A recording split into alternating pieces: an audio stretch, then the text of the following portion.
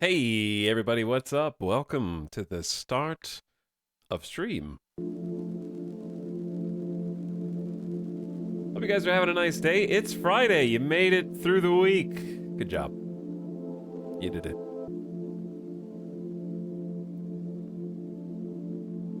People, hey. We're back. It's time for more Diablo 2. Gotta get stuff done. We don't have much time. Diablo 4 chat is available in early access. Okay, so I thought I had a little bit more time than I did because Blizzard has been advertising it as like, oh, early access starts June 2nd. Oh, cool, that's next Friday. That's a week from today. We got 1 week out. That's probably enough time to finish Diablo 2 and 3. Nope, June 1st in America. So, for those of us over here in the US of A, we get access at 4 p.m. my time on Thursday, actually. Next Thursday. So we have one less day than I thought we did. June 1. Yes, June 1. Exactly. I assume that they're doing it on Thursday so that people east of America, the Americas, let's say, to include everyone, get the game on Friday so that they don't, like, okay, it would kind of suck to not get access to the game until like Friday night at midnight, right? Because then it's like, do I stay up all morning? Do I stay up all day? Like, I honestly think that this is a really good way to do it because like for me, I get access to it at my normal start time plus an hour, which is great. And anybody else who's like, well, what about me? You can still play it at like midnight or after, but you still have all day Friday and then the weekend. So assuming the servers work, that's another thing, right? Launching the game on a weekday? What a mistake. No, genius 3000 IQ move. The servers won't be as slammed as they will be on Friday. So kind of high IQ play there. I'm hoping that there aren't any massive server throttles. I'm expecting there to be because launching an online game in 2023, it's just gonna happen. Like, if it doesn't happen, then I am going to be singing a lot of praises because I can't imagine launching an online-only game and not having, like, server problems. Server slam went smooth, fingers crossed. Here's the thing. There's a number of people like me who didn't play during the server slam because I don't want to get used to, like, the first 20 levels before I actually can play the game. So there's a not insubstantial anecdotal evidence amount of people who are going to play who didn't play in the server slam.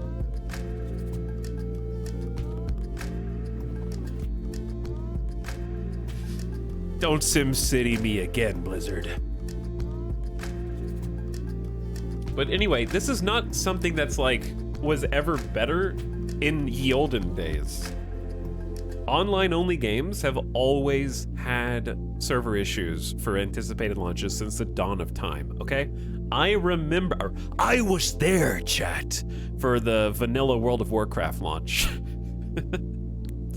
We had problems back then too. It's not like this manifested over the last decade. I remember struggling to even get into the servers, even back in the early 2000s for things, when there were much fewer people interested in playing these games.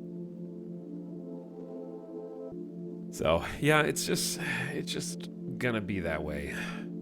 Let's get a different song on here. Actually, you know what? We're gonna get started pretty dang fast. I gotta fix these.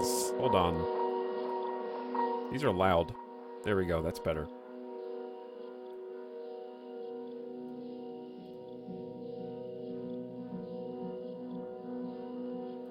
Okay. I'm surprised D4 is online only. A lot of the content you don't need the internet for. The biggest reason is Diablo has always been an online only game for the core experience, and you could optionally play offline, and then that character would never be able to go online because duping, cheating, modding, etc. It's basically just to prevent hacked games from interacting with everyone else. So I don't know if there's gonna be like an offline mode for Diablo 4. I'm really not sure.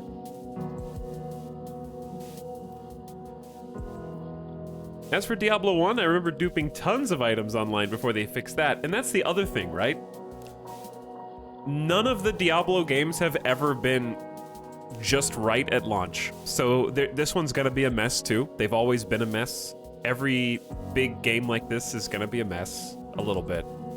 There's gonna be some extremely OP combo build or something that like sucks that later gets the balance patch over it.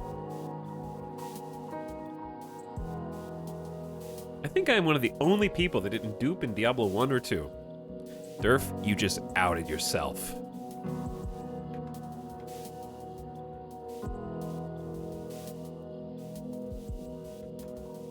We found the one honest chatter here.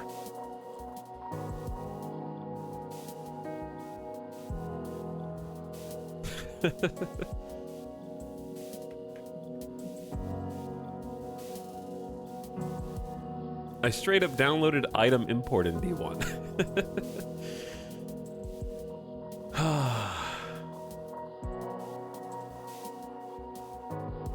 The cheaters are revealing themselves too.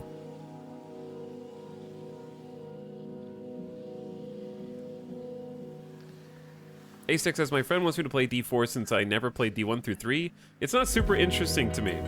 Yeah, I mean, that's part of it, right? You're either into it or you're not. I think that what makes Diablo appealing for people who have never played or have no interest in it, like I'm gonna use Alice as an example, is that it's one of the few games that you can co-op casually, right?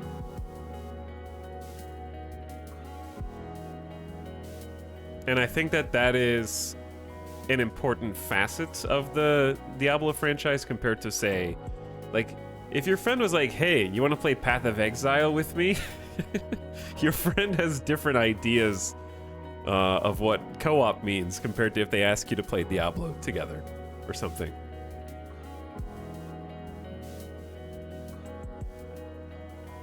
And you've never played an ARPG or never played anything like that before. What's the goal of this stream? We're just gonna play. I know we're for sure gonna finish Act 2. I'd like to get further.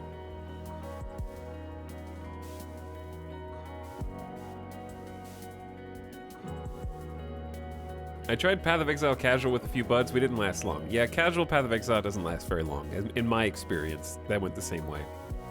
Seemed fun, though. We're going east. We are indeed, Lincolnberry. What's up, Nataruk? How's it going? Howdy, everybody. Welcome back. But yeah, it's more difficult Ace Tech for D4 because it's expensive. So it's a big ask for something you don't even know if you care about, right?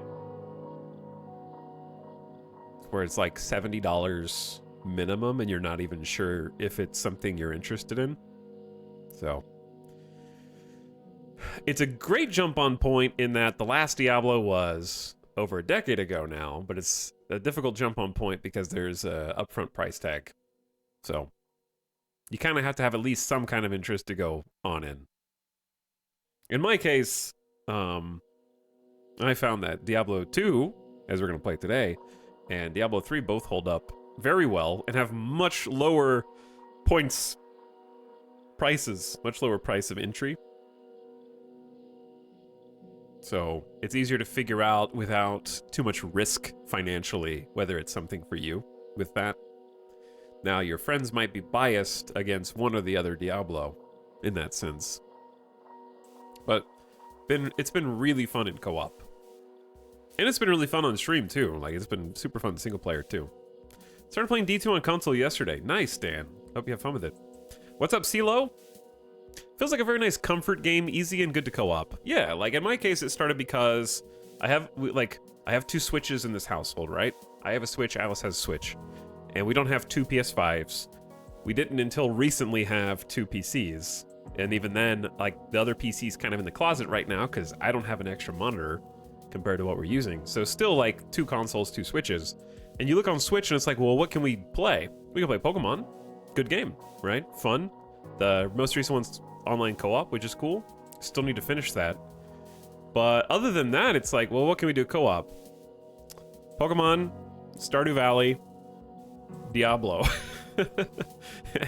Like, that's basically, I'm obviously paraphrasing being reductionist to make a point, but like, one of those games is different than the others in terms of like how long you can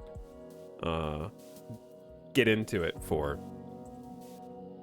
It's like, whoa, oh, cool. Like, Diablo is the most PC, like the most computer game experience you can have on a co-op console, I guess. It's just different. Did you ever try split screen? I have not tried split screen because we just got the combo pack. D2R doesn't have split screen, I guess, which makes sense. It's much more graphically intense, ironically. Etel, do you use your Steam Deck at all? Yeah, but not recently. I've been Diablo brained, but I have been using it a bunch. I was playing that RPG that we streamed. That was the last stream before the new computer. I was playing that on the Steam Deck. Played a bunch of Brotato on the Steam Deck. Played some Marvel XCOM, whatever it's called, on Steam Deck. And I'm gonna download Celeste on the Steam Deck after yesterday. Had a fun stream yesterday. Celeste was great. Planning on doing some more of that. Okay, chat, let's get into it. Let's go. We've got work to do.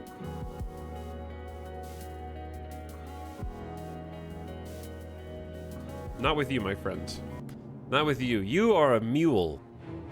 You exist to hold stuff. That is your entire purpose. So, actually, what we're gonna do, even before we advance to Act 2, I'm gonna do a quick Good day. run. I'm gonna do a I want to do a Countess run and an Endariel run, and we can kind of chat while doing that. And then instead of taking a 30-minute plus tomato time, we can just kind of hop in and get re-familiar with our Amazon character. Countess and Endariel runs. The classic. The classic. Not here. I'm sorry. I tried to do an exploding arrow on accident. But to do a Countess run, we just go to Black Marsh. And we pretty much just run. No, that's just the wall. You tend to just follow the wall until we come across a tower. And then inside that tower is the dungeon for Countess, but we want to avoid going through these like little crossroads because that's going to take us to a different zone in the game. Oops. Please do not explode the camp. We'll try not to. So, it's actually right here. Here's the tower. It spawns in a random place. So that's why you have to kind of look for it. It's not going to be in the same place every time, because if you're playing online, every time you reload one of these zones, everything changes. It's completely randomized. So this tower is in a different area than it was in the first time, and the layout of the cellar is going to be completely different as well. So for some of you Diablo fans, you're like, yeah, I know. And I'm gonna explain some of these things that we take for granted because there's probably a bunch of people who don't know these things.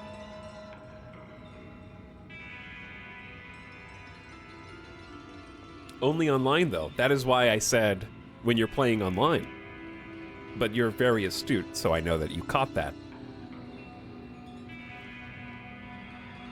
Nice, I just did this quest too. Good job, Dan. What's up, Platypus Pond? Cold Nick says, oh, there are Countess runs people do. Yeah.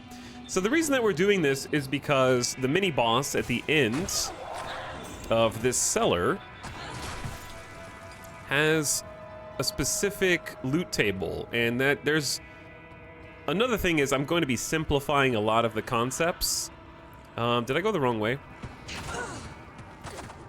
Okay, we need to like kind of chill because I'm actually not that strong yet and I don't want to get in over my head.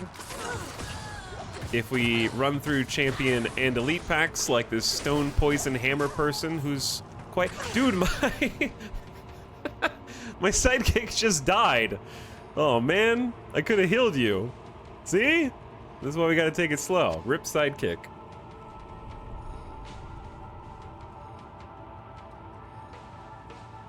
Did you watch any trailers from the Sony event? Yeah, we talked about a few of them. I need to check my my belt, actually, because we're missing some potion slots. I need something better than minor health potions, though, preferably. Okay, I actually do want that person to live, because I like having an assistant. I'm not very high level at this point, and so doing Countess runs is going to be much slower than it would be otherwise. So that actually gives us an opportunity to talk about what happens when a mercenary dies. It's pretty straightforward. There's always someone in each town who can revive your mercenary, and the price goes up as you progress through the game, basically. So right now it's a fairly affordable 1,080 gold, and then they come back good as new. All of their gear stays the same. It doesn't lose any durability. They don't drop it. So the only punishment is you have to pay money, basically, to bring them back. But we do have the option to heal them during the fight. I just have to be paying attention to their health bar up here. So you can, like, shift a number to feed them a potion, basically. How'd you get your abilities to show up above the bar? It's an option. So I don't remember where it is. It's gameplay, display active skill bindings. Shows you your keybinds there, so you can mouse over them.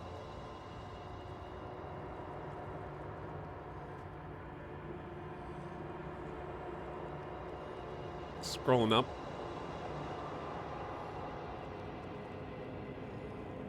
Hello, Dorito, what's up? Not Feng Shui, Chaboba, Destroy. Hey, I got gifted a sub yesterday. Yeah, a lot of people got gifted a sub yesterday, as it happens. There were a good many gift subs. Okay, I need to remember there is actually a pattern that doesn't always hold true, but often does. What's potion up here as we run through? Is it turn left at each opportunity? It might be turn left. I can't remember if it was... Yeah, it's left, because here's the cellar. So, this is also randomly generated, right? Even the dungeon layout's randomly generated. And there's some patterns that people have picked up over the years. Like in the case of the tower cellars, if you, I think, go left at certain junctions, you'll usually arrive at your destination a little faster. We're just looking for the next floor down. So the cellar can, if you take the time to full clear it, it takes quite a while because it's 5 floors. So we're not really looking to do full clears of this. There's the exit. We can always tell it's an exit because it shows up pink on the map. Just explaining the basics. There's level 3, but this would be like a Countess run per se. You can literally run if you feel comfortable going through the enemies, but obviously some people, sorcerers, have an easier time than others because they can teleport and shit. So that tends to help them out quite a bit. But the reason we're doing this in the first place is primarily because our good friend the Countess drops runes, and she drops very specific kinds of runes depending on where you're at in the game. So yep, never been here before. That was totally randomly generated. And we found, notice how I just kind of veered left or just hugged the left wall. And each of these floors has pretty much followed that same general vibe. And that doesn't apply in every dungeon, that's just this one. So that's not a hard and fast rule. It's just something that helps Countess runs go a little faster. Teleport is unreasonably powerful in Diablo 2. That's accurate, yeah. That is accurate. What do you think of the skill changes balancing? I haven't played any Diablo 4 outside of the tutorial before you even get to the town, so I have no thoughts because I really didn't play it very much. Though I'm planning on playing it at launch. I just didn't want to play it in the beta because I refuse to have... Like, I know myself, and if I played the Diablo 4 beta more than I did, I would have played it so much that I didn't want to play the base game, because I'd be like, oh, I've seen this content, oh, I've seen this area. Oh, I mean Diablo 2 Resurrected. Oh, when you mentioned Druid's patch notes, I thought you were talking about D4. I didn't play D2 Old School, so I'm gonna plead innocence on that as well. I just started playing D2 this year.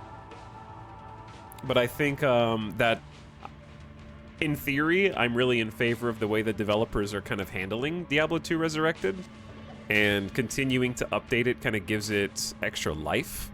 Because my main build is a paladin who uses Fist of the Heavens, and I couldn't have had that build in regular vanilla D2 because the Resurrected devs have still been doing like balance passes on the game, typically just to bring stuff up and make other things more viable that weren't viable before. And in my case, my entire build on my paladin is based on an ability that would not have gotten me through the game in regular Diablo 2. It was very, very severely limited in scope.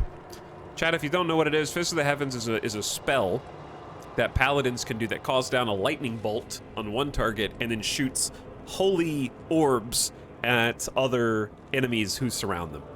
And by default, that only did damage to demons, I think? But with Resurrected, they said, well, demons and Holy Bolt, we can do more than that. Did it only do undead and they added demons? It was one or the other. It only did damage to one type and then they added a second type, which made it incredibly viable. So now it can do damage to both undead and demons. And you can make an entire build around an ability that you could never have made an entire build around really before because it was just far too limited, right? So I do really like the patches and the updating and kind of making the game have even more possible builds. I think people would not respond favorably to nerfs, but I think buffing things that were never usable before is great. Okay, so this room is always the same, at least in its layout. So this is the 5th floor of the cellar. It has these 2 side wings that typically has like chests and some gold. And then back in the back is where Countess is waiting for us. I haven't really been paying attention here, so hopefully I've been just autopiloting correctly. But we're just doing a quick run to see if we can get some runes to drop. We did this painstakingly the day before yesterday. Here for a bloodbath? That's Countess. Now we're gonna go in there, but an important thing about the Countess is she can't go through this door. So we're actually fine if we just chill here. This is the it ain't easy being cheesy build. And she's dead.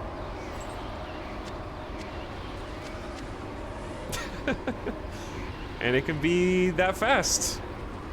No problem. But yeah, she has to stay in here and fight.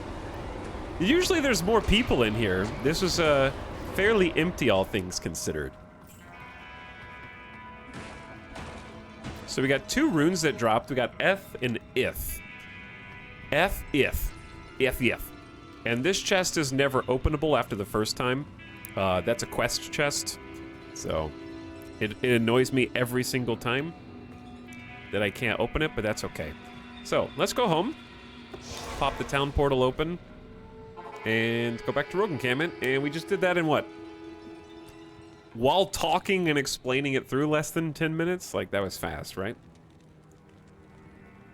And we're gonna do an Andariel run as well, and that'll take a little bit longer for me. Me and my roommates started playing D2 Resurrected today, running a Necro Summon build with a Druid Summon build duo. That sounds like a lot of fun, Crimsons.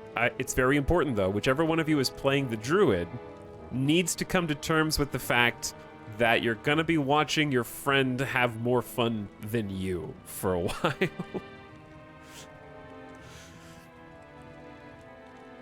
Okay? Because Druid Summon build, from my understanding, is kind of like the summon build that you do when you're tired of being a Necro.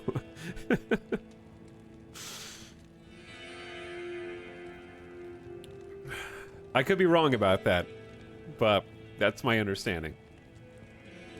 That being said, I respect it, and I would probably pick that first too, because I like an underdog story.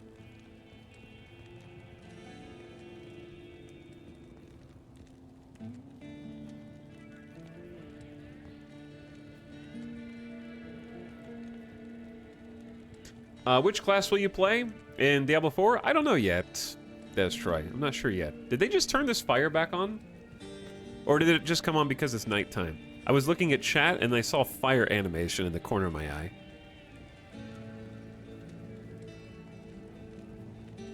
Druid's the only D2 class I have literally never played. I played a little bit of Druid, but I think I was playing, I don't think it was my Druid. I think it was Germa's Druid. Back when D2 came out, he was like, dude, you gotta play D2. You gotta check this out. Here, just try mine. And I was like, oh, dude, this looks so good. This looks cool. I'll never play that again, because why would I play an old game like Diablo 2? And here I am. So now he's like, I told you so. I told you. What can I do for You could have been enjoying it for 2 extra years. And you waited until 2023. What's up with that? That's just called hyperfocus. I had to wait until ADHD brain latched onto Diablo 2 and wanted to get as much content as possible. Okay, I gotta talk to Mr. Kane. Hey. Yes. To identify the items that we just picked up. We just got a rare spike club. Should I keep this hard leather armor? Someone asked what rune words I might be eyeing. One of the rune words I'm eyeing is obviously stealth. That would probably just be a solid replacement for this. The only reason we're wearing this is because it has some magic find socketed into it. I'm just wearing it only for the magic find. But we did get F, which is one of the 2 runes that we need for the stealth rune word. We also need Tal. Stealth on its own is not like necessarily our top pick, but it's fine. Like, it's still good. Mostly for it has the ability to regenerate mana. And faster run walk is always nice too. So it's still probably better than what we got. But yeah, we need Tal and F. What do we have so far? On the first Countess run, we got Ith, so now we have 2 Ith and 1 Eth. And you can run Countess over and over again and get a whole bunch of stuff. Let's actually, I want to bring up so that you guys can see how many things there are to get in this game, because it's kind of crazy.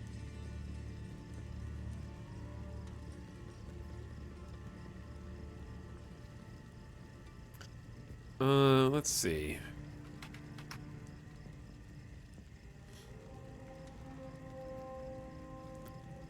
This is an okay one. How about this website?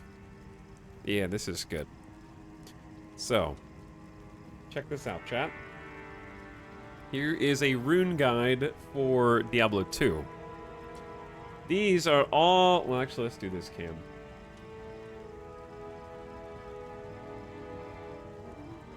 There we go. Zoomed in a little bit. These are all the runes that you can get over the course of Diablo 2, Zod being the rarest down here. You'll probably never, ever, ever, ever see a Zod unless you are incredibly dedicated, or use extra legal means. It is literally a 1 in millions drop. Under the best circumstances. What about a Zot? Let's not go there, clinically. You will never see like the top 7 runes. Yeah, probably not. However, these runes start to kind of open themselves up to us. Like, here's a whole section dedicated to just the Countess. So on normal difficulty, which is what we're playing, we can get runes number 1 through 11. If we were playing Nightmare, she could drop up to rune 16. And if we were playing on Hell difficulties, she could drop up to rune number 28. So up to low. Can't you craft them? No. Oh, well, in Diablo 2 Resurrected, if you collect 3 of a rune, you can craft it up to 1 of the next tier. So you'd have to have, like, if you had 3 Ists, you could craft that into a goal, but to craft a goal into a Vex, you need to get 3 more Ists, 3 more Ists, 3 more, well, yeah, 6 more Ists. Craft those. Then you have enough gold to craft a single Vex, and so on. So it's like an incredible amount of time. Well, sitting here listening to you spread misinformation is just gross, especially considering you've been wrong multiple times. Any information I gave was correcting your completely made-up information or answering someone's question. It's funny you get upset when someone makes you look foolish, Knight.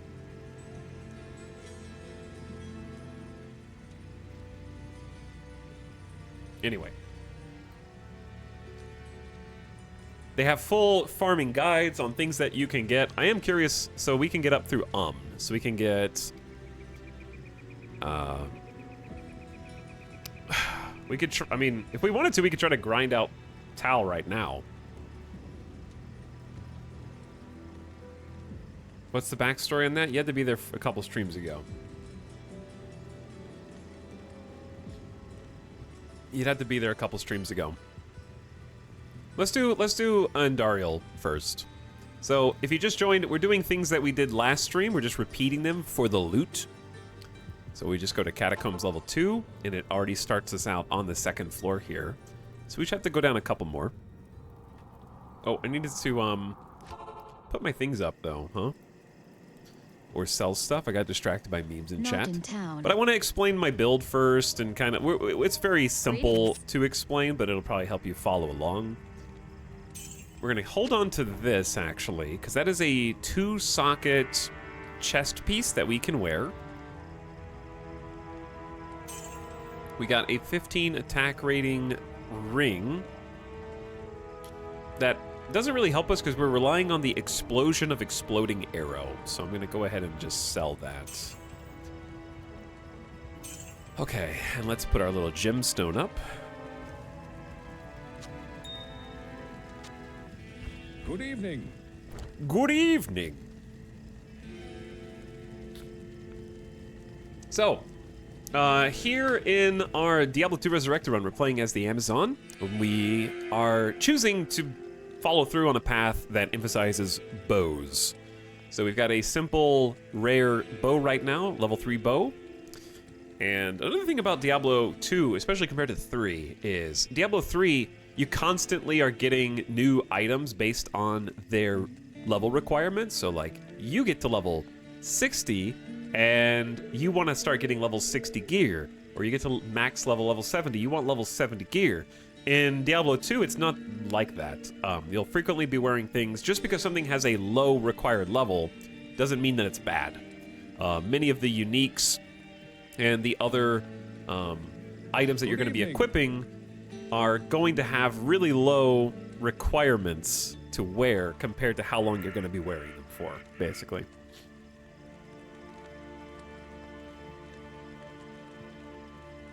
But yeah, we're using we're choosing to go down the bow skill tree. So we got bow and crossbow points right now. If we were playing a different kind of Amazon, we might want to emphasize javelin or spear. And then we got some passives and magic that both types of Amazon are going to be using. So hopefully we'll get to some of those today. But we got most of our points into Fire Arrow, which is like single target fire damage. And we just started putting points into Exploding Arrow. So we're going to do Exploding Arrow. I put one extra point into Fire Arrow compared to what I was supposed to, but it's okay because it's still buffing. There's a synergy between these. So we're going to go up to about level 23 because we unlock Immolation Arrow at 24, right? So we want to go points into Exploding Arrow until we hit level 23, then level 24. We get our new ability, and that's Immolation Arrow is kind of the one that I've been excited to get. So we should get that today, I think. This thing basically just creates a fire explosion. It's not an explosion, it's just streaks of fire. It looks really cool, and it's fun to set the world ablaze. But what's great about this is all the points that we've been putting into the other skills are not wasted at all, because at the very bottom, you can see that every point we put into Exploding Arrow will buff this skill plus 10% extra damage per level that you put into it. So they all synergize with each other, and our end-game build is probably going to have a max 20 points in each of these, just because they make each other better. It's one of the only ways to kind of keep increasing an ability's power past its own max level. All right, I gotta blow my nose real quick, and then we'll get back to this.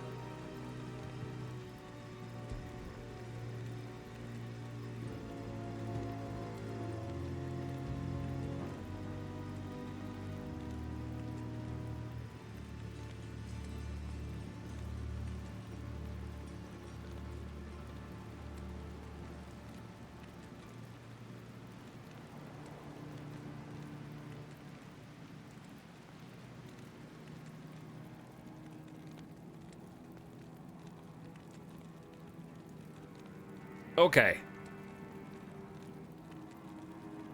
No sneezes. Just your standard amounts of allergic reactions to being alive. As you do. I am allergic to...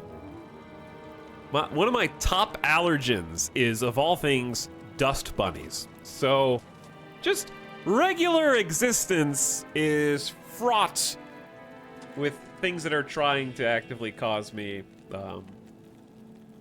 sneezing, being a little snot-nosed brat. What's up, Quantum? How you doing? Spoons for Self-Defense, appreciate the sub.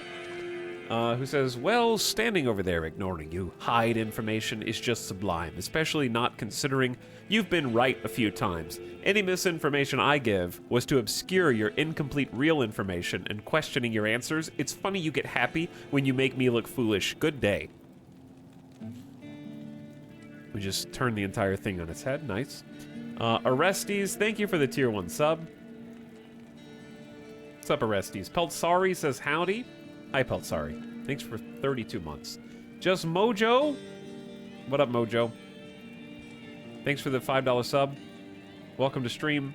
Feng Shui says the devil made me do it. Works in mysterious ways. Thanks for the 19 months, by the way. And Nessaman, people arriving. Hi, Nessaman.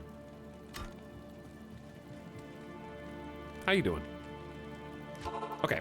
So, we're gonna go kill Indariel again. We killed Indariel, that was our first boss kill 2 days ago. And so now we're gonna try and find Indariel a second time, because Indariel may have some presents for us. She is a decent place to farm for just some upgrades and also some XP. But finding Indariel is the hard part, because we are down here in the stinky catacombs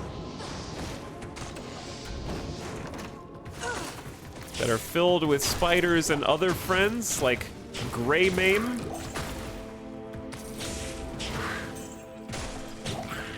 So we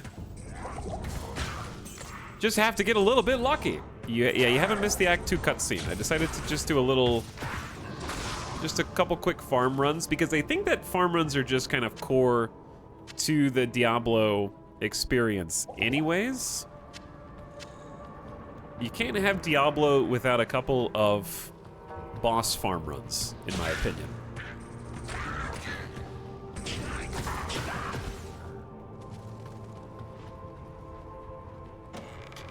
But yeah, the exploding arrow has been like night and day difference. I'll switch back to fire arrow real quick and you can see kind of what we were dealing with before. Because it was not fun by comparison. So this is fire arrow. Like, it seems to get decent kills because it's got decent power. The biggest problem is it's just single target damage. So I have to just kind of go pew pew pew at the same person over and over again until that person dies, which is nice, but it requires a lot of mana. Like, mana is already gone, it's already drained. Who are you shooting? We switch over to exploding arrow though.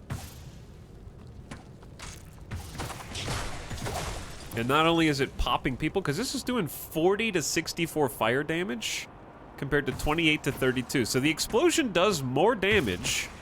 It does cost almost twice as much mana for us, but it has the AoE factor going into it as well. Okay, let's press on. I hear a sapphire.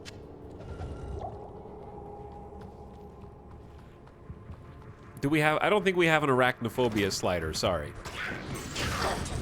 I regret to inform you. We just got big spiders.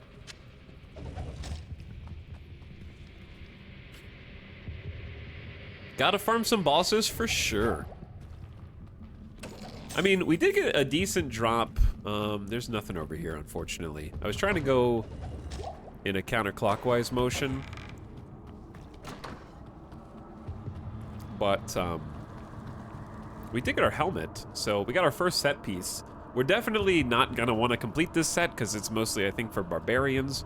But for us right now, it has really solid defense and 25% fire resist this early in the game is quite nice. So we got 30% fire resist. Chad, do I need to explain how resistance works? That is stairs up, which is unfortunately not what we're looking for.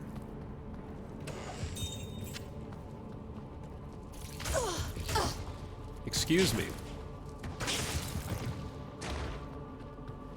Chat can explain it to you.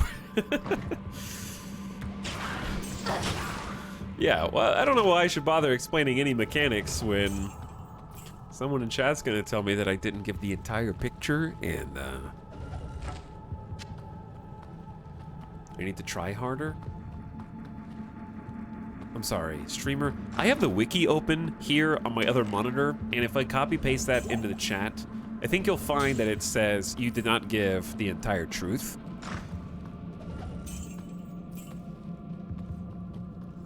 You're making this out to be way more simplistic than the impressive depth of my favorite game deserves. But no, I saw at least a couple people who were kind of surprised by the fact that everything is randomized here. Ooh, a small charm. Nice. I always get excited about small charms. Let's go ahead and identify that. Because while it's sitting inside of our inventory unidentified, it's not helping at all. So if we identify that, boom, add 1 to 6 lightning damage. Now, just holding that in our inventory is just a buff that is now applicable to us. That's one of the reasons why I have some identify scrolls here, so I don't have to go back to town to identify. This guy doesn't have 3 leveling rune words yet?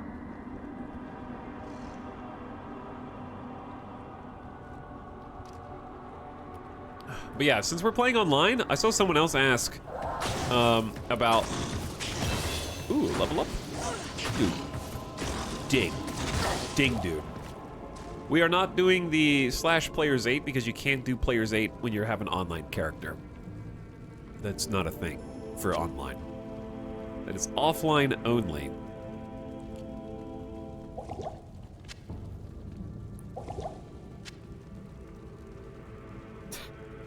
GZQT. Hello, Anjay. How you doing? All right, let's put 5 more points into energy and then stop putting points into energy. So we can have a little bit more mana so we can spam exploding arrow a little bit more. There we go. Top out of like 60 mana, and then the rest of our points will go into vitality. But yeah, this entire, since we're playing online, this entire dungeon is randomized and will be randomized every time we log out of the game and log back in.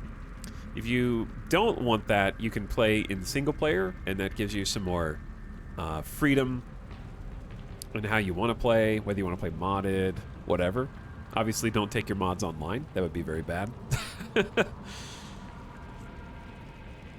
Okay, exploding arrow. We got to level this up. What level am I right now? I am level 16, so we're going to level up exploding arrow for like 7 more levels, give or take, and then we get an immolation arrow at 24, so that's an 8 levels. Fantastic. So yeah, 7 more levels of exploding arrow power. This thing is starting to get juicy. Alex, was the player's 8 thing always offline, or was it a D2R thing? I'm pretty sure it's always offline.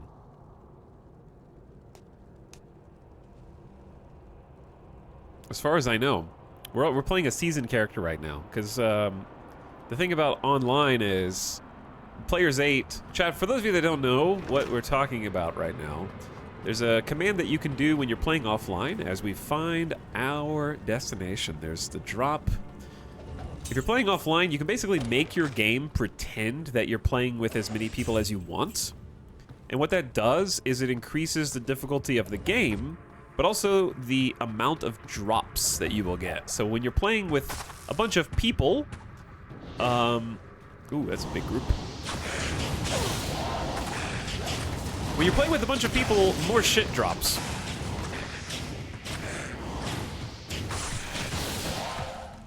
So you basically trick the game into thinking that you're playing with 8 people. Spicy boy.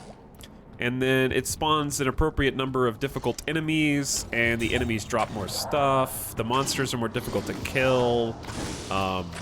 It is as if you were playing in an 8-person lobby. But you're fighting them all yourself, and you can scale it up to players 2, players 3, 4, 5, 6, 7, whatever you want.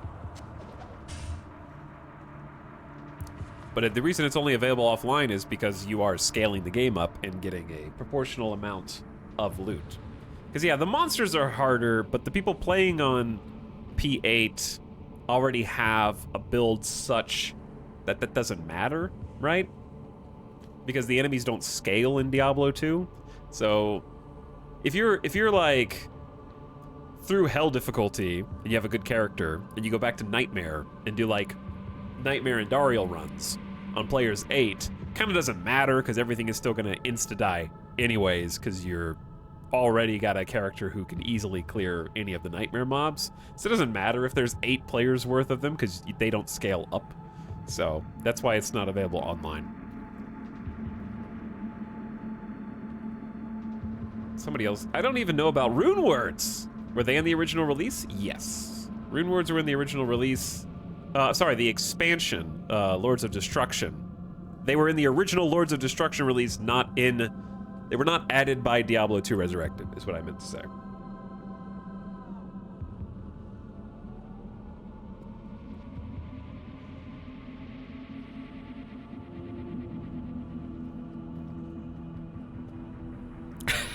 We caught him in another lie. Oh, man. Chat, I only have allergies when I talk to you guys. Like, I'm fine before I start the stream, and then I get in here, and I don't know if it's something about you. There's something about you that I find appalling. I mean appealing. Sorry. Did I say appalling? I mean appealing. There's something about chat I find appealing.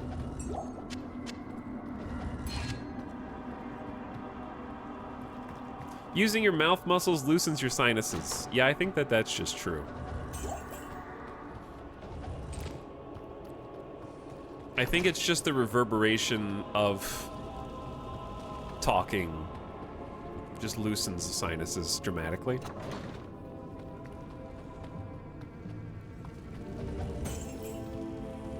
Okay, so we're just wandering here. We need to go down one more floor, and then Dariel's waiting for us. For those of you who joined late, we did already kill Andariel once on the last stream. But what about second Andariel kill? So I'm just kind of going in random directions until I find the right way, because I don't have the room memorized yet.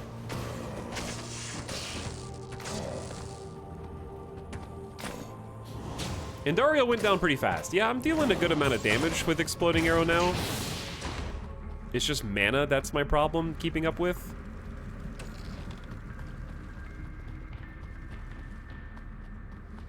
Hey, here we are. Okay, so if you missed Andariel 2 days ago, here's the previously on. Let's go ahead and top off first. It's not in this room, it's in the next room over. But I do need to kill these nerds. It's recap time! And then we can probably just go straight to Act 2, unless we decide that we want to try and get lucky with some runes, basically. Which we may.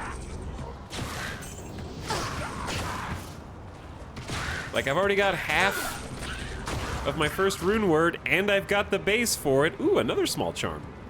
Let's identify that right now. What is it? +1 dex? Not very good. Unfortunate. Why did the map reset? I know enemies respawn, but as long as you're in the same difficulty, that's what we've been talking about. It resets as long as you're online.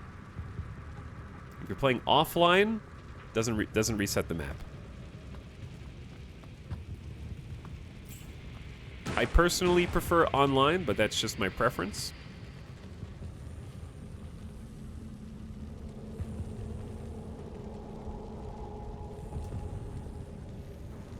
But also, I don't think you can play a season character offline, right?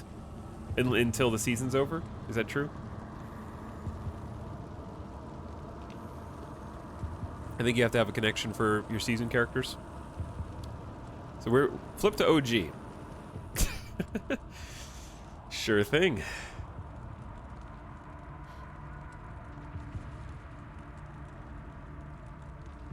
I prefer to get my information from chat. I've been led to believe streamer tells untruths. Thanks Anonymous for gifting us up to Why Kill Beep, who's back for 4 months as well. And Ron Doesn't Care says, just leaving this here for someone to find. I found it. Thank you. All right. Do we have any health potions on the ground that I can use to just top off?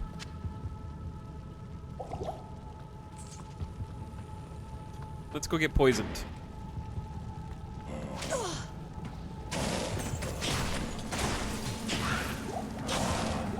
Yeah, having that like extra bit of mana is very helpful.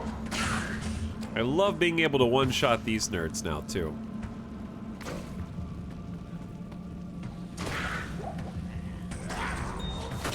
All right, I'm going in.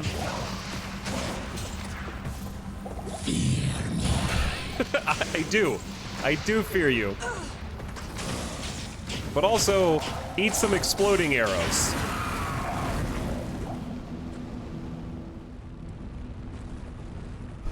It's beautiful. Chat, this is an awful drop. Andariel just dropped 1 rare axe, and that's it? Literally just 1 axe? Just super bad, dude. Your Merc also dropped? Poison does that, yeah. I can't carry anymore. The poison is strong.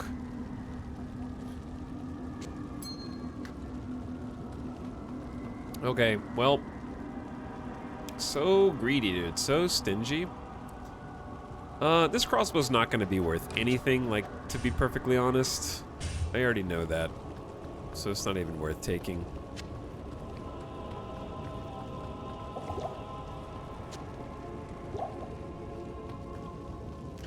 Goodbye, Andariel. For the second time. You piece of trash. Okay, we do need to pick up, this, right? No, that's the stupid assassin fist weapon that's not worth anything ever. Okay, I say we just peace on out of here.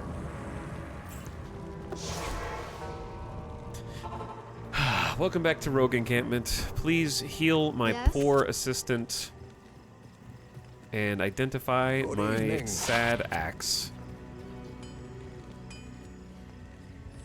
Good evening. All right, have a shield. Dude, this axe is worth 196. That's it? This is very sad. Ooh, cold resist. It's probably better than the charge bolt windstruck. And replenish life +5. I don't hate that early on because that's just gonna top us off without having to use potions. I don't think that this max damage +1 is doing that much for us with 5% lightning resist.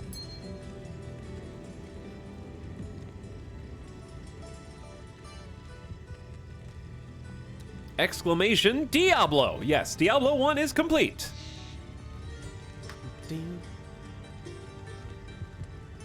Yes, it is. All right, yeah, we can sell these two. Have that. Have that. Have that. Keep. Keep. Okay, let's get organized. Chat. I need some input from you.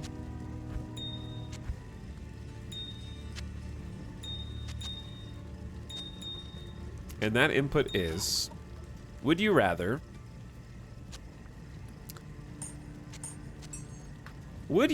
gamba on Countess for a specific rune, or would you rather go to Act 2?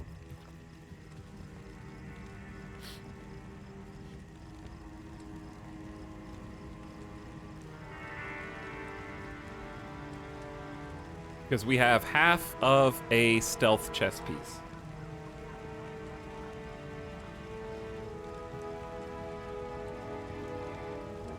Which would probably carry us for a while and make us strong. That item doesn't even cover the cost of a dead merc. Yeah.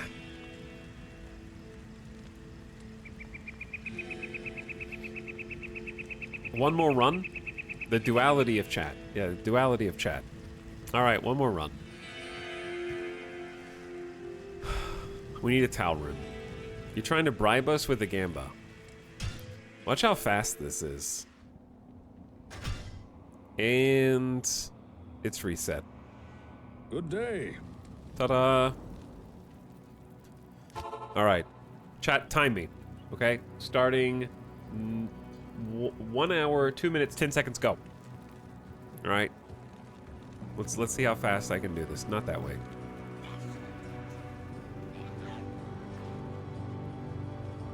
Are you trying to bribe us with a gamba? Always. So anyway, the plan today, we'll probably easily get through Act 2, in spite of doing these early runs, because we would have been talking or chatting up front at the beginning of stream anyways. Not optimal. Reset. I mean, yeah, it could be over the bridge. This map gen is... it's a bit tough.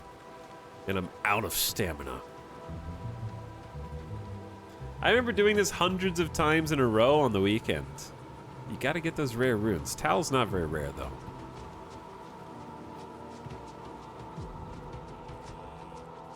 So I'm curious to watch my HP, because we have some, like, health regen now. I'm curious how, like, +5, right? When it says +5, is that, like... 5 HP per minute? Like, what's the ratio? 5 of what are we talking about?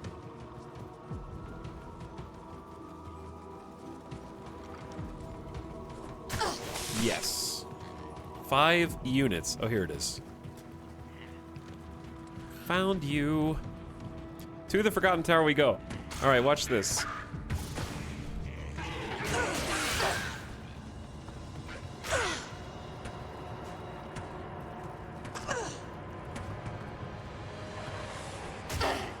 Oh god, he's dead end. Not this way. So, we know it's not that way. 5 HP every 2 seconds it used to be? Oh, I found it already. The true Diablo experience. I need the rune.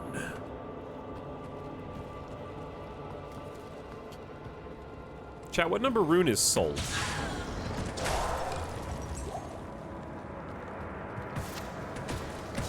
Is sold before or after Oh, I need to turn there.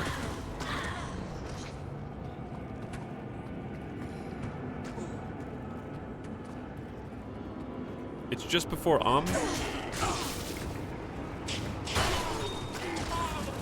What rune word are we gonna make? We're gonna make stealth if we get Tal, and can we get soul as well from these drops?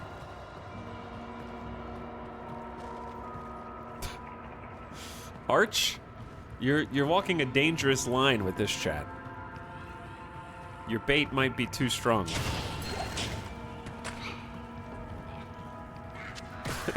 The rune is 22. Oh, you got me. You got me there.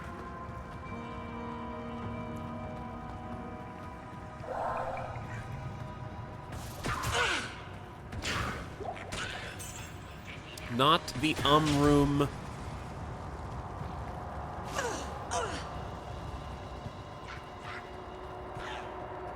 Just after? Okay, so we can't get soul until Nightmare Countess, I think.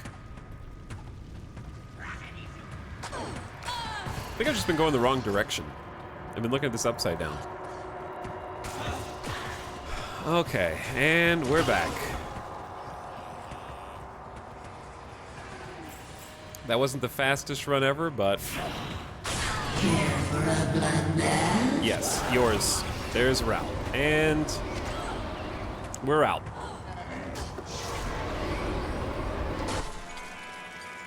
See? Easy. We didn't get what we wanted, but, Good day. that's optimization right there. End time. Etal, don't you literally have the chart open? I closed the chart.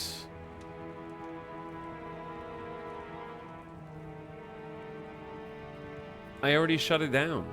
Hold on, I'll get it open again. Yep, Soul is right after so we can't get that till Nightmare anyways. So we don't worry about that. From Countess. We get it from other things. Alright, how about this? We'll go to... one last run. Just one more. I know I can just feel it. It's right around the corner. These are all going to be useful to us. Just one more time. This is what the game's about!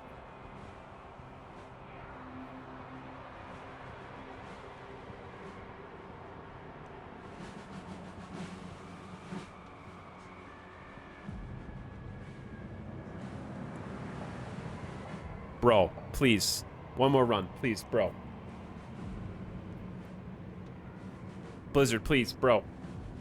Just one more run. Good day.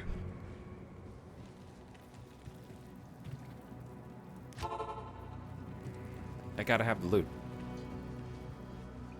If they're that quick, you practically have to do more. They are that quick, yeah, and we only need one rune.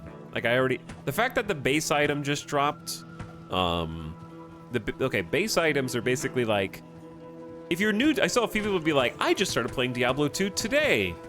You might be picking up some items that you think are absolutely trash, and they're not. Because it's slightly deceptive in that way. So base items are those gray items that have sockets in them. Oh, wait, was there a ring drop? I kind of just already went past it, and I don't want to go back. I can go back after we find the thing. The reason why they're not trash items is because you have to have those base items that have the sockets in them that look like they're bad to put the runes into, and they transform literally into another item. And I think that's another reason why I actually really want to do this, is because this is the easiest rune word for us to make, and it's an easy way to show one of the like most core concepts of the game.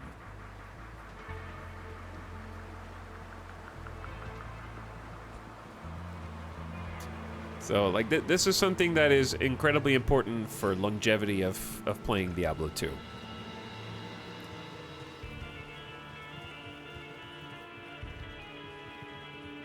Some white items are even worth quite a bit. That can be the case as well. But the hard part is remembering which items are the ones that you're looking for. Like what we're looking for right now is pretty much, as far as base items go, we're looking for maybe 2 and 3 socket bows, I guess. 2 and 3 socket bows, certain 2 socket helmets. All right, it's probably, here it is. And those are all going to be gray items that kind of look like trash, but they're not.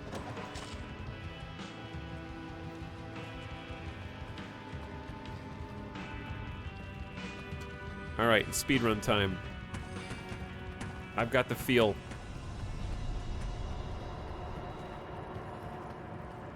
I know where to go.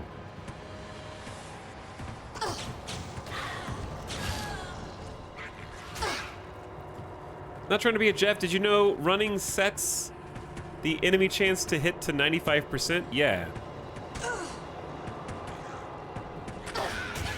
That doesn't apply to, like, you need move speed as a range and as a sorceress.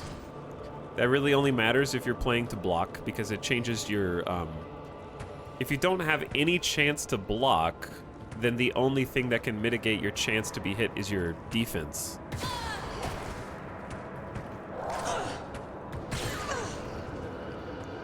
So if the defense doesn't matter, you don't... Wait, I keep going right instead of left. That's my problem. I have it backwards. Go left, not right. And we'll get there much faster. Left is right. See, it's right there. But yes, you shouldn't be walking anywhere when you're playing as a sorceress or ranged Amazon or anything like that. Though if you're playing as a paladin who cares about blocking very much, then you should be like toggling that to this movement speed.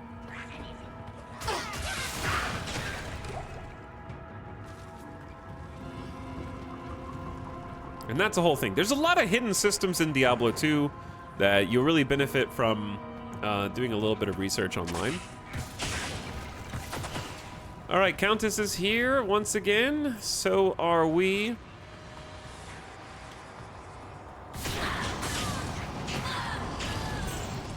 Here for a bloodbath. Yeah. Not enough. Don't want stinky if. And only 1 rune dropping too? So greedy. Hey. That's the 3rd if.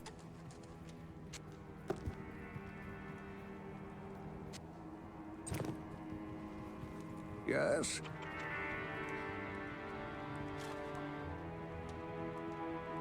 This is just a bad luck run. Next run for sure. Maybe just one more ring. I think maybe just one more. Chat, where was the ring that dropped?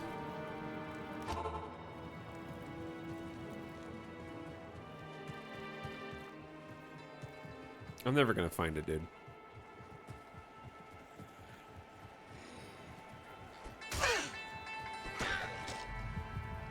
Why am I even going back looking for it? Who convinced me to do this? There it is. We found it.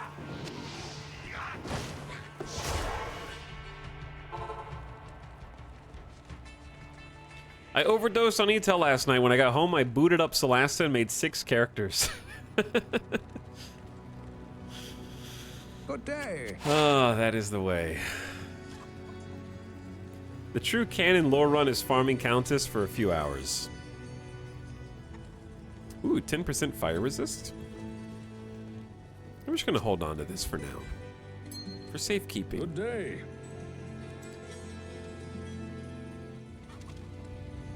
Good to see you. Okay, one more time. Just one more.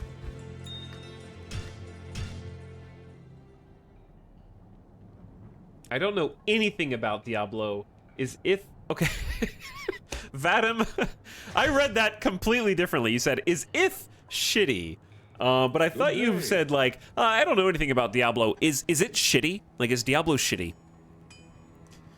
So, I thought that's what you're saying. I was like, damn, really coming in there swinging, huh? And I think the answer depends on who you ask there, right? But no, Ith is just like the 6th most common rune, right? So if we look at the page, this is Ith, it's rune number 6. We can have up to so the further down, the rarer that they are to drop, technically. And we're just looking for Tal, so we're looking for the one that's right after Ith. E-Tal, you know? That's why we want it. I don't know if they're actually the most common at the top. I would assume they are. But she can actually drop more than 1 rune. We just happen to only get 2 runes. Or sorry, yeah, 1 rune each time. And also what's interesting about Countess is, because we were having a conversation a few minutes ago. Dude, we found, look at this spawn! Look at this spawn. Waypoint here, castle here. This is it. This is the run. Literally just walk in. It's left, not right. Countess is actually one of the enemies, one of the runs, one of the mini-bosses that you do not want to have the game thinking you're playing with 8 players. Like, the more people that you're playing with, you actually have a statistically significant lessened likelihood of getting more runes, just because of the way that loot tables work. So we're actually in best case scenario right now where it's just us.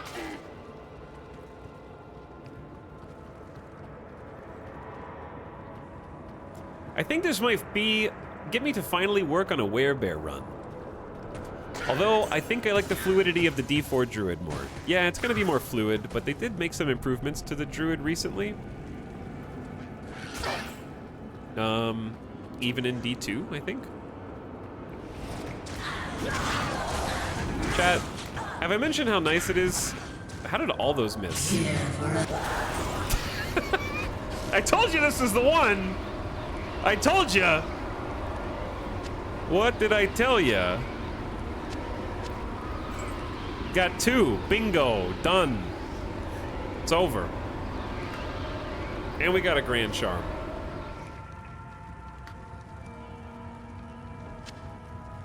That's just a regular healing potion, isn't it? Yeah, that's one of the good ones. Tox, what's the highest rune you've got on your main guy? I'm gonna be honest, I haven't tried that hard. So I think over 3 playthroughs, like, we did a few runs after we beat Hell, but I really didn't play that much after we beat Hell. I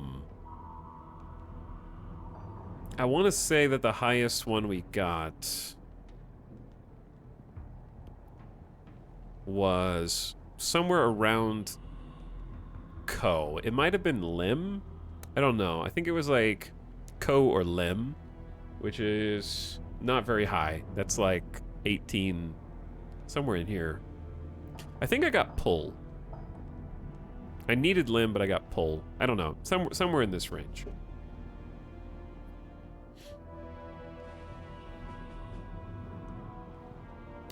Yeah, they made it easier to switch between werewolf and bear form in D2. Yes, that is correct. Why did I leave the game? There was no need to leave the game. Why did I save and exit? It doesn't matter, like, it's the same. Good day. I'm not sure why I did that. D3 habit Good to see you. saved you a portal scroll. That's true. We're not doing another run. Okay, this is what we did it for. Here's what we did it for, chat. +5 poison damage over 3 seconds for a Grand Charm. That takes up so much space.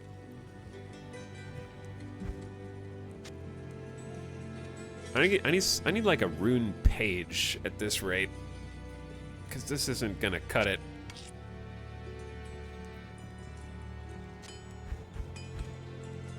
Let's put runes on the personal page, because I don't know what else we're gonna use the personal page for.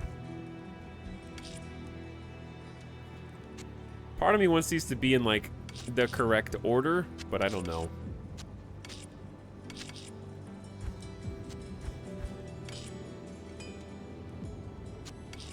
Oh well.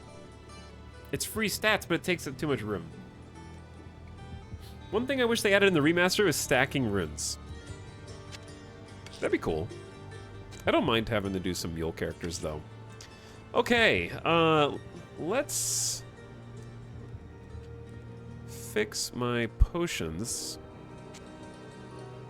Don't mind me hoarding potions for no reason. That's just in case we have to do a corpse Greetings. run or something. I need to put this money up. Need to put the money up. In my shared stash. Never in my personal stash.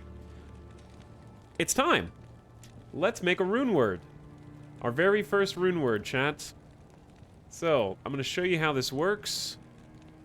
Because it is a game from the year 2000. I mean, technically this is Lord of Destruction, right? But it's still incredibly specific, and if you screw it up, the game doesn't let you do it over again. So, what we're looking at doing... Hello, chat. Why are you coming up? Why did you appear instead of my other window? There we go. Chat on screen. We're just making stealth, one of the most basic of basic rune words in the game. We can barely even wear it, right? Level 17, I don't even know if we can wear it yet. So I don't even have the right level. I think I'm level 16 right now. Now, stealth requires a chest piece, and it needs to be socketed with Tal and then F. So it's in order of the appearance of the runes themselves, okay? Tal, then F. So, what we do is, we grab our... We could probably get a better base item than this, but this is fine. This is an easy rune word to replace. Anyways, we've got our base item here. It's a gray. It has exactly 2 sockets, and it can't have more sockets. It has to have the exact number that you need. So in this case, we need 2, and then we need Tau, and then F. Okay? So all you do, plug them in. You can't do this over again. You just have to do it right. Tal, F, and then once you've plugged in the final rune, it converts it into a completely new item. It is no longer just a simple gray, no stat item anymore. It is now something that we can actually use. That's going to benefit us mostly for the mana regen is going to be really nice. Getting 30% poison resist is really nice. Like Andariel has a lot of poison. Faster hit recovery is always nice. Faster run walk's always nice. Can your merc wear it? Yeah. Mercenaries can wear this stuff too. So if we wanted to make... well, they have to be the correct level also, right? They're level 13. But yeah, they could wear something like that. And we are level 16, so we could be able to wear it shortly. So we're just going to put that in here and equip that as soon as we level up. It's going to be a huge upgrade for us because look what we're wearing right now. 18% magic find is fine, but yeah, there's some rune words that are kind of designed for mercenaries. Chat, onwards and upwards. It's time to go to Act 2. We got what we were looking for. We found the roots. This is a So, Hello. I think we need to talk to some people. The caravan is prepared. We may now journey eastward to Loot Golain.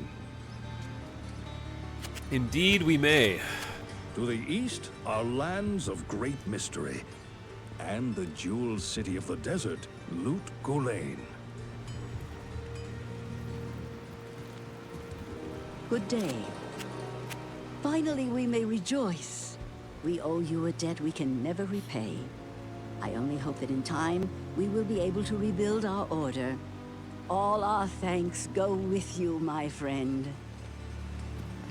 Oh my god, I was today years old when I found out about rune words. I've just been stuffing these things into sockets at random, and I played D2 when it launched. And that is why we go over the minutia and the small details piece by piece, because there's always at least one person who's like, oh, huh. But yeah, they were not in Vanilla D2, that's why you didn't know about them. They were in Lords of Destruction, I believe.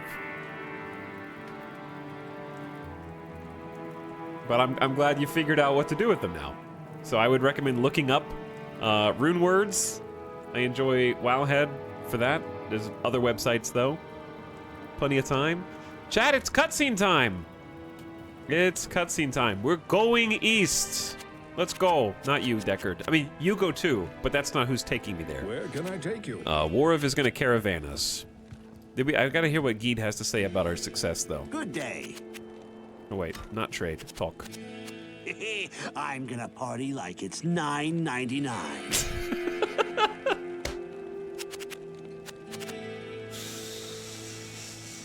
Akara and Kasha are sisters in the Order of the Sightless Eye, but they are worlds apart.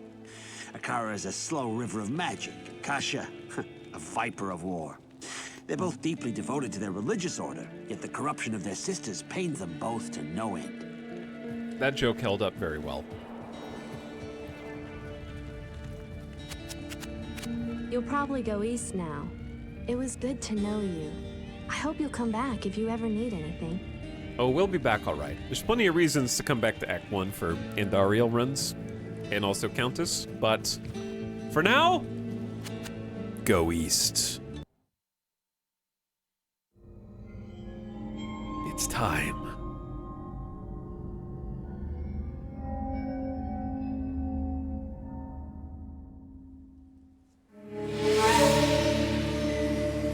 We traveled east, over the mountains and into the vast deserts of broken lands. As the days passed, my companion told me of himself, that he had once been a great warrior, and that a dark and secret burden now weighed heavily upon him. We traveled for an eternity across that arid wasteland. How long? I couldn't say. And always, a dark cloud seemed to follow us just over the horizon. Finally, the journey ended. We climbed the last bridge. There below us lay our destination. The shining jewel, Loot Golain, with a great sea beyond. We made camp that last night. Perhaps it was the warm desert wind or the sound of the ocean, but for the first time in many weeks, I slept. However, the dreams returned, but these were clearly not my own. I beheld a vision of a great man, the mage, Talrasha. You were there too, Tyrael. I remember seeing you in my dream. His brethren had cornered a great demon, Baal, Lord of Destruction, who had been set loose upon the world. They attempted to imprison the demon within a sacred stone. Yet when their attempts failed, Talrasha selflessly volunteered to contain the demon within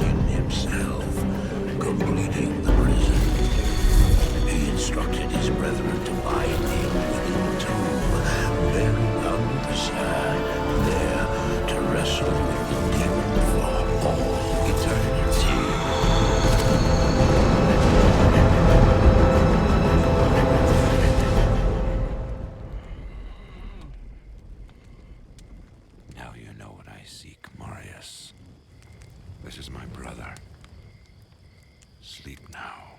We set out with the dawn.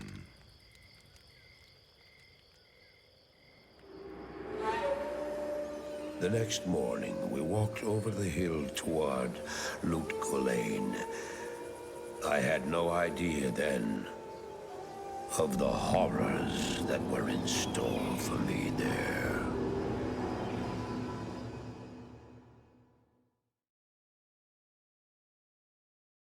Hello.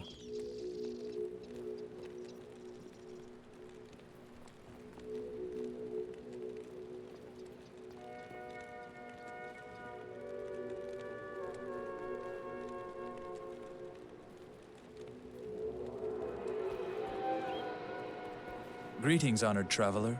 I am Jaren, Lord of Lut Gholein, and I bid you welcome to my fair port city. I'm glad to know that once again, caravans are free to travel through the Western Pass. For some time now, we have been under siege by an evil power that I cannot identify. Strange, it all began when a dark wanderer came this way, looking for the tomb of Tal Rasha. No one knows exactly where Tal Rasha, keeper of Baal, is entombed, but it is certain to be far out in the desert. Now my people whisper tales of the dead rising from their tombs, and horrible creatures lurking amongst the moonlit dunes. Even I have witnessed things which I cannot explain. I've ordered the port closed and all trade ships moored until I am sure that my city is safe. Atma, the tavern keeper, has an important mission for you. Go see her immediately. You'll find her on the other side of town. Now I must return to the palace. I apologize, but I can't invite you in. Things are rather a mess right now.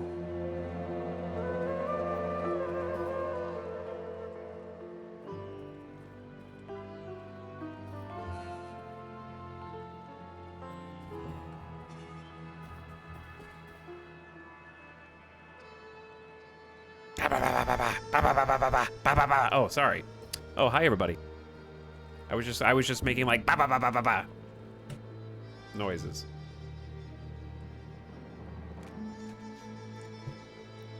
My favorite thing is how the mercenary just paces restlessly back and forth,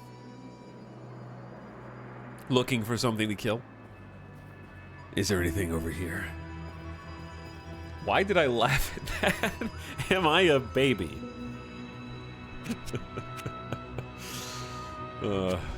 Yeah, she's going all over the place. Tell me about the merchants. For trade in magic and the like, see Drognin or Lysander. Drognin is the wisest man I know, without equal in magic and ancient lore. Poor Lysander is nearly deaf, but he's a reliable potion chemist. For travel back west, see Wariv, whom you already know. Our own Farah is a fine and honest armorer, and she can heal wounds as well. That's very important. Elzix is the innkeeper, and may also have some items to trade. Grays, the mercenary captain These are all I my hired to Kinshi secure names. the gates of Lut Gholein, keeps order in town as well. There are others here too. I'm sure you'll meet most of them. Just look like around. Grease, Elzix. Those are good Kinshi names. Drognin. I might have come up with that one, possibly. Ital's furious. Tell me some gossip. Things are getting worse by the hour.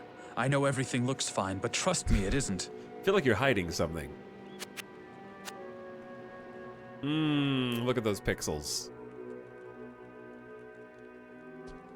Welcome to Lut Gholein, everybody. This is probably my favorite city to AFK in, because I think it's probably my favorite background song. Though I really like, I think Act 5 is probably my favorite city collectively. But this is my favorite song. If you don't like it yet, it'll really grow on you over time, I promise. There's one part Halt. of it in particular. Halt! You may not pass. Okay. But what happens if I don't know. I don't want to accidentally like have to kill everyone in the town. Act 2 has the best music overall, to be honest. Probably true. Look at this, chat. That's crazy. I'm allergic to seamless graphic transitions from games released in 2000 to now. It's a shame. I was really enjoying myself, too.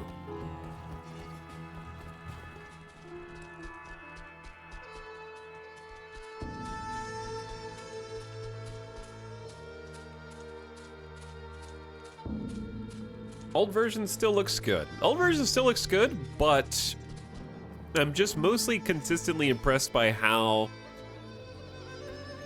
bringing it into the modern era, it's very seamless. Like, it looks like if you didn't tell someone that this was all just like placed over like a cover, it looks like it was put there on purpose even now, which is testament to how intricately detailed it was then, I guess.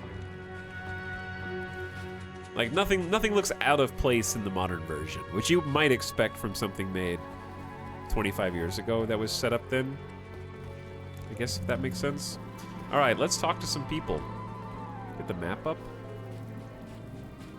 Here is our waypoints, okay? And we've got a host of waypoints to go find today.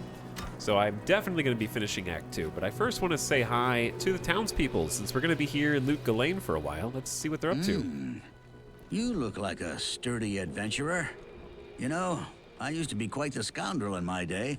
I led the fiercest group of bandits who ever terrorized these sands. Nowadays, I run this here inn and pretty much stay out of trouble. My days of adventuring are behind me. Ah, you're a gambling man. We may have use for you yet. Geglash is a fool who would Geglash, fight it's a his great own name. shadow if he could. Fighting's all he ever thinks about. That's a Kenshi name right there. Geglash. I bet you wonder how this town manages to stay safe with all the trouble going on out in the desert. Well, I can tell you that it's got nothing to do with the local town guards. They're all in the palace for some reason. Jaren hired me and my mercenaries to help keep the peace around here. We're not cheap, but we're the best this wasteland has to offer. Okay, so all the palace guards, or all the local town guards, are in the palace. And there's a mercenary company keeping the peace in their absence. Keeping track of the stories so far. Ah, Elzix is quite a character. I had a few run-ins with his band of outlaws in my younger years. Now he's as settled as the dunes out there. The Desert Rain Inn is his pride and joy these days. Check this out, chat. We've got a new mercenary company that we can actually tap into and hire from. So, I know we have gotten quite fond of our fellow rogue, Amplisa, but these are going to fit our needs much better. In fact, the Act 2 mercenaries are probably the most used mercenaries in the entire game. Not to say that they're the only ones that are worth anything, because I think that I don't want no spoilers on the other acts, but there's at least one or two other mercs that have some value. But for us, this is exactly what we're looking for, because these guys are going to be able to kind of tank for us and run in and grab aggro, basically, just by extension of them being the easiest target to reach. And then we can just sit back and enjoy having the ability to snipe unimpeded. Any merc can have an aura with a runeward weapon. The issue is that only certain mercenaries can hold certain types of items, and they have certain types of powers. Yeah, the Act 1 mercenaries are not that good, to be honest. So we're trying to get rid of her as fast as possible, basically. So here are the options we have right now, and our options will change once we go back in, like if we went to Nightmare and looked at these again, because the abilities that these mercenaries get change with their level. So right now they're just level 15 mercenaries. So what we have to choose from, every single merc has Jab, which is a series of thrusts using a javelin or spear. Perfect. And the second ability is the one we're interested in. They have an aura. Aura increases the defense of you and your party. We have Blessed Aim, the attack rating of you and your party go up. Or we have Prayer, which is slowly regenerate the life of you and your party. It's very slow. It's very slow. It's a +5 to heals, which is actually what we already have on our ring. But we're not going to have that ring forever. So here's the issue, right? We need this person to survive, and they're going to be in melee. Melee versus other physical damage that's coming in is going to be offset by the defense perk. So while I myself don't really need heightened defense, because hopefully I am like away from damage and danger, I think that Defiance is probably going to be our best choice right now, because it's just plus 100% to all defense and maybe help them out. We want them to stay alive, because I don't really, I don't think I benefit from attack rating at all, because my arrow's explosion is my primary form of damage and not the arrow itself. And then I guess chance to hit is good if you want them to hit their shot, their like poke more consistently. So I'm not sure which is better, because it's both. Whatever we're picking for the benefit of the mercenary. I would say that Defiance is probably better because it helps both of us. So, do we like Ashub? Do we like Alhizir? Or yeah, I like Ilzon. Ilzon's a cool name, but I need money. Where's my money?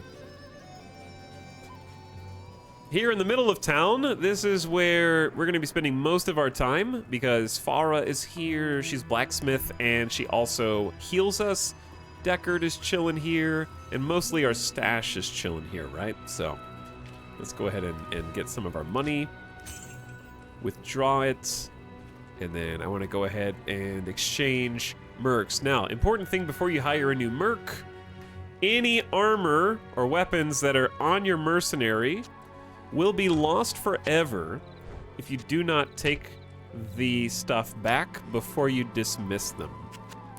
So, fairly important little detail there.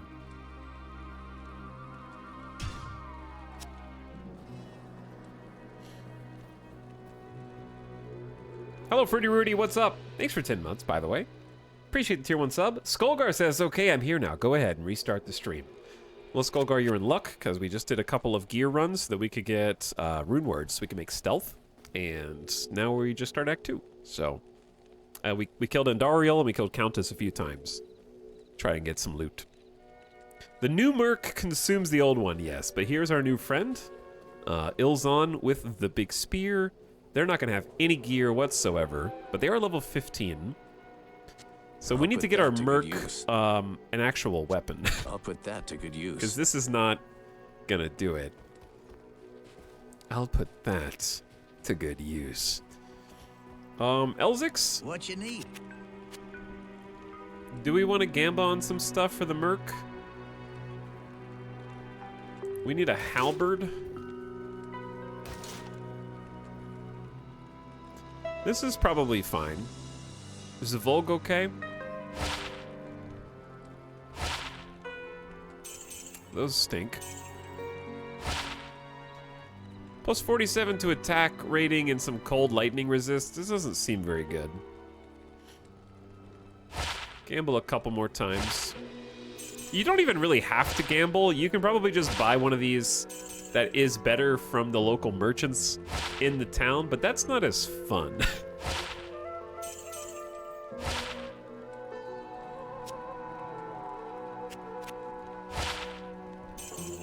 All right, I'm going to 30K and then I'm done.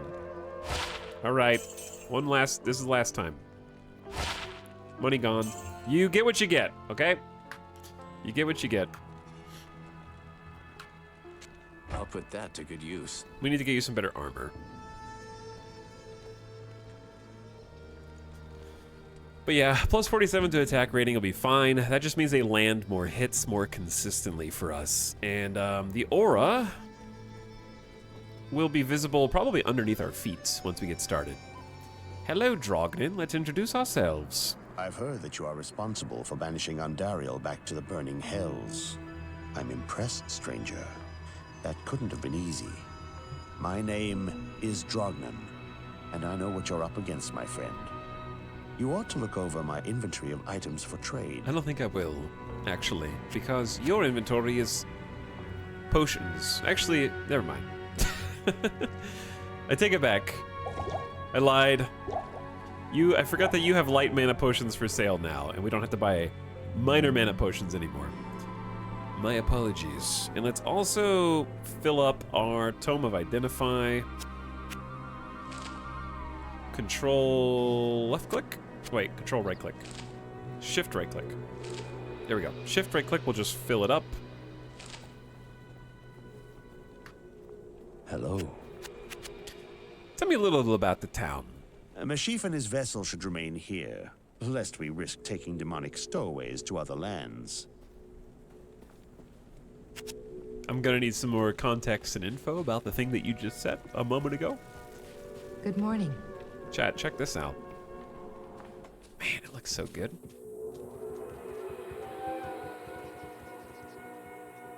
It's crazy just like how much richer of a game there is, like in terms of how...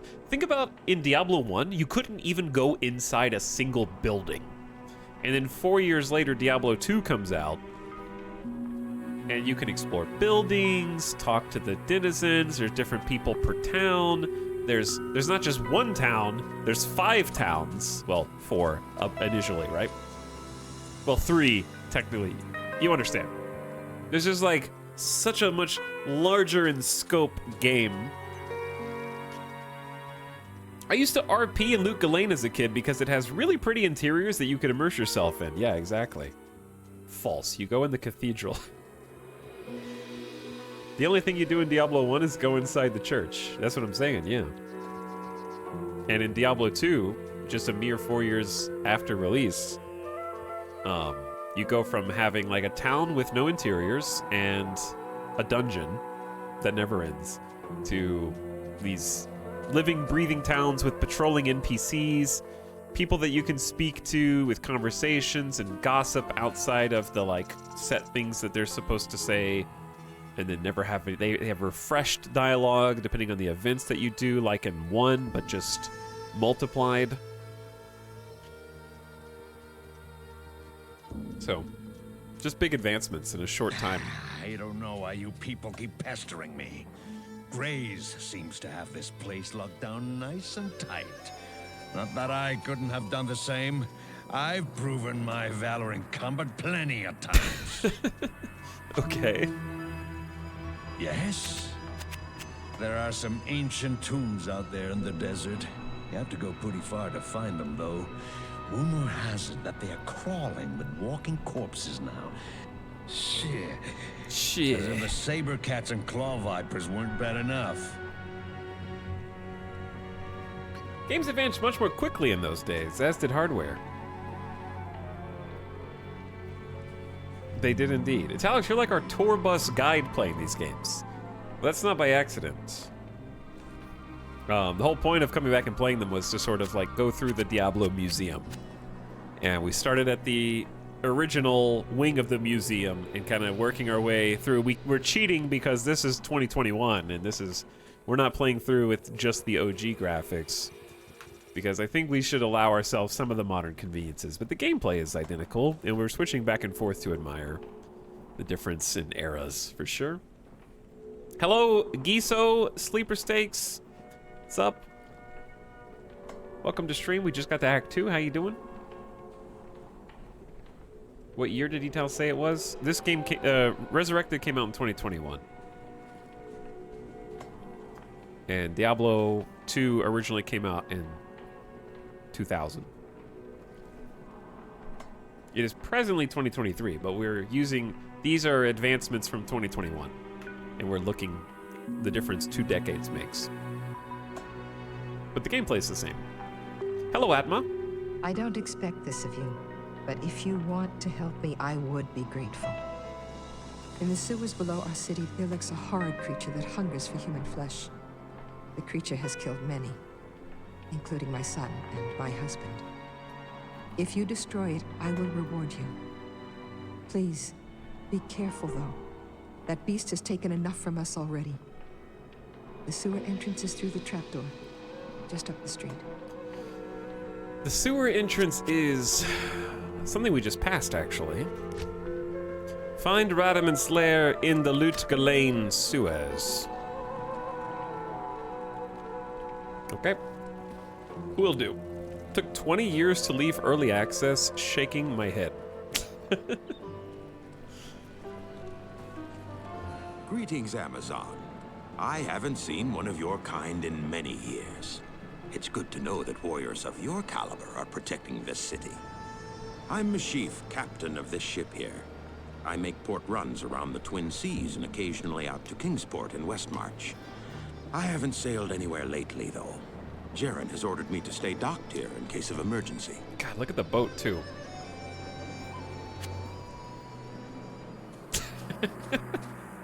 It's beautiful. I love how they react differently to different classes. Yeah, that's another thing, right?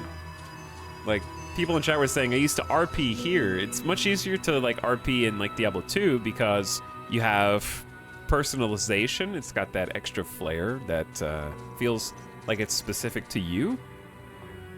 So it's much easier to maintain that level of immersion. Good day. When they have unique dialogue. And also it adds to replayability, because you want to see what they're going to say if you go back through as, say, a necromancer, or go back through as something else. The Lady Farah has a proud, noble air about her. There are 2 entrances to the sewers, I believe. One of them is right near here, down by the water beneath the docks. I can see it from my ship, and you can bet I keep an eye on it every night. There's a second entrance to our quest objective, and it's just down the steps. Well, well, well. Here it is. Sewers level 1. So we can go in through here, or we can go in through where we were originally told to do. I'll leave it up to you to decide which one's more efficient, because one of them was given to us from the quest giver, and the other was given to us because we decided to do a little extra exploration and talk to some of the NPCs about the quest, and they may have given us a special hint.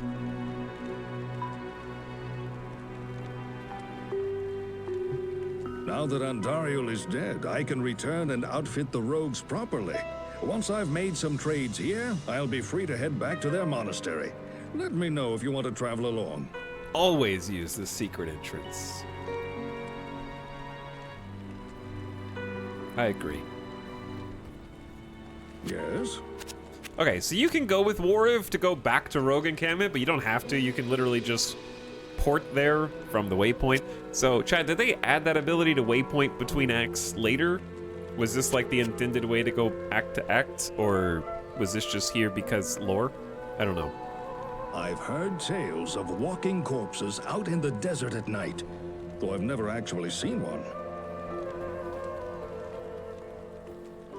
Just for RP?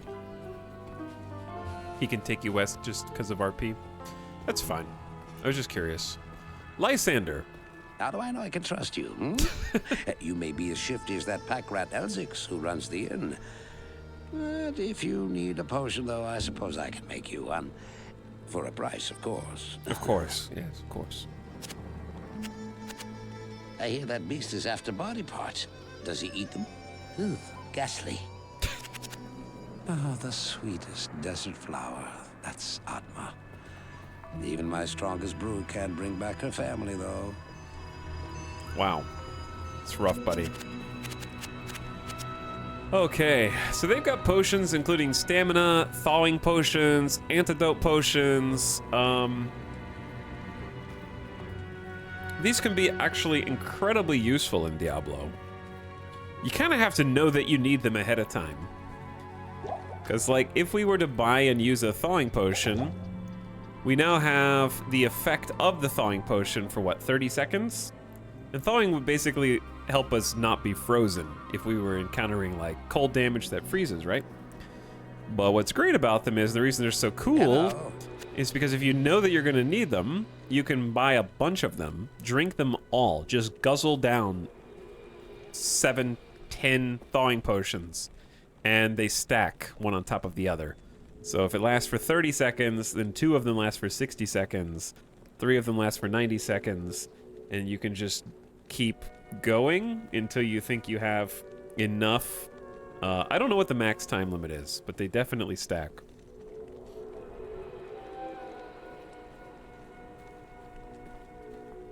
There are only 2 potions in Diablo. Well, there's always rejuvenation potions. So there's 3, technically. But the Diablo team, in my eyes, is basically carrying Blizzard with how great their support has been for D3, how great D2R is, and the support. Gives me a lot of hope for D4 long-term, on top of how great it already seems. Yeah, it's kind of like, I think that Blizzard has 2 things going for them right now. Dragonflight team, like, apparently Dragonflight was one of the best WoW expansions in a long time. That's what I heard anyway. Chat may be free to disagree. So it seems like they have a good team going there. And then D2R was actually not internally made at Blizzard. Like, not by the regular Diablo teams. The Diablo 2 Resurrected team was absorbed into the other Blizzard teams, and a lot of the D2R devs are working on D4 now. But they weren't initially like the Diablo team, so to speak. Like, the actual developer was co-developed by Blizzard and Vicarious Visions, and then they dissolved/absorbed Vicarious Visions and kind of repurposed their teams.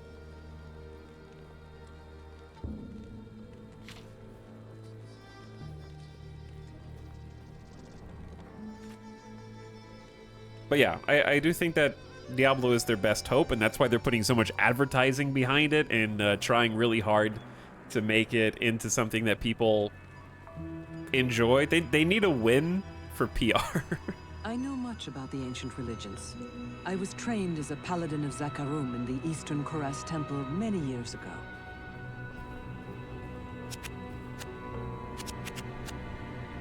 Paladin turned armorer for Lut Ghislaine. I believe that the creature you refer to is one of the ancient Horadric mummies from the tombs that lie buried beneath the desert sands. It is unusual for one of his kind to be so far away from his resting place. I sense in this entity a restless and malevolent spirit. The shrines in the desert are leftover artifacts from the Great Sin War The that Sin ravaged War. these lands almost 1,000 years ago.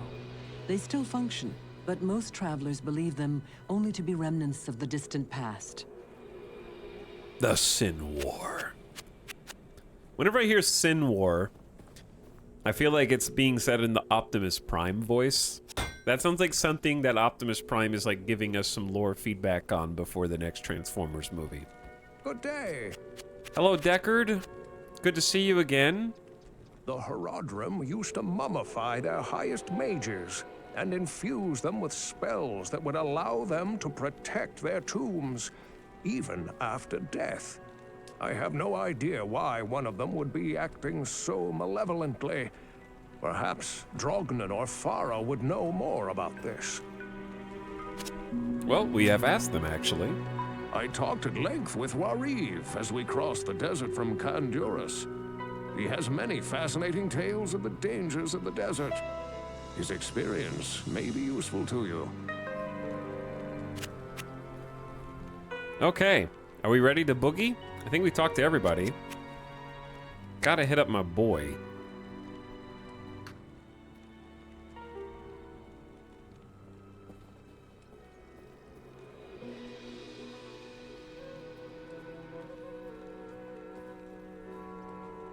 Save us, Diablo 4.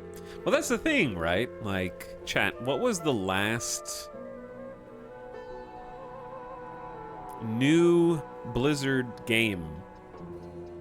Was it Overwatch 1? Alright, we're ready to go. And I don't mean to, like, Diablo 2 Resurrected is a remake. What was the last new game? Overwatch 2 doesn't count. You're probably Diablo Immortal, right? We need to find Radament's lair in the Lut Ghislaine sewers. Let's get started. We got the lore. Get to talk to everybody, figure out what... So what we know so far about Lut Ghislaine is things are not as they seem. There's something stirring beneath the town in the sewers. The town guard has been recalled to the palace and now is inside the palace while a band of mercenaries has been hired to maintain peace in the town. There's the palace. You may not pass. You may not pass. And we've been tasked with going into Radament's lair and hopefully removing the evil that has been causing problems beneath the town. So I will go in through the side entrance here. And let's get our feet a little dirty inside the sewers with our first Act 2 enemies. Chat, I remembered to pick up arrows. I remembered to pick up arrows. Do you know why I'm remembering to pick up arrows? Because earlier I was talking about Diablo 2 with Alice and she was like, so I was watching a little bit and I noticed that you passed by like 4 or 5 sets of arrows when you needed arrows, and I was like, pick up the arrows, pick up the, but you couldn't hear me, but I was trying to get you to pick up the arrows and you walked right by them and then you said you needed arrows, and I was like, okay, I'll do better this time. I'll do better. I'll just get good. I'll play better, I promise.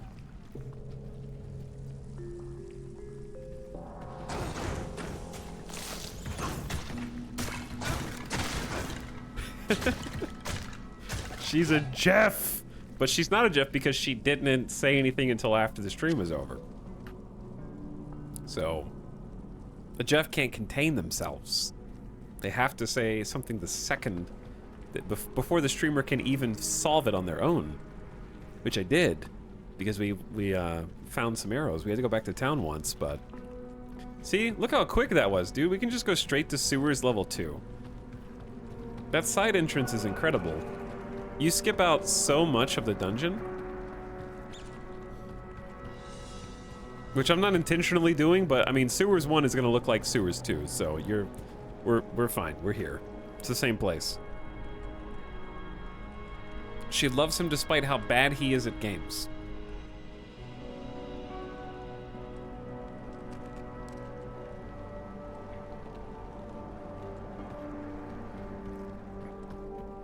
How dare you? You mean because I am so good at them? Dude, look at our new mercenary. Okay, he's actually taking some damage. We need to get you a better chest piece. We got the defense aura now. Look at our little blue highlight underneath this. So defense is up much higher. Spearboy goated. Spearboy is goated.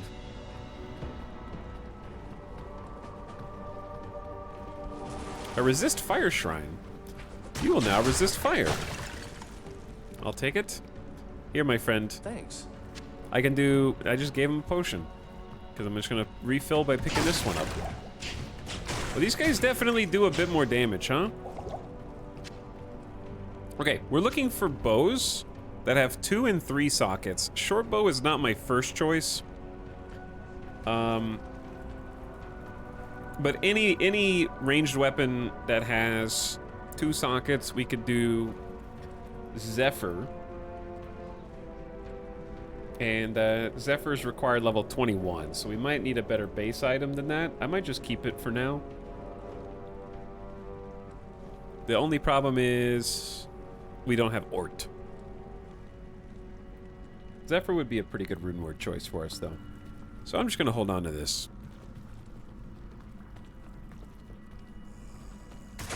Friendship ended with Rogue? More or less, though. So what I'm hoping today is that, in terms of, like, progress that we make... Oh, hi. Banefester! That guy's got a cool name. What I'm hoping that we do today in terms of progress is I'd like to get into the mid-20s in terms of level, maybe even up to 30, depending on how far we make it. Because that's when we're really going to start getting to kick the build into gear. Ooh, this is what we wanted. The waypoints. So now we can just go straight to sewers level 2. My goal for this, to consider it a complete run, we're not gonna full clear every dungeon, because that would just take an eternity compared to Diablo 1.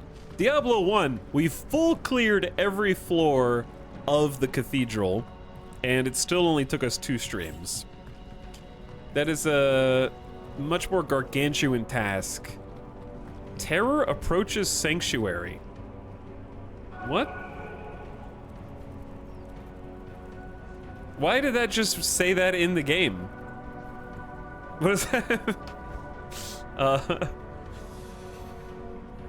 What does that mean?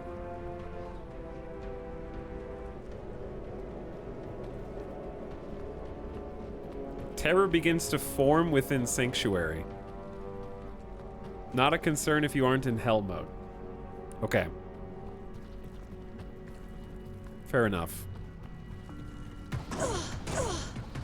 It's vague and mysterious.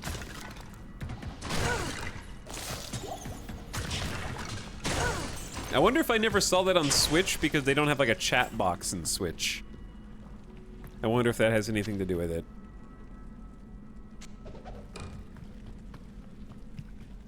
Just don't go to Sanctuary tomorrow. Okay, but anyways, what I was saying was, ideally, that we get to kind of pivot in the build and stop relying exclusively on Exploding Arrow. Exploding Arrow is still good, it's still gonna do a lot of damage. But I'm all about that Immolation Arrow soon.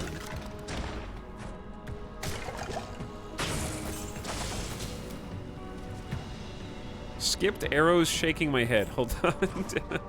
Where? Oh, they did, yeah. Okay, there's a reason why, though. And it's a very easy reason. That's because most of the time, arrows are completely garbage.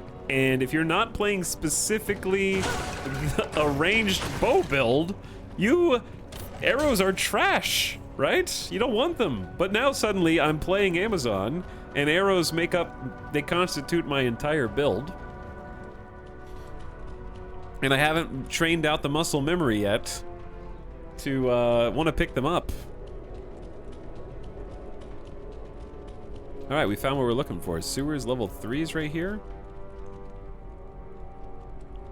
Your brain has a built-in loot filter. That's true, though, yeah.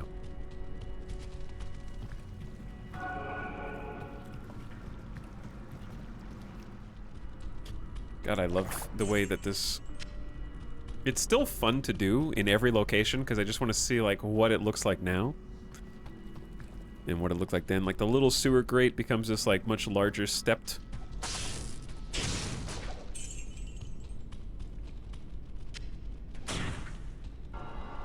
Alex, you left some arrows behind, but I picked them up.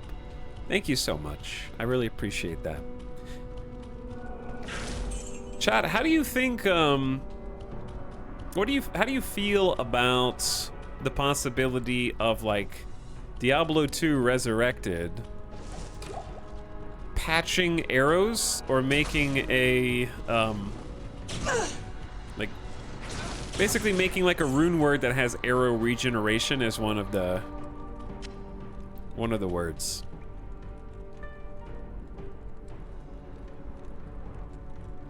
Because I actually saw a bunch of OG Diablo 2 players complaining because they're like, well, how come people who use mana get to use spirit and they just get to fully refill their mana, or they get to use insight and they get to refill their resource, but we don't get to refill our resource?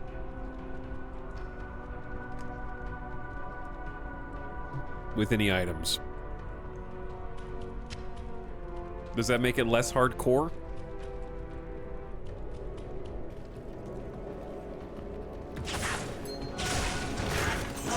Infinite arrows is fine with me. Arrows might as well not exist, to be honest. I think that was the general sentiment that I was looking at.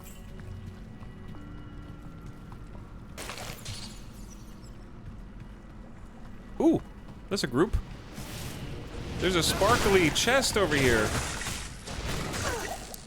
There's Radamit! He's tall! Alright, let's go ahead and potion up. And then... He's kind of tanky, actually. Is he rezzing? He's just like chilling in this back corner. There we go.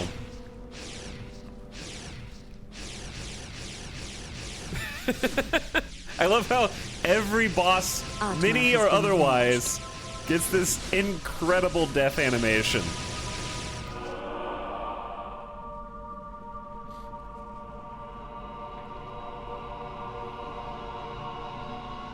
Like, it's truly a phenomenal death animation. Okay,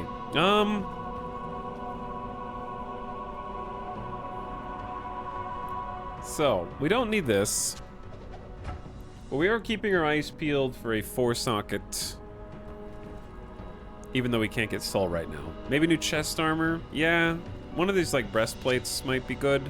However, check this out. We got a book of skill. Right-click to learn a skill of your choice. That is a free skill point, and we leveled up. So we're gonna go points into vitality for some more life. 2 skill points. You love to see it. We're about to approach 100 top-end damage on exploding arrow. And now we're shooting over to 115. The mana cost is going up with it, but it's gonna be able to pop basically everything.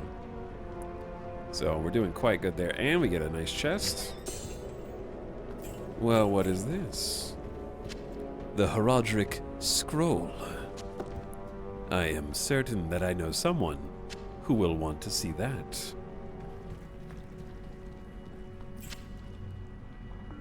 Okay, I don't need that actually. Well, I can't carry anymore. Let's just come back and forth real quick, because this inventory is just... It's a mess, alright? Let's just take a couple trips.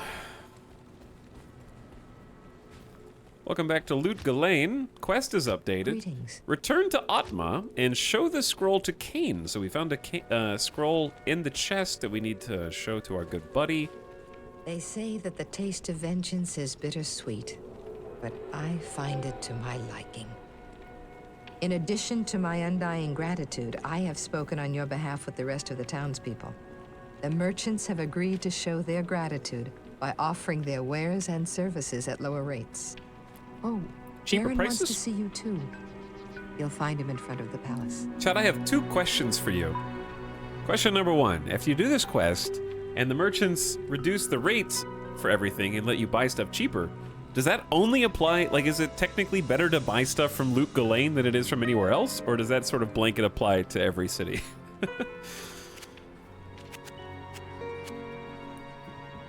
Good day. Like, is it cheaper to gamble?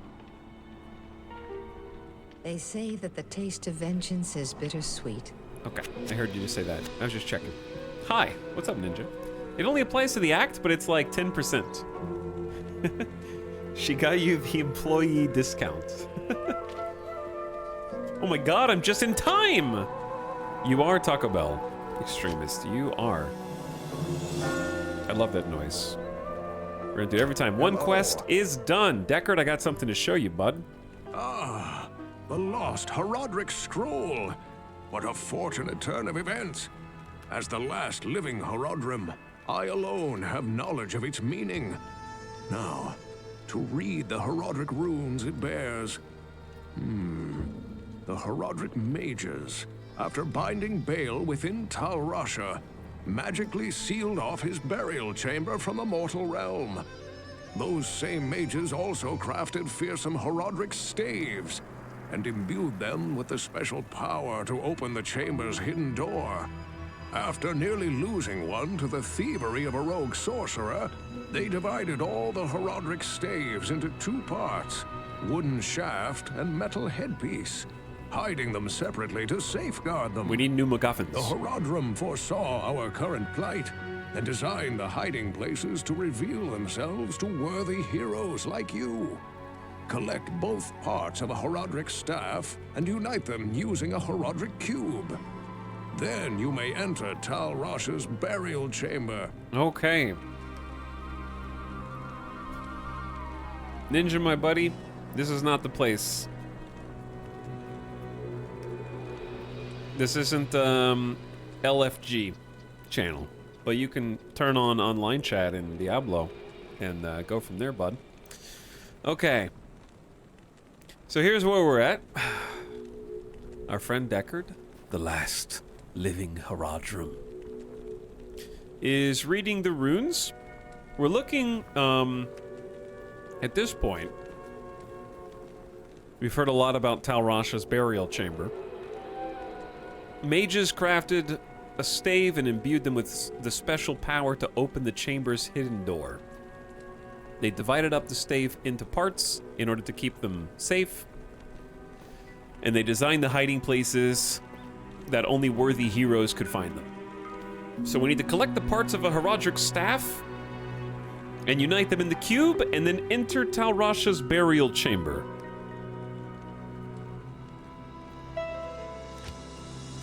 Search the halls of the dead under the dry hills for the cube. Search the maggot lair under the far oasis for the shaft. Search the claw viper temple for the headpiece. We have a staff to craft. But before we do that, Deckard, Good day.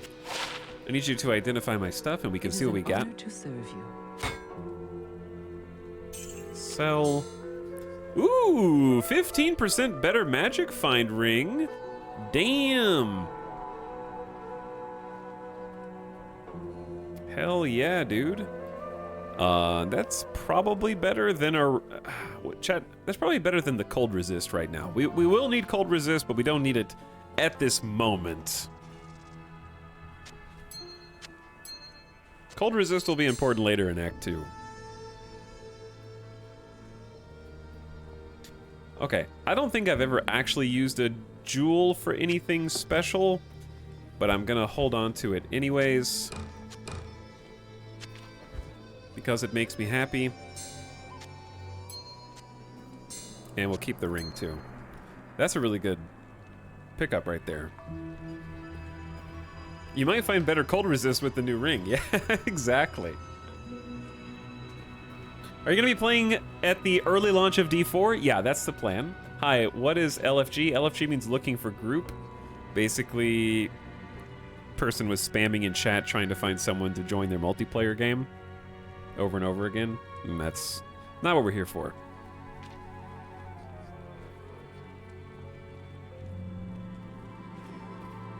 Or let's go, babe. No, it doesn't mean let's go. This is not the Diablo Discord or the Diablo forums, unfortunately. Looking for gamer. It could be that as well. All right, before we advance into the desert, let's go grab the rest of the stuff that we left. And maybe we can find a new breastplate. Wait, not that. I see the arrows, and I will get the arrows. I think that's it. Yeshmas. By the way, Tox, I looked into it. The discounts never apply to gambling. Well, that's good to know. It's unfortunate, but it's good to know.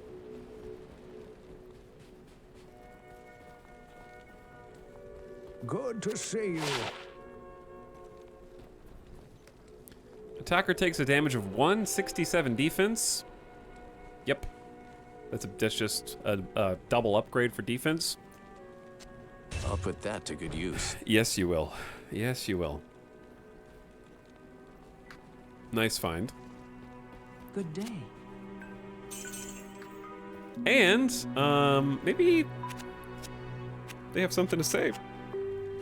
Maybe not. I was trying to see if they had any new dialogue, considering we just... Did they say Jaren wanted to talk to me? I have heard of your many deeds of skill and bravery.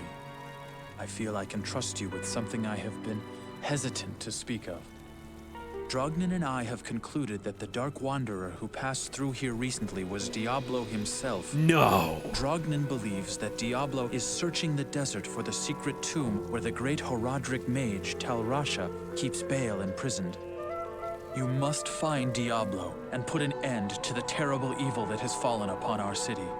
Drognin is wise and is sure to have some helpful advice for you as to how Talrash's tomb may be found. It may take you quite some time to find the tomb. May you be ready when you do. Wow, is this true? Apparently, I'm hearing this for the first time myself. Apparently, we are led to believe that the Dark Wanderer who passed through and we've been in pursuit of is Diablo himself. And that may be why everywhere he goes, demons follow shortly thereafter in his wake. Diablo in my Diablo game? Here's the thing though, think about this from when it released. How many people do you think never saw the warrior ending when they played Diablo 1? Right? There's probably a not insignificant, they couldn't just watch it on YouTube, you know?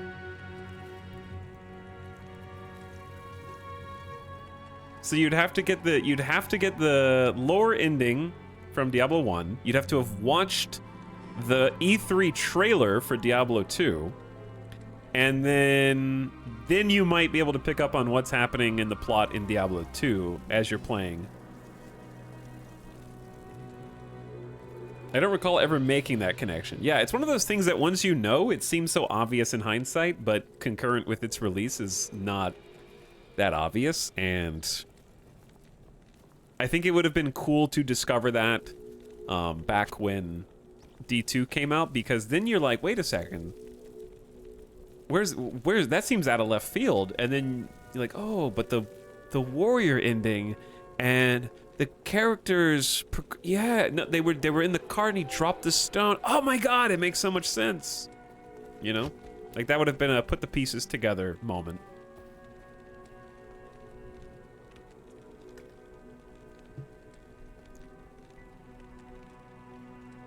But we killed Diablo in Diablo 1. We even took his soul. Wait a second. Not here. Wait just a second. Okay, so do we need to talk to Drognin? By the way, you can totally skip all these conversations in your game if you want to, but ask and learn. We're here for the lore, after all, yes?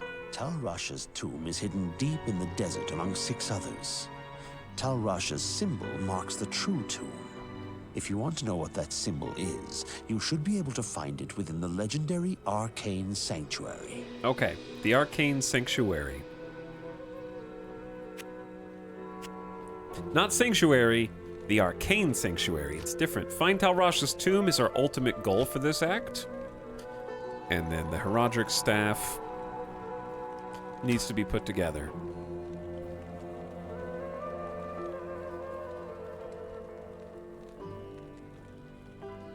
Welcome, Sax. What's up? Diablo sounds like a pretty important character. I think so, Ace Tech. I think so, yeah. This guy's probably Diablo and trying to draw suspicion away from himself. By the way, welcome, Witch Vomit. Thank you for 37 months. I appreciate the 3+ year of sub. S-Frog also subbing for 22. Hi, S-Frog. And Isgrimers has found some bits. Thanks for the 500 bits. Chad, did you know that, speaking of bits, let's go in the desert. We can talk and walk. As long as my inventory's clean. Welcome to Rocky Waste. Before we talk and walk, I need to go back and look and see where my next waypoints are, so I don't pass them, because our version of completing Diablo 2 is going to be getting every single waypoint and listening. I want to hear all the story dialogue and kind of get the special interactions with the different characters that we come across. So we got Dry Hills, then Halls of the Dead 2, and Far Oasis. We're keeping an eye out for. Can we wear the stealth now? Thank you for reminding me. We can wear the stealth, or I can just keep the magic find stacked. The stealth is probably better, though. But our magic find is currently... He still has the lucky shirt. Yeah, I do. We got 43% magic find right now?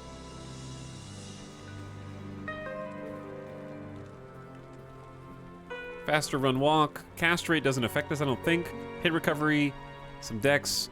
I think the regen mana and the poison resist is... Alright, keep Stinky Shirt in case we change our mind. Got a new torso piece.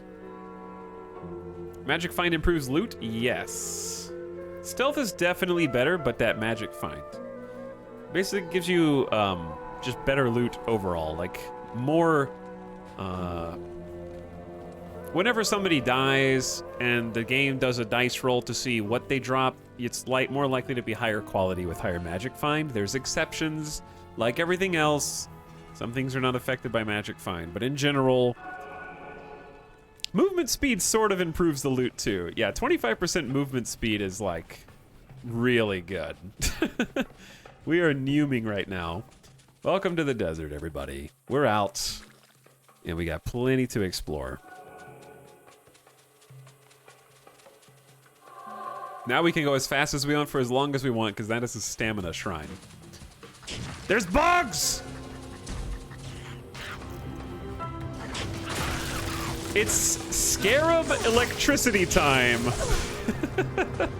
These guys were the first things that killed me when I started Diablo 2.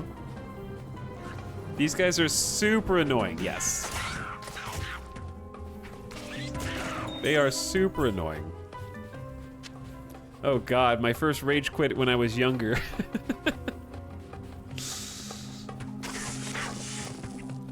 I don't doubt that. The reason why they're so annoying is because each time you hit them, more electricity shoots out of them.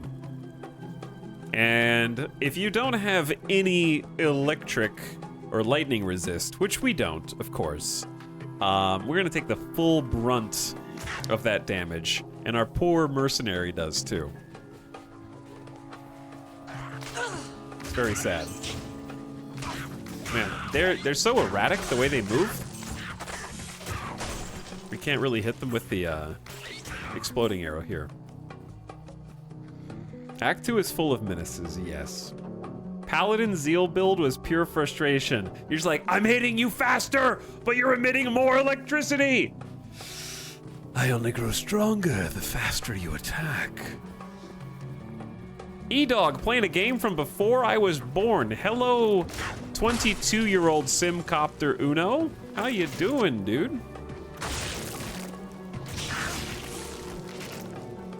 Yeah, I actually mapped that out perfectly on the first try.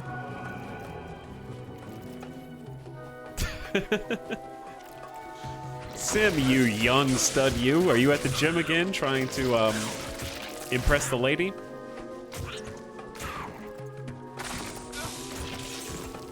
What up, dude? I'm good, Alex. How are you? I'm feeling good. Had a nice day yesterday. We're off to a strong start today. We got to do some classic Diablo 2 isms. We made our first rune word. Stealth. Rune words from Lords of Destruction. So we got our first kind of hunting for an item by going to the Countess a few times. Got the rune that we were looking for. We've upgraded our mercenary to the Act 2 merc, who is currently having some trouble staying alive because of the bugs. And we've moved on to Act 2, now we're out in the desert. I was at the gym earlier. I got a 5K in and some sauna time. Nice, man. I hope you're doing well too. But I've been having fun. I've been having fun in the Diablos. It's been going well. Took a break yesterday to do some Solasta sponsored streams. The Stony Tomb. So this is an optional dungeon that we can do. I'm not gonna do every optional dungeon, but if we just happen to kind of come across stuff, XP is never bad.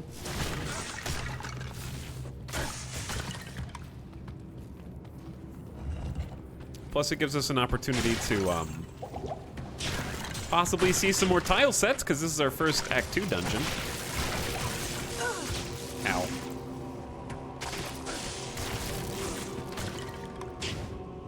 But yeah, now we're in your turf, Sim. You got some, I think you said that Diablo 2 was the one that you had played. You didn't play D1, but D2 was something that you were contemporary with. God, I'm really liking our exploding arrow now. Like, it's finally taken shape. Let's go to level 2. Look at these green boys. So spooky. What with their poison? Guess what? We just got poison resist. Oh my god, I forgot the UI changes too. That's still kind of surprising when I see it. Oh, that's so nice. Arrows? We just need them to top off. We can have 500 at a time. I'm a fan of any skill with fire. Yeah, for me, like, this was the first time I get to use elementals that aren't electricity or holy. I call it holy damage. I don't know what holy bolt is technically damage typed, but playing paladin, having fist of the heavens. So it's kind of fun getting to go outside of that and do like a fire ice build. Sounds pretty cool.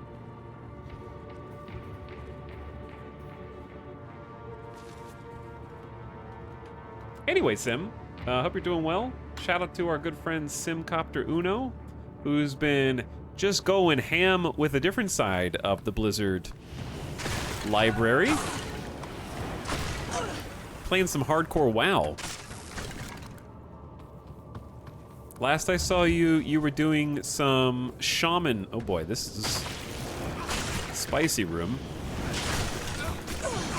We're gonna need to sip a mana potion for this one. There's a dude here, Viper Slime. Ooh, an Eld rune. Got a new rune. And there's a resplendent chest. Are you poisoned, Ilzin? We might need to heal our boy if his health goes down anymore. Okay, he's stabilized. But yeah, Sim's been doing some hardcore WoW. And learning some shaman and relearning some warlock, I think. Rip my shaman. Venture Co got him. Oh no. Oh. Sorry to hear that, but that's the way it goes. That is the hardcore experience. So are you planning on starting a new one by chance? Another rune for me?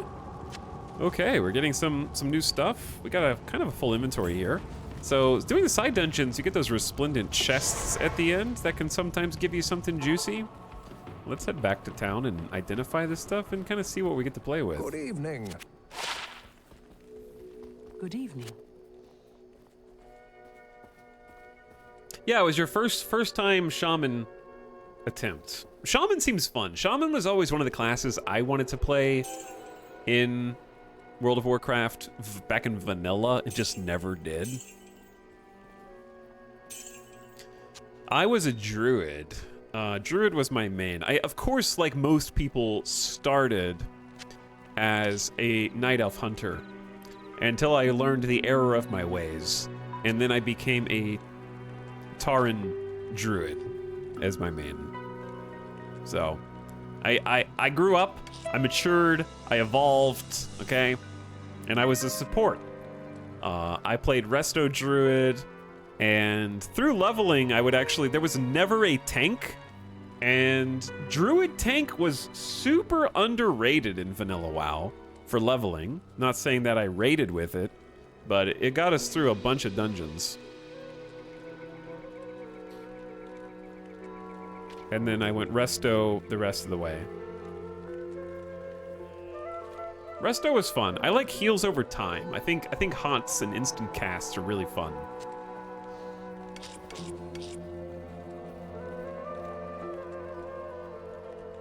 Night Elf Hunters, though. Just no. Say no.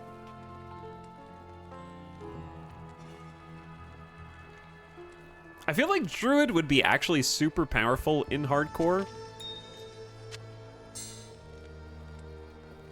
Plus 20 poison damage over 2 seconds. That would be a good jewel for us right now, but I don't have any sockets.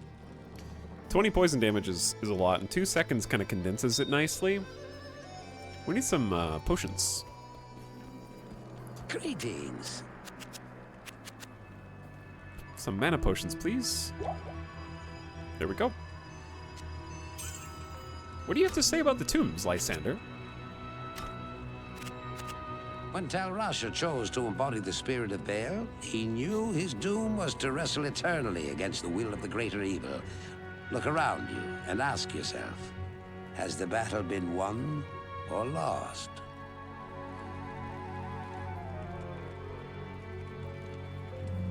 Druid is a solid choice for hardcore. The reason why Druid is such a solid choice for hardcore is because Druid has so much versatility. And I don't mean like the obvious.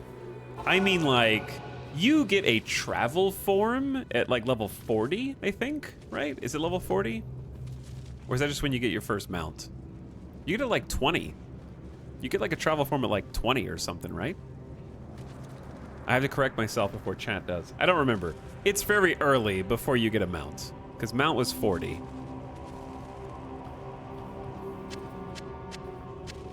And it doesn't go as fast as a mount, but it was like a really decent plus 30 something % speed, I feel. 20 is travel, if I recall. It used to be 30. Yeah, I don't know what it is in vanilla. Retail kind of messed me up too. And I forgot. Either way, you get a travel form before you get a mount, so you get to go places fast. So that makes it neat. And then besides that, you can be a stealthy rogue DPS character and like stealth through and past enemies that you don't want to have to fight. Does cat form druid get an emergency stealth, like a drop aggro stealth? I don't remember. It's been a long time.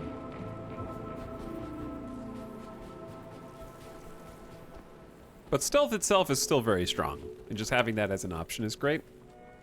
You can shadow meld for Night Elf. That's true. Good morning. Druid's great because you can always find a group. Yeah, they do tend to fit right in. I don't think that this is better than what? You got 67. This is 47 defense. This reduces magic damage, but this has thorns. I don't know which one is better per se. We're gonna keep the one we've got on our That's not what I wanted to click. All right, take me back out into the desert.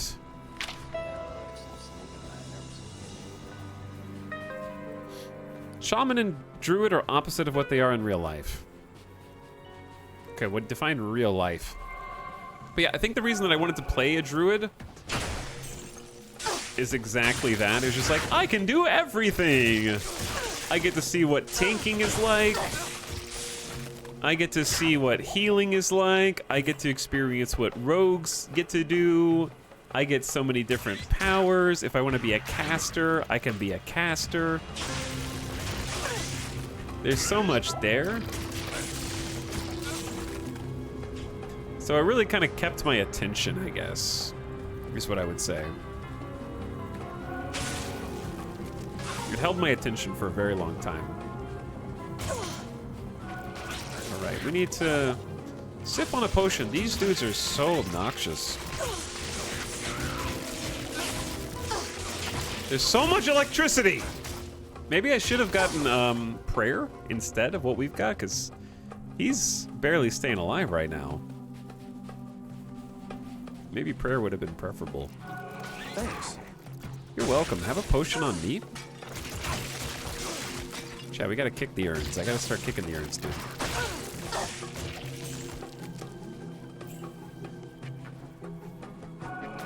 I love hybrid classes like that, especially if they can heal.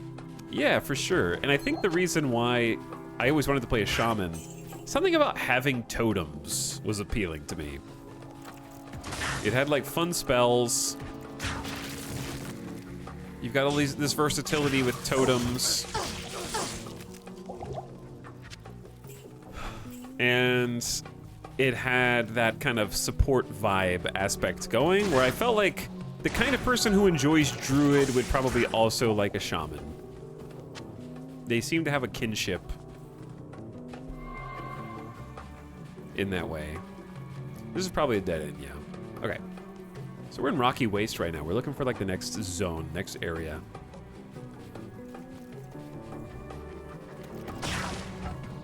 We're just gathering the XP. With the new area, we're getting a lot more XP from these kills, I think. Like, I'm actually seeing the bar move every time we get a kill, which is another thing. We didn't even have an XP bar in Diablo 1 Vanilla. Chat, did they add an XP bar in Lords of Destruction, or was that a feature? Ooh, a rune. It's just L, but I'll take it.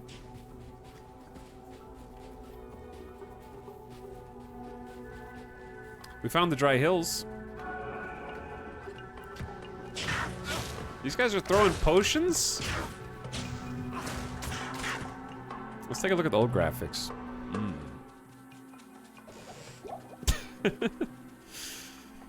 Oh, yeah.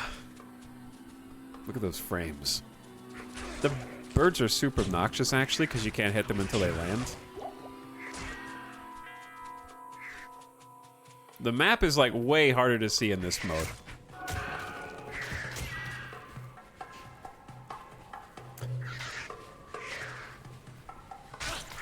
There's an XP bar? I don't know if there was, because there was an option to enable an XP bar, and I think it might have only been Lords of Destruction that added one. Because that was the whole point of the mod, was it was vanilla unless you enabled things. Sorry, not Lords of Destruction. Hellfire. I'm just getting my words turned around while I'm trying to focus on playing as well. Like, they had all the Hellfire options toggled off by default, and XP bar was one of them.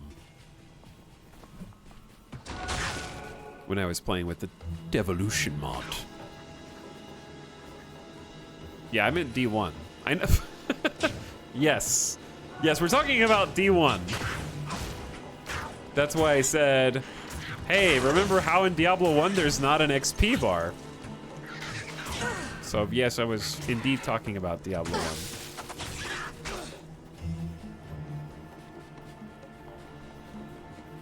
There wasn't even one in that was a Devolution X thing? Okay, cool. That's what I was curious about. 'Cause that was my original question.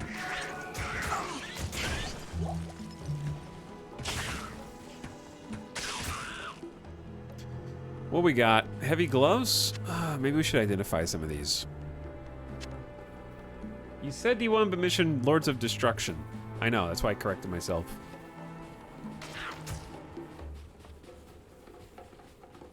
And then I said, whoa, I said Lords of Destruction, but I meant Hellfire. Remember? Anyway, chat, thank you for keeping up. You're doing great. What we're doing is we're walking around right now, not to 100% this. We're looking for this. The waypoint. To lock it in before we move on to the next area here. We're just cruising through the desert right now. Getting some XP and getting ready to ding.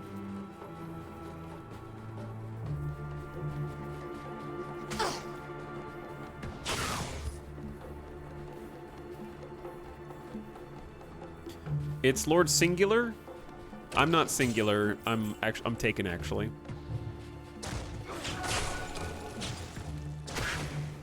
Ooh, a hunter's bow.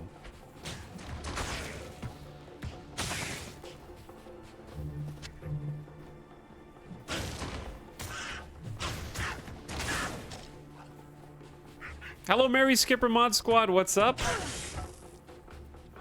How you doing? Welcome to the stream.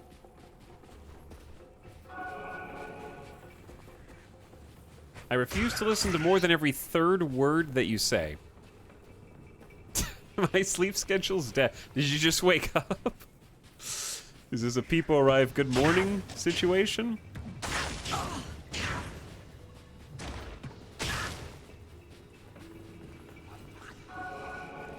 That's very sad.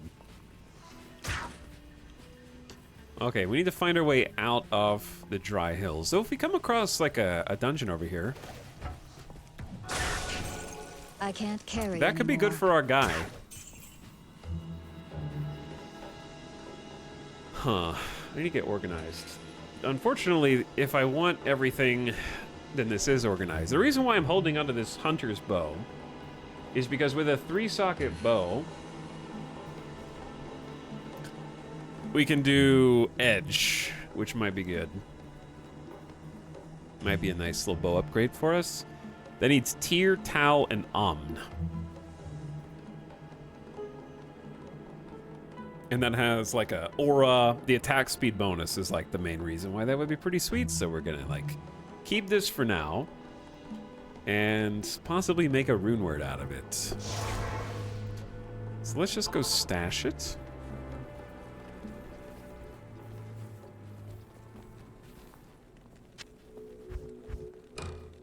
Probably don't want the short bow. Hunter's bow has more base damage.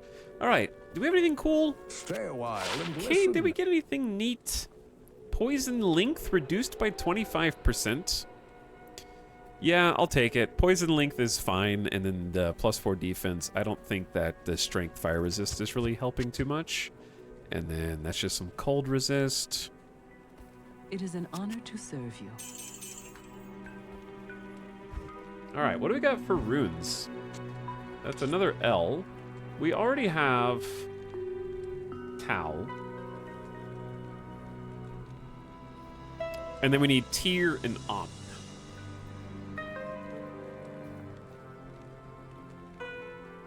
Which we don't have either of. Stay up for 24 hours, then sleep for 12. No. How about no thank you? I'd rather not. That has never worked for me before. But yeah, I can't... Like, I can stay up for 24 hours, but there has to be a pretty damn good reason. I think.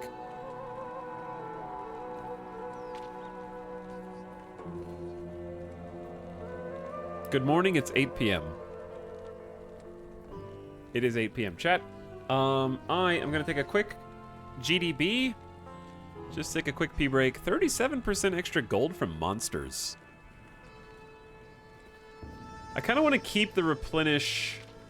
I don't know, is that worth replacing replenish life +5? I kind of like this heal just topping me off a little bit. I'm just going to hold that for now.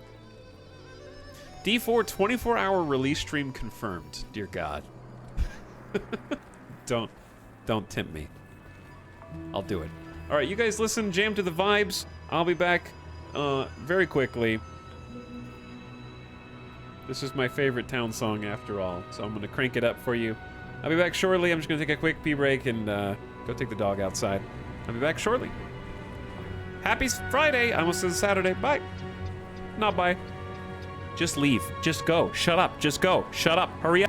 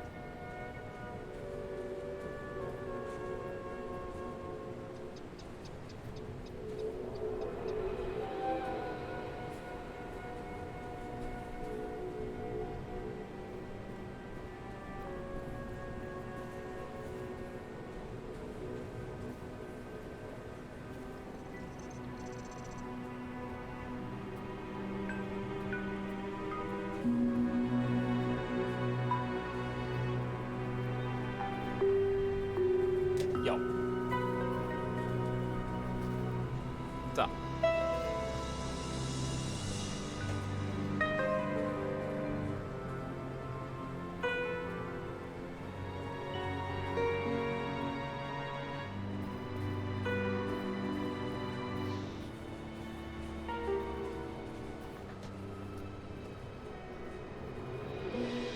And we're back. Thanks, Swole Irish Pride, for 16 months, who says, Etal, really appreciate your streams, brother.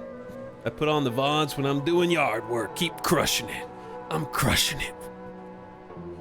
Don't let it go to your head. Don't let it go to my head. Don't let it go. Don't let it go.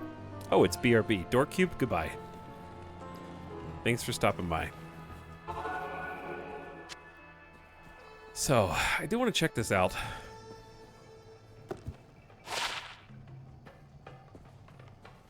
Because our friend here uses this. I don't know. What do we think? Same base damage, but shock adds up to 7 lightning damage. I feel like the attack rating, the cold resist, the light resist is just better. I think the one we have is better, probably.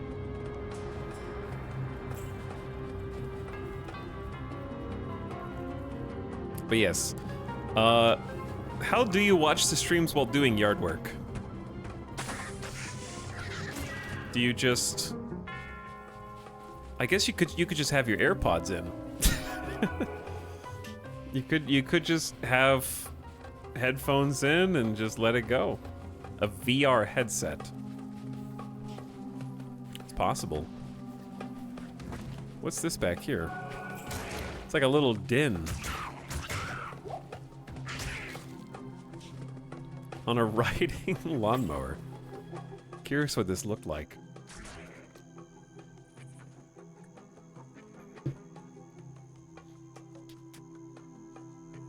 I purchased a new home, have been removing the roots from my neighbor's trees. I was tilling the yard and have added compost today. Listening to them, and I randomly start laughing when Etal rages at chat.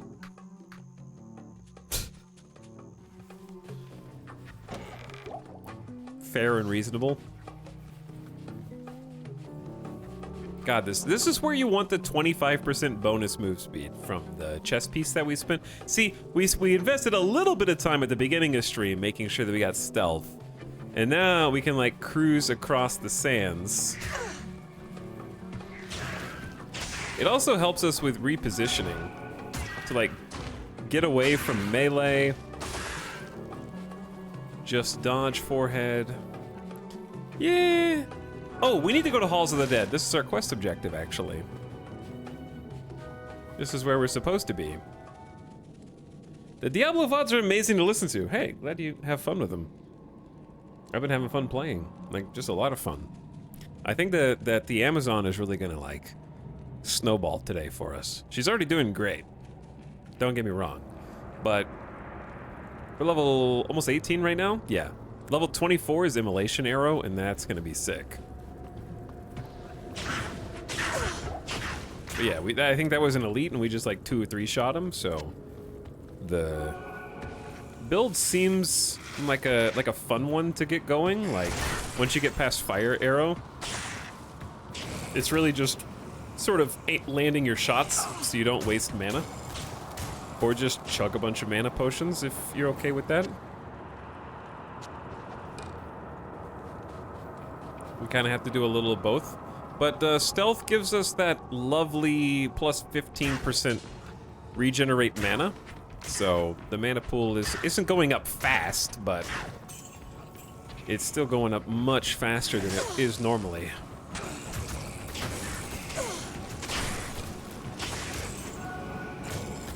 And our new mercenary has been hugely impactful as well.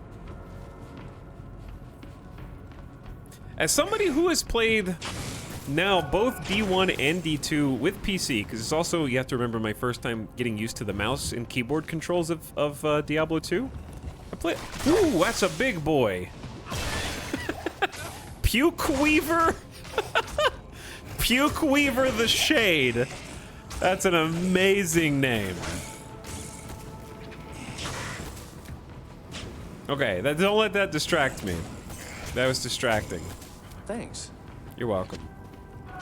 I've been adapting to the mouse and keyboard controls too.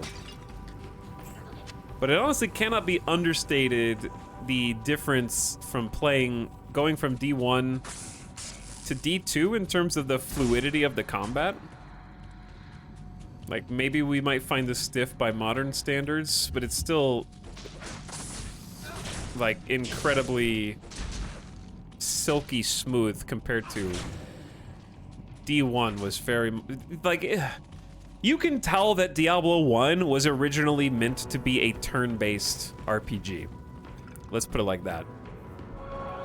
I think that once they settled in and said, okay, this is now a real-time RPG with real-time combat, and they could design from the ground up Diablo 2 around that, I think that that is reflected in how the playability changes from 1 to 2, because it's just so much smoother. It doesn't feel like, I know there's only so many directions that you can shoot or whatever, but it doesn't feel like you're necessarily on the same grid, like the XY grid, where if I click over here, I take an actual line to that mouse, whereas in Diablo 1, you literally were on sort of like a hex, or like a square grid, where if you click up here, you might go on the X-axis, then the Y-axis, then the X-axis again to get to where you're going, like a zigzag, instead of taking just like a direct line. So even little changes like that make a huge difference between the games.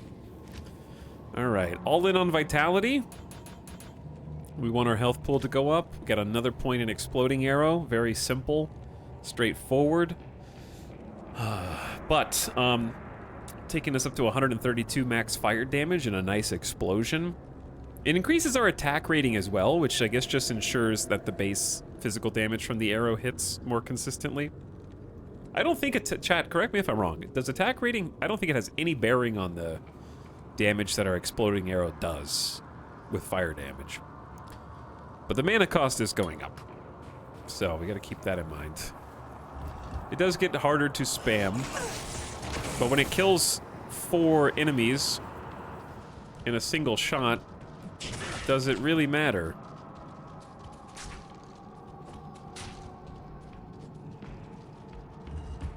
Chat, what are you guys playing today? How are you spending your Friday?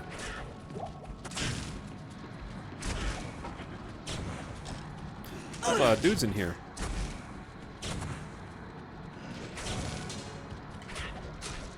Ooh, a longbow. For me? We got some battle bubbies, Stellaris. I'm playing Watch the Stream, Last Epoch. I have failed to mention Last Epoch whenever we talk about other ARPGs. You reintroduced me to SimCity and now I can't stop.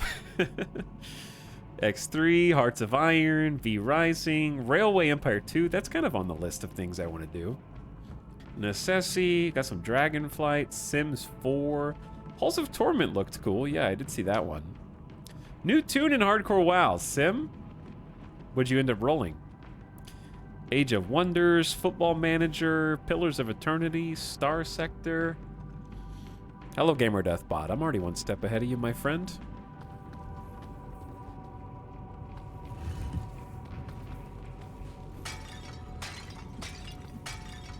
But yeah, also having like all these extra things to interact with is super cool.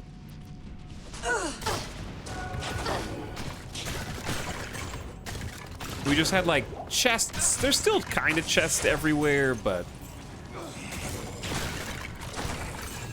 the levels feel a lot more full when, in addition to the chest, you've got jars or boxes that you can break and some debris. They really took that up to an 11 in Diablo 3, didn't they? They were like, oh, you like breakable things? You ain't seen nothing yet. I just like the earn noise. Not enough mana.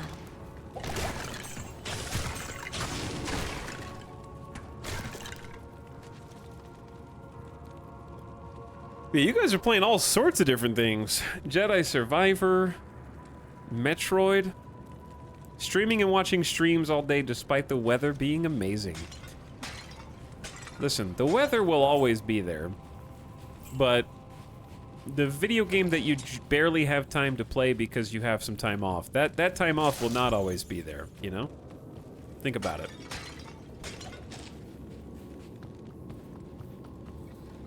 Consider it. Ooh, I am overburdened. I am overburdened. I missed this bow. Belt. Alright. Let's take a quick trip back to town. I don't really need to be taking this many trips back to town. I went the wrong way.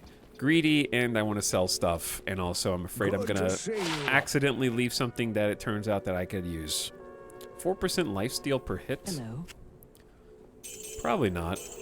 This bow is 3 to 10 damage. And then add fire. Not good.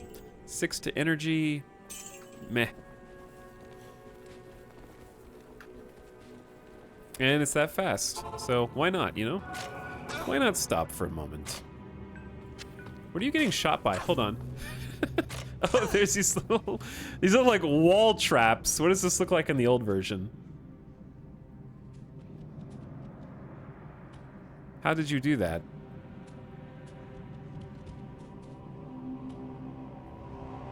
They come out of a different spot in the wall in the newer version.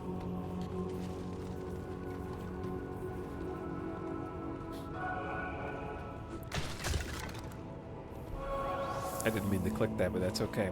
Hello, KJ. Are we a Glamazon? We are a Glamazon.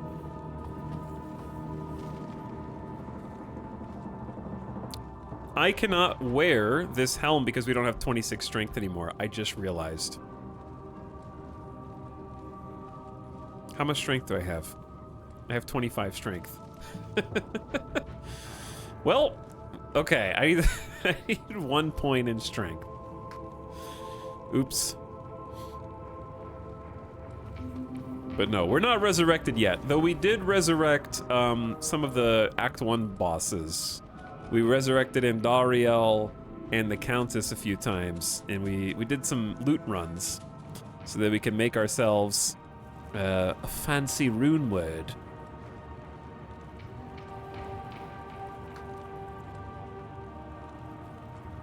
Okay, this is where we came from. We're looking for the treasure down here.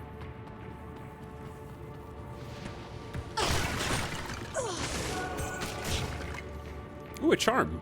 I love charms. Add 1 to 3 lightning damage. Hey, that's not very good, but right now it'll do something for us at least.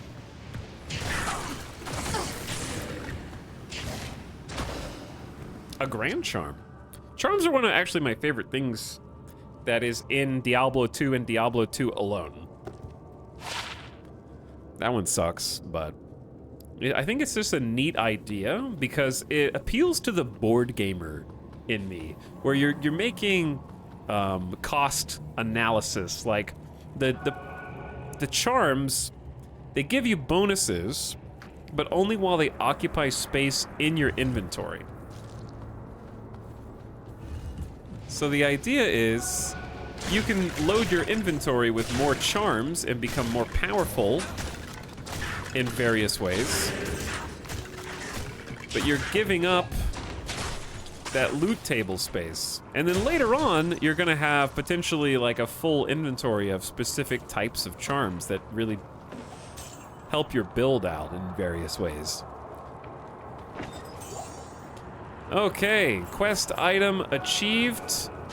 We've got the Heraldric Cube. Now we need to find the staff shaft and the headpiece. So we need to go to the Far Oasis.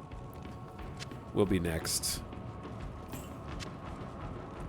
The Far Oasis.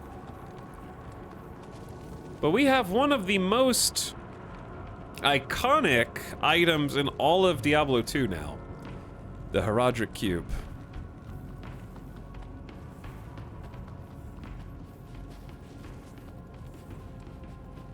So the cube is really cool for a bunch of reasons, and is one of the primary aspects of Diablo 2. I think, hang on, I'm gonna go back real quick for 2 reasons. Number 1, we can get the dialogue.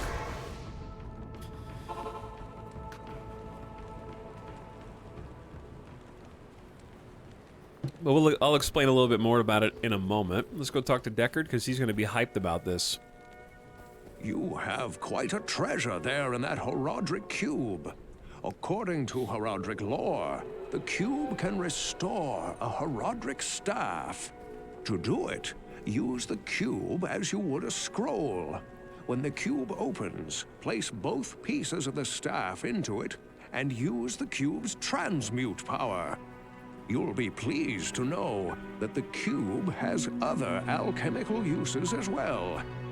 6 gems plus 1 sword transmute into a socketed longsword. Write this down, chat. You may also transmute 2 quivers of crossbow bolts into 1 quiver of arrows, while 2 quivers of arrows yield 1 quiver of bolts. I must leave it to you to discover other formulae. This is gonna be on the test.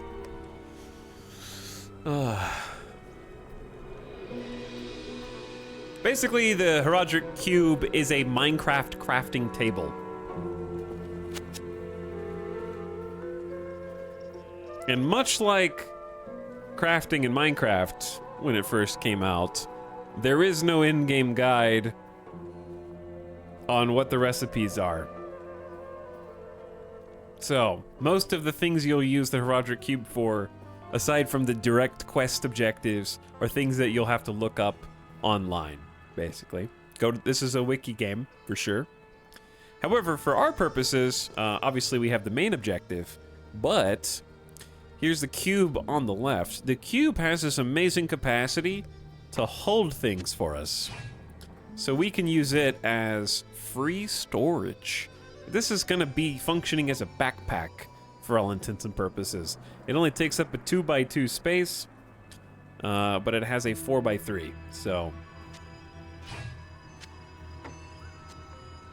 extremely useful just for that reason alone. Yes. So this is the primary way that people will loot stuff.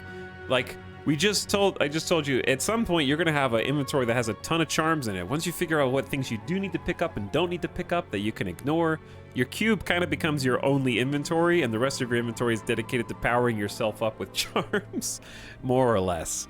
So that is how it goes. What do we get? We got +7 to life.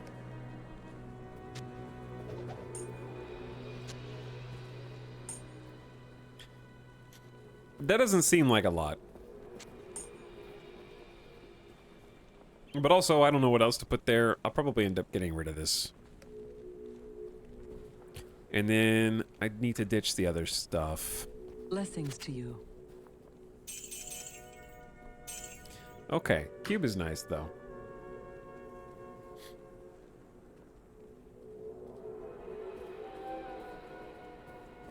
Diablo 1 is complete! It is indeed, yeah. I don't know, this guy sounds like a nerd. You're not wrong, Sim. You're not wrong. Okay, oh, I forgot what I was gonna do. Sorry. One more time. I always found the charm system a bit weird. I actually like the charm system. I think that it... Halls of the Dead level 2. Yeah. So I missed a waypoint. I want to go back and get it. And that's where we're at now. I just wanted to double check to make sure that there was indeed one here. But I kind of like the charm system because it gives you a different type of loot to discover and work towards.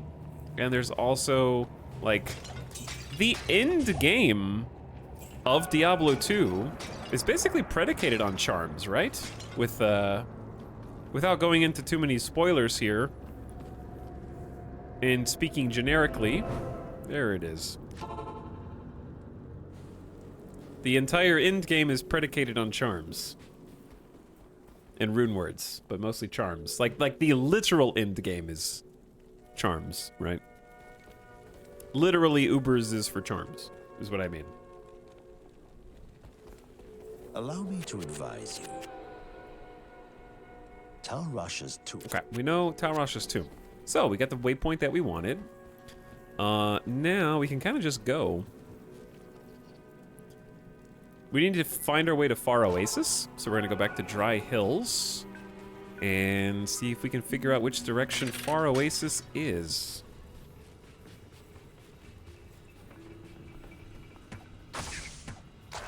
I like the charm system, but want it only in Diablo 2, if that makes sense. Yeah, no, that makes sense. I don't think it's something that's like, we should port this to Diablo 4.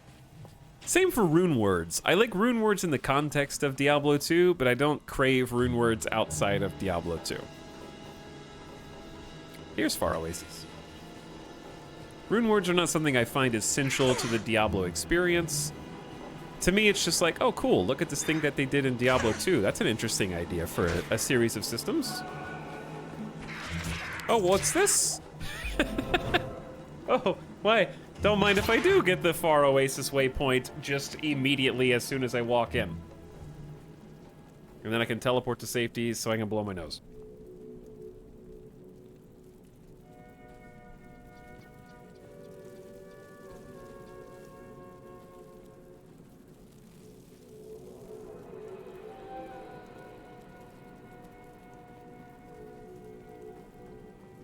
Okay. Yeah, don't ever be afraid to TP out of danger, by the way. Like, at any point, if you're like, whoa, I am really getting in over my head, you can just pop open a town portal. You can even put town... Oh, dear. Bugs. Bug zone. They're called itchies, which I don't like. That bothers me. Act 2 town music. Yeah, that's my favorite town music. The vibes and the ambiance of Lut Gholein are great. Combat shrine? You feel ready for battle? I also can't stress enough how much better it is to know that every shrine is beneficial to me now and that they're not making hidden secret trades like in Diablo 1, which is like, I don't know what that did. Oh my god. That's a big bug. Ooh, and he spits poison.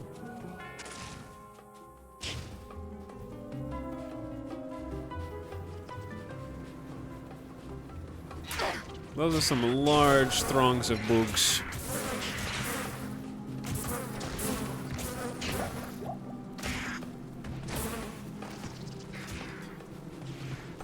Well, we are looking for the maggot's lair, aren't we? I think it's here somewhere. Not my favorite place.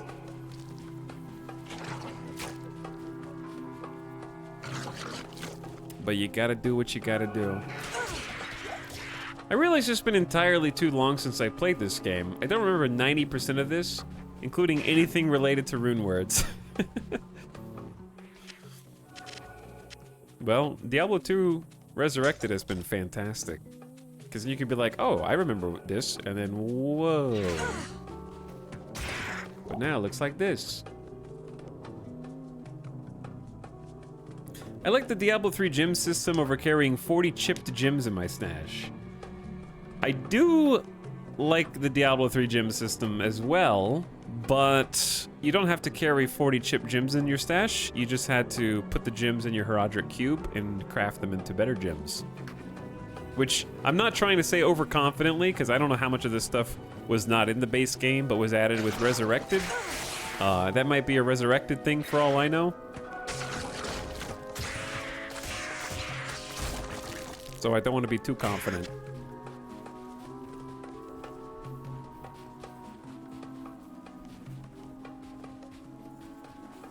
It's not, so that's just a baseline thing.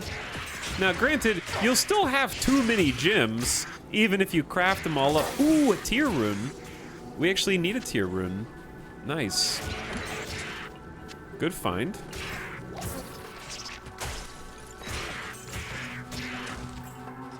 I think we can make a bow soon. We need a, I think we need which might be a little harder to get.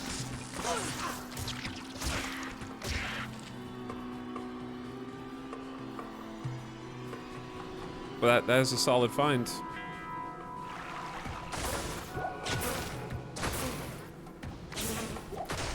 A box! There is an rune, I think. There is an rune. Which is really confusing. Oh, I found it. This is what we're looking for, right here. No, you can't find in normal. I don't need though. I just need not A-M-N. We have tier, we have tal, we need and we can make edge, which is a really good bow for us.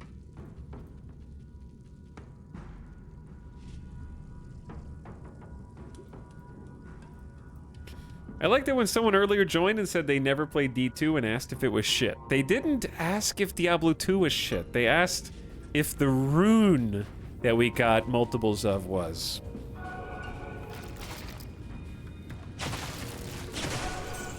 It's different. Also, can you see the problem with this dungeon chat by chance? Do you see the potential issues for a ranged Amazon character?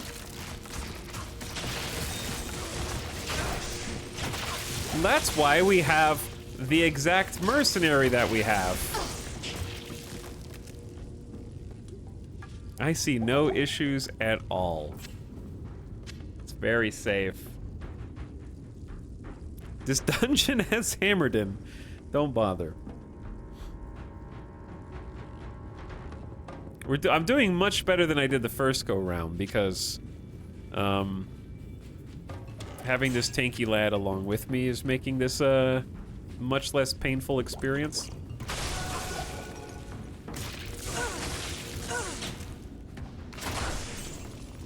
And also having to do it with this graphic overlay. God, it really, like, widescreen monitors was such a revelation.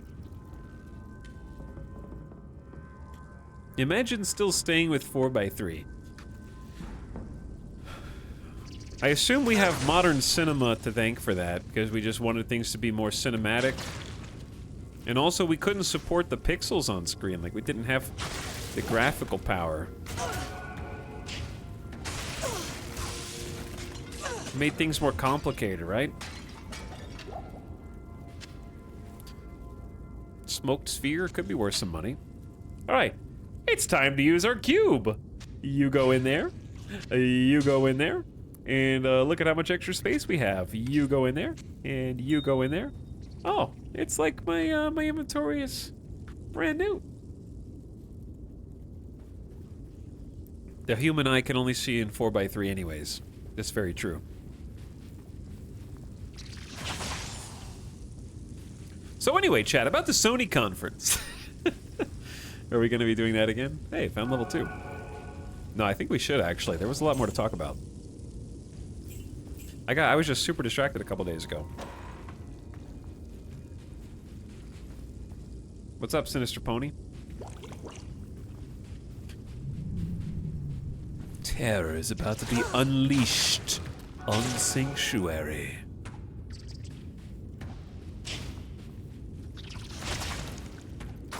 Okay, so remind me. We talked about Phantom Blade, which looked cool. Ooh, there's an elite here. We need to potion up. We talked a little bit about Metal Gear Solid.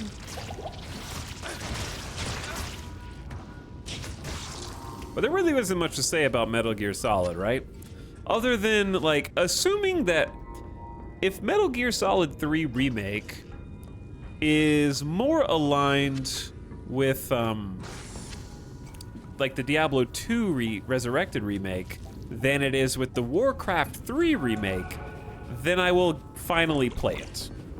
I still have not played Metal Gear Solid 3. Though ages ago, we did play Metal Gear Solid 1 and 2 on stream in much the similar situation to what we're doing right now. Where I was just like, okay, there's this classic game and franchise that I haven't experienced. Let's experience it.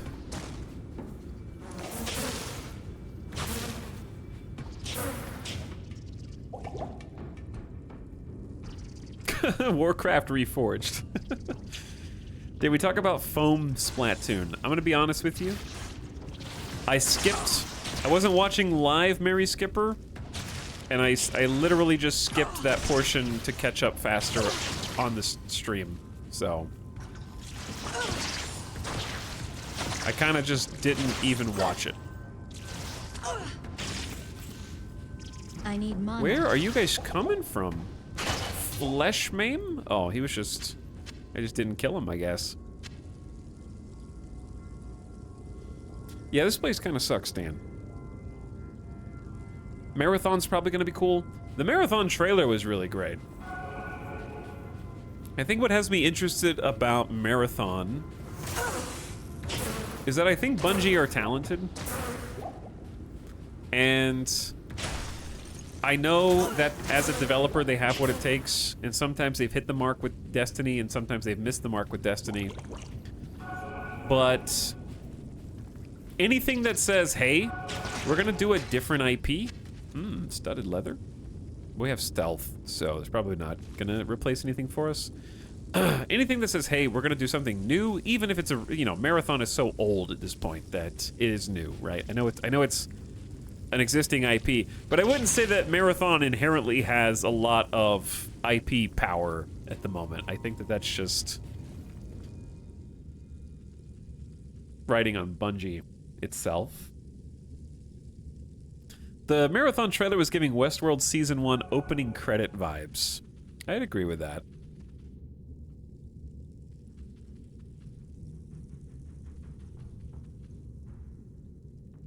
My favorite build in this game was Lightning Javazon. We're doing a Boazon build, Bo Amazon, for this normal run.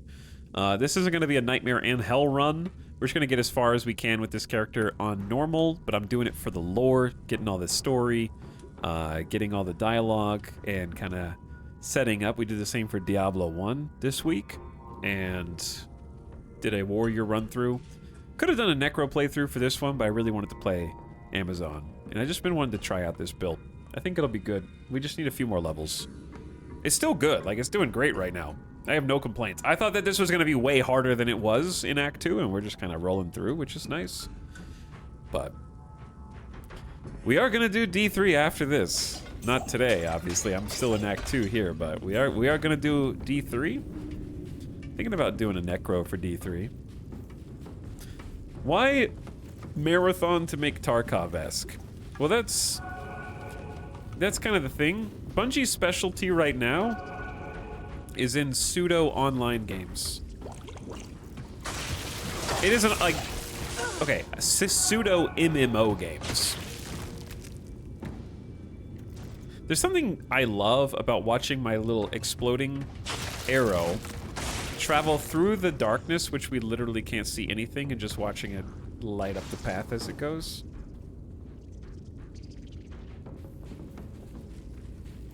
Like, it just feels good.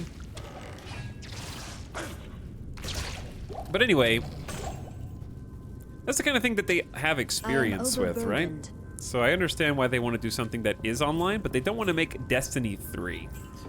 And the reason why I am interested in Marathon being an extraction game is because there hasn't been a AAA developer who has made one. Like, the genre itself is brand new, and where people are already acting like we've seen the same thing for like 20 years, right? Tarkov was the innovation in the shooter genre, and it needs to be explored. Oh, that's my stash. I want to sell these.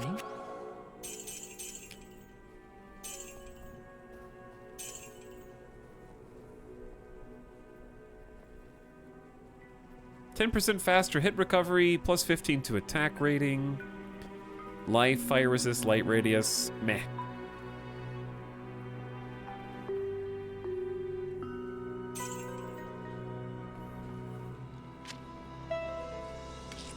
There's another L rune. And we have some stuff. Don't forget to empty the Roderick Cube. It's easy to forget that. It'll just sneak up on you, and it'll be waiting for you later. L plus rune, exactly.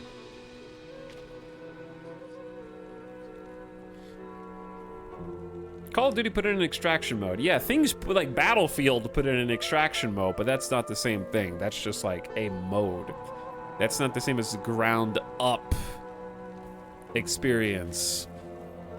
And the only games we've gotten that are from the ground up extraction-based games are Tarkov, which has had a somewhat tumultuous development cycle. Like, I haven't been particularly, like, I stopped playing Tarkov mostly because I wasn't happy with the development choices.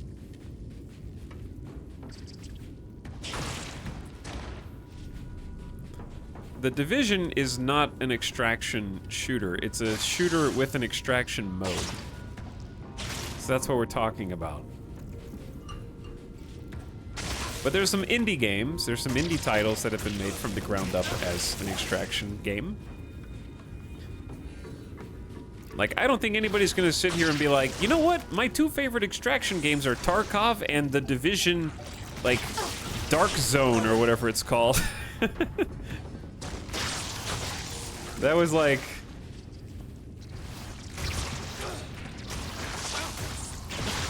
different wheelhouse. Alright, we're kind of like iced right now. Thawing potions are really helpful for this type of room because it's just an annoying room. But yes, chat is currently discovering what indie game means. Dark and Darker is an indie game that is in development hell now. Marauders is an indie game that kind of flopped, I think, from what I can tell.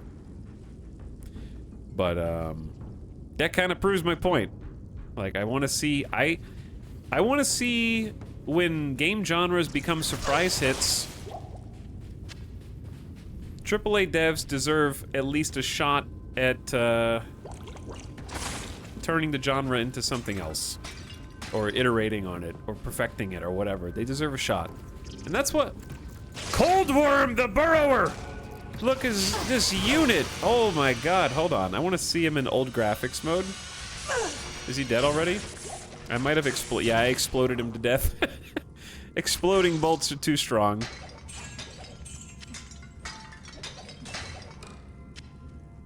You can still see him though.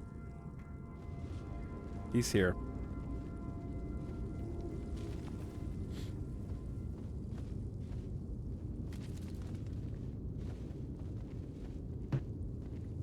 But yeah, that was something I always said back, and still do say, like, I can't believe I guess I understand now that it's carry anymore. So successful. But I always was so surprised that nobody ever just made a AAA Minecraft. Like, I can't believe nobody ripped it off. I am overburdened. We don't need this Hawk Helm. That's not gonna sell for anything.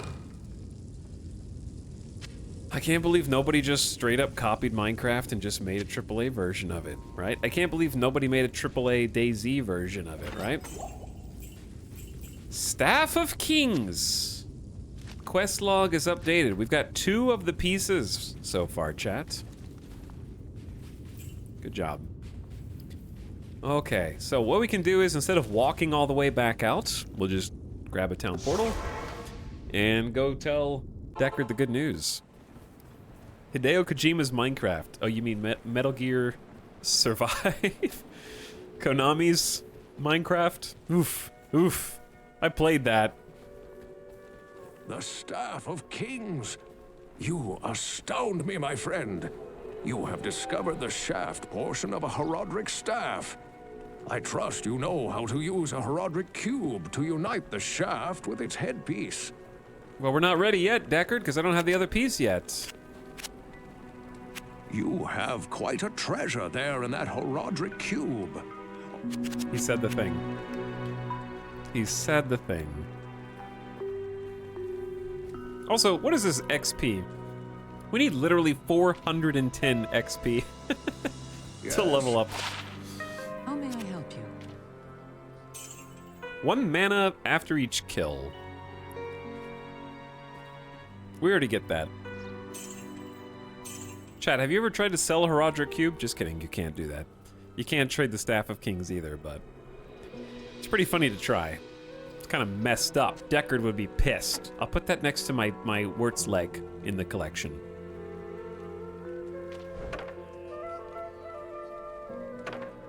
Wait, that's my stash.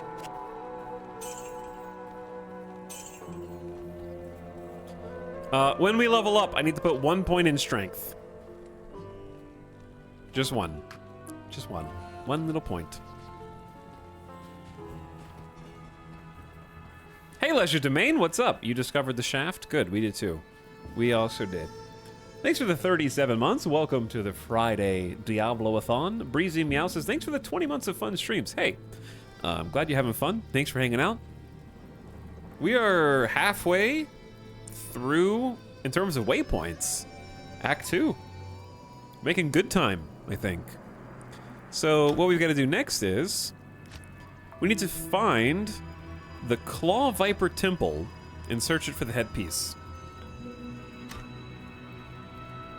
So what I'm gonna do is just go ahead and plug on over to Lost City. We just need to figure out how to get out of the far oasis now.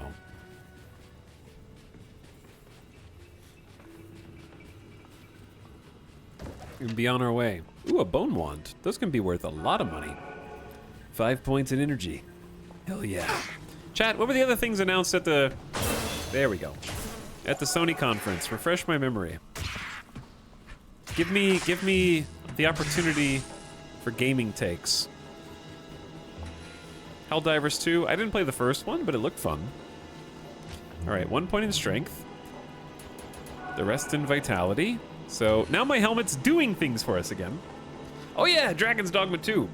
I asked chat if they thought that would be fun. It looks good, like it looks fun. I thought the first one was good. It's just a shame how repetitive it is.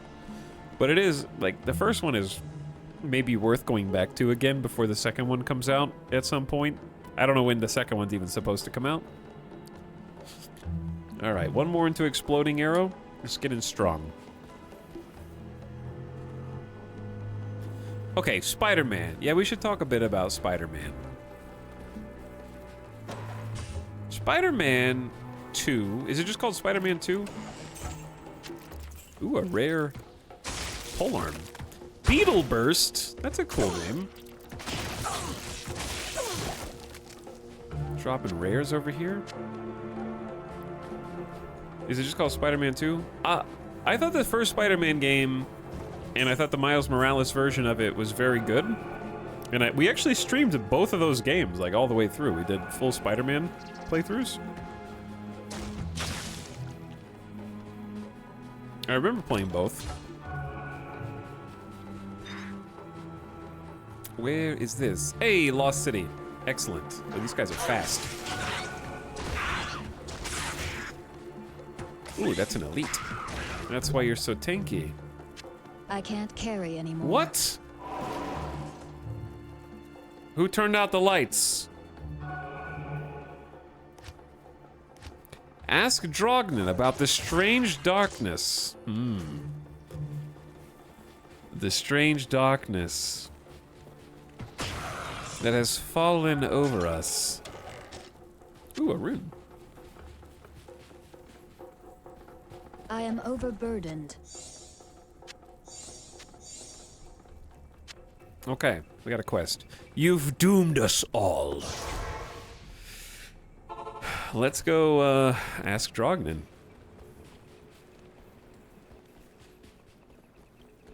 Wait, Drognin's up here. It's dark everywhere!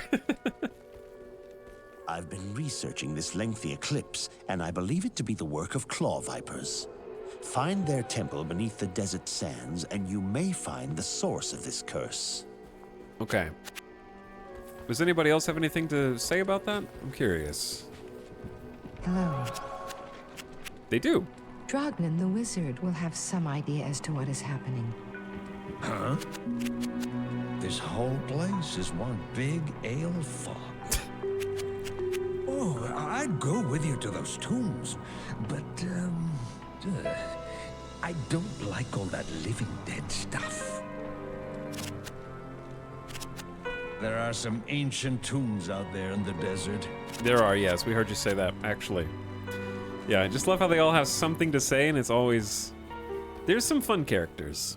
Good evening. Deckard, tell me about the Tainted Sun. Drognan may have some advice on this matter. I think I'll speak with him myself. The Staff of Kings.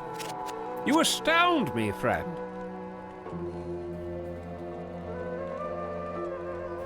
What are we talking about, chat? We were talking about, Hello. Spider-Man. Spider-Man.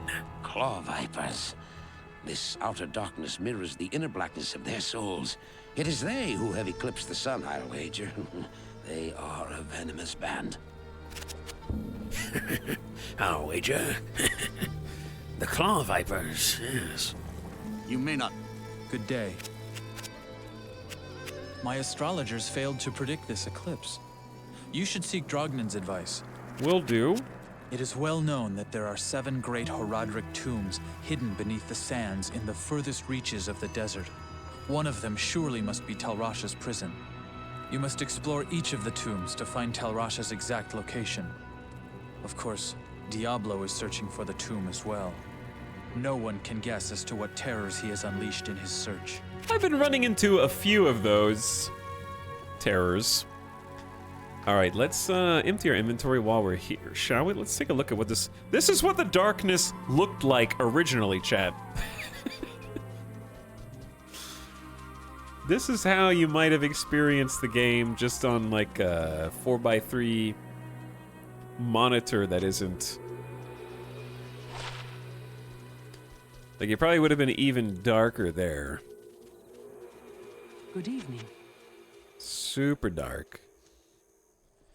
Ethereal boots. What do we need to get? You can't wear boots, I know, but we need to get you a new helmet. Chad, do you want to gamble on a helmet for a friend?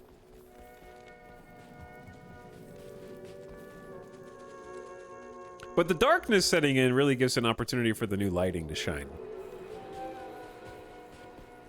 Hello. Okay.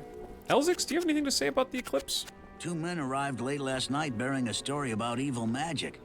They said they saw a gathering of giant snake creatures performing some arcane ritual. They sound like the serpent men of the desert. Okay. So, if we want to gamba with you... That's 9,000 for a full helm? Oh my god, I'm gonna go broke.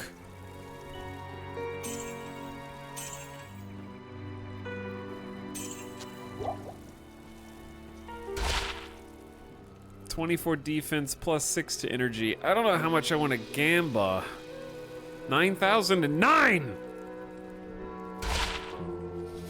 Poison length reduced is not bad on a companion, because my companions typically die from poison.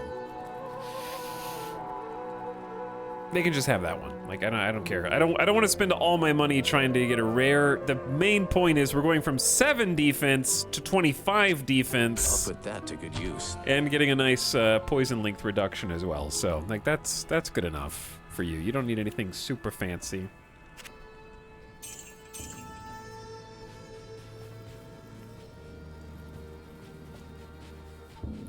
So, anyway, Spider-Man 2. I think the issue was, like, it looked really cool, but the trailer was way too long. I'm not sure if that's a hot take or not. I feel like I watched 3 trailers for Spider-Man 2 in the Sony conference back to back to back, more or less. And unfortunately, the one where they were like on the jet skis in the water was like the least interesting one.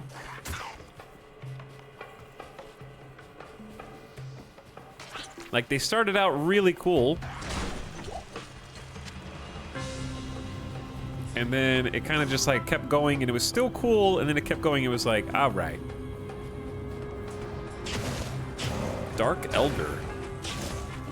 Tanky boy. Because I think, like, first of all, I think the game is going to be excellent. Like, I'm confident it's going to be fun. I think that the problem is that it was just, it seemed like it was custom crafted as a sequence to be a trailer, and the issue is pacing. So any of those segments on their own would have been like, oh damn, this is really cool. But I think it was the fact that it was like all action all the time, and it's just like bam, bam, bam, bam, like relentless pace. You become desensitized to the Spider-Man action like after 2 minutes, and the trailer's like 7 minutes.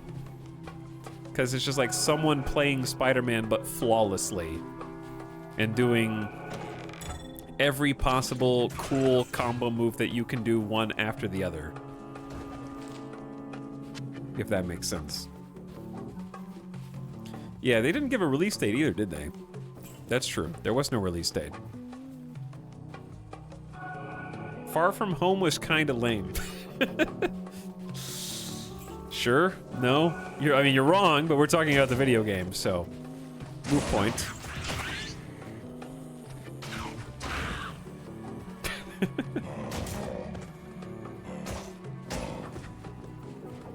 I think it looked fun, though. Like, the main thing is having a second game. What is this? Ancient Tunnels. Is this just a random dungeon?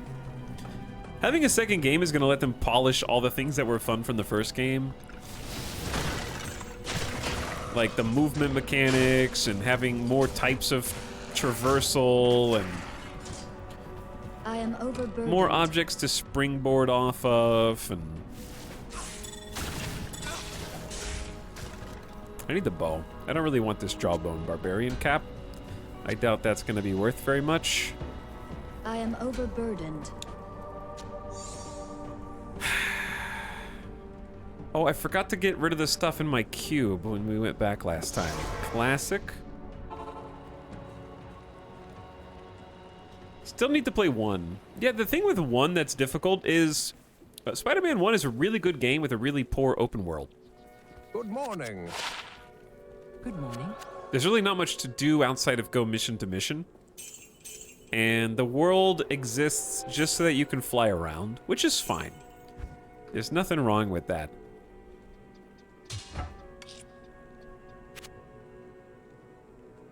I need to check that. How is this compared to the one you're wearing right now? 6, this is more damage. Less to attack rating, +3 to max damage. Yep, that's the 24. Add fire damage, lifesteal, and fire resist. I'm gonna go with this. I'll put that to good use. That one seems nice. Yeah, Life Leech is good for them, for sure. I like the swinging when it was Miles. It had a lot of fast moves, it looked like. Yeah. I liked how they started it off with, like, the 2 little metal poles and kind of springboarding off of that. Though it was pissing me off to no end when they were doing the water segment chase in the trailer. And there were all of these points where if you've played Spider-Man, you can do both triggers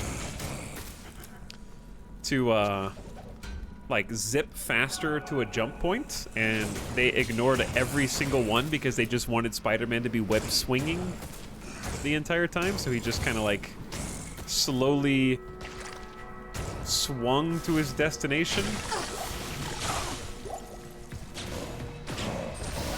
Chat, I'm running out of arrows. Warn, this is an arrow warning.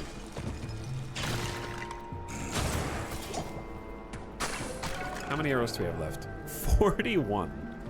I gotta stop ignoring all the arrows.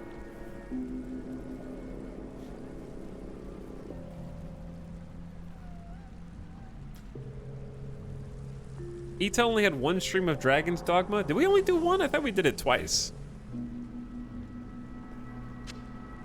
Dragon's Dogma is one of those games that has amazing combat, fun exploration, and terrible quests. So, you make do with what you have. Just awful quests.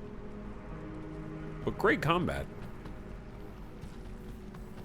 And that's really why you play it, because you can get some sweet moves.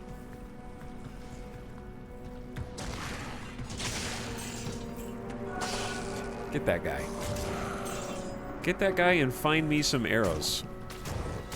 So I don't have to go back to town and buy them. Oh, we found the chest already? Not enough mana.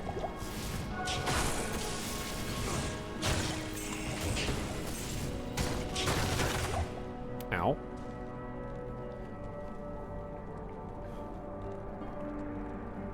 Would I enjoy Dragon's Dogma if I dislike anime aesthetic?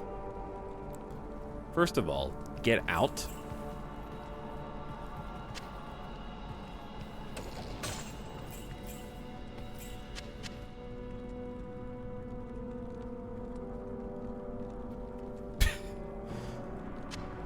Second of all, I don't really know what that means.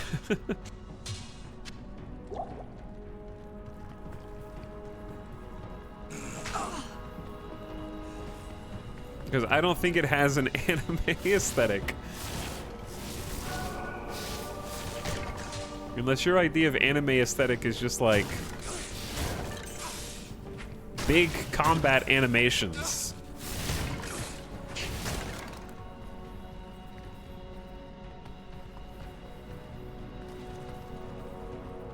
All right, we can just leave. I don't know why I'm walking through here. Maybe we'll pass some arrows from some people I killed on the way in. God, oh, we did. And we're back. More arrows. There we go. I went back and got them. We got a full refill. We're golden.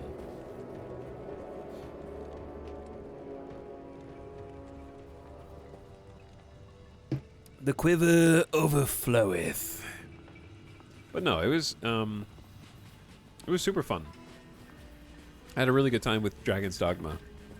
It's the kind of game I wanted to play more of, but there were two problems with it. Number one, I remember I got lost in trying to figure out where the game wanted me to go was overwhelming. And number two, there were a couple enemies that you can optionally encounter, and it was disheartening to find them. Be like, whoa, that's so cool! And then they kill you. And dying in Dragon's Dogma is kind of annoying. We found the Lost City waypoint. Okay. We're doing it. We need to destroy the Serpent Altar. We need to find the Claw Viper Temple beneath the Valley of Snakes. And that also is said to contain the headpiece that we're looking for the staff. So, once we find the Valley of Snakes, then we'll be heading in the right direction. Is it, chat, it dark. This is OG graphics dark. I am ready for battle.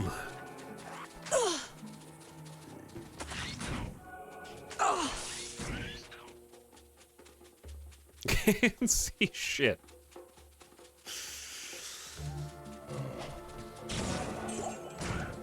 I am impressed, though, even for the original graphics, that the lighting was able to update. Like, if we shoot an arrow over there, it actually does, like, a big explosion flare. That's pretty cool.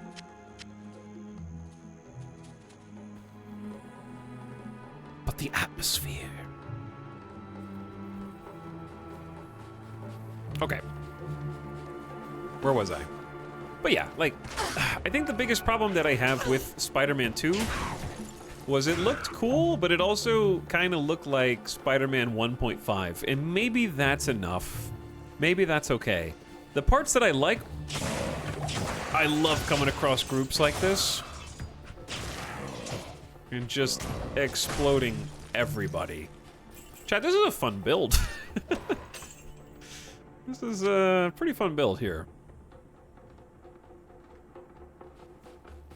I'm enjoying my exploding arrow. I don't enjoy having to refill the arrows, but other than that, I can't carry anymore. Amazon is pretty badass, I would say. And it's about to get even better. We're level 19.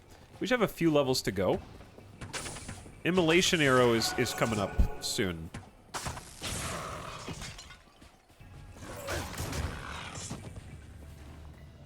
I don't really expect Spider-Man 2 to innovate. Yeah, that's fine. It doesn't need to innovate. That's not what I meant. What I meant was, I think the parts that I thought were cool is like, wow, everything that they've done with combat looks really good. Like the Venom combat looks really good. The fluidity. One thing that does minorly annoy me is that Spider-Man 2 is going to have a parry, so you can't just dodge everything. Which feels weird to me because Spider-Man, if there's one character who should be able to dodge everything, I feel like it's Spider-Man. And I'm also, ooh, Neff, new rune. It seems weird that every game that has third-person combat is like, well, what can we do to innovate? Let's just add a parry. And it's just like, okay, I get it. Yep, every third-person action game has to have a parry now. That's in. It's so hot right now. Spider-Man getting a dodge roll and an Estus flask.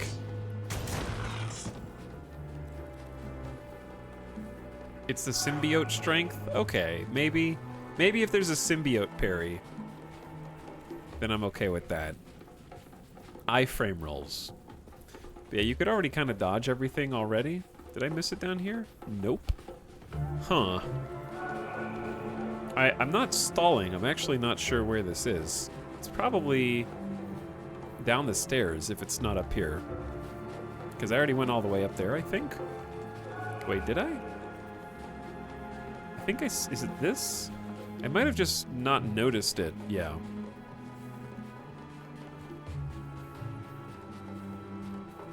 But anyway, I kind of did roll my eyes at, hey, it is this. I did just walk past the Valley of Snakes. The combat looked great. The Spider-Man 2 combat in the trailer looked great. However, the parts that I'm saying I wish it didn't look like Spider-Man 1.5 are when they go into the story moment and you have to do like use the web sling button here so you can jump on the pole and then walk this way. And you're on rails, like that on rails transition to the next level is the part that bugs me.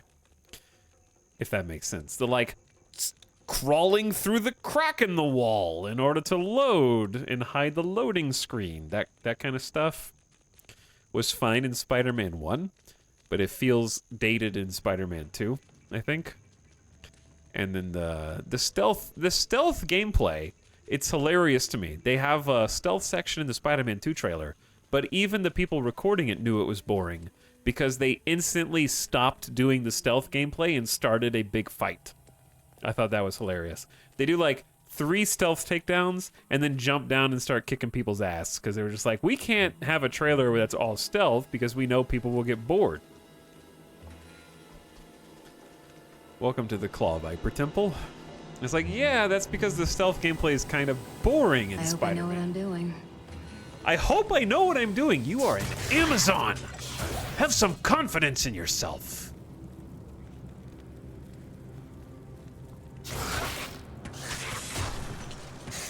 We're fighting salamanders now? I can't carry anymore. Okay, before we go further in here, since we found where we're supposed to go, good job. Let's go back real quick. And free up some space. Greetings. Chat, it is dark. How may I help you? Ow, my eyes. That screen is incredibly bright.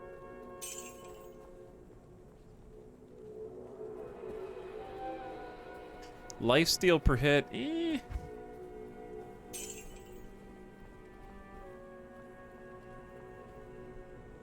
Just an axe. 22, okay, I need to stash my money.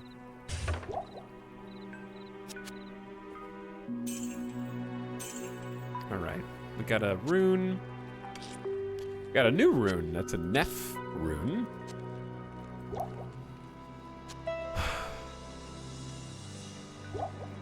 Okay, so check this out.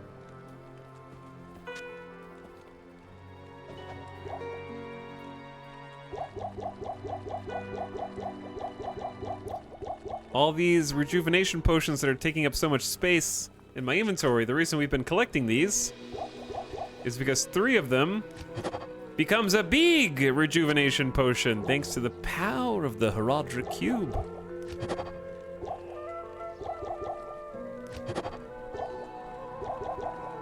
We can transmute them from 35% life and mana to a full 100%. And you might go, well, what's so special about that? What's so special about that is, in Diablo 2... Why did those go in those places? In Diablo 2, potions take time to refill your resources. Whether they be health slowly ticking up, going faster the stronger that the potion is, or mana ticking up slowly. Full rejuvenation potions are instantaneous, the way that they worked in Diablo 1.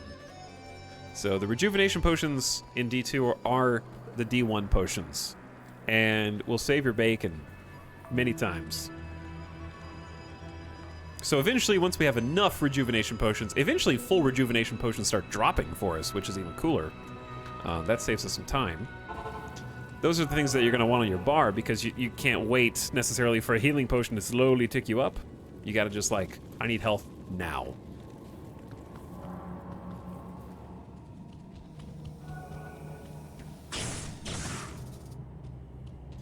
And that's what they're good for. Helpful for they're just the oh shit button, basically. Ow. Sorry, I was looking at chat.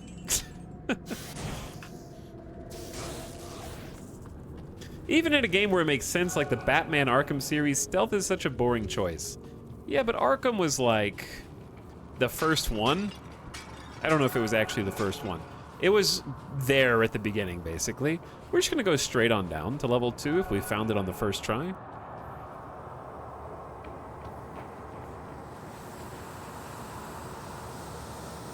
Something spooky, ow! Something spooky is making noises down here. There's a lot of lightning. I think we killed an elite. Let's go ahead and sip a potion. I don't want to accidentally... Did I not put the money up? I forgot to put the money up.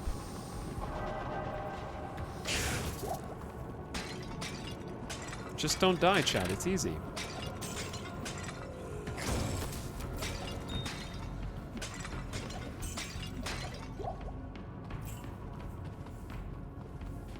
What is this? A tainted sun altar. It's tainted! Destroy it! Let there be light. Ah! We have restored light to our world. Speak with the townsfolk of Lut-Gulain. And more importantly, we have the amulet of the Viper. Okay, we are doing some serious questing right now, chat.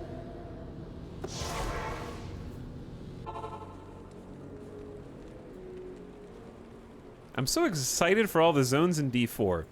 Just seeing, like, exploring them. I guess I have a question about Diablo 4, right? How explorable was it? Like, did they have... I know you could only get to a certain level, but since enemies scale, how much of the world are you allowed to see? Like, how much was in the beta? But yeah, we got light back. There's day-night cycle. No more scary, spooky eclipse. The Viper amulet you bear is actually the headpiece of a Horadric staff. Yes, you have an uncanny knack for finding rare and valuable artifacts. Of course, you'll have to use a Horadric cube to combine the headpiece with the shaft. Of course. I've been speaking with Lord Jaren, and I sense that he is becoming more and more agitated by something. You should try to talk to him again. If he still won't take you into his confidence, seek to prove yourself a bit more. I gather that his respect for you is growing. Okay. Try talking to Lord Jaren again. We can do that.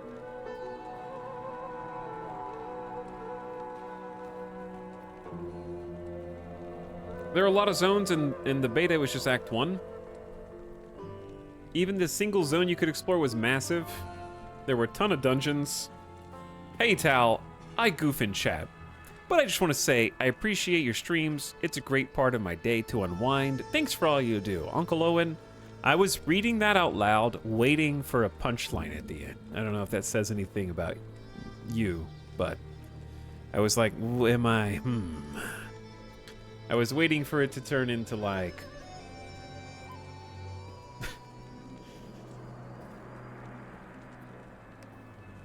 Hey, Tal, I know I goof around in chat a lot, but...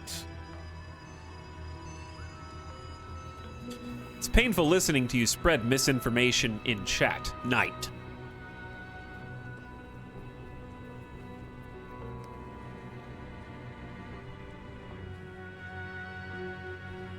I always find it funny when we go back and play these games we played as a kid and can actually decode words now. Like Loot Ghislaine. Okay. I don't even know what you're talking about, and if it has... I didn't play this as a kid. If it has story spoiler implications, don't spoil it. Yet. Until we're done with Act 2. And then you can tell me. Because now I feel like I need to figure this out.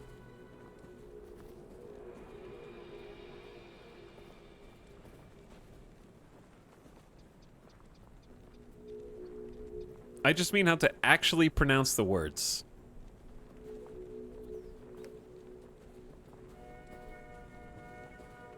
I don't think that's what that means. Hey, Tal, I goof in chat. No, you don't. No, you don't. You only have 134 messages, DQ. That's not enough. You don't even have any timeouts. You can't be goofing in chat that much.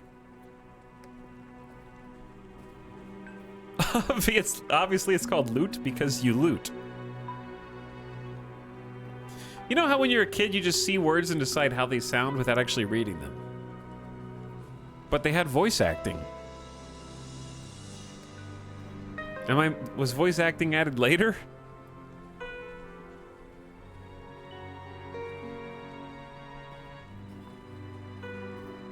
So that's what I guess that's what the point of confusion is. But either way, yes, it is cool to go back and like look at them in a completely different way. For me, I'll tell you what's cool. I'm enjoying playing Diablo 2 again right now for the story, even though I have already played it this year, because for me it was completely out of context, right? I couldn't contextualize any of the information that I was seeing happen on the screen. Characters, I don't know who that is. Villains, I don't know who that is. References from the first game, don't know any of that either. What is Tristram? Why is it on fire? Who cares? I don't know. What's this guy in a cage for? Doesn't make any sense, right? There's a lot of things that would be complete, and this is very true in Diablo 3, very Deus Ex Machina things, which of course the game still uses anyways, because it's angels and demons, you can kind of make up a bunch of stuff in the gray area. But it's so self-referential that I, having played 1 and actually paid attention to what's going on and gotten that like kind of lore dump, now I'm like, oh, I get it. Everything has a place, everything is contextualized, and what I'm trying to say is that Diablo is the Marvel Cinematic Universe of ARPGs. Is what I'm trying to say. They got quips, they've got references. Okay, you got to stay for the after credits. The Diablo Cinematic Universe.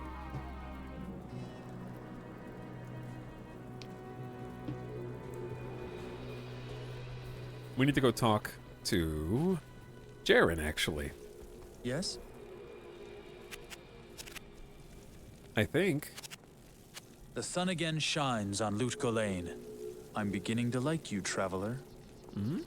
Are you now? Things are getting worse by the hour. I know everything looks fine, but oh, trust me, it isn't. Well, why are you standing out here? Go take care of it. When the dude shoved the infinity stone into his forehead, are soul stones infinity stones?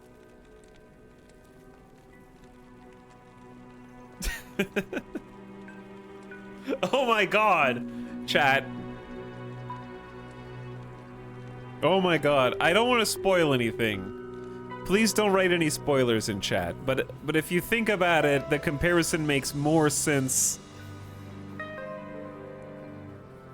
later than it does now. Okay, which it makes a ton of sense now, but also later. It is an honor. I'm gonna come back to this reference after a few dozen hours, okay?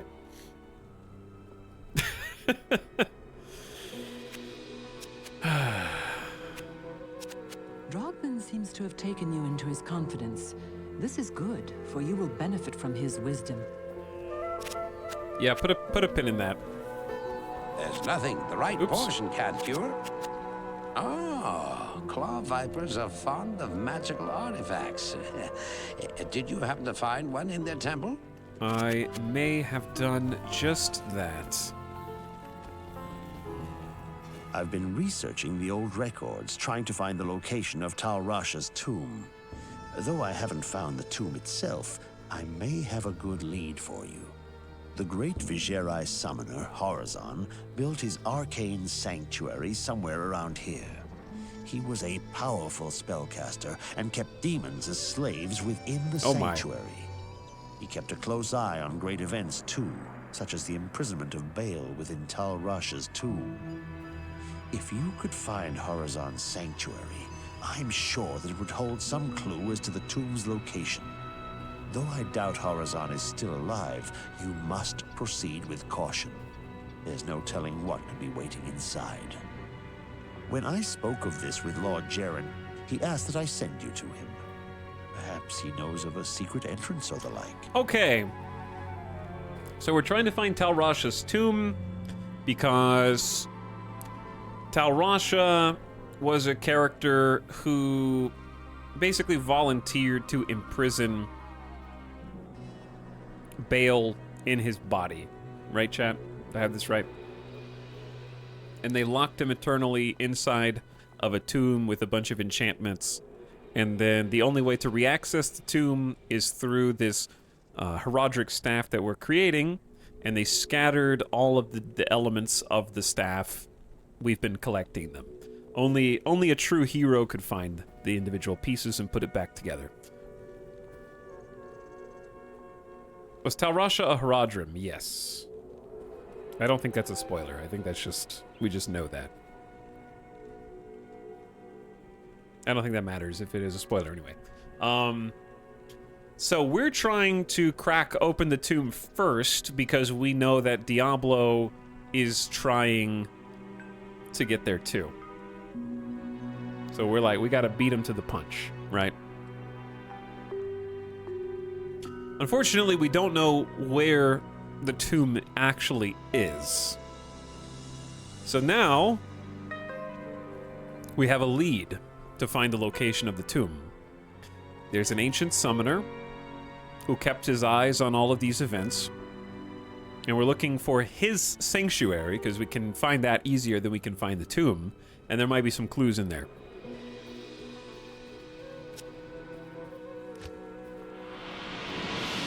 Ding! Another quest down. Look for the arcane sanctuary within the palace. Okay. But before that, we need to actually restore the staff. And to do that, we need to do a couple of things. One, I want to clear some inventory. What are these boots? These boots are actually decent, but they need the 4 more strength than we currently have, and I don't really want to put any more points into strength. So if we get an item that lets us use these, then maybe I'll use them, but for now we're just going to put that up.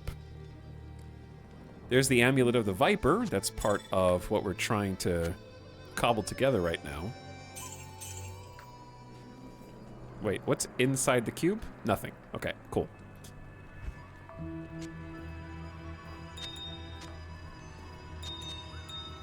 Ding, ding, ding.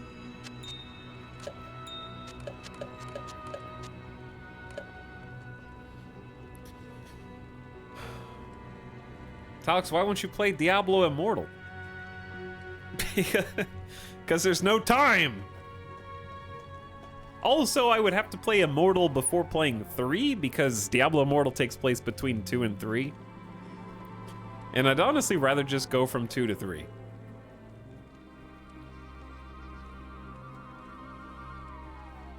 Streamer doesn't have a phone. That's also true, yeah. Also accurate.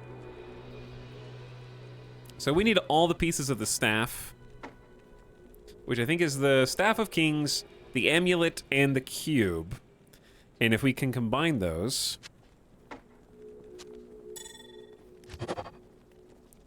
we have ourselves a heraldic staff. Excellent. You have a heraldic staff. Carry it with you into Tal Rasha's tomb. Find within the tomb the chamber whose floor is inset with the circle of 7 symbols. Place the staff into the receptacle you find there. That will open the secret passage into Tal Rasha's burial chamber. But be prepared for a fight. You'll likely have to kill Tal Rasha to destroy Baal. Okay. We got what we need. Take the staff into the tomb, look for the arcane sanctuary to find the tomb, and we're getting close. We're getting warm. We're gonna keep the heraldic staff in the stash for safekeeping for now. Is there a lore reason people keep putting these stones in their bodies as opposed to just burying the stone somewhere or dropping it in the ocean? There is, actually. Orin, Chat could probably explain it better than me, but the short version is that I think that stones tend to yield corruption. It's kind of like I don't have enough construction knowledge, but it's like how water activates, like moisture activates cement.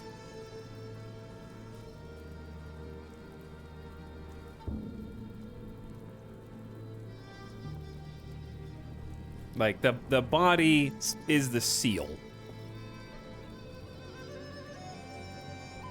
He's just like this guy, you know?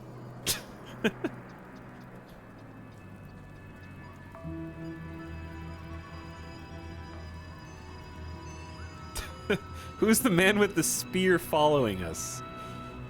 This is my mercenary who helps us fight things. So since I'm ranged, I have a mercenary who can go up and poke things with the spear.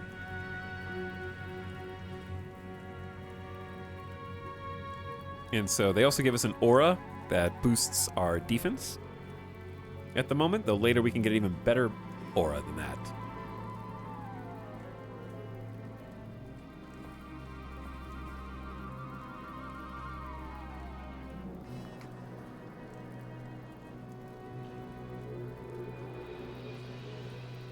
But anyway, it's effectively, my understanding is that the stones themselves are kind of like a Ghostbusters style trap, but given enough time, they can crack open, and the person is usually a person of power. Like in the first game, the first time this happens, that we see someone actually put one of the stones in is the warrior, and their assumption is that they are powerful enough to contain the stone, and that through working their way all the way through the pits of hell, going through the cathedral, and actually defeating Diablo, they might therefore be powerful enough. If you can beat Diablo, maybe you're strong enough to continue to beat Diablo by making sure the stone, A, doesn't fall into any other hands, and B, doesn't just crack open on its own and release the demon like a genie. So I think it's typically a person of power who's there to, like, make sure that it stays in that stable condition. That's my assumption, anyway.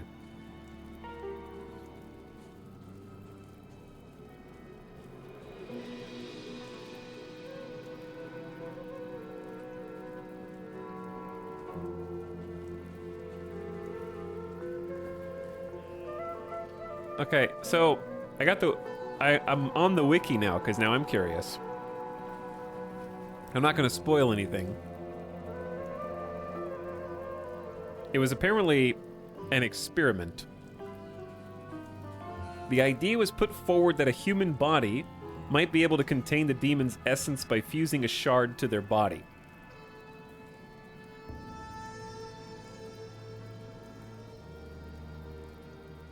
A binding stone with runes of containment was built, and Tal Rasha ordered his brothers to chain him to it. So basically magic and shit.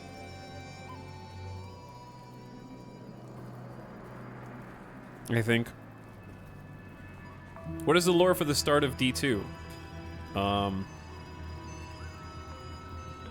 We kind of just said it, I think, but yeah, the warrior jammed the stone into his head to try to seal the stone, and then also seal Diablo. But we watched the E3 trailer, where the E3 trailer for Diablo 2 has the warrior in a carriage heading east, and he casts the stone aside because it's implied the stone no longer contains Diablo. Diablo is fully contained inside of his being. So they ditch the stone. He doesn't lose it. It's just... it's an empty rock at that point.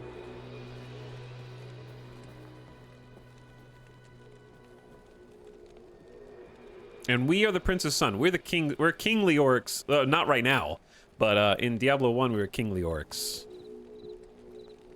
Robot mystic. I can't tell if you're asking real questions or not anymore. Is that bad? In the first game, the warrior is King Leoric's son, and you're looking for your brother. You just don't know you're looking for your brother.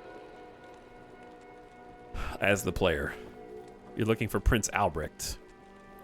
And Albrecht, the surprise at the end of the game is that Prince Albrecht was already Diablo. And was taken as a successful offering and sacrifice. The whole time you're trying to rescue Albrecht from being sacrificed, and you find out that he already had been and became Diablo.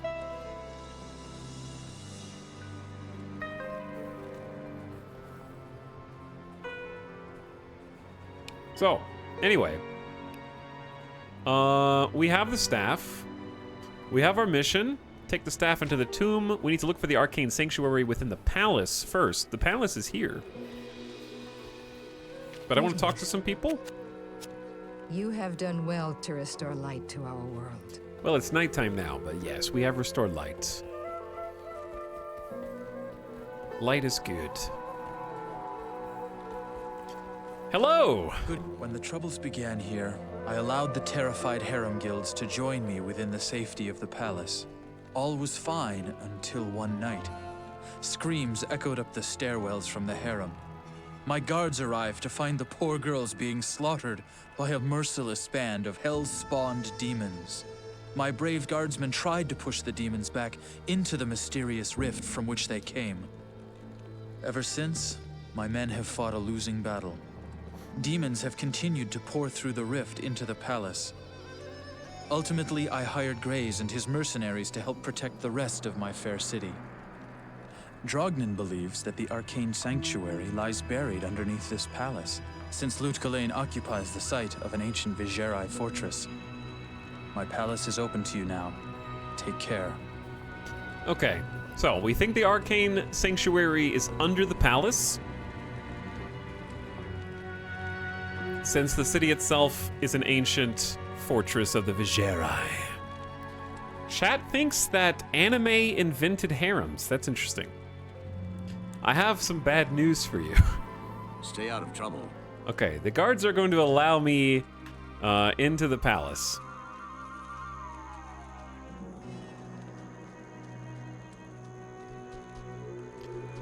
Behold the beauty of the palace.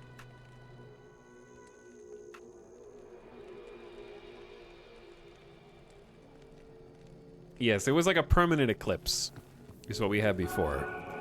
And, we rescued it. Actually, before we go down here, I would like to just remind myself what constitutes a full playthrough for me is making sure that we have every single waypoint.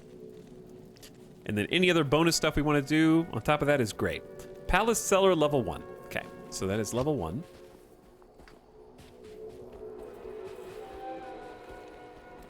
Gonna find that waypoint. This is Harem level 1. It's different. Quick, start looting the place! One step ahead of you. How did you know what I was planning on doing? Chat, there's a lot of blood down here, and it's glistening. Doesn't look great.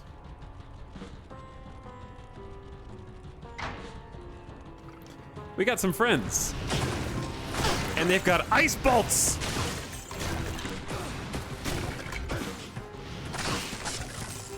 God, I love all the effects. Okay, this is Harem level 2, so we need to get to Palace level 1. Ow.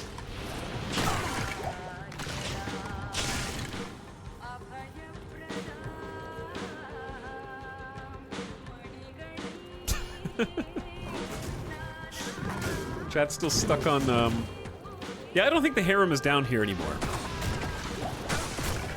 Just a hunch. Or, you know, really, any of the guards. I'm pretty sure the guards are also gone. Sadly. A portal shrine? I've only seen, like, 3 portal shrines. I don't know if I'm just haven't been looking hard enough. Oh, what's this? We're jamming. Here's Palace Cellar level 1.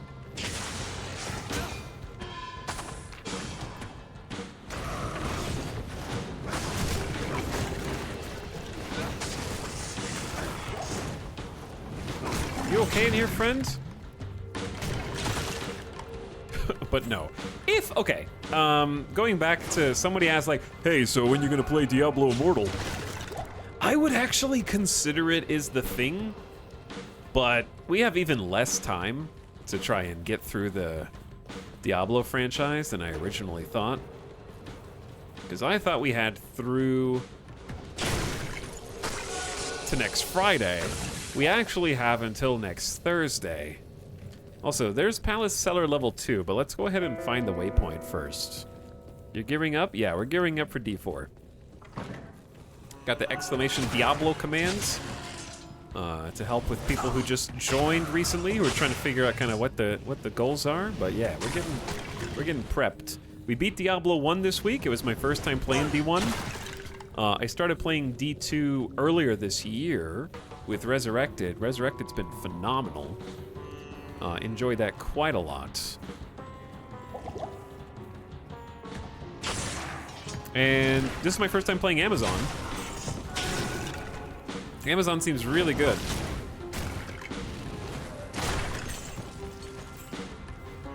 My main for D2 has been a paladin that I've got through hell. I think I'm level like 84. So nowhere close to max level or in-game geared, but just really impressed with it. All right, there's Palace Cellar level 1.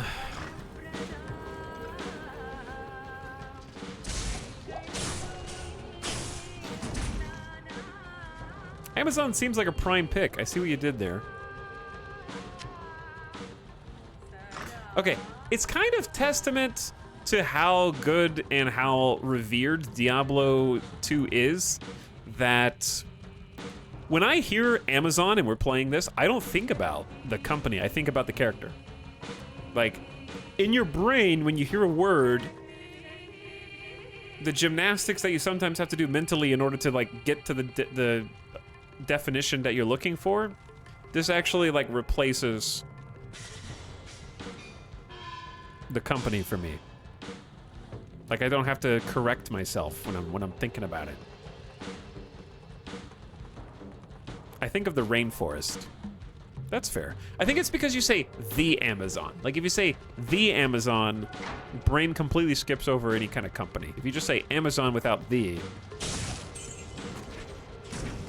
then you get the store.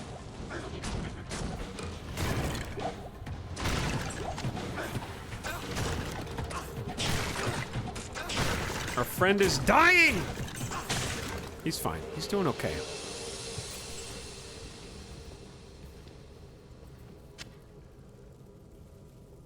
When I hear McDonald's, I think of the farm. I don't believe you. Oh, I forgot that we were not sprinting.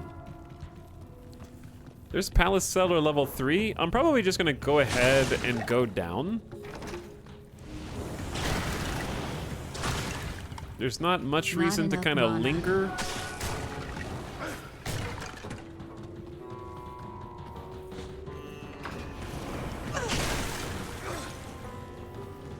So yeah, let's go ahead and head on down.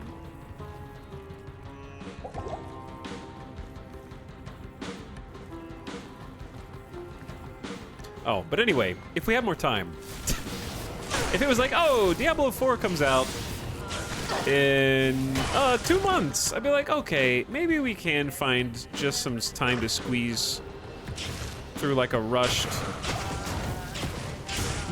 tanky lad. They're having a great time over here. Like, I don't really want to play Immortal, but if we had a... Uh-oh. Servers, don't do it. Online-only games are canceled! I can't believe Diablo 4 doesn't have a single-player mode.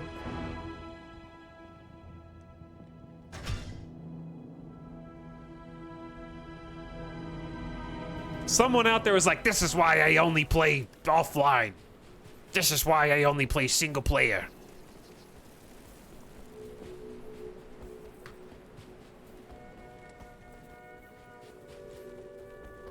Who did this? Who did this? Well, I have good news. We still have the waypoint.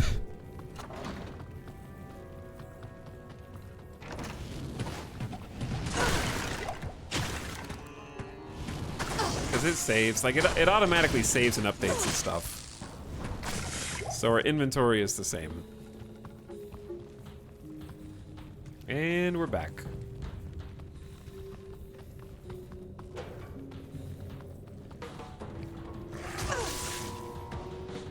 But yeah, there are some hiccups apparently from time to time. I don't know why. I'm not really sure like what possibly could cause it. When you're just in a solo lobby.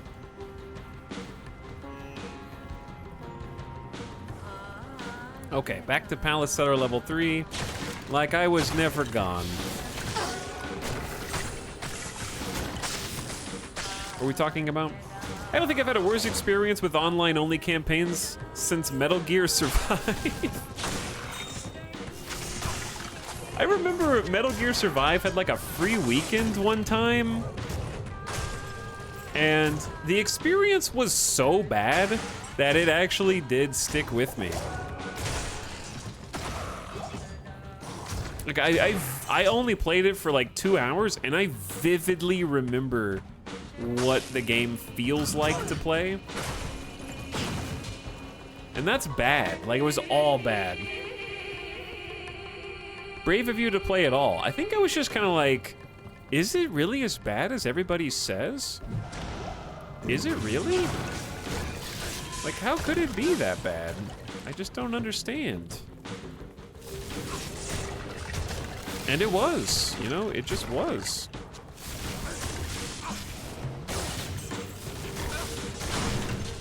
It was chunky, it was grindy, and not in the fun, exciting way, in like the boring, bad way.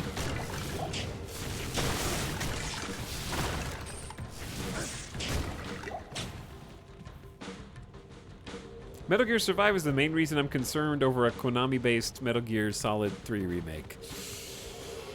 Yeah, it's not ideal.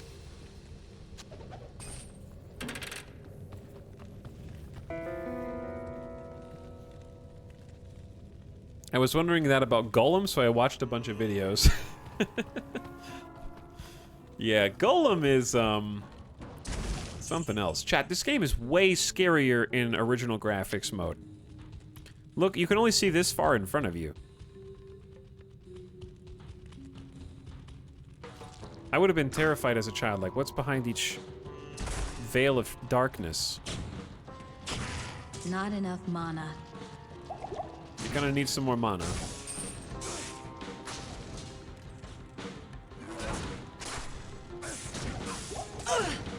Who are you fighting, even?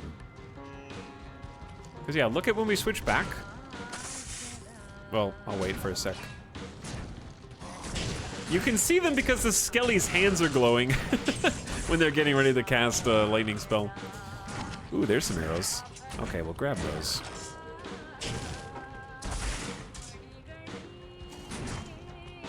Come back with me, mercenary.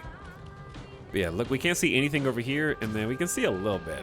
If your brightness is normal, you can see a bit over here now, because the fireplace is like spreading a little further.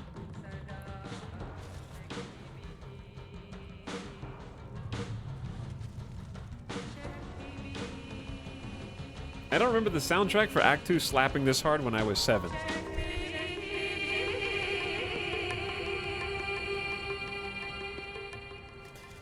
Last Hazard says, I remember being tiny and terrified of the little pixel enemies. Now I'm terrified because I don't want to lose progress. Well, the good thing about Diablo is, once you beat a campaign, you can ooh, Fire Eye, he's fast. These guys are tanky and they dodge. I need mana. Just drink. Hey, there we go. Yeah, that's the good thing is, like, if something resets, honestly, in Diablo 2, you're just like, oh, I get to kill that boss again. Like, it's not a terrible place to be. It's an opportunity to get more loot.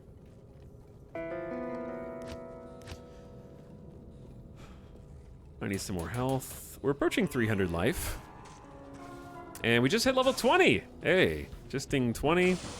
Exploding arrows going from 148 max to 180 in a nice round 7 mana per cast. Oh no, my Merc died. Bro, what did you go in here for? There's a champion pack. You just tried to solo this champ pack while I was trying to do my level up? Oh my god, this guy.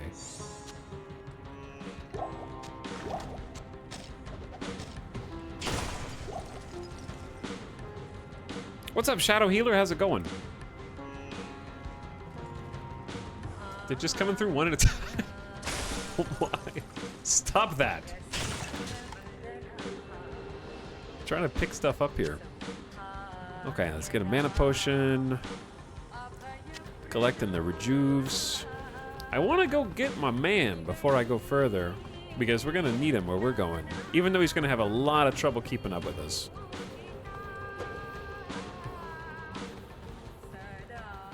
Yeah, let's head back just briefly. Bro thought you were right behind him and you were looking at your phone. Kind of true, though.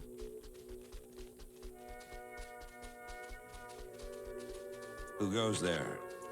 All right, I paid to bring him back. He's alive again. Hello. Greetings. I'll be right there. Yes, I'll be right back. I'll be with you. We still do 6 to 10 damage. Yeah, we haven't really found a better bow yet, I don't think.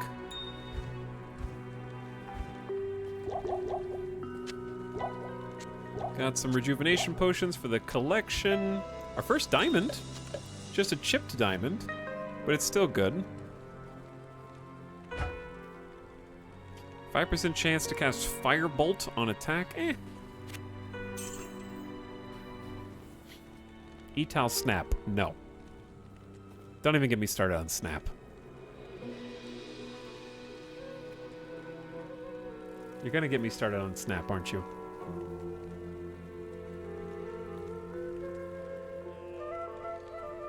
Oh, by the way, chat. I wanted to ask, on Discord, does it show that I'm streaming?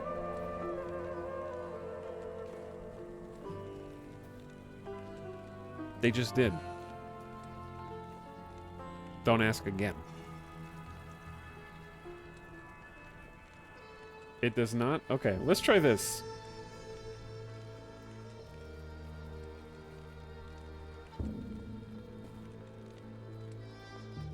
Anything change?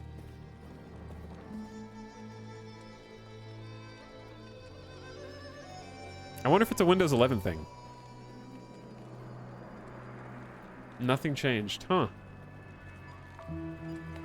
That is very weird.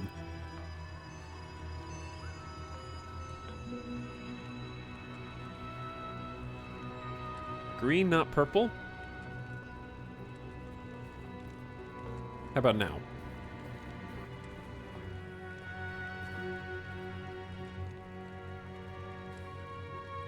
Because on my end, it shows me in streamer mode on my own Discord page. Like, in my own chat. So I can't really troubleshoot it. Because I did read a thread about it, and the thread was talking about, it said like go live, then disable and enable two settings that I just flipped a few times, and then doesn't seem like anything changed there. Huh. Very weird. Yeah, I don't know how to get it to work, because I have streamer mode on. Very weird. But I don't know how to fix it, because it used to do it with my old computer, and now it doesn't. I wonder if it's like a server setting.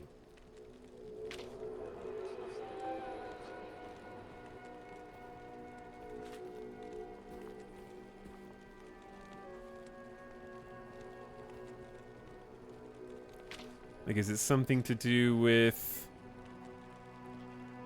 my...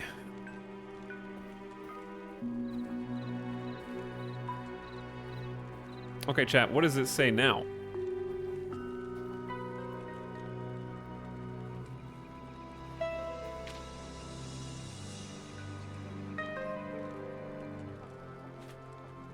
It says streaming now?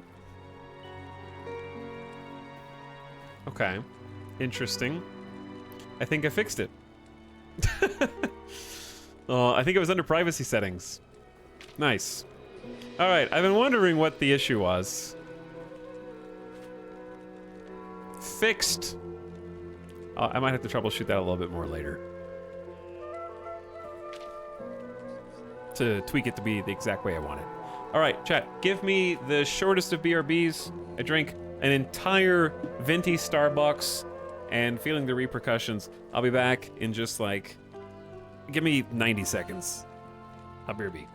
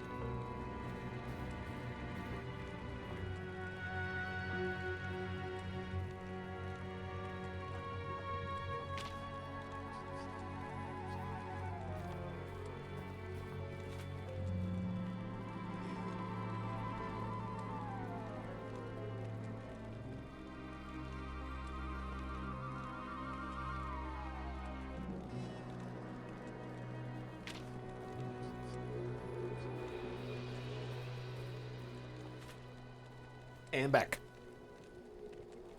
And back. Time.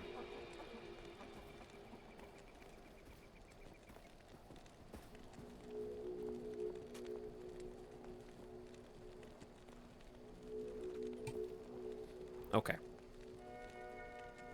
Oh, I missed some subs. I apologize. Let me go back in time real quick. Who goes there?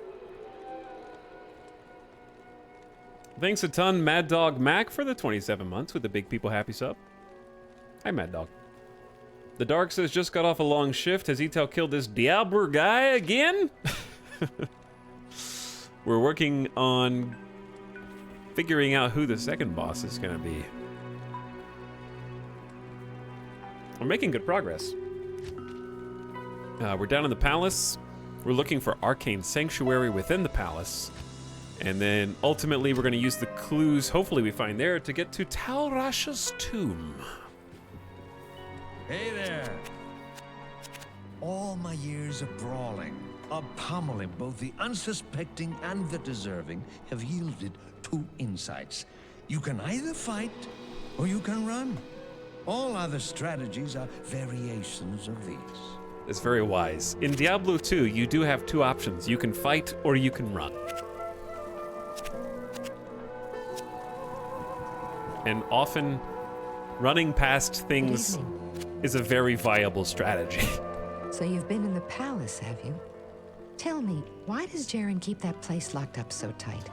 Because there's a lot of hellspawn and demons in there, as it happens. And if they'd gone out, we'd have a problem in the streets of Lut Galen, I think. I've been thinking about the problems in Jaren's palace. Perhaps this has occurred to you as well. If those cellar passageways lead to the Arcane Sanctuary, then that is where the demons came from. Horizon's haven must have been breached.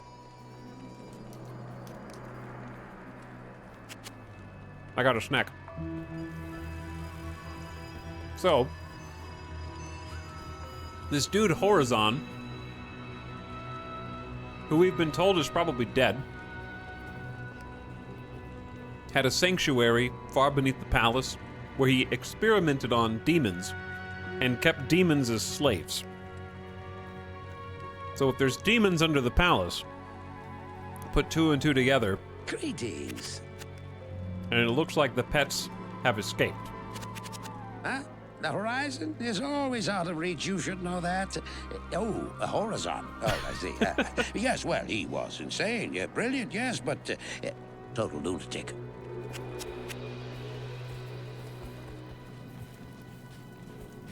Horizon. Good evening. I understand that you've been talking to Jaren. Well, if so, then you're the first in a long while. Since the trouble began, actually. Do us a favor and try to find out what's got Jaren so edgy all the time. Okay?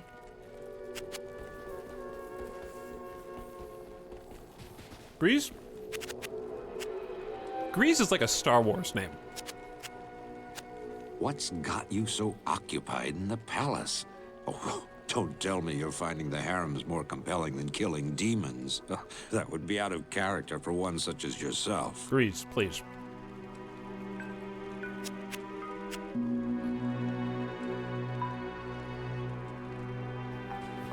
Grease. Relax. Ask and learn. I am certain that you will find the information you need when you find Horizon's journal. I suggest you find it quickly, for Diablo may be getting closer to freeing his brother as we speak. Grease is a Star Wars name. I know, that was the joke, Ulrich.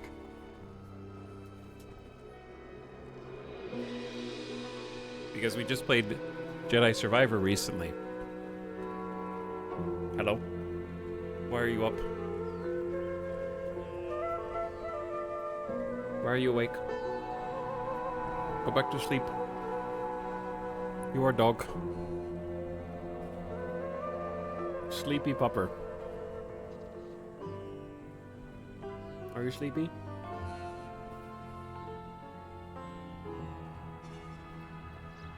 Shoulder is pillow. Why are you so stinky?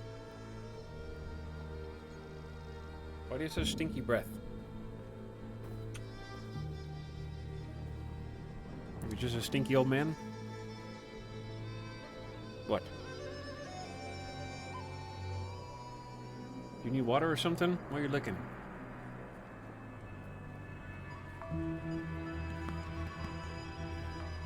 Why did you even wake up? You're so tired.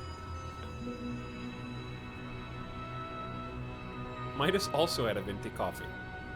How old is Midas? He is about to be 15 in June.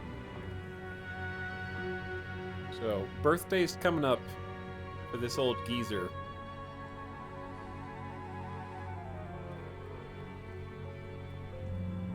Big yawn. Big dog yawn. Alright, let me put him back in his bed.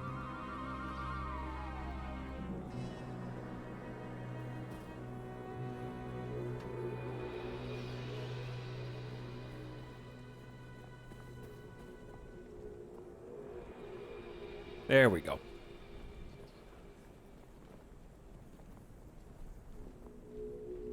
Okay. What did you say? I am certain that you will find... We need to look for the journal. Okay.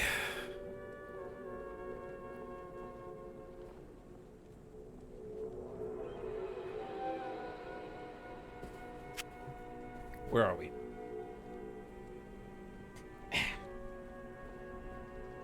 $15. He is a grandpa. He is a little grandpa. Little grandpa. We haven't talked to in a long time. Mashif. Good to see you. So, now that you're such a pal of Jaren, why don't you ask him if I can set sail one of these days? I'm running out of patience. He wants to use his boat. I'm sorry, I can't help you much here. Now, if the tombs were across the ocean, then I'd be the guy to talk to. Mashif, you seem nice. Oh, I've known Elzix for years. I just love the boat. Chat, since the year 2000, we invented water graphics.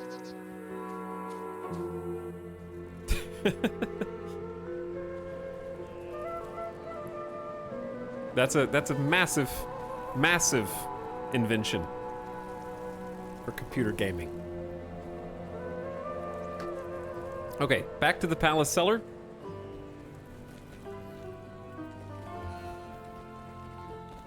I'm glad that Crysis invented water graphics so that we could enjoy them in our modern gaming. We gotta find the Arcane Sanctuary and then the Canyon of the Magi. We're actually making really good progress.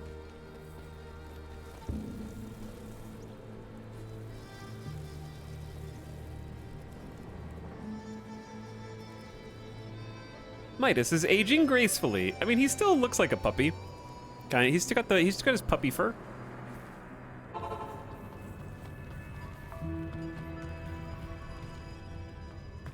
We've been making good progress, so we can have a little countess run as a treat. Well, Anjay, careful what you wish for. Because we already have 2 out of 3 runes that we need for another nice piece of equipment. And we have the bow itself. A portal! It's beautiful. But yes, we might be able to have a little countess run as a treat. Also, chat, hang on. 1 sec.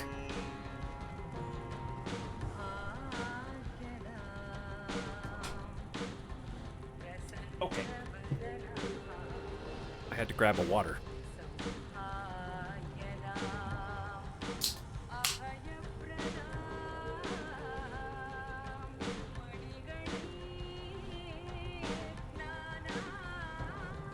I like the lore, but I love the loot.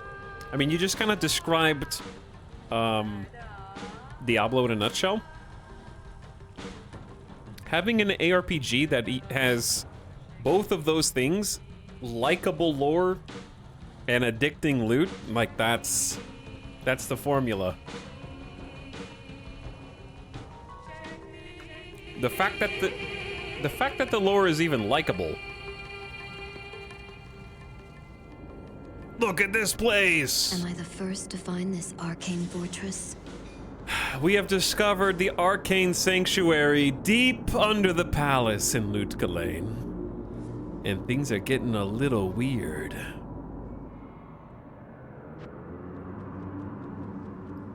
God, I love this area. And there's a waypoint. Second to last has been found. Welcome to Arcane Sanctuary, where we have just a really good area to grind gear later in the game and on higher difficulties. There's just a lot of enemies packed in here. That's tasty. Diablo lore only gets real good when you go out of your way for it.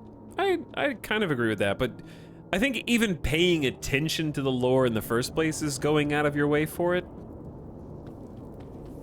Most people are just like, yep, skip, yep.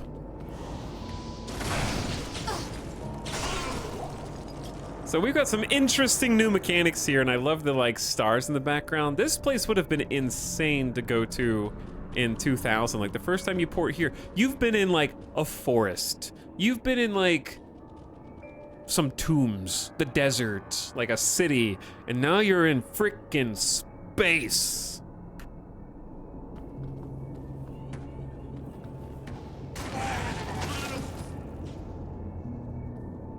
Which I think is cool.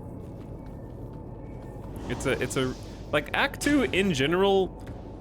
If I had to pick a favorite act in terms of like variety and versatility, I'd probably pick Act 2.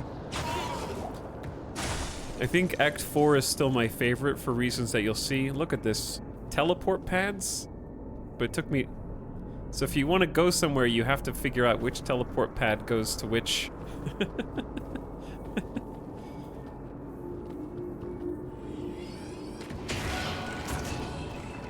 Alright, I guess we're going down first. Yeah, there's some Escher vibes. Maybe that's why I like it so much.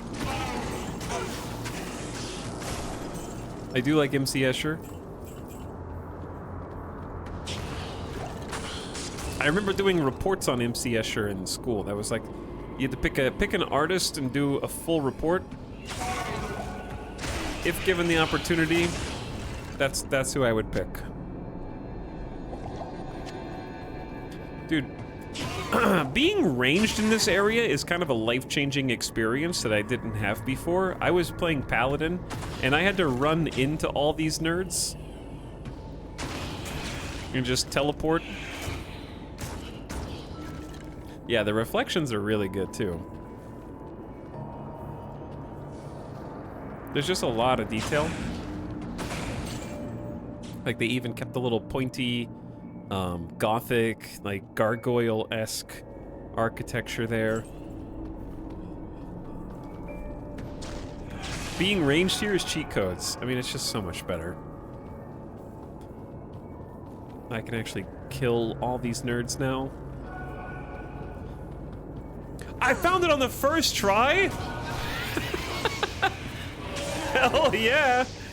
Oh, this is blessed.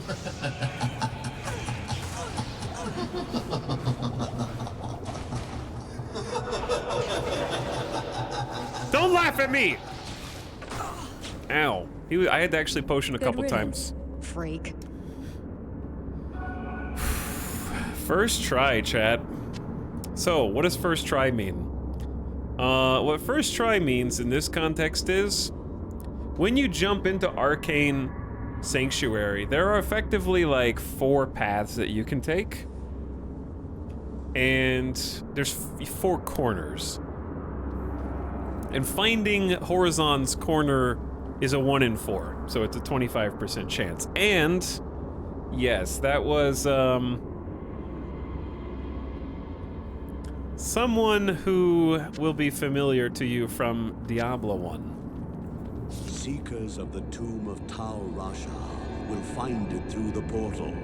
But know that the glowing glyphs recorded here in my arcane sanctuary are the signs of the 6 false tombs. The missing 7th sign marks the tomb of Tal Rasha. Of the Horadrim, he might be called the Foremost. It was a shining but brief moment for the mage clans when they set aside their differences and worked together against the common enemy. The Horadrim relentlessly pursued the three across the desolate empires of the East and even into the uncharted lands of the West, leaving the Archangel Tyrael's hands unblemished. Presuming the three to be vanquished, the Horadrim's unstable fellowship began to dissipate. Abandoning their sacred charge to safeguard the three soul stones, the disparate mage clans began to squabble amongst each other over petty differences. Their conflicts not only dissolved their brotherhood, but strengthened the evils which they had buried beneath the cold earth. Okay, this is kind of a big lore dump with some important bits. Number one is, there are a bunch of tombs. So Tal Rasha's tomb, first of all, the location is unknown, and second of all, even if you know the location, there are a number of false tombs. So, what Horizon did was discover which tomb is the false tomb. So we have a series of glyphs here, 6 glyphs. The glyph that is not present here, the 7th glyph, is Tal Rasha's true tomb. So I believe Tal Rasha's true tomb randomizes game to game. You can like brute force it, I think, and find out without doing this. However, or at least it doesn't really matter if you like pay attention, you can still sort of find your way in. But the missing 7th sign is the tomb of Tal Rasha.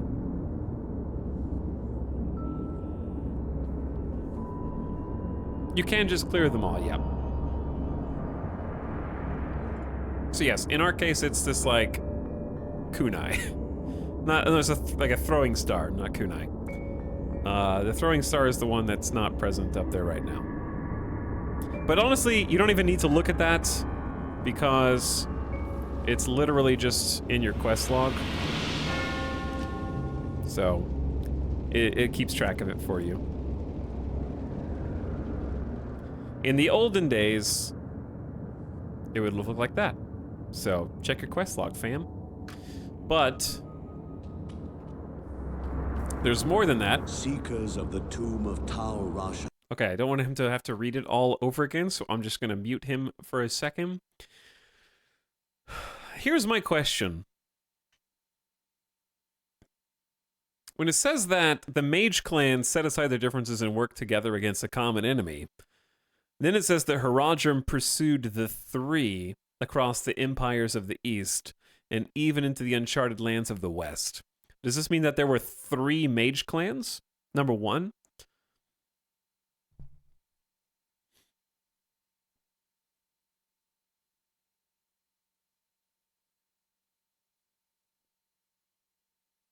Am I understanding that correctly?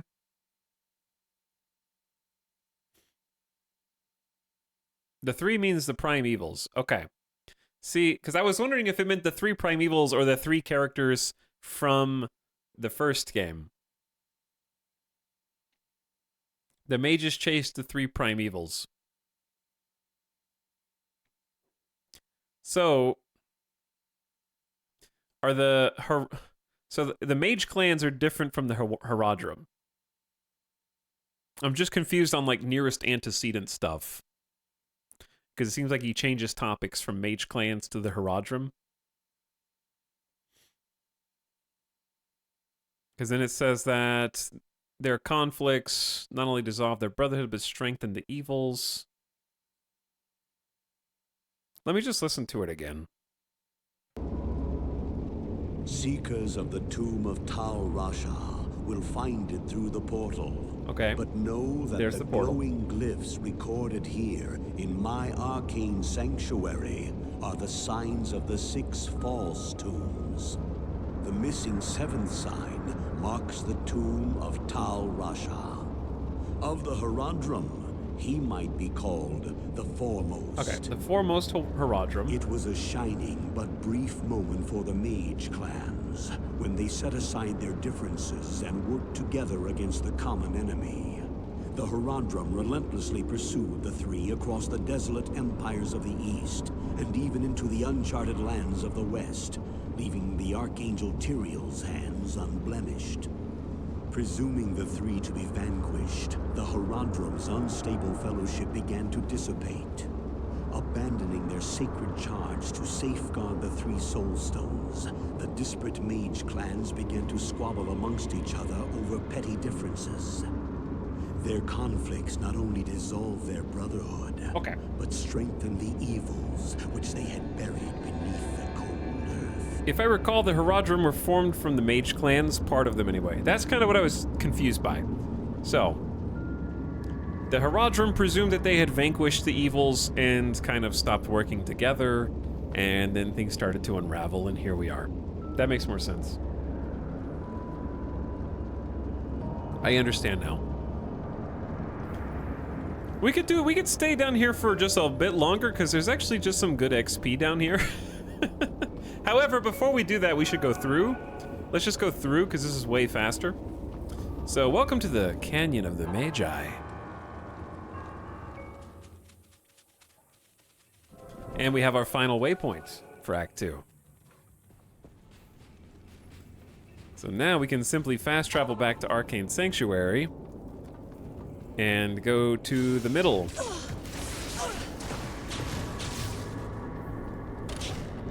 Because yeah, I'm curious, if we just look at our XP, we're like 1.5 bars.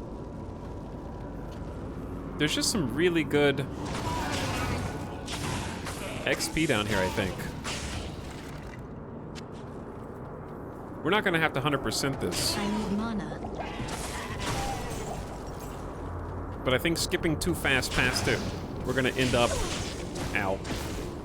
We're gonna end up wishing that we might have leveled up a little bit more. Ooh, a large charm. We haven't even found a large charm up until now. This is the first one. It's not very good. But so the charms can come in 3 different sizes. We have grand that takes up 3 spaces, small that takes up only 1 space, and then large that takes up 2. So the room starts to become a premium before too long. This is an Amazon. Ooh, chat, this bow. I'm glad I picked this up. That's a +1 to bow and crossbow skills for the Amazon with 2 sockets. This is one of the main addictive facets of Diablo 2. A lot of your best items in the game are going to come in the form of skill ups. So as we're leveling up and putting points into these skills, you can max each of your skills out at 20. However, when you have different items that increase your total to skills, those can take you above that 20 cap. So itemization in Diablo 2 is very different from the other Diablo games because your gear will help you go over the hard caps. That's also a big factor in Diablo 4. Did they bring that back for D4 somehow? Because I didn't play long enough to figure out if that was a thing. So what's crazy about this is that we only get 1 skill point per level, but eventually we're gonna have a bunch of different bow and crossbow skills, right? If this is a +1 to all bow and crossbow skills, that is like a bunch of levels. So that will add 1 to fire arrow, 1 to exploding arrow, 1 to these, add to immolation once we have that, add to freezing. And then when you get multiple items that are all increasing your skills, you're getting these like huge synergy buffs where you're getting like 5, 6, 7, 8 levels worth of skill points in single items. And it feels really fun and powerful when you finally get something that pushes you up over that threshold. My problem is this requires 45 dex and 30 strength, which we don't have. We could get a little bit more dex, but we're being influenced by our items anyways. We really need some items that provide us with strength and dex. And I believe if we were to socket this, we would probably just have to use Zephyr and get Ort F or something like that and make it like a rune word. I believe the rune word will keep the base item stats on top of the rune word stats that it adds.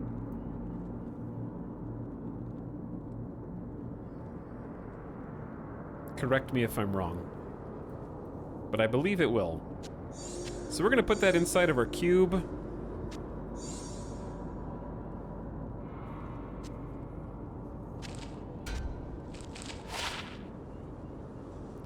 Enhanced defense and energy, doesn't matter.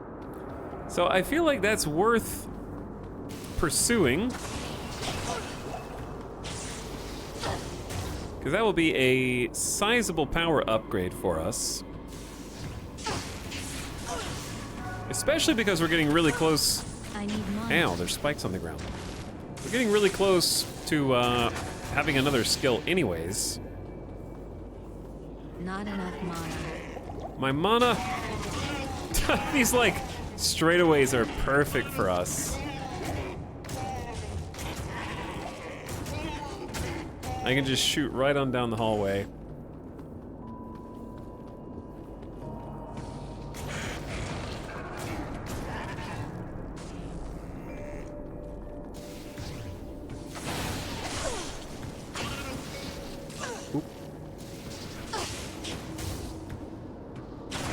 Alright, I'm pretty excited. I just don't know if we're going to be able to find the gear to get our strength and dex up over that threshold in like a reasonable amount of time. Also, I've been chucking through some mana potions. Counterpoint is when you have plus 15 immolation arrow, adding plus 1 isn't much compared to plus 10% fire damage or something. I mean, yeah, there's always going to be like different aspects to consider, but the thing is, if you have a plus 1 skill to all bow skills, you're getting synergistic damage ups from the other ones that it's raising. Right? So like, immolation arrow gets plus 10% fire damage per level from exploding levels. So if you have a plus 1 skill to your bow skills, an exploding arrow gets a point, that is plus 10% fire damage per level. So maybe I'm misunderstanding something, but it's the fact that these moves synergize with each other, and you're getting another plus 5% from fire arrow. So the fact that it adds plus 1 to the skill itself, so you're getting to have your cake and eat it too.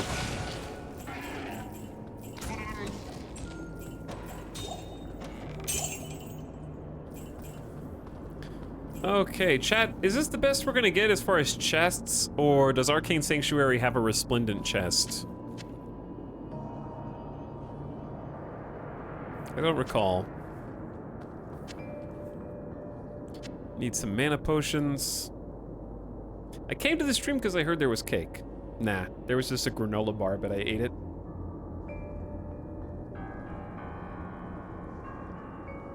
Hi everybody, I played Diablo 2 Resurrected. Nice, director. We're just having a casual, normal mode lore run, getting ready for D4. Playing through the Diablo franchise. The mainline franchise. We did Diablo 1, now we're in D2. Gonna be cruising through D3. And trying to beat them all before D4 releases next week. But I started playing D2 earlier this year and have really enjoyed it. It holds up super well. Hey look, arrows. Hold on, arrows? Did somebody say arrows?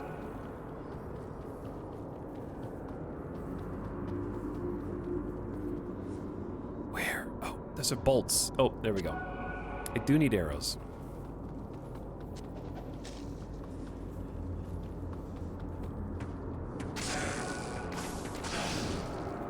But yeah, there's like some good loot here. Like we already got a pretty sweet bow. There's some decent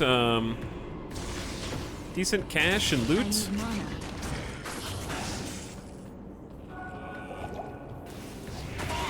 Some nice big groups.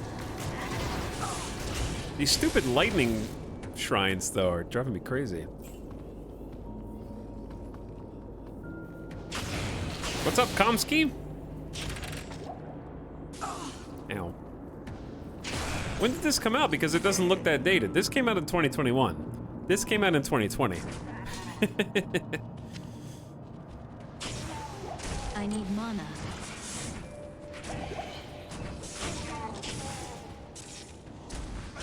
That's what Diablo 2 Resurrected is.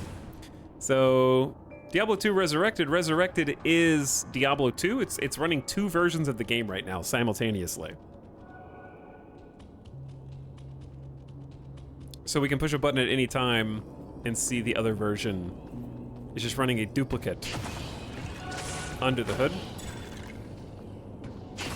And so Resurrected is the exact same gameplay of the OG Diablo 2, and you can optionally play with Lord of Destruction, which I happen to really like. So I don't see any reason not to, unless you're just sort of like want that vanilla experience. Which is fine. The option's there.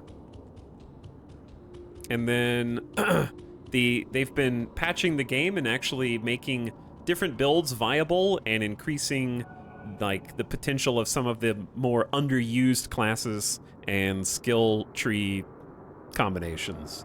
So it's actually still actively being patched, and we're actually in a season character right now. So there are Diablo 2 seasons. Seasons typically have their unique rune words, which is like a, I'm just gonna say for simplicity's sake, it's a class of item. I don't feel like explaining rune words every single time we mention the word rune word. I need mana. But let's just say it's a special type of item, and they're adding new ones each season. So like this season, I believe there are some special rune words that might make like a fire assassin stronger, where that may never have been something people did before. So like my main character is a paladin, the one that I started playing this year, and like the move that I'm using on my paladin, that's my entire build, was not viable to play with at all before Resurrected. But it was just a move that was super underutilized in the original, and they buffed it, gave it a little buff, made it viable, and so there's a lot more builds now than there were in vanilla because of that kind of stuff.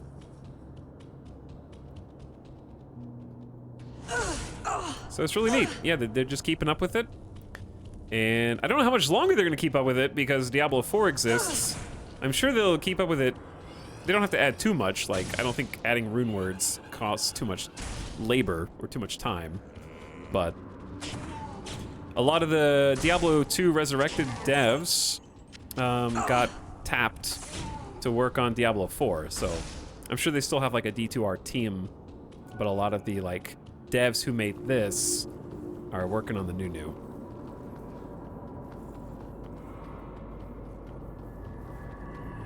So right now we're just kind of we've already got what we were looking for here. I just want more loot. And I also really like Arcane Sanctuary, so I'm not in a huge hurry.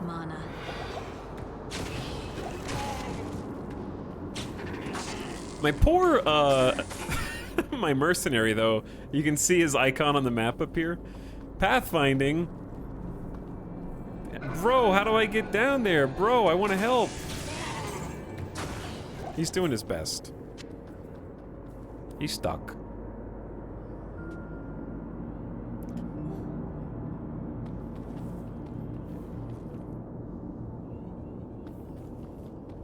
But yeah, it's a game that I just started playing like in February or March.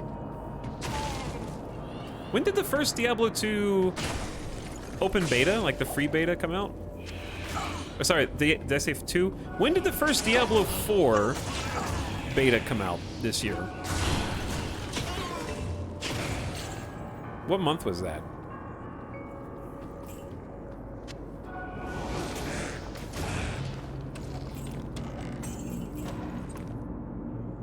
Ooh, a rare belt. I am overburdened. March was the first one? It feels like it was longer ago. We don't really need that club. Yeah, we don't really need that club. Alright, I say, we've done a good chunk of Arcane Sanctuary. We can always come back here. And we got what we needed, so let's go home and progress.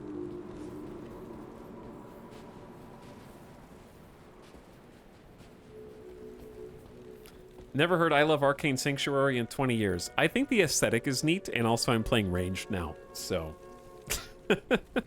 And how can you not love it when you have GamerSense and you go to the correct corner to find Horizon on the very first try? It's easy. Just find him on the first try. Good to see you.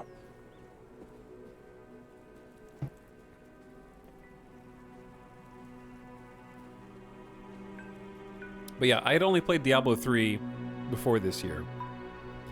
Actually, kind of mad he found the summoner that fast. Yeah, I just stayed in Arcane Sanctuary for fun. Does that piss you off? So, we need to talk to Deckard because we have discovered the secret location of the Valley of the Magi. Is that what it's called? And we have the correct rune in order to identify Tal Rasha's tomb, which we're looking for. You must move quickly now, friend, for Diablo is undoubtedly close to finding what he seeks. Find the tomb of Tal Rasha before he frees the Lord of Destruction. I hope that this false summoner found peace in death. Unfortunately, it is more likely that he will be dragged down into hell by the demons he was bound to. Let this be a lesson to you.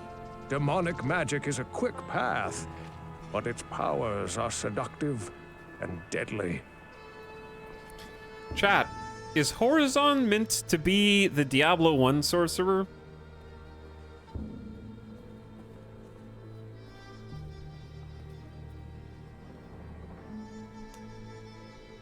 Since, talk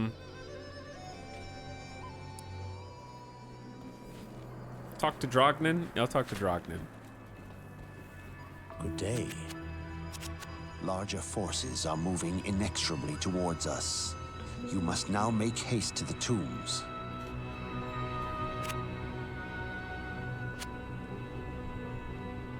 Oh, okay.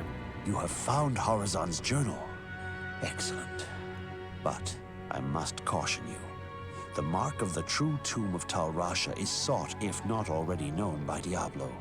I needn't elaborate on the implications of that. So, Horizon is long dead, but the false summoner is the false Horizon. He's not the real Horizon that we just fought. That was the D1, the Diablo 1 sorcerer, who came across the Arcane Sanctuary and then kind of decided to follow in the footsteps.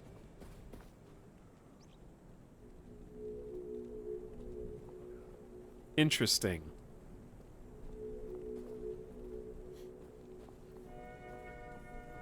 Jazrith is the Diablo 1 sorcerer and the false summoner, yes. Okay, because we encountered the rogue from Diablo 1 already and had to kill her. She was in the cemetery from Act 1. Bloodraven, yeah. So there's only one who remains, and the one who remains is not gonna be that easy. The warrior. Okay, let's get some more lore. Yes, citizen. So, Horizon's been dead for some time. I take it you at least found what you were looking for.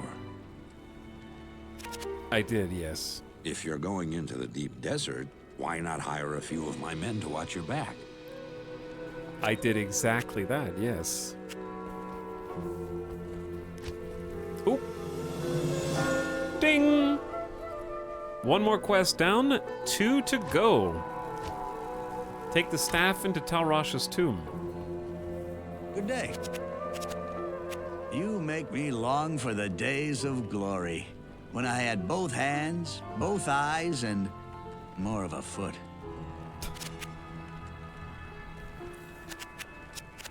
News of the tragedy in the palace is spreading fast. How awful. And to think, this whole time I thought Jaren and his guards were in there playing with the harem girls.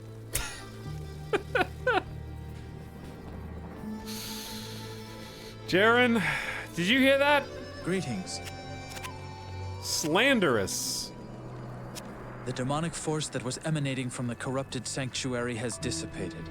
I thank you greatly for your help. Now we can look to rebuilding our lives. All will be for nothing, though, if you do not stop the greater evil which is rapidly gaining ground. I thank you for your heroic aid. I'm also glad that you found something you were looking for. The journal should help you find the true tomb of Tal Rasha. Hopefully there is still time to get there before Diablo.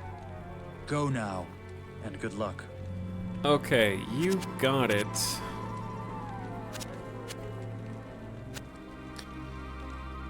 So yeah, they actually have more to say about the Arcane Sanctuary, which I didn't realize. Good day. Check me 1 second, I gotta close my window. It's getting dark outside. Okay, there we go.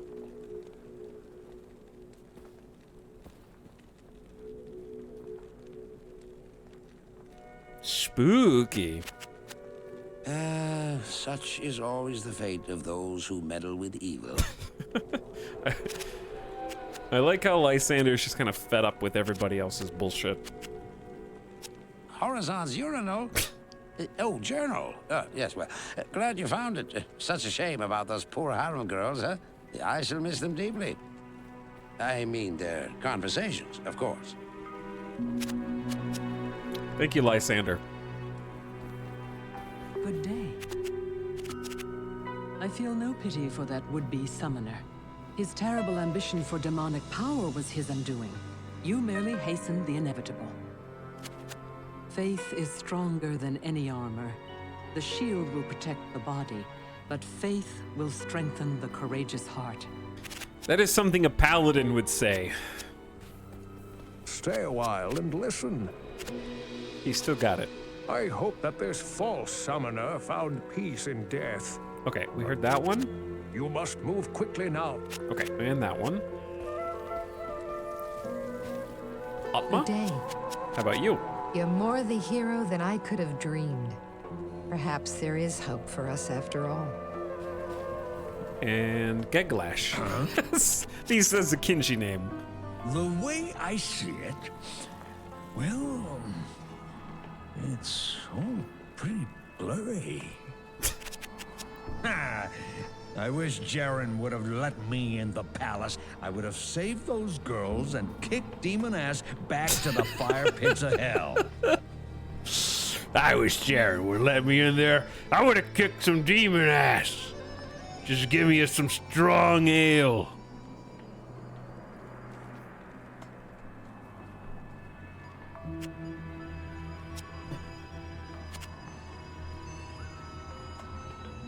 But this is one of the things that just makes Diablo feel very lived in. Like, we did one quest. Good day. And then everybody in town has something to comment on it and react to it. And it's just little details like that that don't have to be in the game, but are. Well, you've got what you're after. Now get a move on before it's too late.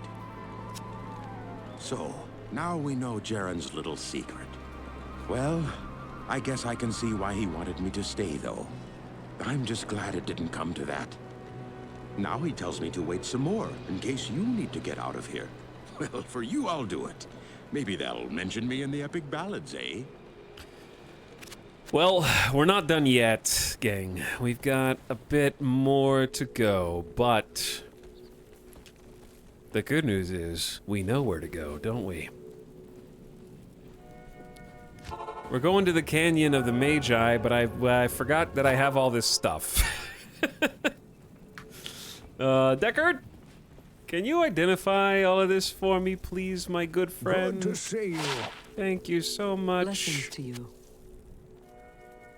Okay, before we do anything, let's check our friend over here.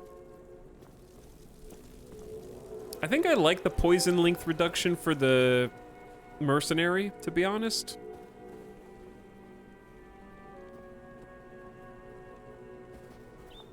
Now, we have a belt. The one we found doesn't have as many slots, unfortunately, so I'm probably just gonna sell that. We have a magic find amulet, so I'm not gonna take this one. Yeah, that's too bad about the rare belt.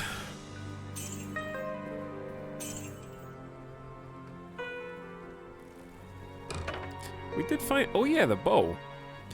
So let's put the bow in the stash. We'll come back for this.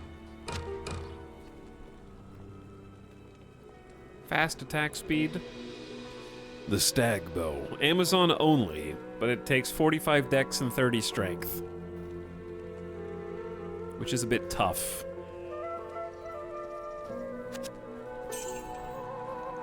Alright, and then we can put up the gems. We got a stack of keys. And then we're good to go. Alright, now we're gonna go to the Canyon of the Magi. I said valley, close enough.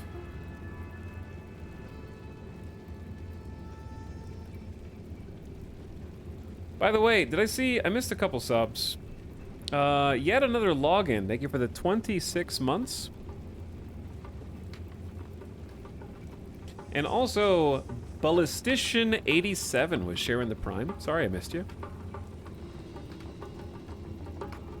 Tag you in chat in case you're muted right now.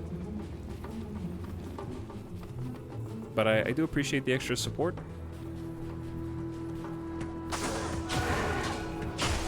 Back outside in the desert. Exploding Arrow has been honestly quite good. You just have to hit your intended target. My pleasure, smiley face. It better be.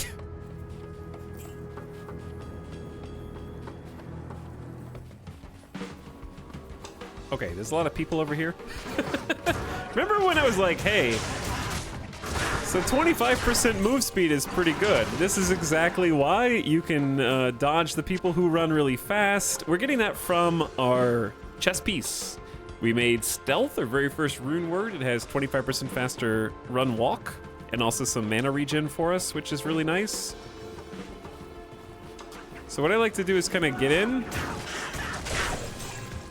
use Ilzon, my merc, as bait. When they go for him... Oh, I forgot to get potions. When they go for him, we just blow up the nice little group together.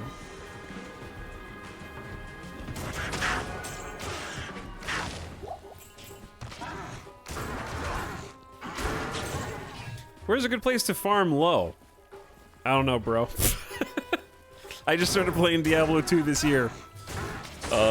Probably Wowhead or Diablo 2 Wiki.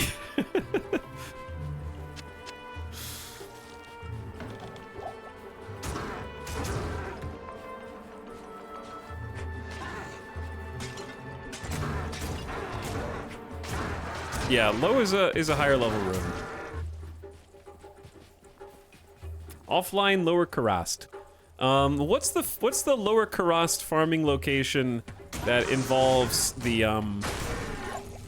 place with the like fire pit? What is that farming area for? Is that for runes or something else? Ooh, a Grand Charm. I want to identify that right now. +4 to strength. Well, this thing is massive. But charms might be, it takes up a lot of room, but that might let us use...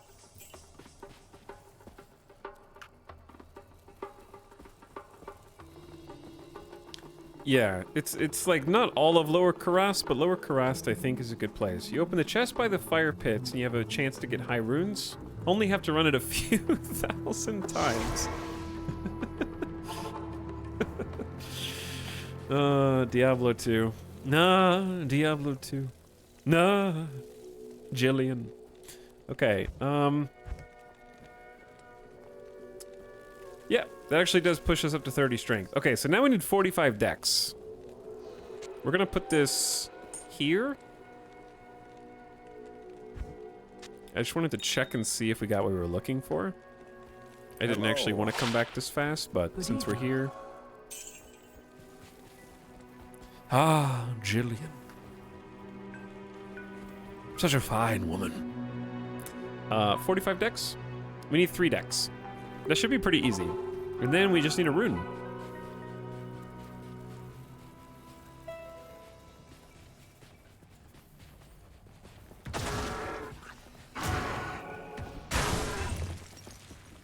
Should be pretty straightforward.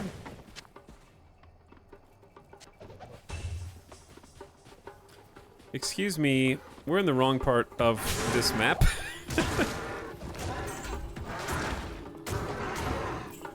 Get poked.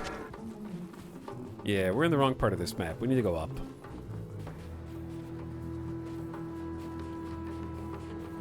Either way, I hope you find it, Dustins. I hope you find your low rune. What are you trying to craft?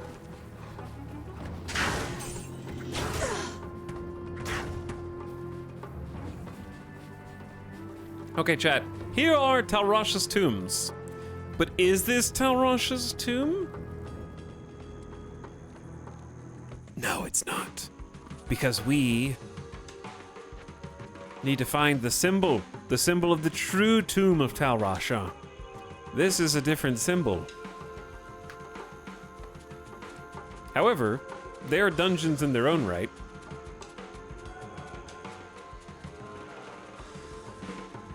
And you can just do the dungeons.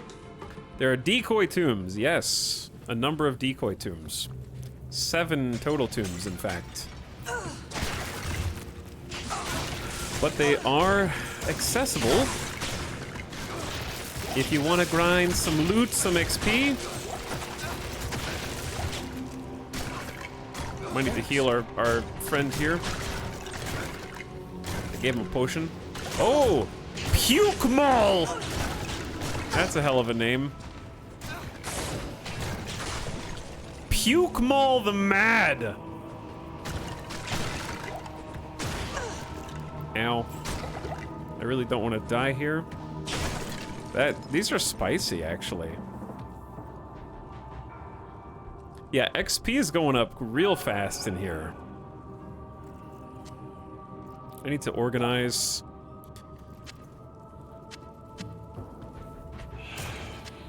My potions.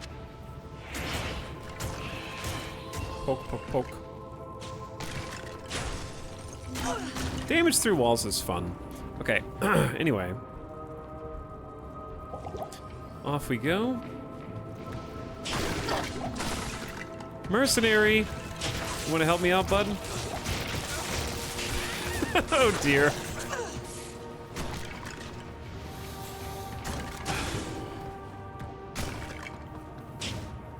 I always did the other tombs for XP. Yeah, the XP is really nice.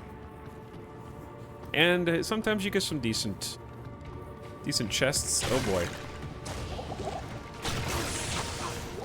I'm giving you some supporting fire here, friend. Oh, he's almost dead. Are you gonna die? Don't die on me. Do I have to potion you? Fine. Thanks. You can have a potion.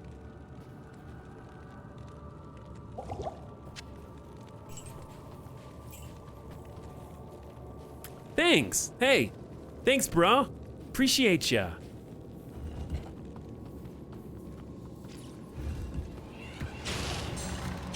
I should not be going in there.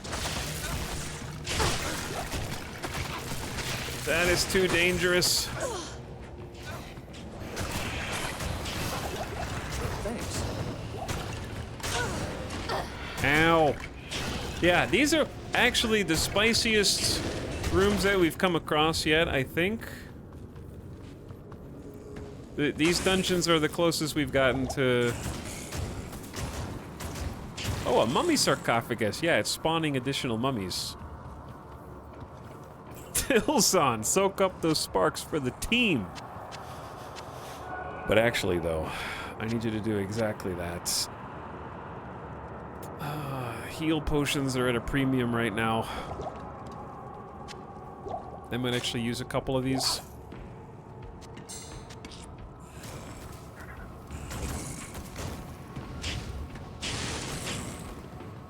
L plus ratio. Nice. Good job, chat.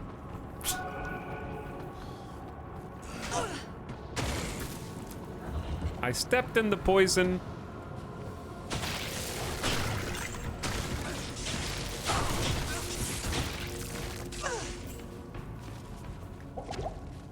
One day, we'll actually have some good mana regen. Ow. But it is not this day. Is L a common rune? Yeah, I think it's actually rune number 1. Chat, is L the first one?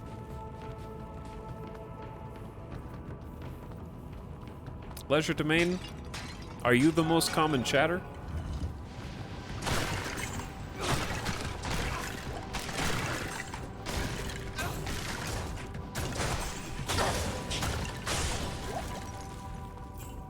Okay. Take it easy. We basically don't have any potions. We have... Well, I don't know why they're exclusively dropping mana potions. Common chatter L. L is rune number 1, but it's actually number 2. Oh god. That... Just spam. Just shoot. Oh my god. You're gonna live! We had champions in here. I leveled up and instantly went up almost 2 XP bars. Good healing potions in here, though. Arrows?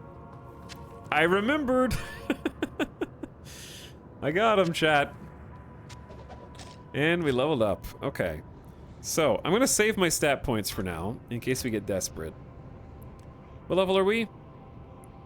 21. It's almost time. We unlock Immolation Arrow at 24. We should definitely get that tonight, which is exciting. We're up over 200 max damage for Exploding Arrow. It's doing work. There's our Radiant Chest. Get some bonuses. I am overburdened.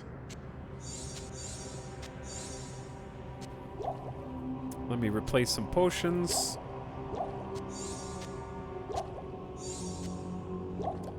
Topped off.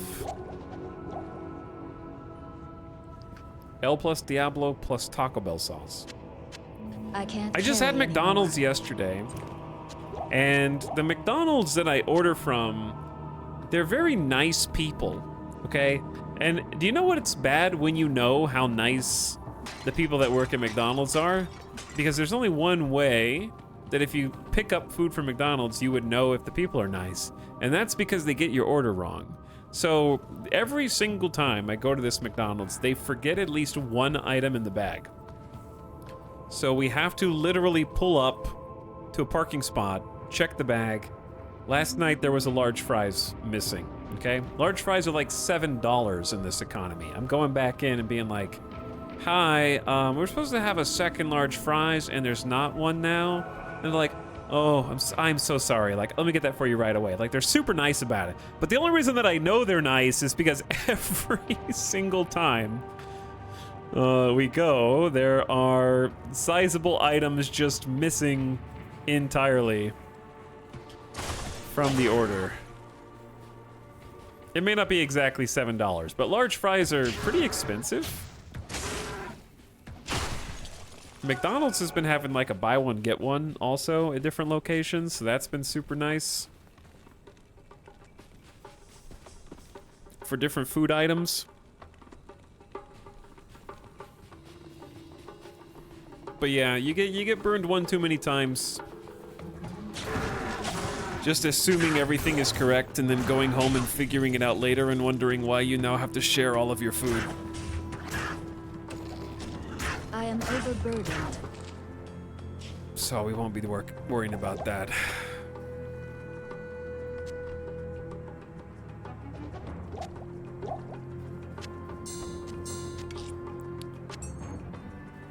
Well, let's go back to town anyways. Because we're pretty much full. And we don't have to do, we're not going to do all 7 of these dungeons. I just wanted to do one to kind of show you that you could, what it was like, and kind of how much XP you can get from them, because it's really good XP.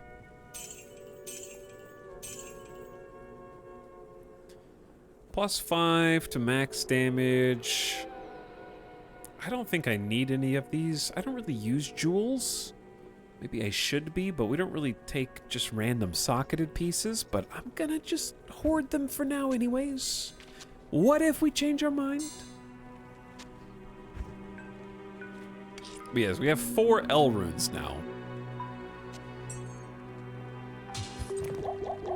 If you were wondering how common they are,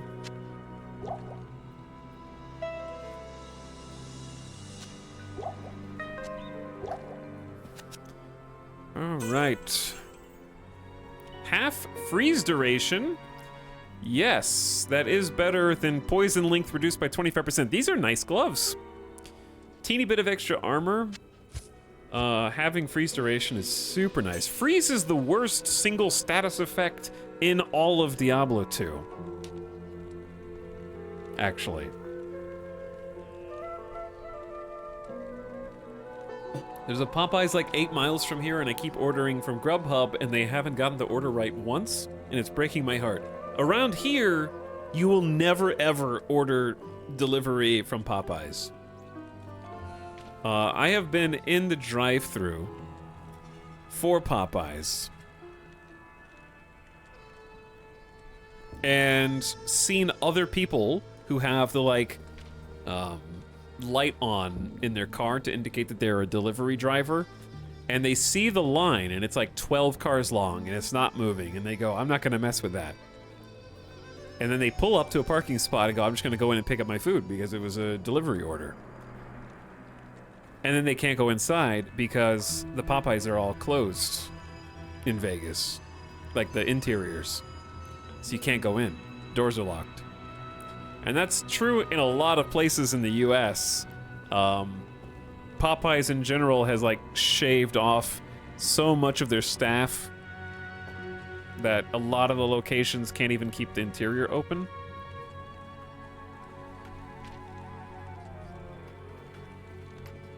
Like, they were in the news last year or the year before. I don't remember what percentage of the locations they're doing this in, but it's like everyone quit during COVID and they can't manage to hire people back. Yeah, they're like the quintessential, why won't anyone work for us? And then people are like, well, what if you paid us? And they're like, but why won't anybody want to work here? It's like that quintessential problem. And so they're like, fine, I guess we'll close all the interiors. But anyway, the guy was so sad. He got out of his car to go pick up the delivery order. He tried the first set of doors and was like shaking, like knock, knock, knock, knock. He did like the I can see you in there. I can see you in there on Black Friday. Just let me in and let me get the TV. And he stood there and like indignantly knocked. Pronunciation's hard. Like 3 or 4 times. And then he went and tried the other set of doors, and those didn't work either. So I saw him go back to his Jeep, and he just kind of sat there like, I don't know what to do. I'm sure he probably just canceled the order. But apparently this is a common thing where if anybody gets like a Popeyes order and they're like a delivery driver, just completely deny it and take this small hit to your rating or whatever it is and just move on, because you'll just sit in line for an hour. The lines are crazy. Suffice to say, I can't believe that you get delivery Popeyes. Like, that doesn't really exist here at all.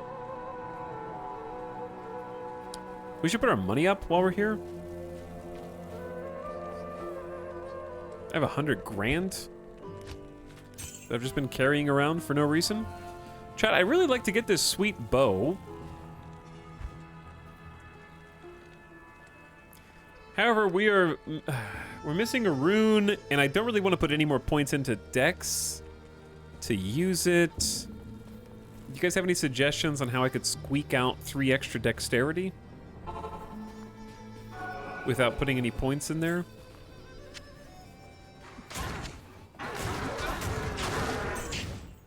Just find a better bow. Here's another Amazon only. This one's got 3 sockets with the same. Just find the perfect charm. It's easy.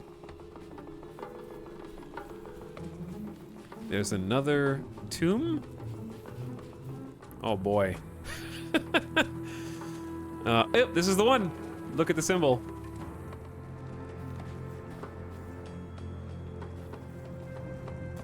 Here it is, matching it right up.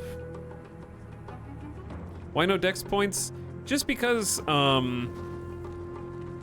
Diablo 2 is kind of weird with its point system. It's a complicated question. The simple answer is that even though you have stat points to put into your character, the overwhelming majority of Diablo 2 characters for endgame will have 99% of their points put into vitality. So it's somewhat the illusion of choice in that way, where there are some exceptions, but you basically just need health to not die.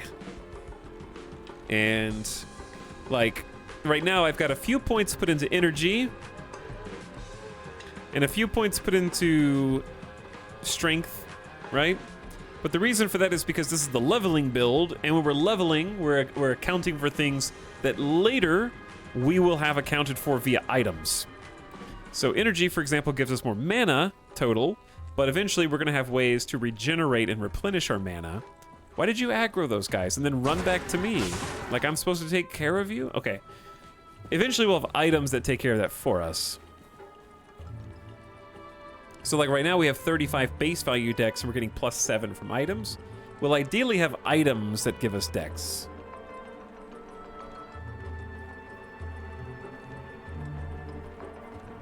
You probably want more dex for gear in general too. Probably.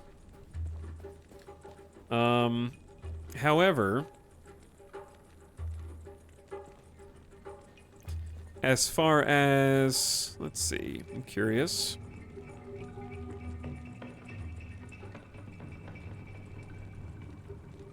The tricky thing with stats and attributes in Diablo is the guides will tell you how much you need for end game, but what they don't tell you is that that includes everything that gives you said stats. Like, for example, for an Amazon, you're gonna need about 80 or so strength end game, which will be enough to equip things.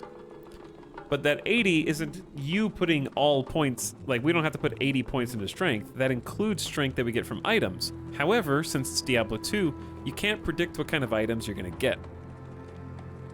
I don't follow guides. I prefer to play my own game. That's fine, Shywolf. You can totally do that. You won't be able to play as long as the people who use guides do in Diablo 2, but you can do that for as long as you can, and then you'll probably decide that it's not worth it once you get to hell difficulty, and you'll look up a guide and suddenly your character will be like, oh shit, I'm powerful now and I'm having fun.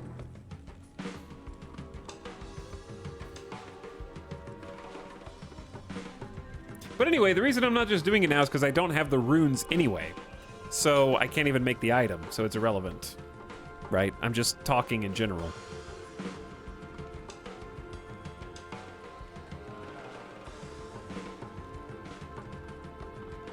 Or just play long enough. You'd have to play long enough to learn a lot of very secret things. Like, if you play Diablo 2 without a guide, you won't know what rune words are. And if you don't know what rune words are, your time is just gonna be over before everyone else's is. It's like you're gonna be missing like the final third of the game, basically.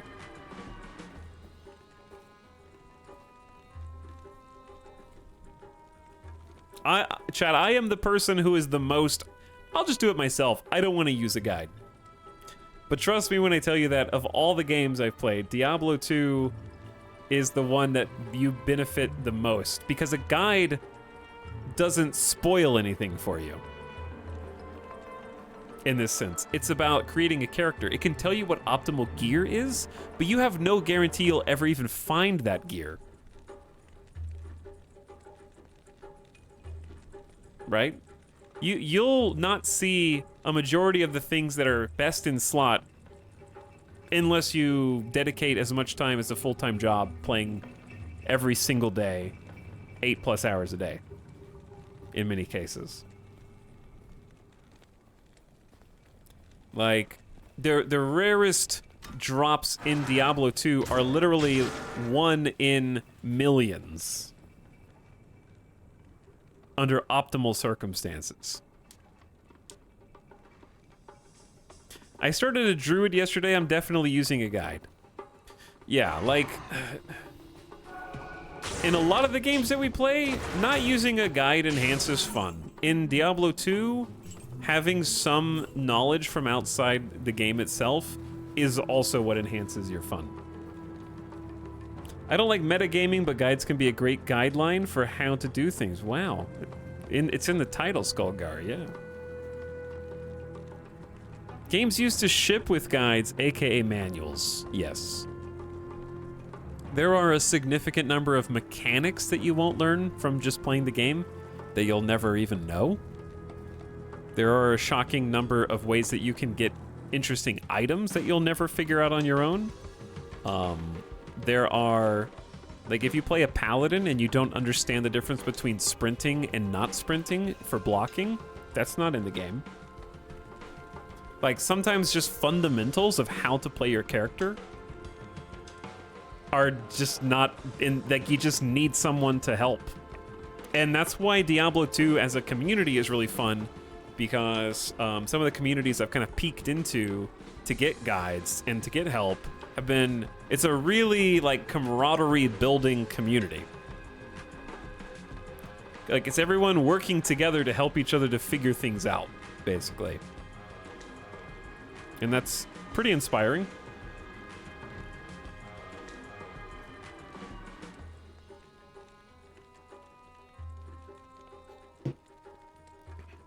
But yeah, you don't have to play with a guide, and you can just play until you get frustrated, and maybe once you get frustrated, then look up a guide.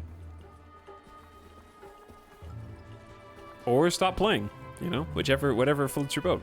You don't have to look up a guide. I'm just saying that it's very beneficial too. And it's not the kind of way where someone's telling you, here's the thing about Diablo. In Diablo 2 and Diablo 1, there is no I win button. You can't just like, oh, I looked up a guide and now the game isn't challenging anymore. It's impossible for that to be the case. The game is just that hard over time, especially as you go through Nightmare and Hell difficulties, that the guides are people who banded together to try to share their information to try and, like, help you overcome those incredible challenges.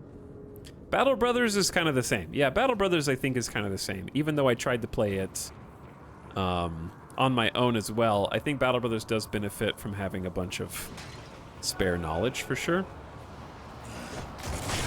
It is dark back here. A little spooky.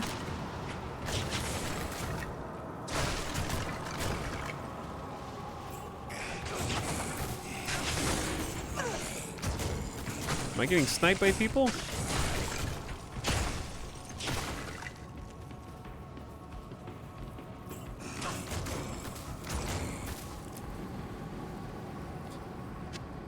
Composite bow. But yeah, I don't have the rune that I need. I can't. I don't have the rune that I need for the special bow anyway, so I'd have to go back and grind for that rune, which is totally possible. We might go ahead and do that after we complete Act 2. Because it might help us a lot going into Act 3.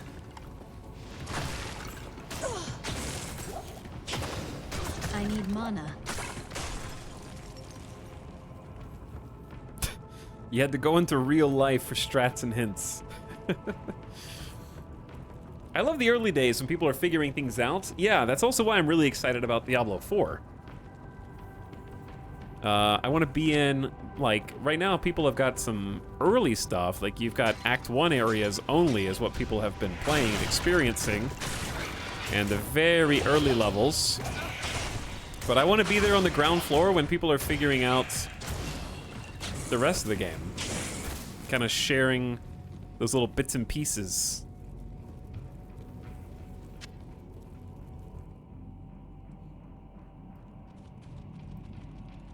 Smurg Smurg, this is actually Diablo 2. It's still a crazy graphical upgrade from the first game, but we're playing Resurrected, which is from 2021, the remake. I don't know if remake is the right word, but that's what we're gonna call it.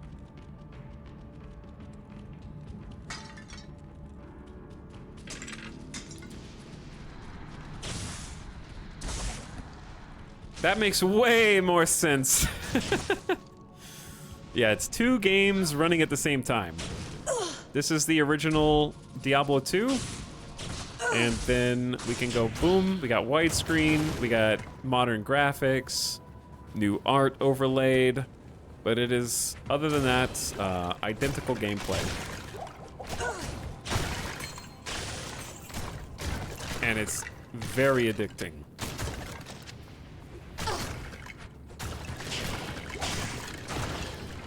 And we can switch back and forth as often as we want. What am I getting hit with? These dudes in the corner, they're like hiding in the darkness, which makes it even more complicated to find.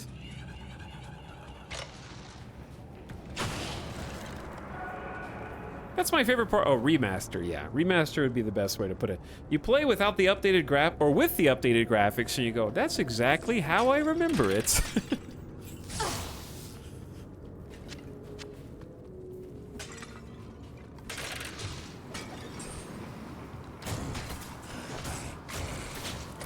Okay, we got some rings. I don't need this bow. Can you get out of the poison? He's just standing in it.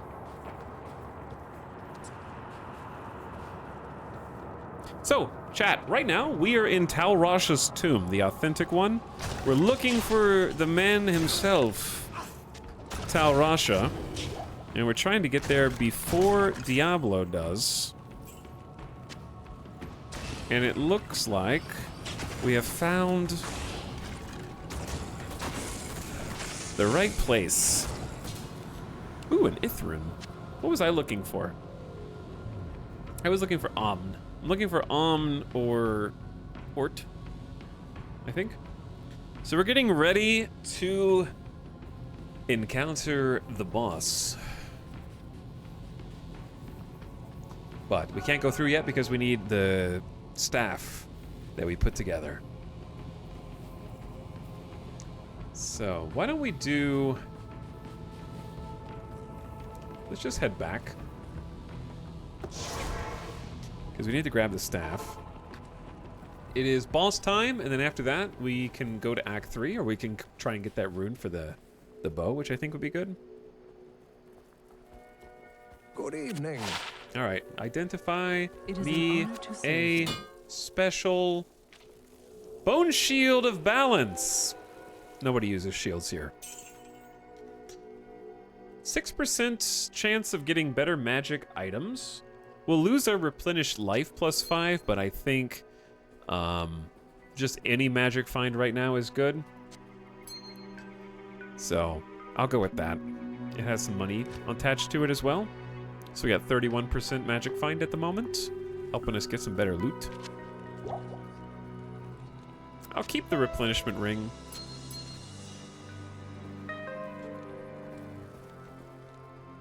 To be honest, maybe just don't play Diablo 3 before Diablo 4 releases. I like Diablo 3. I've been playing it in my free time, actually. Almost finished with a campaign with Witch Doctor. It's been great.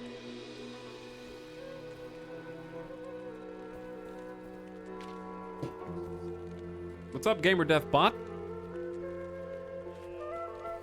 I'm already one step ahead of you, GDB. Okay, so we got a couple of choices for stag bows. We can do 2-socket or 3-socket depending on which rune we get. I'll probably want to go with the 3-socket one. Because we can make a better rune word with it. That'll be better for our build. Give us some nice attack speed. Yeah, Witch Doctor is really fun.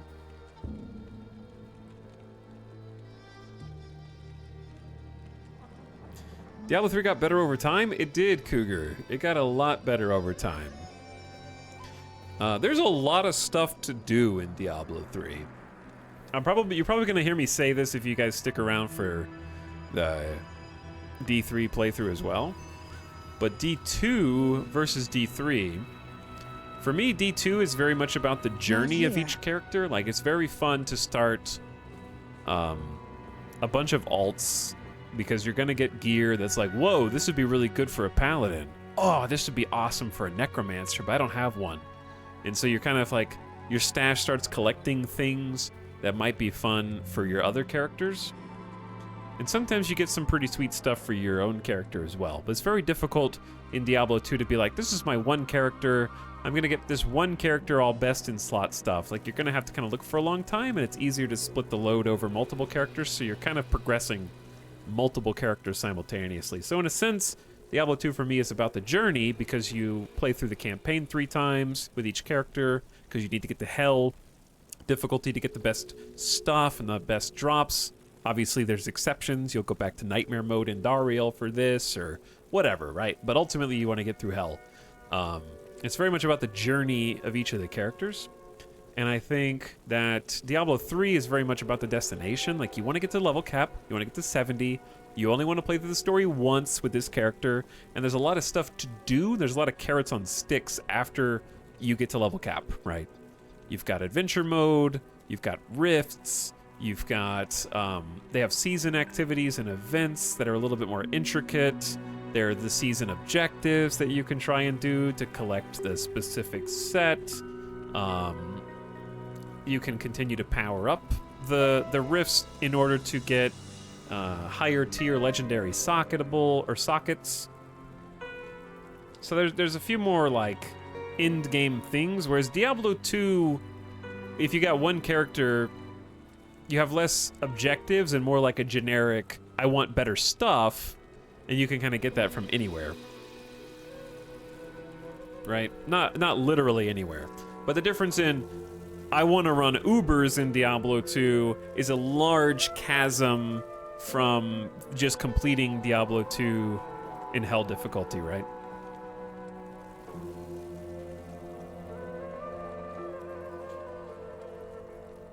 I missed the whole stream. Welcome back, Bucky.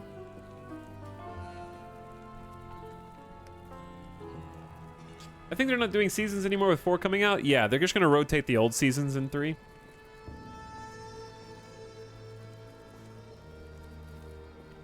But yeah, Diablo 2's on BattleNet. If you wanted Resurrected, though sometimes it goes on sale for like 20 bucks or less. So if you want to, I don't know if it's on sale now. It was on sale on Xbox and PlayStation last time we played this. I don't know if those sales have ended at this point, but it was very cheap. It was like 20 bucks for the combo pack of D2 and D3, which is a great deal. All right, I'm just pacing. Chat, are we ready? Let's do this. I need to get my equipment, my private stash. We have a Heraldric staff, that's why I came back, and I almost forgot. That's why we're here. Empty the inventory and get the staff. We are in Talrash's tomb. Okay, before we go in, I gotta stall for one more second. I'm curious if Deckard has any unique dialogue for finding the tomb. Yes. Excellent. You have. Okay, I just wanted to check. Okay, it's time to game. Let's plug it in. The Heraldric staff. I love that it has all these 6 stats, and then it's like, you can't use them. Go into the orifice. Merge with the orifice.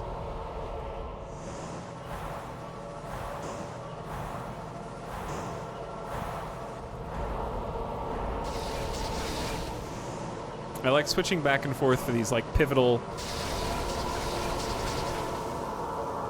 graphics. We're going into Tal Rasha's chamber, but before we do, we want to plop a town portal down right there. It's go time! Duriel's here, and he's not waiting for anybody. Surprise, bitch! Uh-oh. My Merc is dead. Not enough mana. Uh-oh. Duriel, you bastard! Oh.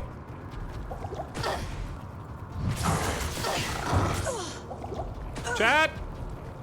I gotta chug potions to stay alive! The move speed on stealth is gonna keep us alive here. Alright, ready?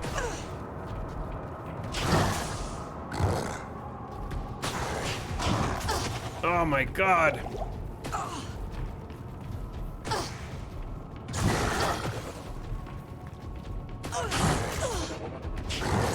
He's almost dead. He's almost dead! There we go! All right! Woo! Spicy!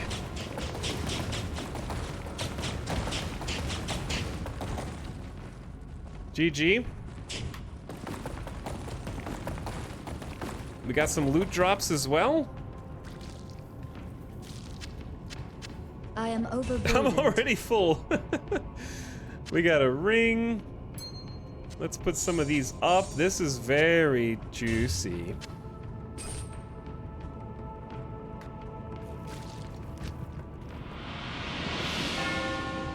Ding! Okay, Duriel is down. We had to sacrifice our mercenary to make this a little spicier than it needed to be. And I am just going to pop... So what I did was... We actually can't go back through this way. The reason I put a town portal right before the entrance is because when you go in, Duriel is just there in your face, ready to surprise you and ambush you. And if you die, you don't want to have a town portal in here because you go port back to town.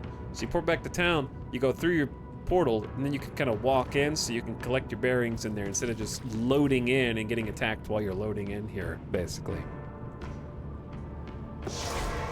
So, GG. Let's go heal our friend.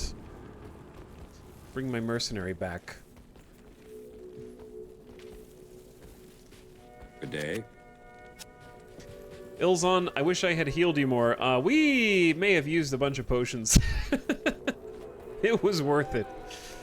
Okay, let's go ahead and restock. Get the belt refreshed. We had just the right amount to stay alive.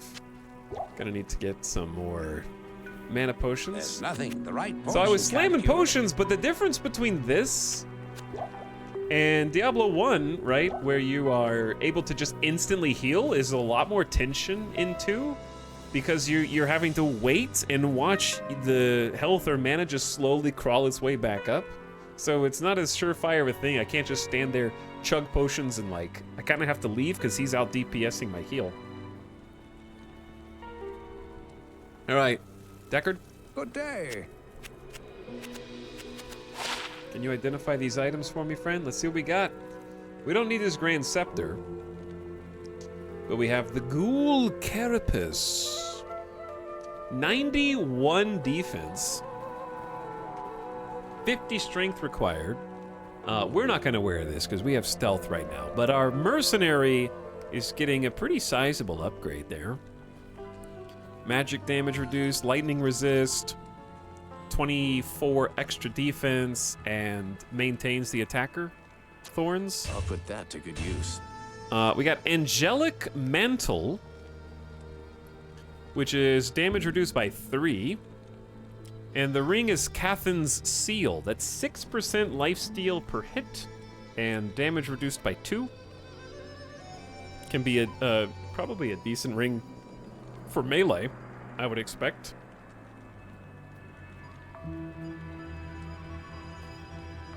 And then we got another mace, and I'm curious about this.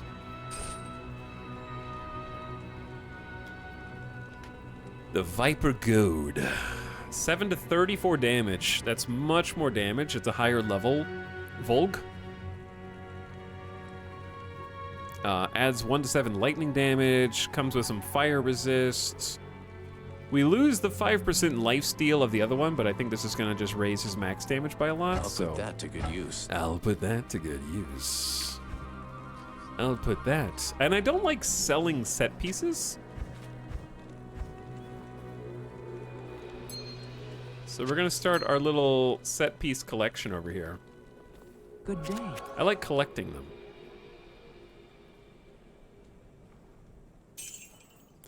Take that, and that. Not in town. Sorry, didn't mean to push that. I've got a full mule who just collects set pieces. You gotta hoard the set items. Yeah, you just gotta hoard them. You never know when you might need them. Either way, GG, chat. We got a little bit more to do down there, but Duriel down is really nice. Because we entered Tal Rasha's chamber, we had a nasty surprise in the form of an unexpected guest.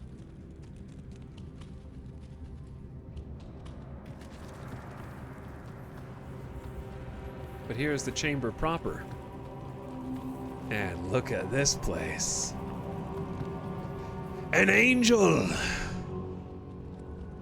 That was a fast act 2, yeah. We're through act 2 now.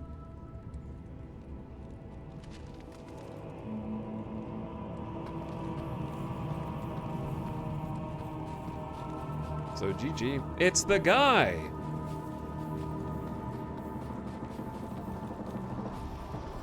It's the guy. I'm just walking around to kind of see what this place looks like. Yes, you smoosh the worms in this as well. Well, mostly. I smoosh this one. There we go. So yeah, you can. All right. Who's this? I thank you, Mother, for my freedom. But I did expect you earlier. I am the Archangel Tyrion. I came here to prevent Diablo from freeing his brother Baal. But I have failed. Now terror and destruction roam free throughout your world. Even now, they head towards the eastern capital of Kurast, to the very heart of the Zakarum Temple. There they hope to find their eldest brother, Mephisto, the Lord of Hatred, who was imprisoned there ages ago. If the three prime evils unite, they will be invincible. Though it is unclear as to what their aims are, it is certain that they must be stopped at all costs. I am broken, and the energies that tie me to this world are diminishing rapidly. You must take up this quest and prevent the three brothers from reuniting. You must cross the sea and search for Diablo and Baal in Kurast. Now, hurry, mortal. Time is running out for all of us. Hurry! Bro. The Archangel Tyrion. I came here to prevent Diablo from freeing his brother, but I have failed.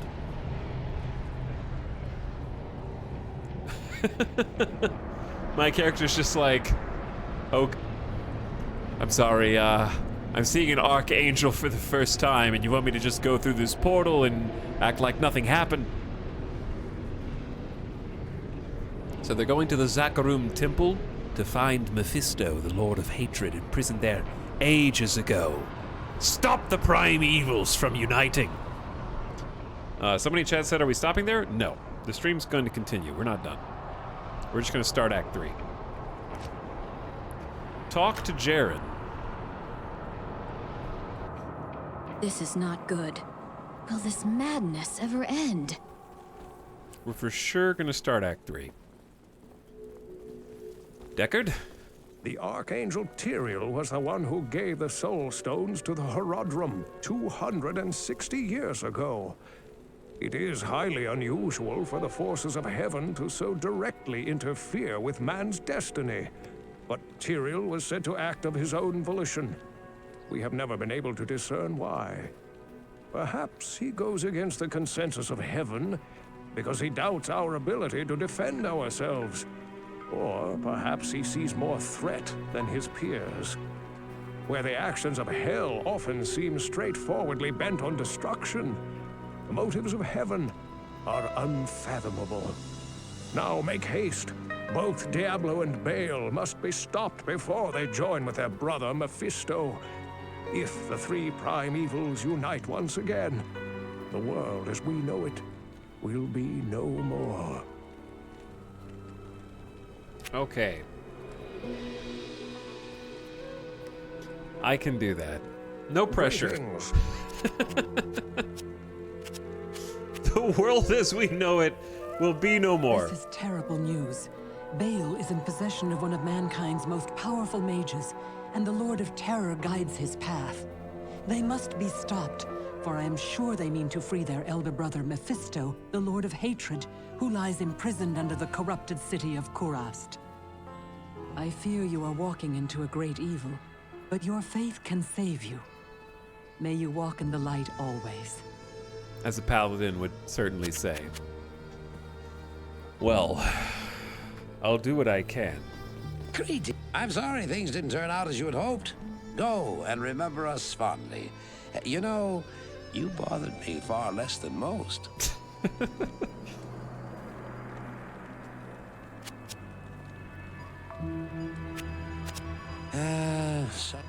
Okay.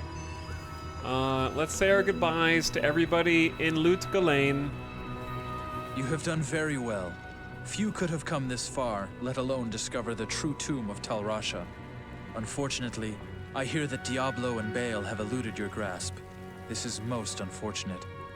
If you wish to travel east, I have authorized Mashif to give you passage by sea. Mashif? I imagine he should be very anxious to leave by now. He is, yes. Good luck on your quest, and thank you again for saving my beloved city. You will always be welcome in Lut Ghislaine, my friend. Good to know. Talk to Mashif. What you need? I heard that Diablo has managed to best you, at least for the time being. I hope you catch up with him soon, and send him back to hell for good. I'll miss you, gambling man. And Grease, greetings. Thank you for my new companion who died instantly against the demon, but I'm not surprised. He's just a mere man and not an Amazon. I've heard that your foe got away from you this time. Well, look at it this way. You've got the demons on the run. If you're going to be leaving then, well, thanks for your help.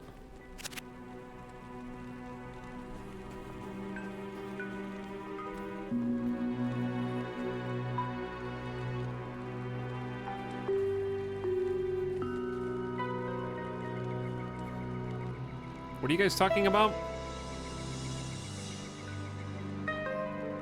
Are you talking about the pronunciation of Baal? Yeah, we say Baal, not Baal. Baal, Baal, Baal.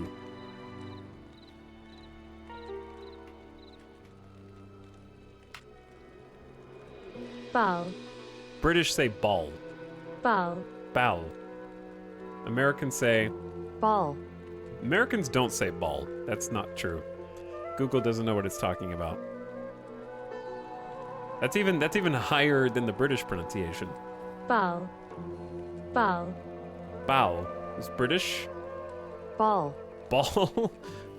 Nobody has ever said ball. Except Robot Mystic.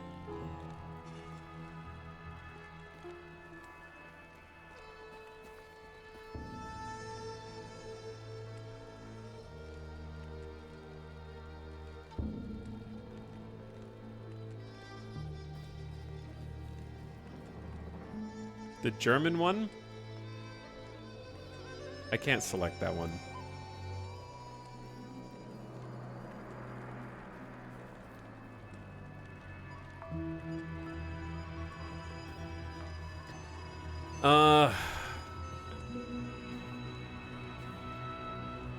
Like, here's like, I'm not joking when I say the top 3 results each have a different correct pronunciation.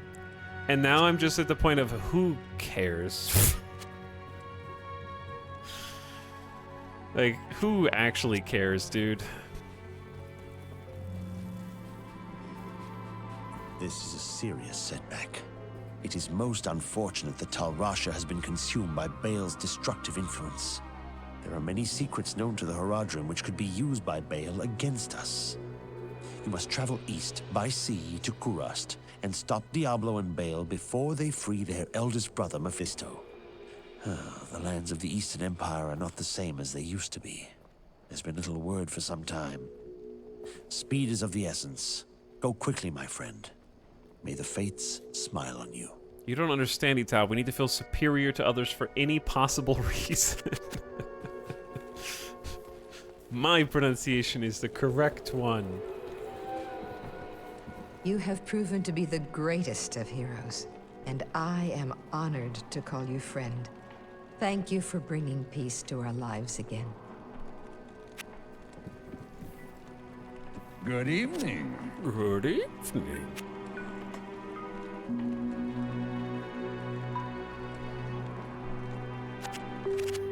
What do you have to say? You're an inspiration and such a hero that it makes me look twice as bad. You're okay. Hey, just save some glory for us little guys, huh? Feels good, chat. Getting ready to start Act 3. Ahoy, mate. Mashif is here, and we get to watch a video? We get to watch a cutscene? Oh, hell yeah. Actually, streamer, you should be calling him Devil, not Diablo. We were talking about a couple days ago the actual correct pronunciation of Diablo. Diablo. Diablo. Oh my god, perfect time to rejoin. It is a perfect time to rejoin. However, Midas needs water and to go outside. I need to take Midas out. By the way, yet another login. I saw you earlier in chat confirming that you saw that I said thank you for the sub. Also, the Floofening says skeleton please for 15th month. Hello. Can we get some skeleton pleases in the chat for my favorite Act City song in the game? And I'm gonna take the doggo out, and then we're gonna get started. Oops, wrong button. Then we're gonna get started with Act 3. I'll be back in just a couple minutes.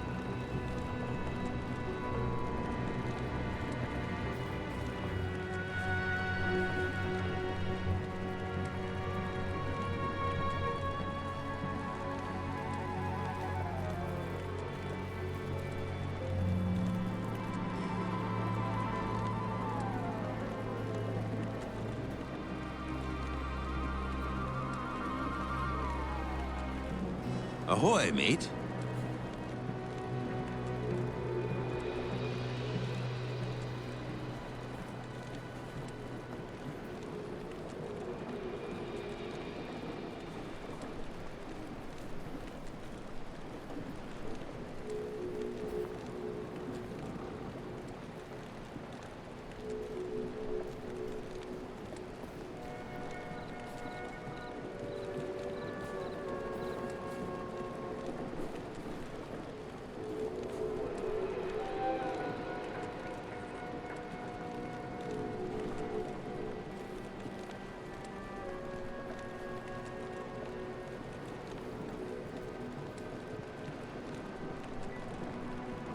Good evening.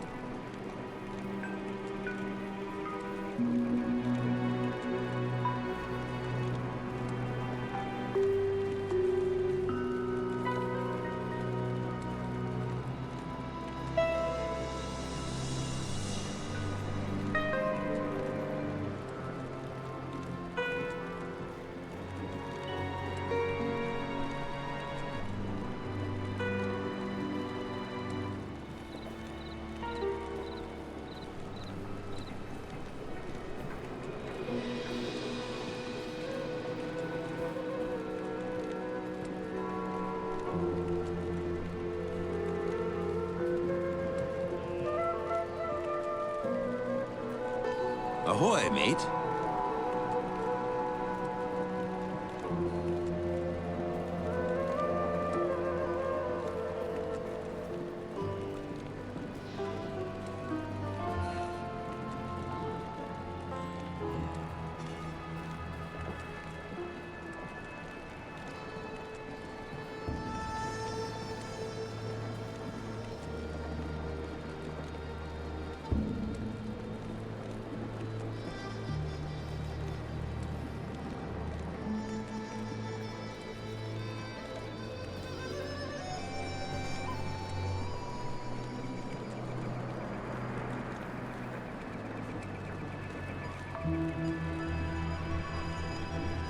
Good evening.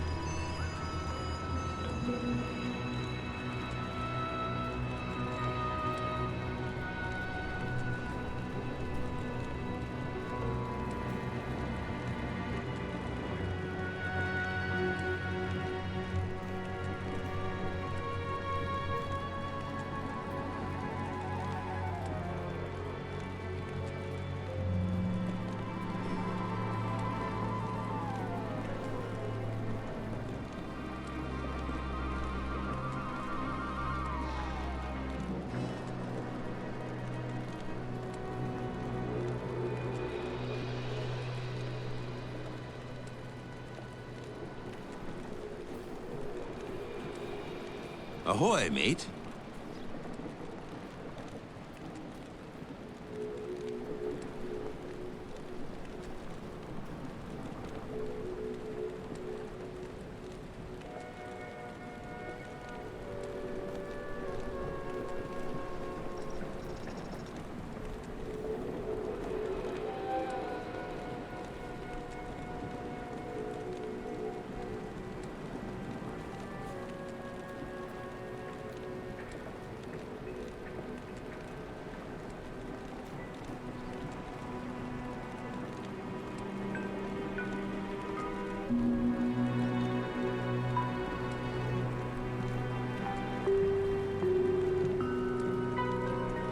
Hello.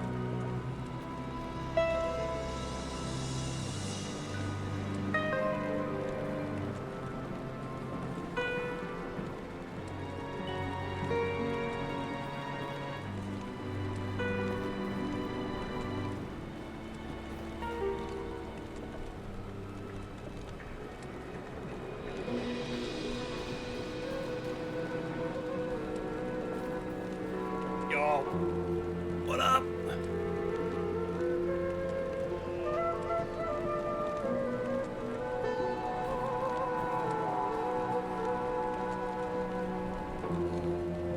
Hey, everybody.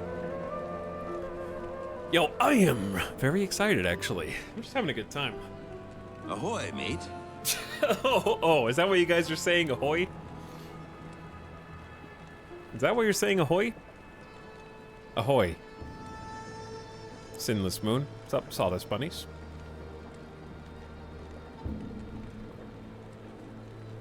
People arrive, ahoy. Good evening, friendly Stan. Good evening, Shabobo. This upcoming cutscene blew my top off when I first saw it as a kid. Well, let's not stall any longer. Jaren tells me I should take you east to Kurast. I haven't been there for several years, but rumor has it things are pretty grim.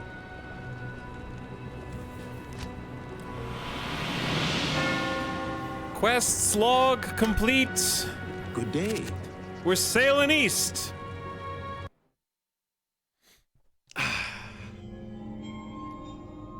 Here we go.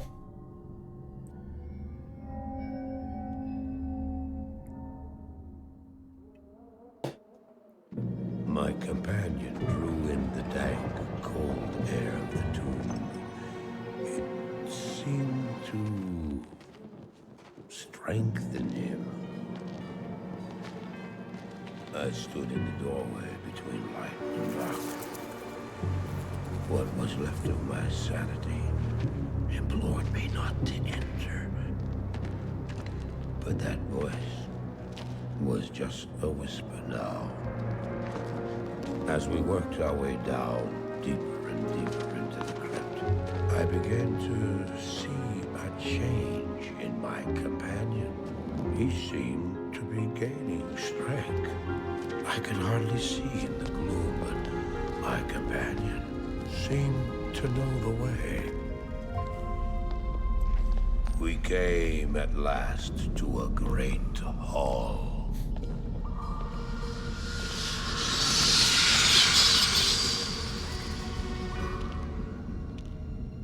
Yeah, this is the guy from the first cutscene.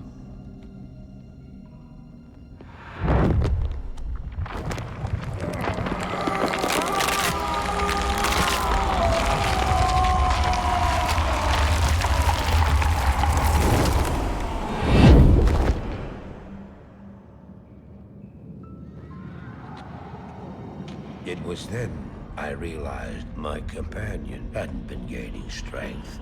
He had been losing what was left of his humanity.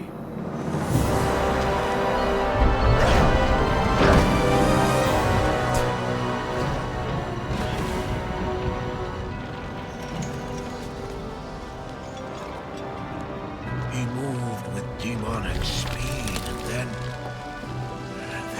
you appeared. Stop! The beast contained herein shall not be set free, not even by you.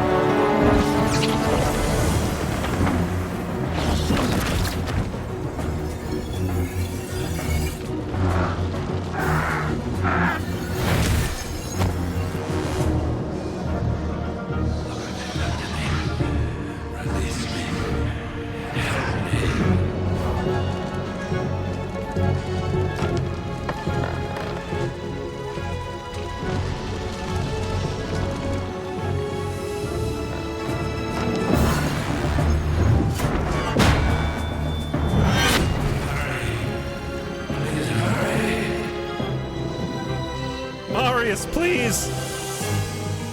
Don't do it! Don't do it! No, I said that! Fool! You have just ensured the doom of this world. You cannot even begin to imagine what you've set in motion this day. Go to the Temple of Light in the eastern city of Karas. There you will find the gate to hell opened before you. You must find the courage to step through that gate, Marius.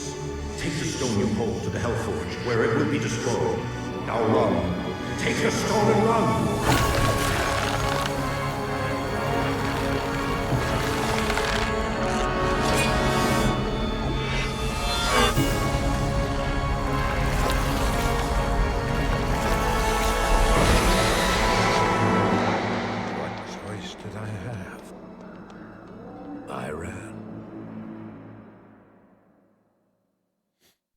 Why does Tyrael trust this random stupid human to do all that? Well, keep watching.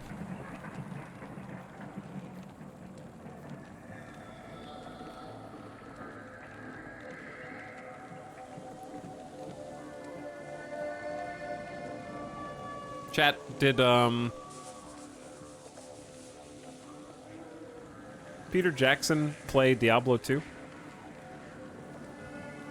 Because these cutscenes came out in 2000, and Fly You Fool was 2001. With the bridge. With the visuals and the Balrog. You know? When Peter Jackson wrote The Lord of the Rings, the story, like when he personally created the story, I feel like he was probably thinking about Diablo 2.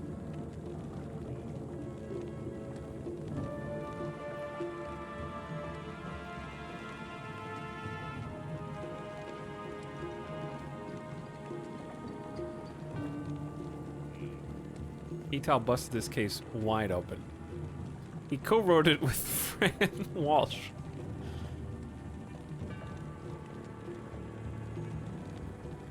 Good day. Welcome to Good Day, chat. Welcome to Act 3. We're here. We made it. Welcome to Karas, traveler. Few come willingly to this ancient city anymore. I hope you brought your wits with you, for sanity is in short supply here. My name is Ratley. I am a sorcerer skilled in metalwork. It'd be a pleasure to help you. I don't have many customers these days. As you can see, the populace has been brutally decimated by the forces of Mephisto. The canals run red with blood, and demons roam the land. The wretched jungle hell has already reclaimed Jungle hell is putting it lightly. The only safety you'll find is here at the dockside, where a magical warding holds the jungle evils at bay. But I don't know how long it will last. To make matters worse, the children of Zakharum are in league with the forces of Mephisto. The Zakharum have concentrated their power in the temple city of Travancore, located within Karas deep in the jungle wilderness. It's true, their zeal is unmatched, but I say the so-called warriors of light are nothing more than the twisted puppets of a hidden hand. Okay, Rotley, that's a fine welcome to Act 3. So to answer some chat questions, if I'm understanding the lore, the Hair Naga man was Tal Rasha tied to the Demon Stone. So Juni, Tal Rasha was the foremost Haradrim, like Deckard Cain is also Haradrim. So Tal Rasha was like the Haradrim guy.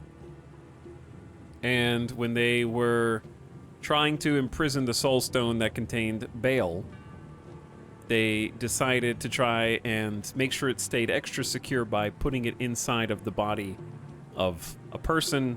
Tal Rasha volunteered to be that person, and then had his fellow Haradrim tie him up magically to the chamber down below where we just were, all the way down in the secret tomb where you could only access it if you did all these different things. And so the the guy with the, as you described it, Naga hair Naga, was Tal Rasha, but with the Soul Stone embodiment of Baal, who had rotted away his mind and long overpowered his host. So the person manipulating Marius and begging for help was Baal to be released. Like, look what they've done to me. So as soon as he removed the actual Soul Stone, that was like turning the key in the lock, basically.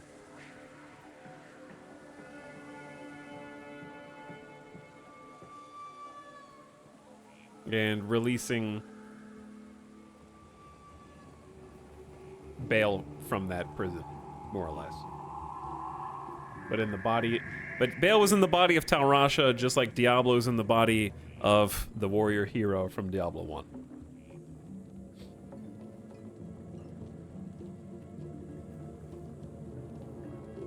Lockpicking lawyer is in this plot as well?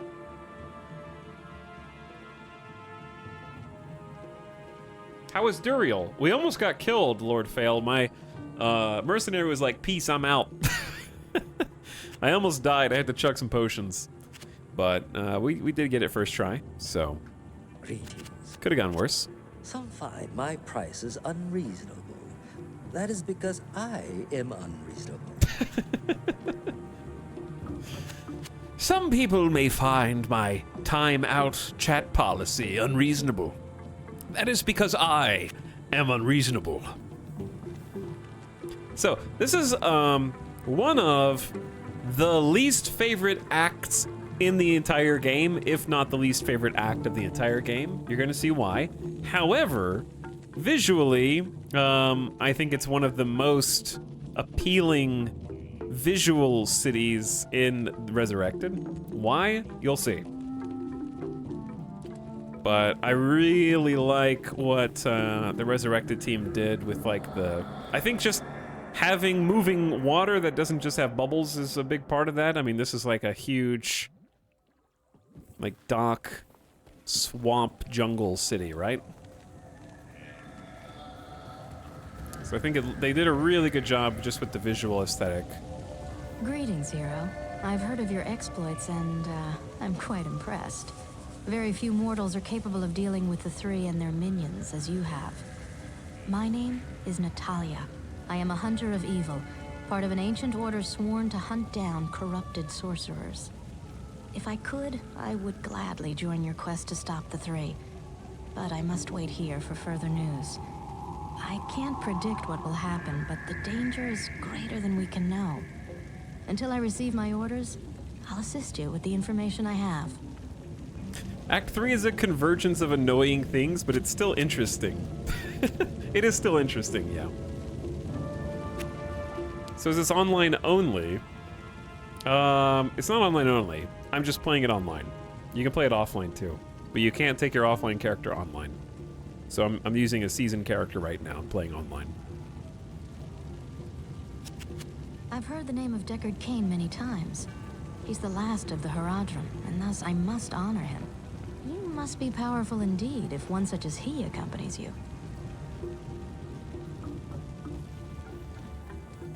Indeed. Let's introduce ourselves to the people of Kurast. But yeah, I just think that this aesthetic is really cool. With like the Aztec-esque vibe that we've got going on here.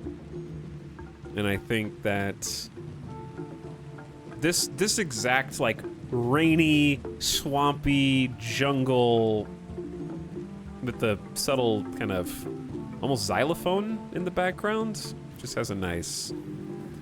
This would be my screensaver pick of choice. You now speak to Ormus. Ormus. He was once a great mage, but now lives like a rat in a sinking vessel. You have questions for Ormus, and doubt in yourself. Ormus sees a strange dichotomy in you, as he does in all would-be heroes. Speak to him, and he may grant you wisdom in turn. Or turn from him and seek wisdom in thyself. Ormus would like to provide wisdom to us. Alcor is able to explain things much more clearly than Ormus. Classic wise man who talks in third person.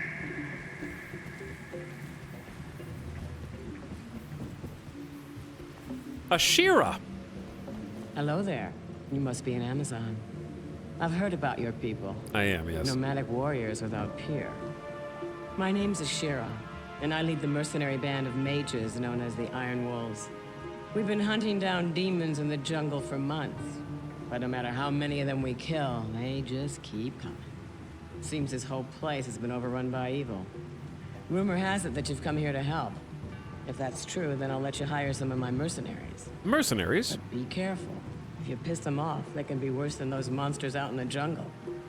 So we got Act 3 mercenaries, and Act 3 mercs include sorceresses.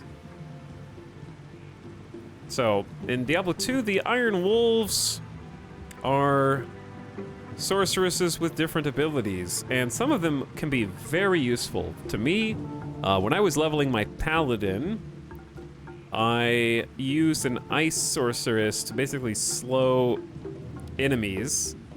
Like, these are all fire and charged bolts. There's a glacial spike one. That was really helpful. Ice blast freezes an enemy. So later on, when you're higher level, there's better options for freezing and chilling, but at level 20, where we're at, there's not really a better mercenary that has some ice crowd control. So that was helpful for me, especially because I was playing melee and I was trying to punch people. So having somebody who could like hold down the person I was punching so that they didn't punch me back was very nice. I appreciated it. Hello there. Your skills are unique indeed. They are neither sorcery nor physical, but seem to be a harmonious blend of the two. The Iron Wolves could learn much from your kind. And I like the Amazon-specific dialogue, too. It's cool. Who else goes there? Alcor. Damn it! I wish you people would just leave me alone. Oh, you're new here, aren't you? I am Alcor the Alchemist. I dabble in potions and salves, and I can sell you some if you really need them. But don't make a habit of coming here. I don't like to be disturbed while I'm studying. I hope you don't object to my badgering the witless. Great voice. Gamble! Alcor is our gambler. Okay, well, that's all we need to know about you. And then towards the center of town, of course, we have Deckard. I've not set foot in glorious Kurast for many years, but I never would have imagined it could be so corrupted. Certainly this must be Mephisto's work. You'd best get going, my friend. Diablo and Baal are still out there, and you must find them.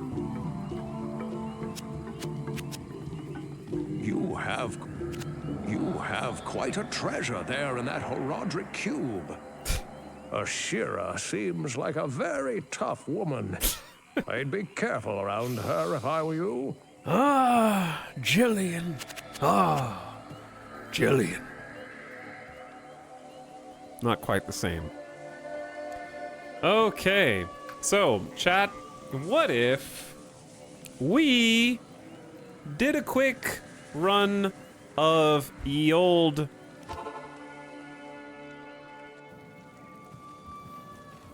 What if we did a quick run of ye old Countess, because we are one rune away from a brand new bow that I think is gonna be pretty sweet. And would probably carry us for a little while. And I already have the stat points remaining to pump our decks up enough to actually use it. We just need the rune itself. Which rune are you missing? Unfortunately, we're missing Omn, which is gonna be the hardest one for us to get here. But all we need is a little bit of luck.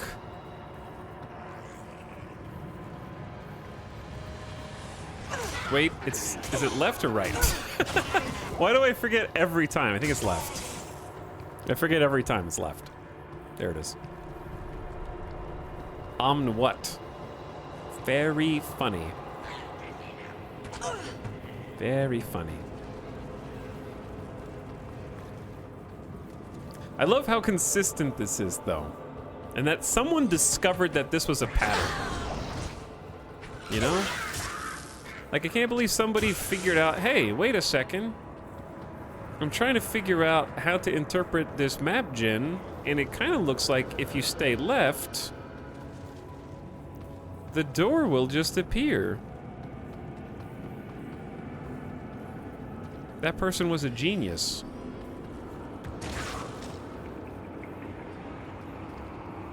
And very astute. Let's just go to the rune shop, lol. Rune shop? You think there's a rune shop? This isn't Diablo 4.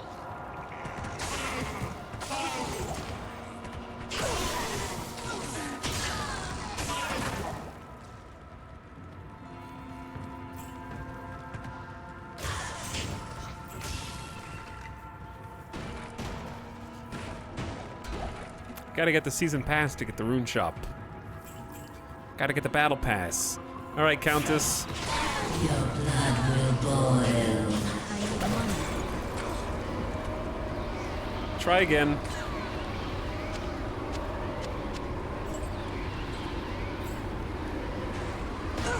Ow. Try it again.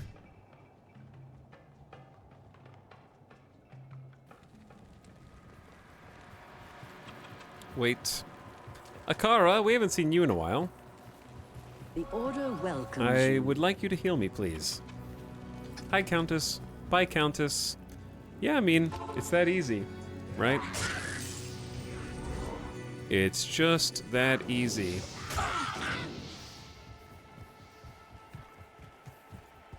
This was such an eternal grind back in the day. I do not doubt that people figured out everything. Yeah, I mean, obviously they figured it out. We know that. I'm just saying that it's a cool detail that isn't replicated in very many dungeons. Like, there's a couple dungeons where it's like, oh, in this dungeon, you need to go kind of counterclockwise, and sometimes that'll help you find it. But Countess is, like, very consistent.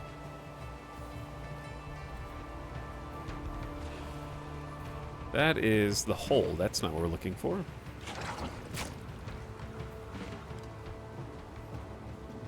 We're running around looking for this, actually. So since we're playing online, every time I log out and log in, it is re-rolling the layout of these floors. So we're having to find the Countess tower in a different location each time, running through different enemies each time. The layout of this tower cellar is different each time. If you were playing offline, these would all be static and just rolled a single time.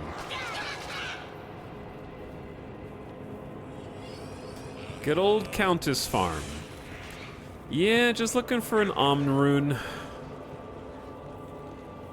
And then we can have a sweet bow, because we got all the other prereqs.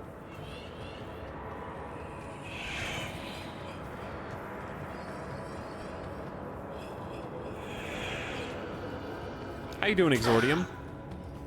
Good evening. Chat, are you guys game for a late night Diablo stream tonight? Are we gaming? Are we gonna go back to back and do it tomorrow and try and, like, complete the whole thing by tomorrow? You think we can do it? I think we could probably do it.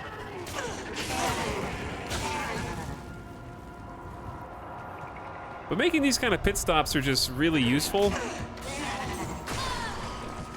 because they're helping us get gear that is going to carry us for quite a while, honestly.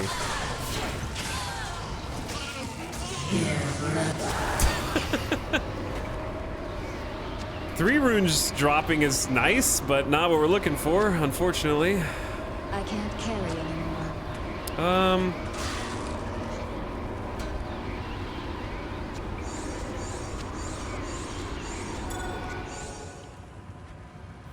May as well pick up bows just because they're bows. Alex, Omn is literally impossible from normal Countess.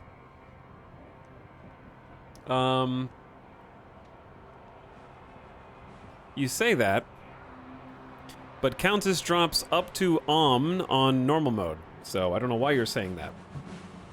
Don't mean to be a Jeff, but just letting you know. Unfortunately, you are being a Jeff, because the Countess literally does drop Omn on normal.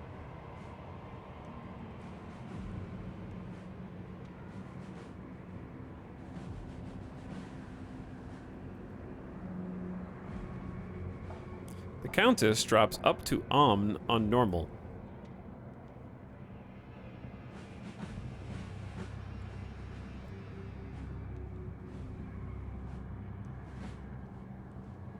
Up to IO on Nightmare, and up to low on Hell. Google Gaming.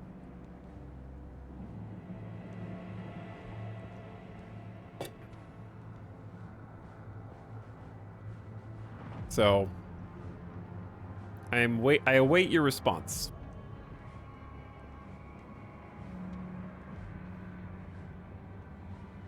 It's also 3 Thule and a chip topaz. I do not have 3 Thule right now, no.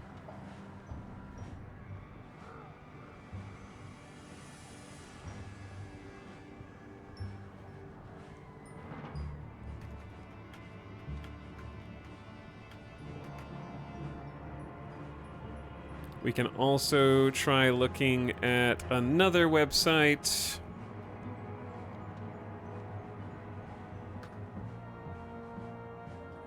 That must be referring to Countess's monster TCs and not her rune TCs.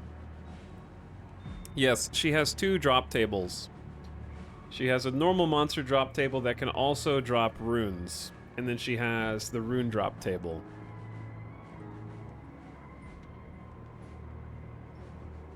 So it's more unlikely, but it's still possible. It is a lower rate though.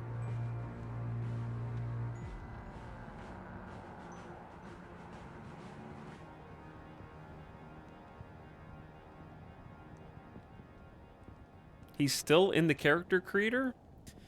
I am still in the character creator, yes. What are they talking about? We're talking about nerd shit. Basically. Well, let's get to farming.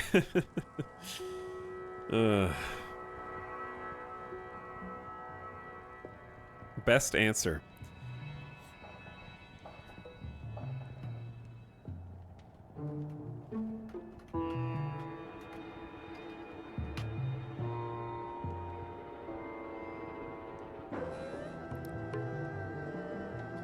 Okay. I'm trying to find,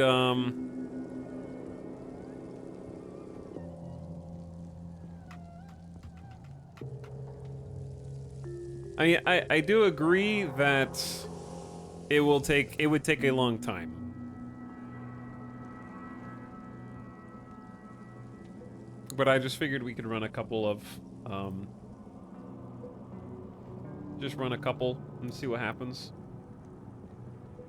But it's nice to start a little bit of a rune collection anyways, with some Countess runs. I went to get food, what happened? Nothing, we're just doing some Countess runs.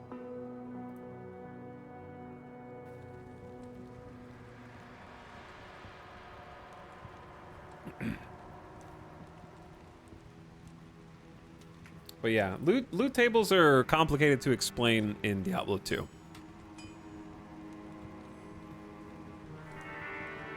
That would take a much longer video and a much more knowledgeable person. But basically there's 2 drop tables for Countess. One is based on her rune drop table, and one is based on her monster's, like, treasure class. Which is what TC stands for.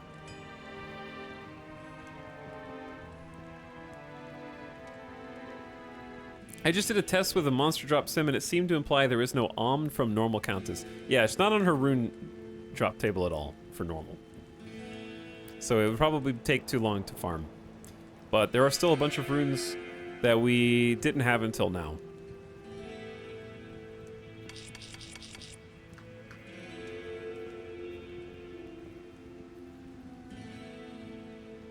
So, what we've got is...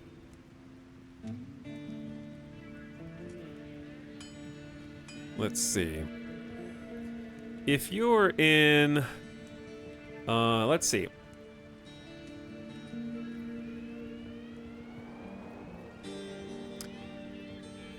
So if you're looking for right?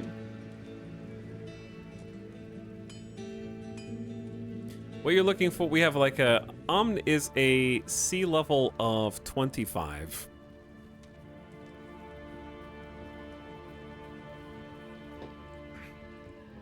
And it becomes part of the Countess's actual rune drop table in Nightmare mode. Along with Ort, Fool, Soul, some other really nice runes. Because Soul is one of the contributing factors to making Insight, which is an awesome rune word to put on mercenaries. So I remember running a bunch of Countess on Nightmare, because the tables really open up quite a bit. Omn is only 27 Rals. You can still get there. That's funny.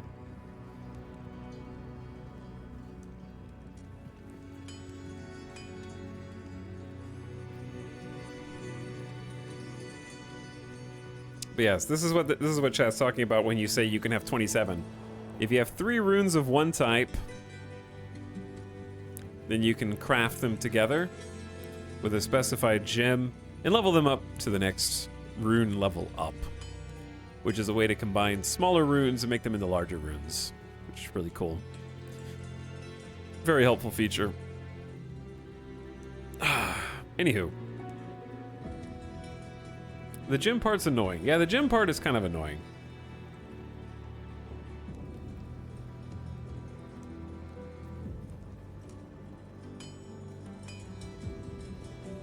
I tried writing an item drop calculator. Shit's confusing. Yeah, the Diablo 2 item drop is kind of annoying. It's not annoying, it's just complicated. Type in the Konami code first.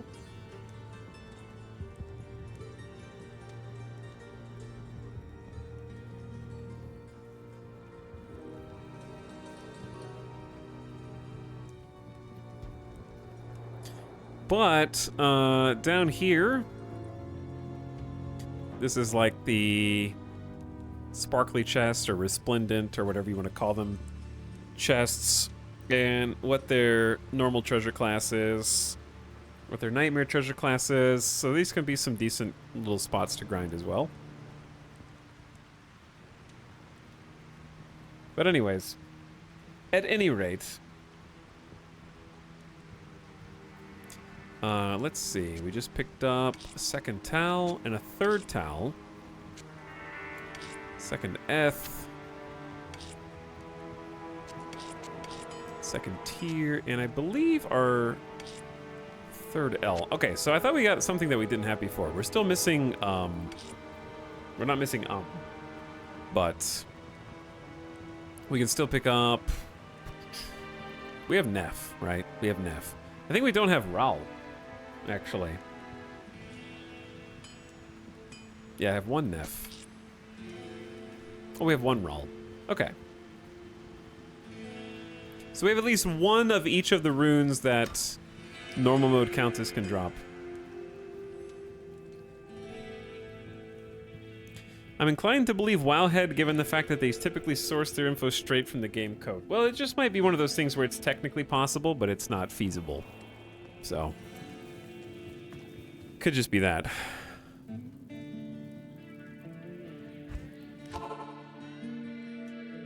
Only 26 more. Just get 26 more Rals. But that's okay. We can just move on. It's not a big deal. Yes? I just like doing Countess runs anyways. I find it relaxing and cathartic.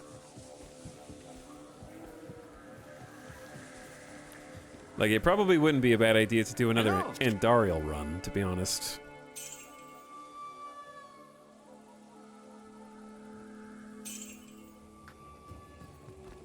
But I say we just push through some Act 3.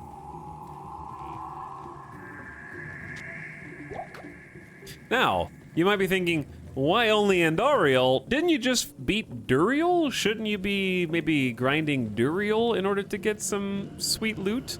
Chat, who's that? Bro, that's the Wanderer! Kill him! We can stop this whole mess right now! Before... Ah, damn. Flesh beasts.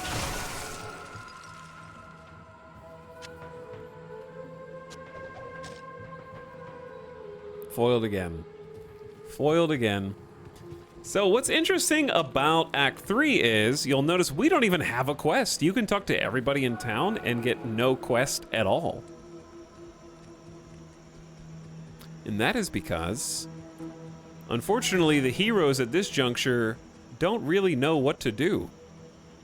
So, we need to kind of just head out into the wilderness. Oh dear lord, my least favorite enemies. These guys are gonna be a pain in the ass. The fetishes are here! The fetish army has returned.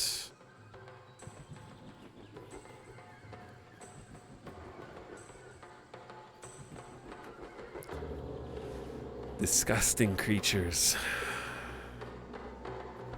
And they're gonna rush us.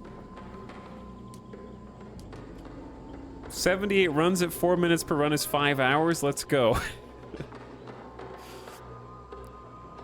Easy. Okay. Let's go ahead and put on our 5 stat points then. Give me some more vitality since we're not going to be using the dex for that bow anyways.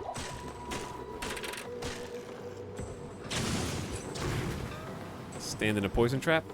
But those of you that were asking, why Italics? Why is Act 3 considered one of the least popular, least fun acts by many people? The simple reason is it's very difficult to speed your way through on account of how the map spawns. I need mana. It's very circuitous and very linear. So whereas the maps that we've been on up until now have been large and rectangular, if you just follow along on the mini-map up there, notice how we're kind of winding our way up and around. And we might be going the right way, and we might not be going the right way.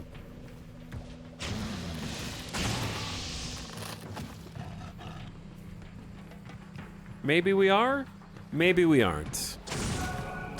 D2R made me like Act 3. It looks beautiful and so well made. Was my least favorite in D2. Yeah, like, I really like the visuals of exploring the jungle here, for sure.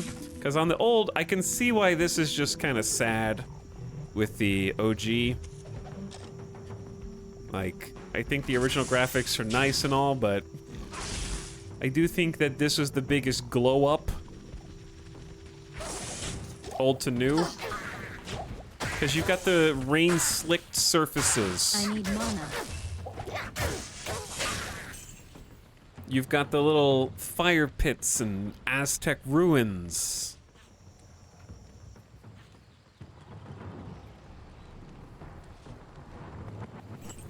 And I think that the colors just pop a little bit more because you've got the vibrant green of the jungle. It's got some green here, but it's also a lot of dirt. Just a lot of dirt brown. And I think the paths take a little bit more shape here. So typically what I do whenever I'm looking for... I don't know if this is actually true or not. This is just what I've noticed. I've noticed that finding somewhere important is usually denoted by these pillars and the fire. We'll see if that holds up. It doesn't mean that you're necessarily going to the next area, but it means that you're going to, like, a dead end one way or the other, and it might be your story where you're supposed to go.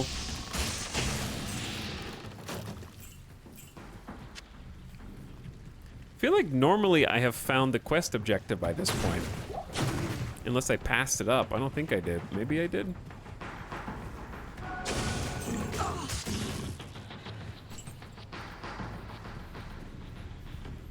Sand looks like sand no matter what. Yeah, the forests have a little bit more detail for sure.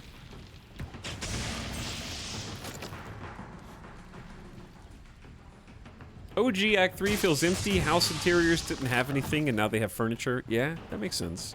We found a spider cavern, which I'm gonna go investigate. Hey, mercenary, you wanna do something?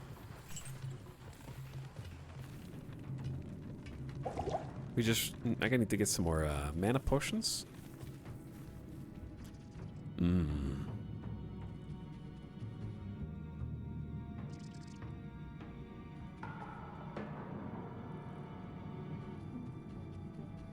I was under the impression they're Indian/Indonesian ruins. Maybe? The temples in the center of town just kind of have like a Aztec look to them.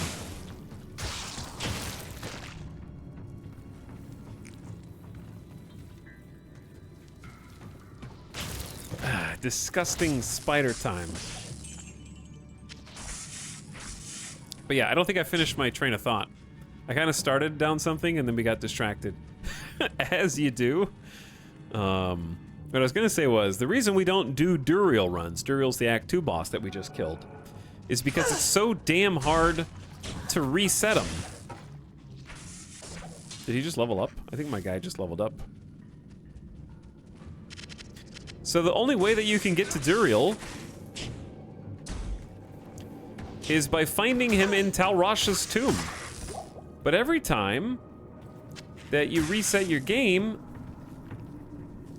when you're online, Tal Rasha's tomb changes location because it's all random. So you have to figure out which of the 7 tombs is Tal Rasha's. So for you to do any kind of Duriel runs, you actually have to go back to the Arcane Sanctuary, kill the imposter sorcerer, read the manual to find out which of the symbols is the correct symbol, then go to the actual Tal Rasha's tomb, then find Duriel. Or brute force all of the tombs and get lucky. That's pretty much your only choices.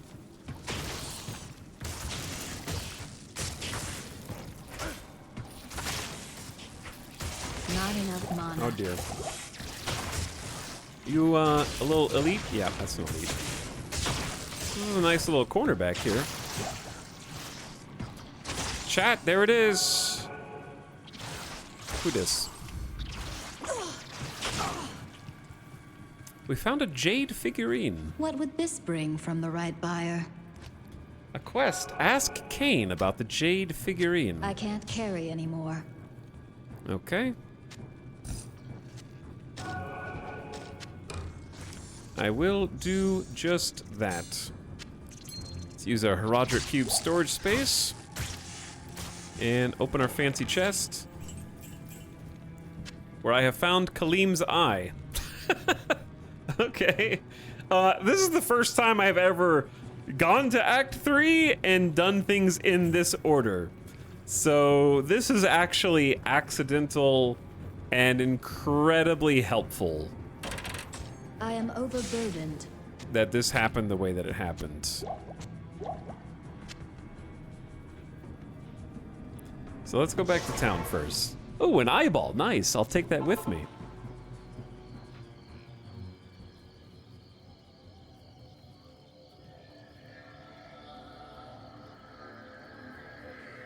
Resetting the tombs and farming them for XP used to be a good leveling strat. Oh yeah, the tombs have incredible XP. Back in Loot Gulain, Meshif told me he had a fondness for jade figurines.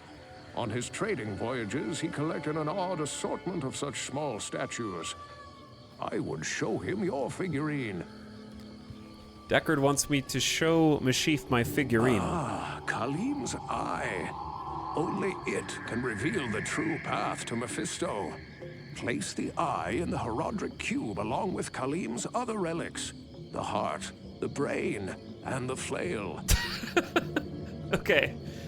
Deckard, I understand that I've confused you. You mentioned a heart and a brain seemingly out of nowhere. We just sort of accidentally skipped some content. I think it'll come back around, but I sort of did a quest on accident before I even had the quest. So this is kind of funny. Show Meshif the figurine.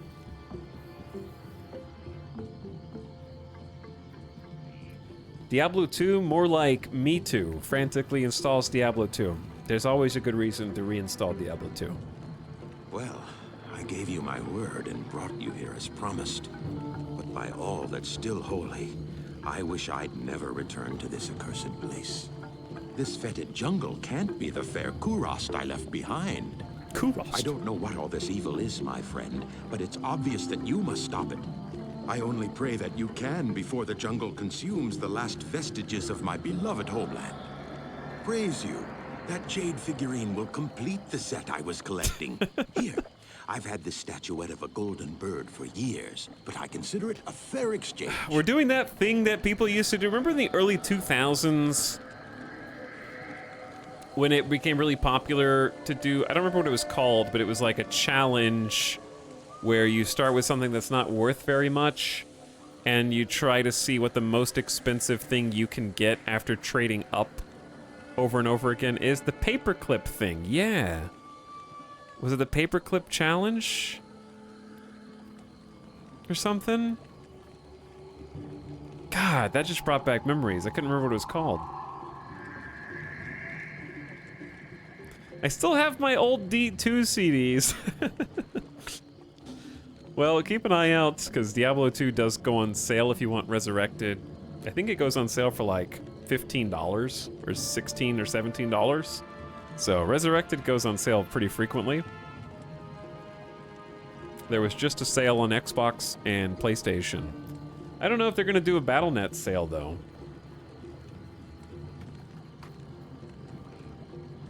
Let's see, is there any deal on Diablo 2? Not right now. The last one was April 4th to April 18th. It was on sale for $13. So that is the going price for just Diablo 2.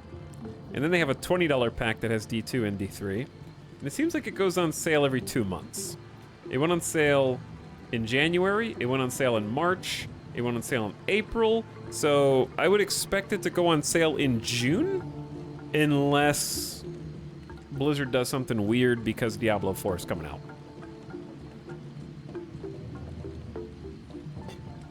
But just FYI. Anyway, we just exchanged a jade figurine for a golden bird. Okay. What am I supposed to do with a golden bird? Ask Kane. Kane? I've read legends about a sage named Kuile who studied the mysteries of life beyond death. If I remember correctly, his ashes were ensconced within a golden statuette. It was a very strange tale. Okay. Sure. What of it? I've read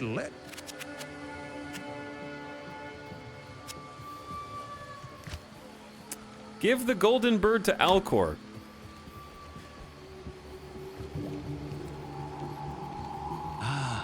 The golden bird of Guile?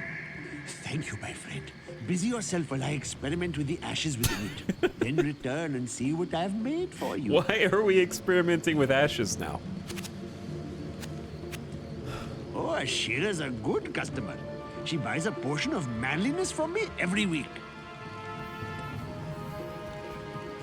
Those golden birds go for a nice price on eBay. Good day. Ashira seems like a very tough woman. Ah, Maybe- Jillian. Ah. Jillian. Well, he said come back later. Is now later? What do you need?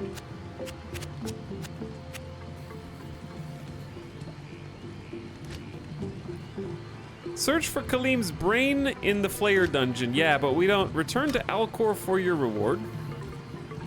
From the ashes of Guile, I have mixed for you a potion. Okay, he's had enough time. He's mixed the potion. Chat, we have a special potion.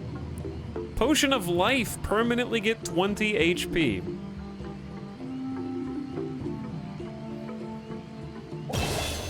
Hell yeah. Easy. From the ashes of Guile.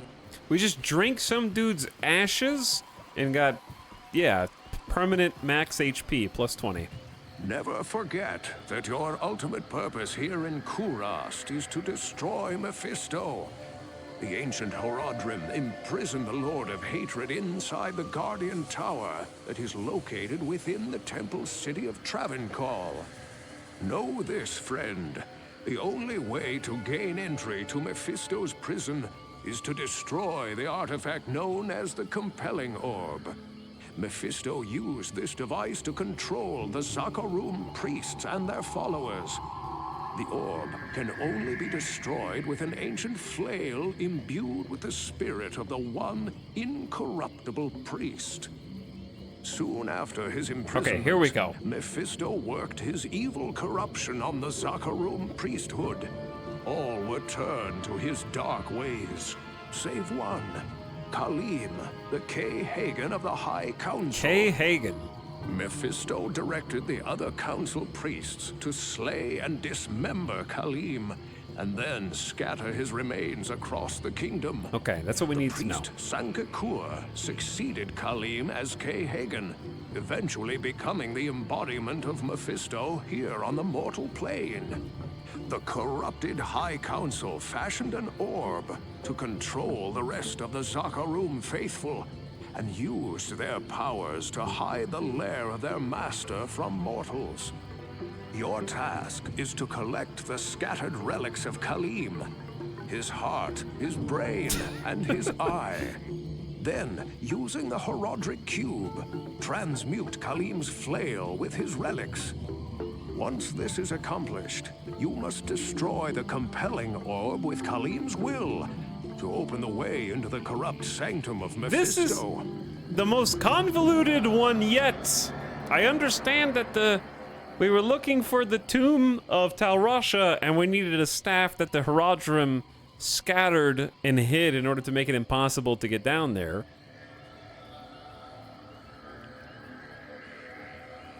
Which does, you know what, begs another question, chat. How did Diablo get to Tal Rasha without blowing up the entrance that we used? I thought there was only one way in. Was there a secret back door?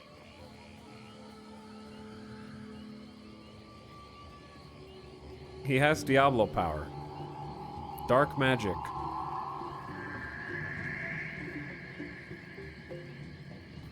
But yeah, we used the staff to blow open the entrance into the tomb.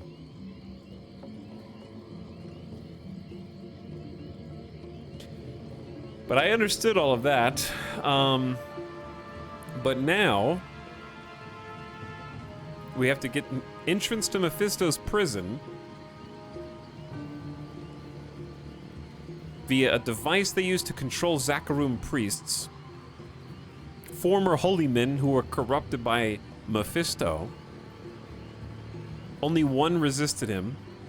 The one who resisted was basically cut into pieces, drawn and quartered. And then they took the pieces and scattered them. And the person who succeeded that priest became the embodiment of Mephisto. And then they fashioned an evil orb to control the rest. We have to destroy the orb. Once it's been shattered, the way into Mephisto's lair will be revealed. Okay, I got it. I'm on it. Now, that's the funny part. We found the eyeball before we even knew we were looking for body parts. So we just grabbed an eyeball, put it in our pocket, and was like, yeah, that sounds like it'll come in handy later. And then he was like, oh, the eyeball. Let me know when you get the other pieces. And he was like, come again? There's more? There are more pieces?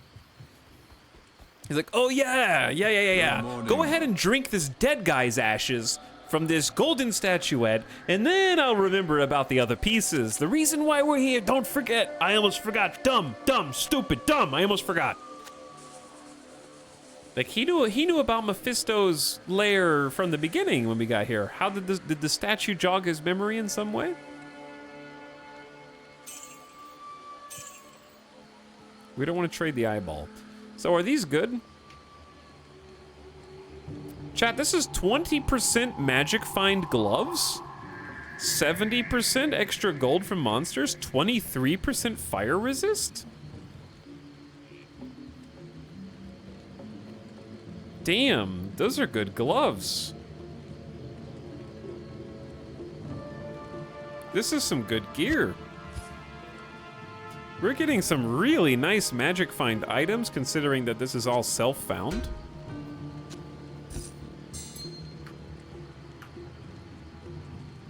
+8 to energy, max damage, defense. We don't have enough strength. Yeah, these gloves are really good. So now we're sitting on 51% magic find. And we're only on Act 3. That is sick.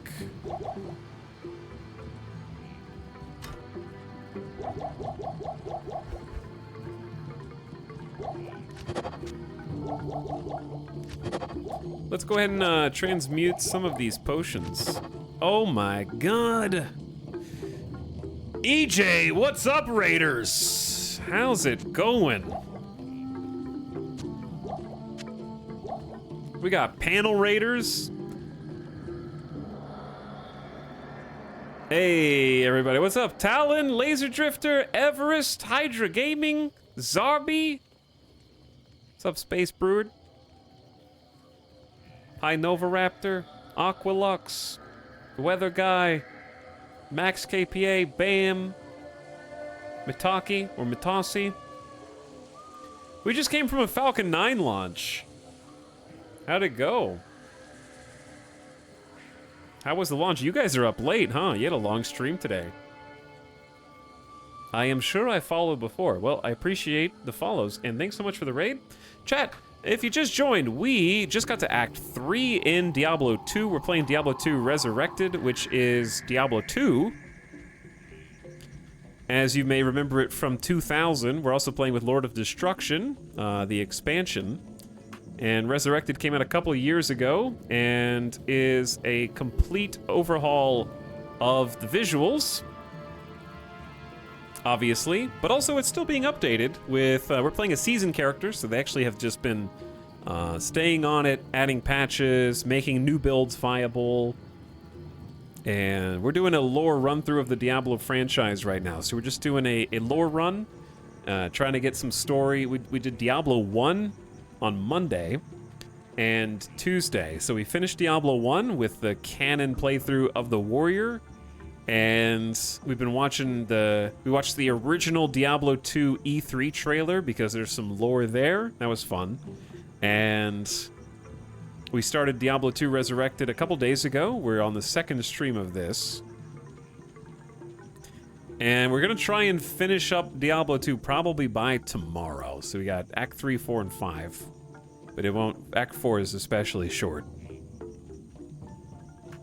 But yeah, they completely redid the visuals. It's the same gameplay under the hood.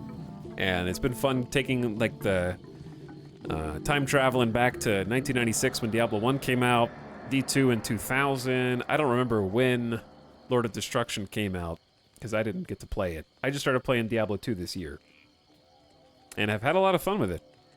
Long story short, Blizzard got me, dude. They got me.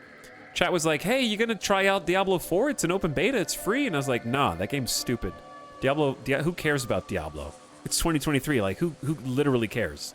And then I was just sitting on the couch. I was bored. I was like, I don't have any games to play. The game that I had been playing pissed me off, and I stopped playing it. I was playing Marvel Snap. It's a mobile game. Pissed me off. I was like, I'm done. And I was sitting on the couch, and the stupid advertisement for D4 came up, and it was just like, one button. All you gotta do is press one button, and it'll download for free. So I was like, fine. So I did the tutorial, and I was like, oh my, it can't be. I was wrong. It's impossible. Why is it fun? I like this. And I went in like really ready to just completely trash it. I was just in my mind mentally ready to be like, okay, this is why I hate it. Now I know why I hate it, and I can uninstall it. It's fine. And instead it was just like, there's something here. There's something in here. It's affecting me. So I decided to go all the way back and catch up on what I missed. Because I'm the kind of person that when I get interested in something, I gotta have all of the context. Like when Witcher 3 was coming out, I was like, I'm really interested in Witcher 3. I guess I'll have to play 40 hours of Witcher 1, even though it's old and it doesn't hold up well and it's got terrible stinky gameplay that didn't age. And I'm gonna spend 40 hours playing Witcher 2 because I have to know every single reference. I need to know who all the characters are. I need to understand when people come back by surprise. I need to know the significance of events that are I have this like a itch, hyper-focus ADHD just kicks off and just like, I want to know everything there is to know about that thing. And Diablo has been that thing for the last couple months. And it's just been fun, man. It's just been fun the entire time. I did not read all the Witcher books too, no. But I did play. Witcher 1 and 2 have nothing to do with 3. You couldn't be more wrong. Witcher 3 was so good having played 1 and 2. What do you mean they have nothing to do? It literally imports your save from 1 and 2, and all the choices you made in 1 and 2 import immediately into 3. Who said that? Silver Ash? You don't know what you're talking about. You don't know what you're talking about. Anyway, EJ bro, I appreciate you. Says, dude, that's how I am with spaceflight, but it's an endless pit of knowledge. It's been 10 years. Yeah, unfortunately, with my hyperfocus, I do get bored of things eventually. But only really if they like do something that I find disagreeable. Like for me, the card game I was playing was just like, I don't like the way you guys are handling the patches and the updates and stuff, so that like burnt me. So Diablo 4 has that potential as well since it's an online game. But they can't, like Diablo 1, 2, and 3 are like, they're games, they're not changing. I already know that I like them, or at least I didn't know I liked 1 until this week, and it was really fun. But thanks so much for the raid. Hi, Raiders. Hope that gives you some context on what we're doing. I'm not typically the Diablo guy, but for this week and next week, I am, because I just wanted to do a franchise run. So we're just here checking out the lore, talking to the characters, listening to all the voice acting, admiring the level of polish they put into this game from 23 years ago, like in any form that you take. It's crazy how well that it has aged over time. And big shout out to our friend EJ. Chat, if you're here and you haven't already followed EJ or been able to follow us along on one of the raids over to his channel, now's a great time to give him a follow. You will learn a lot watching EJ's channel, whether it's how to build cars. I've learned a lot about rockets and space flight from just hanging out. He's been playing a good variety of games. I was hanging out watching some Timberborn with you while I was getting ready. And I just had a fun time, so thanks for sending your good people over here. They only give you enough to hook you before they start the squeeze. That's the fun part, right? These old games like D2 and D3, there's so much content there that you could reasonably just play that for a very long time and be satisfied, you know? Like, you could pour hundreds and thousands of hours into Diablo 2, and there is no squeeze. You just get the game for $13 whenever it's on sale for $13, and you have thousands of hours of content. It's crazy.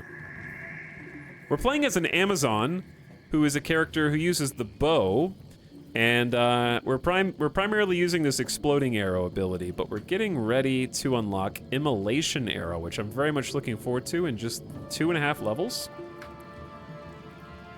So my main character is a paladin, and this is my second character, basically, that I'm actually leveling up. So we just got to Act 3. We just got started. We're hunting for some MacGuffins right now. We're looking for a ancient dead dude's brain in a Flayer dungeon. So it gets pretty metal in here.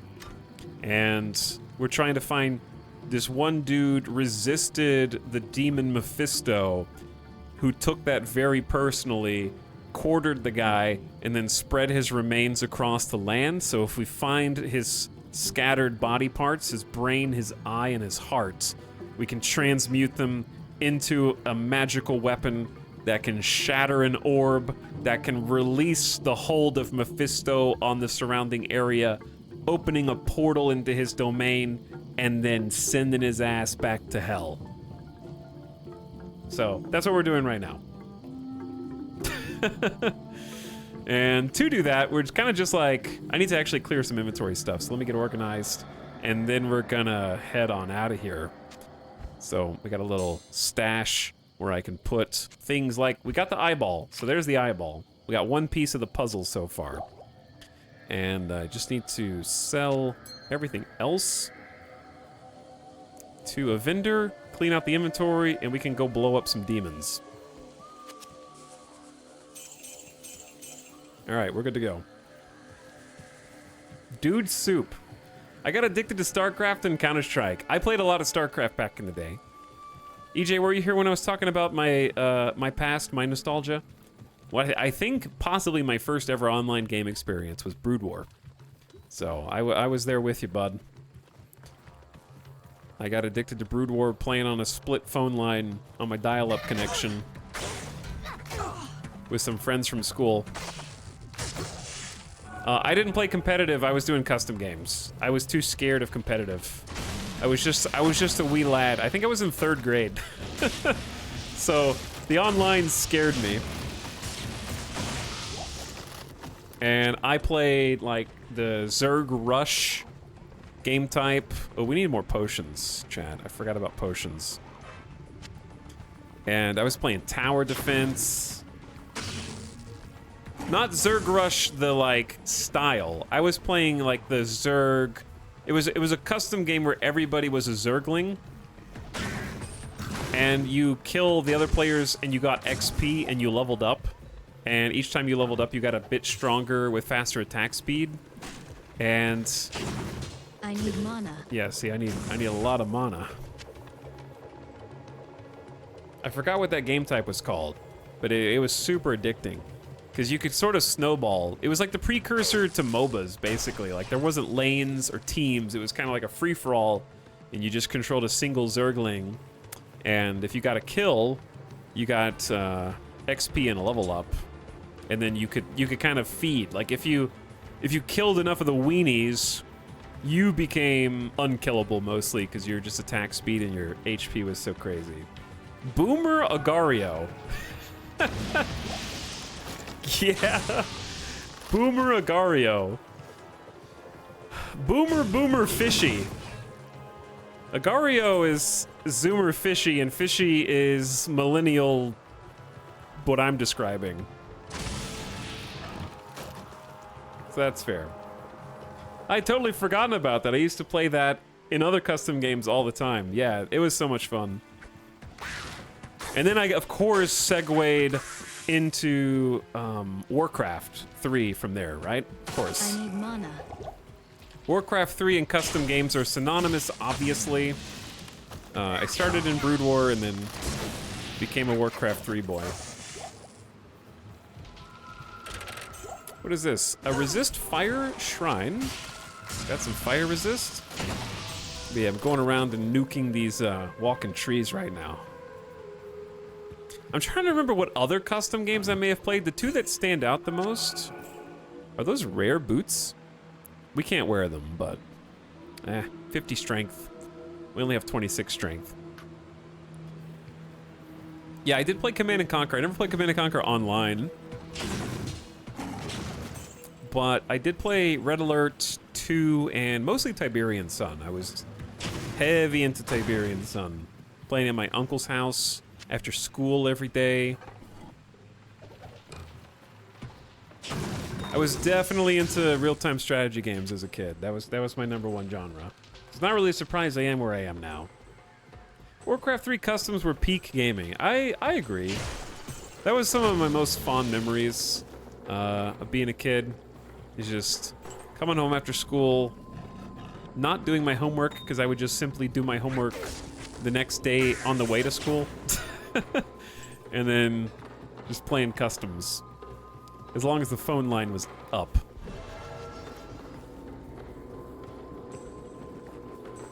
Just bought the CNC collection for $3 on Steam. That's awesome. So if you're wondering what we're up to right now, who this little guy is, we got a mercenary. He's like we're playing single player right now. This is just an AI. So mercenaries are kind of a large component of the Diablo 2 experience. They have their own equipment. They can wear a helmet, chest, and a weapon. In this case, it is a mercenary who uses a polearm. And they also cast a little aura underneath us to give us some defense. So I'm kind of using him to go in and tank. Notice how he kind of moves in first. We just upgraded his polearm too, so he's actually doing good damage. But we have him kind of take aggro because I'm a little ranged. I won't say glass cannon, but I'm fairly fragile, so I like to just kind of hang back, let him absorb, and then when they get close, we pop a little exploding arrow, and boom boom anybody who happens to get too close. Now Hell March is running through my head. Don't get me started on the Hell March. I burned Hell March to a CD, and we'll listen to it in the car. Dun dun dun dun dun dun dun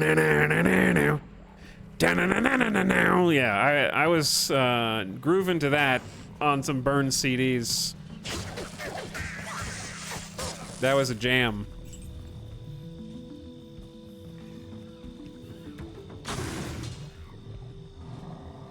That was like the hype music. But yeah, segueing from... I'm trying to remember what custom games I liked the most in Warcraft 3. By the way, we're just wandering around right now trying to fill in the map. Act 3 is notorious for the most easy to get lost in. and kind of having, well, not lost, but you have to go end to end. The maps are not rectangular anymore. They kind of spiral out like big spaghetti noodles, but we see, ooh, watch out for these nerds. Greater healing potions, that's new. Ah, the fire breathers. Those guys are obnoxious. But yeah, when we see these like pillars, kind of need to go scope things out in this direction. I am overburdened. Are you now? We'll use the Herodric Cube for a little free storage. Open it up, and we leveled up. Nice ding. Pump some vitality, get some health. Bro, where are you going? And skill points in Exploding Arrow. Take us up another 30 damage on the top end. Exploding Arrow is getting very powerful now. And then we just need one more level of Exploding Arrow, and then level 24, we finally get an Immolation Arrow, and I'm very excited about that, because it looks really cool, if I remember correctly. By the way, thank you, Raffle Cal, for the gift sub to Brutes Basic. Thanks for 2 years, Brutes Basic, and appreciate the gift sub. Faruda, thank you for the Prime as well. Thank you for the good nostalgic memories. Hey, my pleasure. X-Hero Siege, Element TD, yeah, all the different tower defenses was what I really loved in Warcraft and StarCraft. It was funny going from StarCraft where everything was aerial, right? Like you had, like all the battleships flying overhead, and it was kind of like stopping them from flying. And there were some ground-based ones. I think I like the flying ones better, but I feel like the ground-based tower defense games really came into their own more in Warcraft.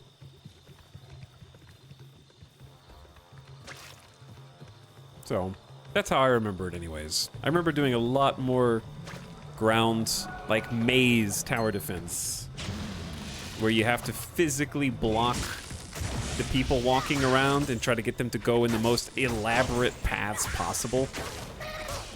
Random Ethrune, just on the ground for us. Is there anything back here? I don't think there's anything back here for us, is there? No, doesn't look like it. Okay, well, remember what I said? Easy to get lost, turned around. Nothing up here. What does self-found loot mean? It means we're not taking items from either other players or from our own stash. I started a seasoned character so that I can't be tempted because I don't have another seasoned character. So I, like for example, if I was playing a non-seasoned character, I have items that benefit an Amazon inside of my stash. So if I transferred those over, I'd be like gifting myself power, which is totally the way you're supposed to play Diablo 2. So it's not cheating or anything like that. It's very much intended. Playing self-found in particular is like I'm only using loot that I'm finding on this run. So I'm not trading between characters, yeah. Whether they're my characters or someone else's. So that way we don't get any like jump starts. We get like kind of an honest, pretending like this is my first character in Diablo 2 and just seeing what loot we get our hands on for this run.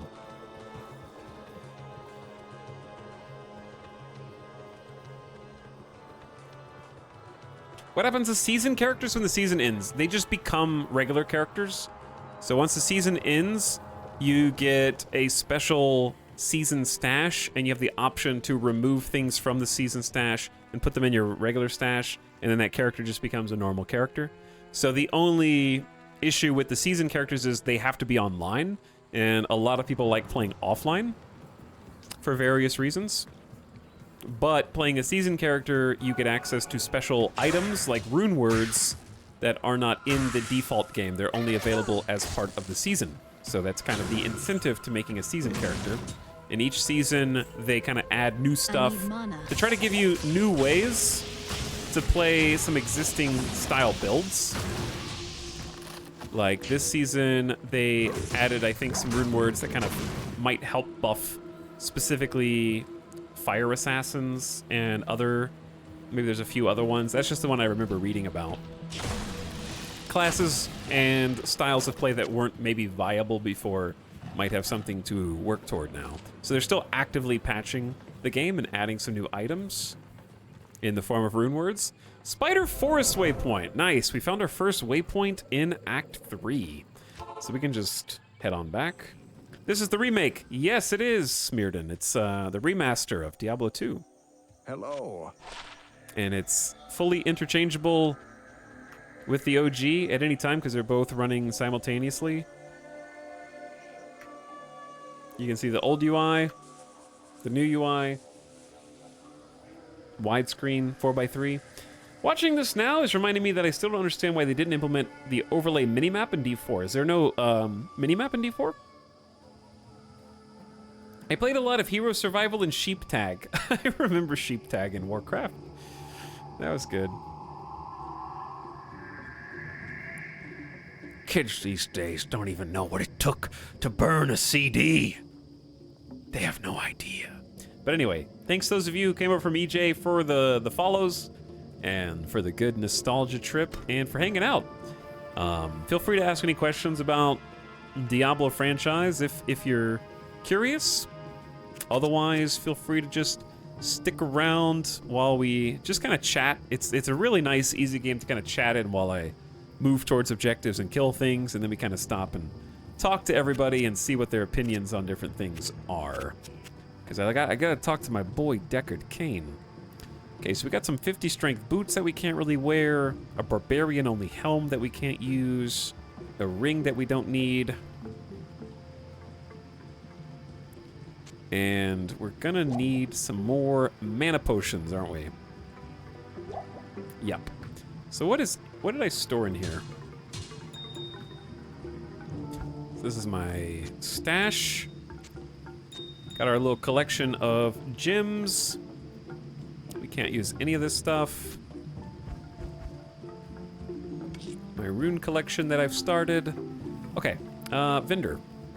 Maybe should we repair some stuff too? I forget, who heals you?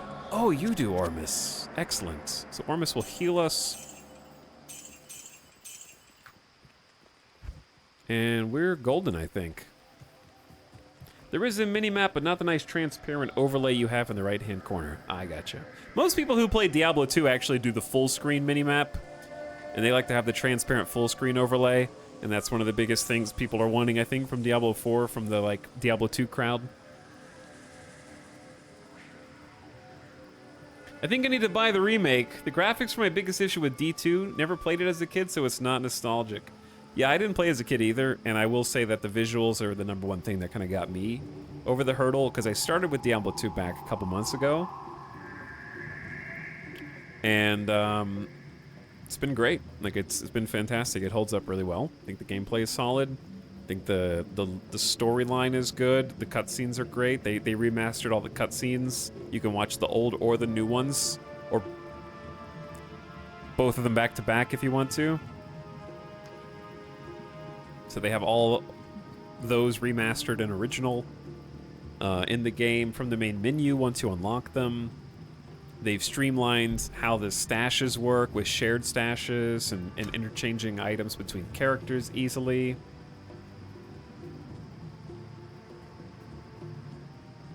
There's just a lot of good quality of life stuff.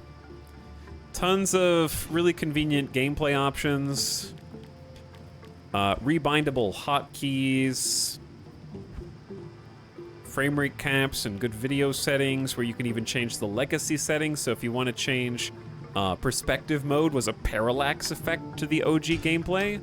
So you can actually see the parallax mode. Doesn't that look weird? Oh man, that looks very strange. It gives it this like illusion of 3D.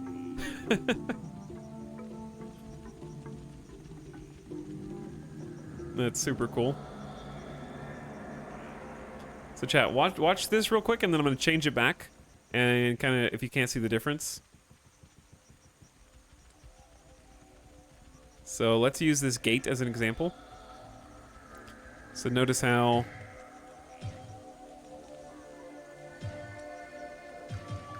when we walk through the gate right now, if you just watch the tip of this skull, it doesn't move, right? It's pointing at the grass right there, and if I walk, it's still pointing at the same spot in the grass, yeah? So it's all static. But there's a video mode that people use to give it a 3D perspective. And now that it's in parallax, like this was considered super cool way back when because it was just like cheating into 3D mode. Now watch that same skull and it's moving, right? It's parallaxing to give it the illusion of depth. Like this is a full tower now that you can walk around. This was the peak, the pinnacle of early 2000s graphics.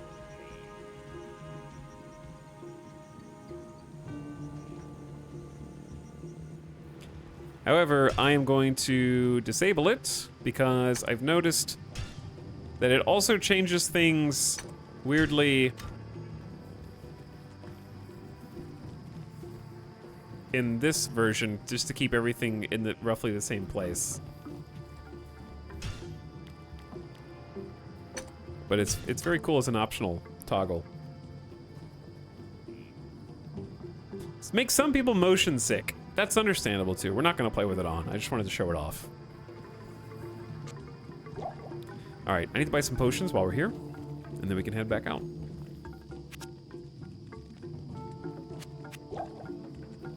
We need like... I only have like 69 mana anyways. I know what you're gonna say. Nice! Okay, we're full on health potions, full on mana potions. Out we go. Did Mr. Streamer play Darkest Dungeon 2? Wait, why are we here? I don't need to be here. This isn't where I wanted to be. I did play Darkest Dungeon 2. It wasn't really for me. Unfortunately. Alright, so we need to go Spider Forest to Great Marsh / Flare Jungle. We're looking for Kaleem's brain in the Flare dungeon, okay? So we need to just kind of advance. I might need to talk to somebody back in town, though. Let's go talk to the NPCs real quick. Because I'm trying to do all quests, all waypoints as part of this campaign. Good day.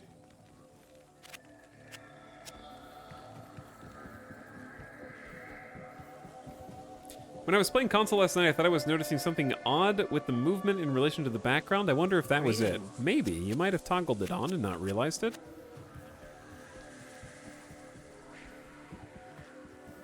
Approaching 2 a.m. on the East Coast. Have a great night, everybody. What can I do Thanks for hanging out. See you next time. Oh, Ormus has been talking in riddles for years. I think he does it to cover up the fact that he's got nothing intelligent to say. There's always somebody in every city who's got a lot of negative things to say.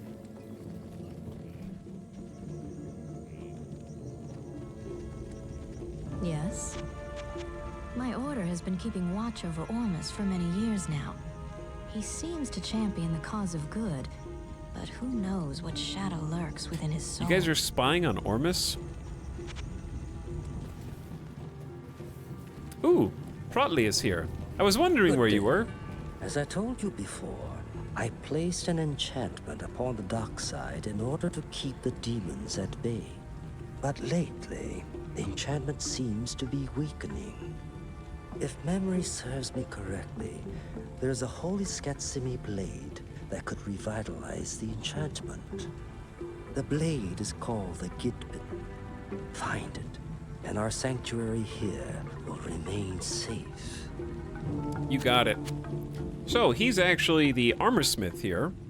So we can do repairs, which we may as well do. Greetings. He also sells some weapons. It's often, if you're new to D2 and you have a new character, these are sometimes decent weapon upgrades for you, or armor upgrades for something that you've had for a long time. Like I've had boots for a very long time. He doesn't have any that are for me, but sometimes you'll get a good weapon from one of these city vendors, and the different vendors have different reasons why you might pick one over the other, but I don't remember why you would pick one or the other. I would like to gamble for some boots, because I just noticed our boots are level 3 with +1 dexterity. It's very sad. So why don't we spend some money on some boots? Okay, what kind can I wear? Like, what's the best boots I can wear without strength? Let's buy 1 heavy boots. These require 18 strength, and that's 6% magic find. We have 26 strength.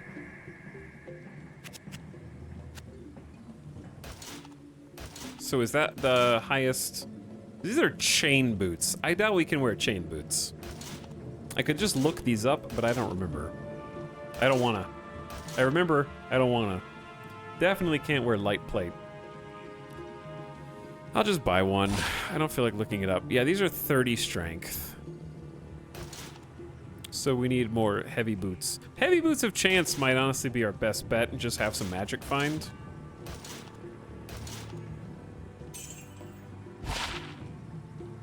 %73% gold. Oh, why did I didn't mean to click that button? Brain's on autopilot right now.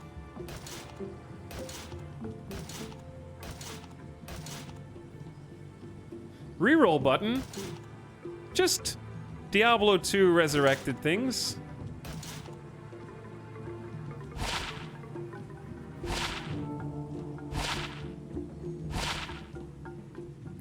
None of these are good. Okay, I think we just take what we got. I'll just take the magic find boots. They do have 3 extra armor. I think 6% magic find is fine anyways. I just wanted to see if I could get some rares.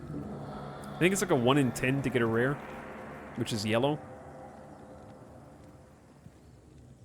Okay, so now we're actually up to 57% magic find. That's very respectable considering where we're at in the campaign. So we need to look for Gidbin in the Flayer Jungle and Kalim's Brain in the Flayer Dungeon. So we need to travel through the Great Marsh. Because we just went through the Spider Forest and did a good chunk of it. And if we go up this way... Oh, there's the Flayer Jungle already. Very convenient.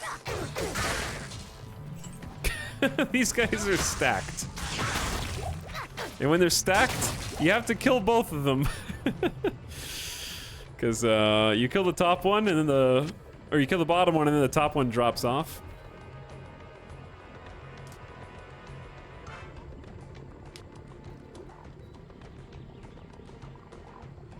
When we were younger, my brothers and I would just replay the part where he goes, "Damn it!" and just giggle. Oh, it's Gidbin. Well, we found Gidbin really quickly, huh? Light the fire, and the pyre will summon Gidbin. Oh, Lord.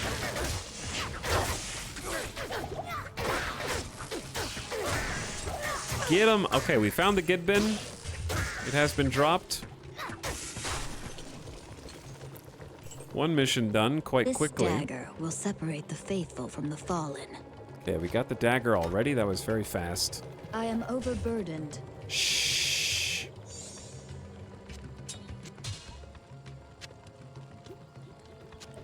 I still have to look at shields just in case I find a 4-socket paladin shield. Even though I don't need it, I just look anyways.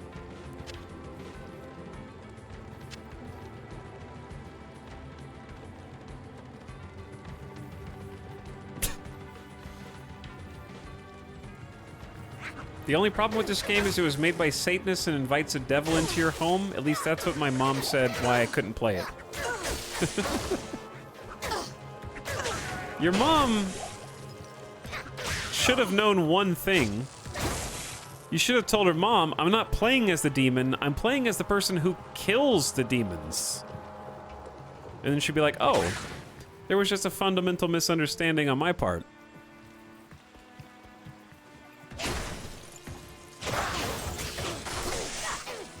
That never works, does it not?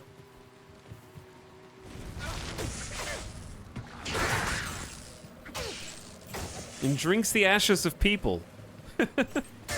Casually running past an XP shrine. Honestly, I'm just talking to chat and...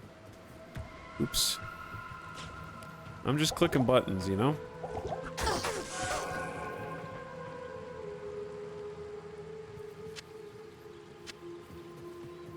I just click the buttons. Also, I'm not used to what the shrines here look like yet. Now that's an upgrade.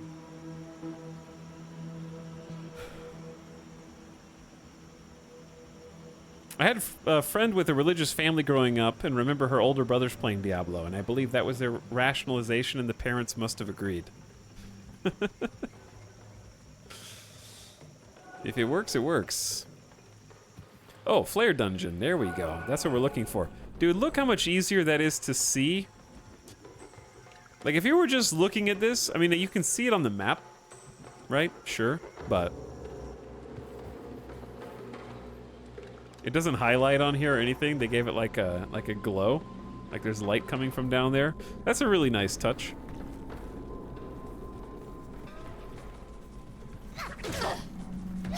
Okay, we got some dangerous enemies down here.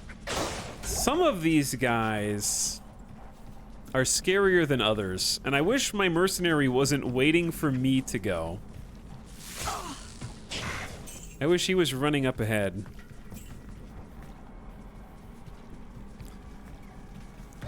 Oh dear.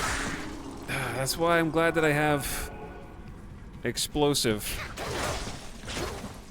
Because we're gonna need it here. Let's get some arrow refills. That merc is not a dummy. Well, we're just gonna need a lot of mana, okay?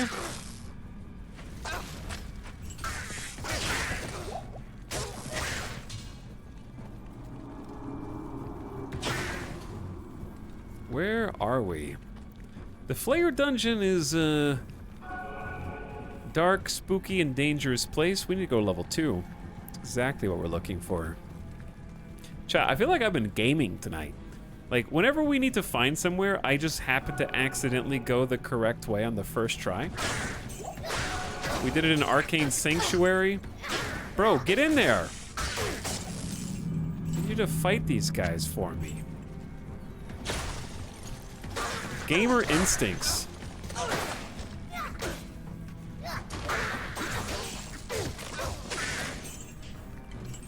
Wait, actually though. Okay, we need mana.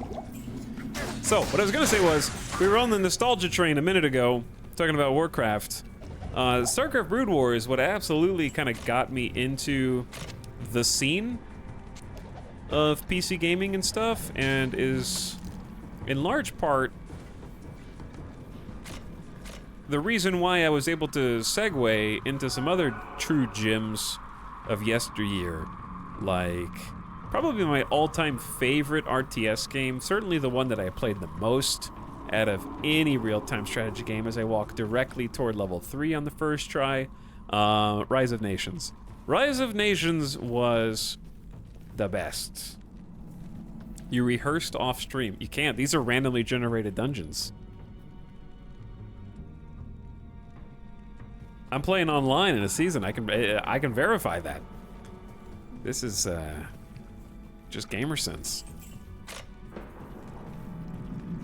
He seeded the script. Hey, get in there.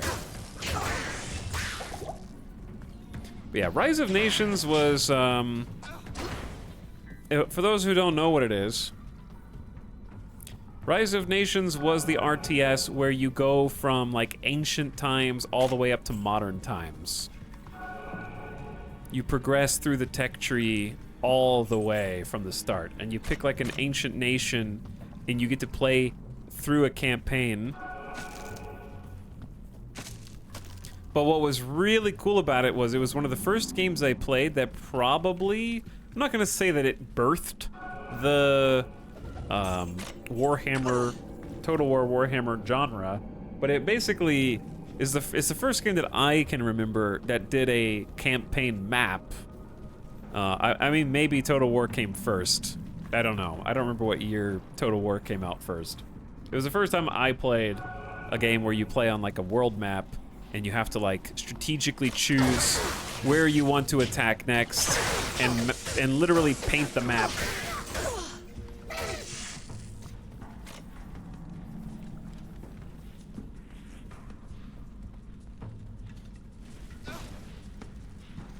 Empire Earth, yeah, I played a lot of Empire Earth too. Rise of Nations was better. But I did play a bunch of Empire Earth. Empire Earth relied on fancier graphics. I think Rise of Nations just had better gameplay and more addictive gameplay loop. That Rise of Nations mode was awesome. Yeah, it was... Okay, see chat, I didn't get it first try this time. So, I can prove...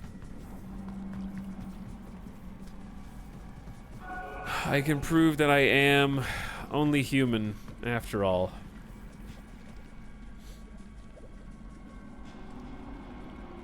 But Empire Earth was great. Empire Earth was super fun. It had its time and place. It was the more visually impressive. It leaned more on like the 3D aspects.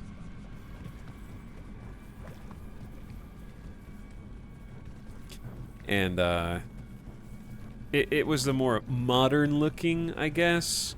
But also they went for sort of a realistic vibe, and Rise of Nations went with the like Age of Empires 2-esque visual aesthetic. So Rise of Nations definitely has aged more nicely as a result.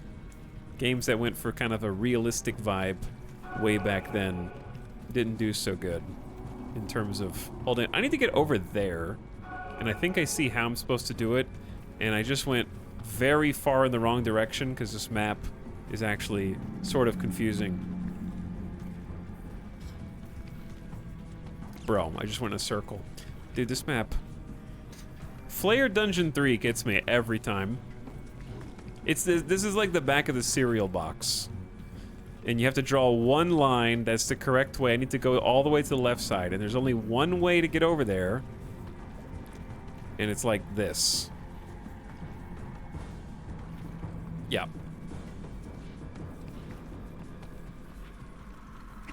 Streamer, just get Enigma. Why are you no teleport?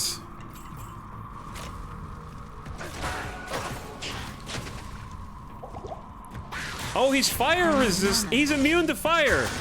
We got our first immune to fire nerd, and that's what the mercenary was there to pick me up. Our physical damage from the arrows, we're still doing what they were supposed to. I was like, wow, he is a tanky lad.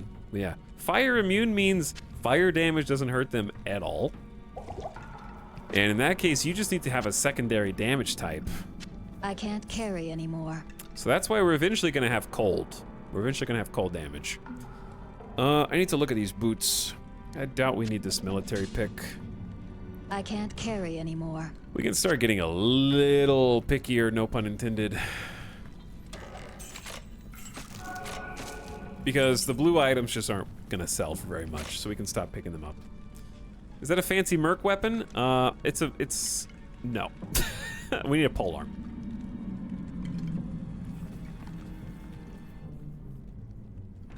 What are you seeing as a polearm?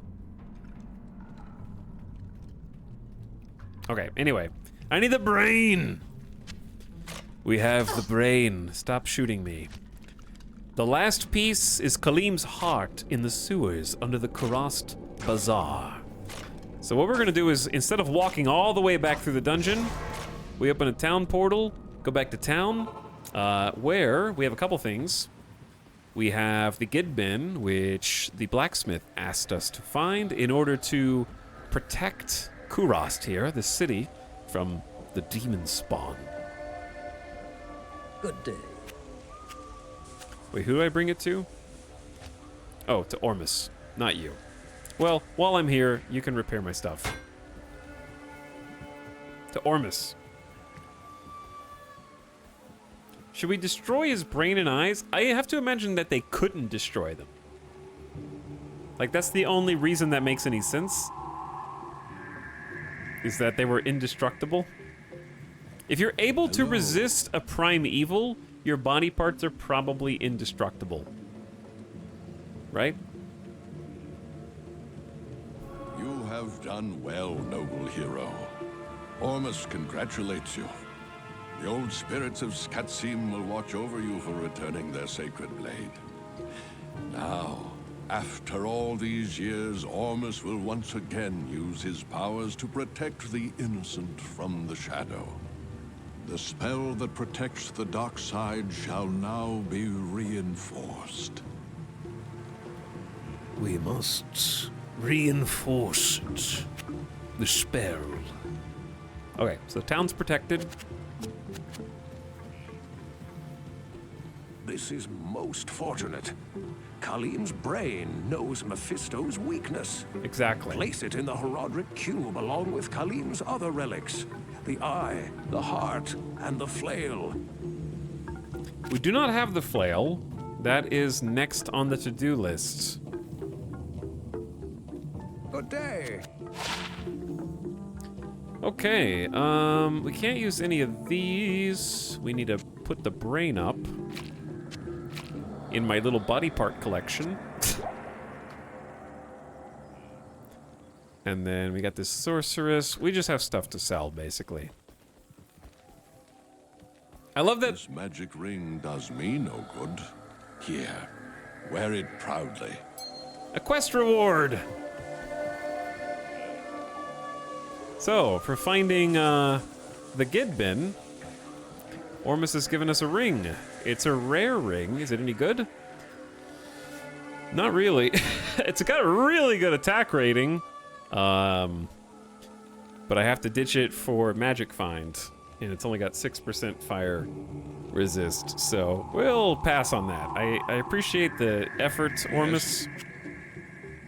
But I don't really want to get rid of my magic find rings.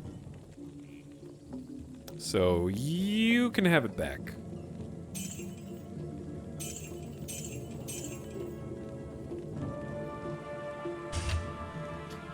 And then buy these while you're at it. Potions are full. Put some money up in the stash. The reason we deposit money in the stash is because in Diablo 2, if you die, you drop all your money and you have to go pick it back up. If you can't pick it back up, it's gone forever. Also, when you die, you are punished because if the game isn't hard enough, they charge you a death tax where every time you die, you have to pay money from your stash. So to get around that, you put your money in your shared stash so you don't get charged a death tax. Because it only charges from your personal stash. So we have an offshore bank account with all of our money.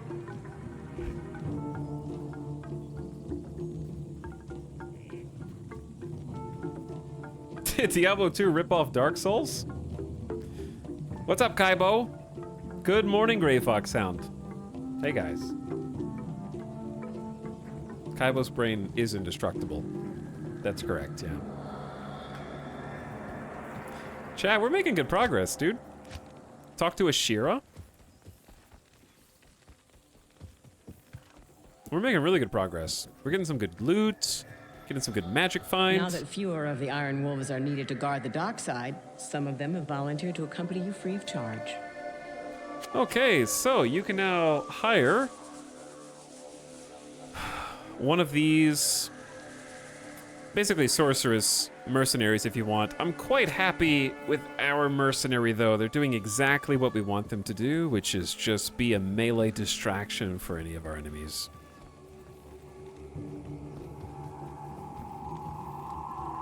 So if we go back to Spider Forest, this is the start of Flare Jungle. And then up there to the northwest was the Flare Dungeon. And we're just kind of heading through to the next area, basically.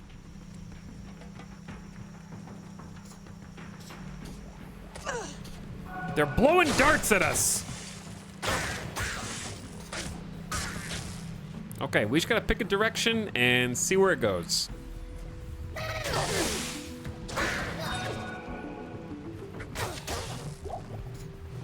Oh, hi. These clusters are just so frenetic. I feel like I can't hit that guy. My arrow is just missing. Maybe just my basic shot doesn't have enough. Maybe I just can't use my basic shot anymore because I don't have enough attack rating to actually land a hit. That'd be my guess. Yeah, we only have a 65% chance to hit with our default attack rating. That's why we're not going physical. If we wanted to go physical, we'd be getting multi-shot, guided arrow always hits, and then strafe. magically split one arrow into several that target multiple nearby enemies. But we decided to go fire and ice. And then soon we'll be able to get some passives as well that'll help us out. Like there's a crit passive. Pierce is the one we're really looking forward to around level 30. Which I think we're very much on rate to hit. The crux of this build is I really want to get to the part where we get Pierce and like our fire and ice attacks, besides just exploding arrow.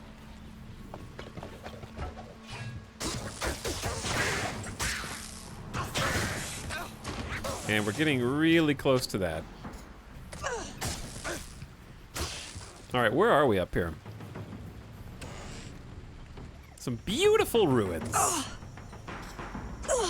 Why am I dying? Am I getting shot by blow darts? What's up, Knight757? Thanks for the sub. Appreciate the late night slub. How you doing? The Swampy Pit. I think this is an optional dungeon.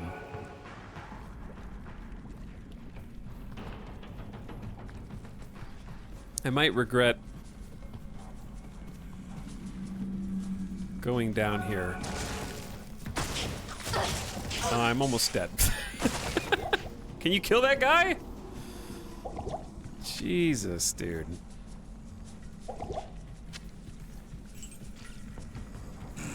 Ow.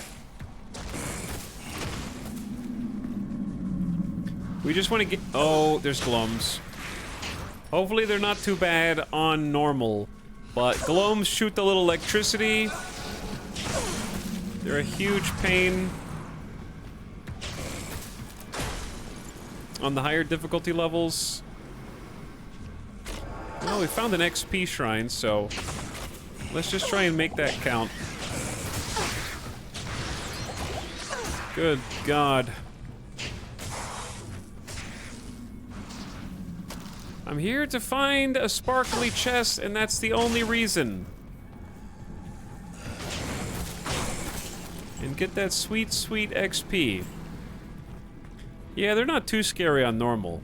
But that is one of the reasons why, even though I actually have grown to appreciate the aesthetic of Act 3, these damn glooms that shoot lightning bolts, combined with the flares that do the really high damage pokies, are a reason to kind of stay away from Act 3.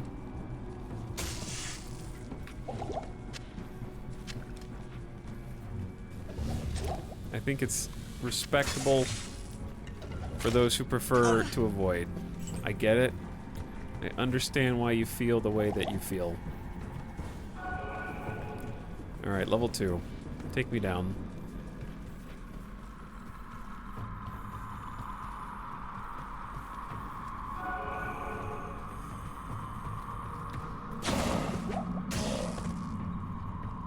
What is with you? You think you can just come in here like this is some kind of Diablo Discord and LFG without even following or subbing? Unbelievable. And just spam randomly in chat until someone gives you a handout?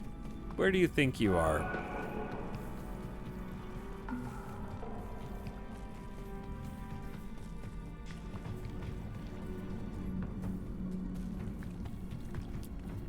I don't understand why people think Twitch is a place to do that. Especially people they've never even met before. Now this is a maze.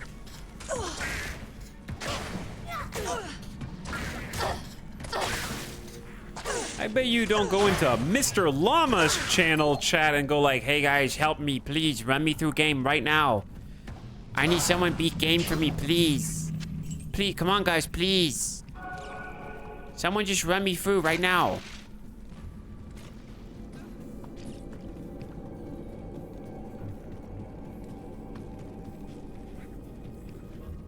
Dude, what is this floor? This is actually the cereal box floor?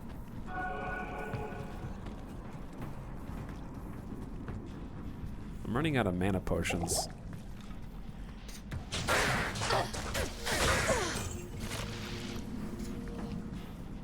Who's doing this? Where's my guy? He's stuck.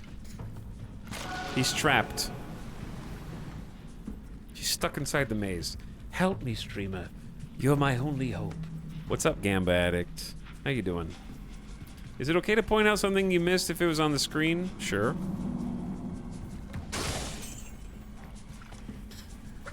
But I found what I was looking for, so the only thing I could probably miss is a shrine.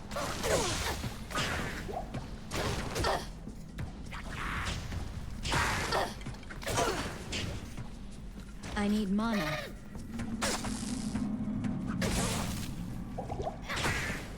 Okay, this is why we're here. What if I don't want to walk all the way back? Can you stop shooting traps here for 3 seconds? Alright, I'm getting out of here.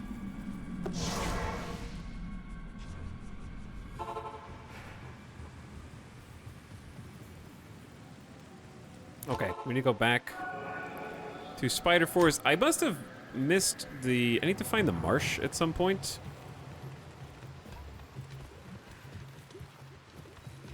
There was a waypoint by the entrance to this dungeon. I'll go back and look.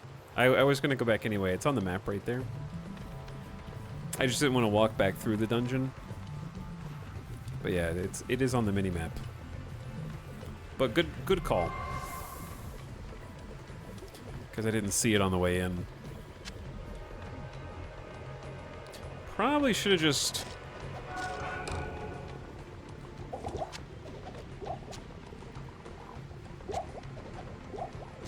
maybe taking the time. We have space. We have plenty of room.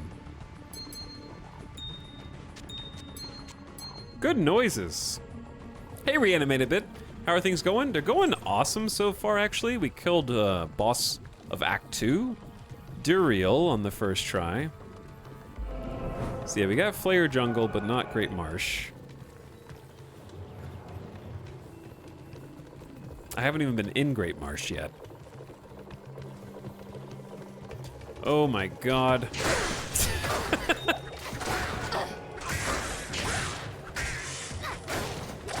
Throng of people. And they're like perfectly spread out so that my arrows cannot hit all of them at the same time, of course. Because that would be too easy.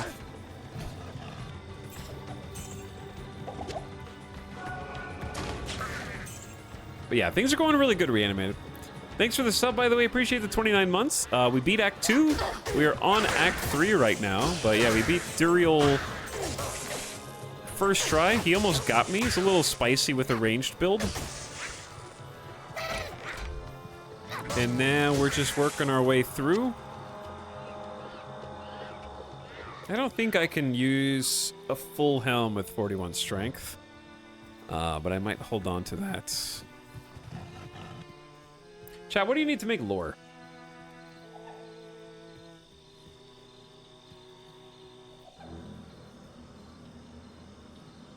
I should know this off the top of my head. Lore is Ort Soul, so we're not going to be able to make that for a long time. Okay, never mind. Forget that I said anything.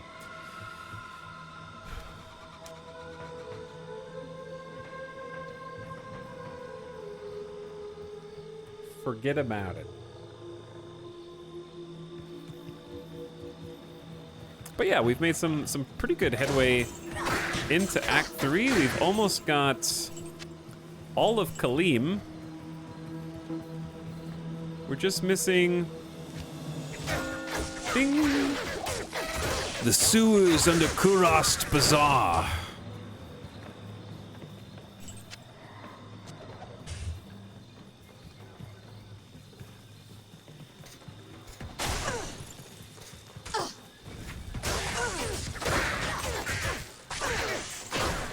There we go. Okay. Chat, this is getting a little spicy here because I'm actually having to use the They're just so numerous. They seem to come from just nowhere and everywhere at once off screen. I need mana. And my mercenary's doing the best that he can.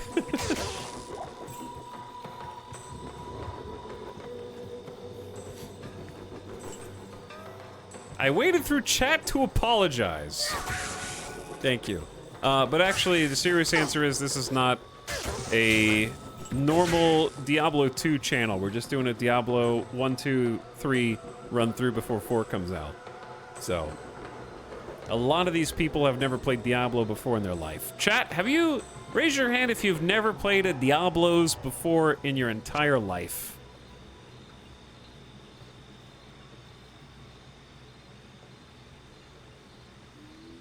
Only 3? Well, that doesn't count as a Diablos. Am I right, Diablo 2 gamers?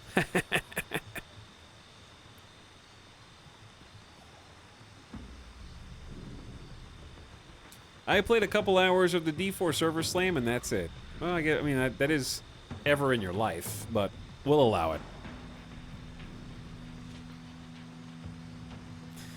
Laugh at those who raise their hands. Ha! Ha! Sorry, I didn't mean to do the Final Fantasy X laughed. Ha! Ha! Ha! Ha! Ha! Rate my impression.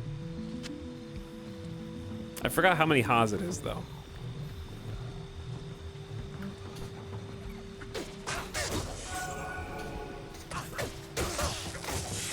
That literally sounds like my uncle. I don't know if that's a good thing or a bad thing. Merc, help me out, bro. Aw, ding! Ding, dude! Okay, now I have to hear it.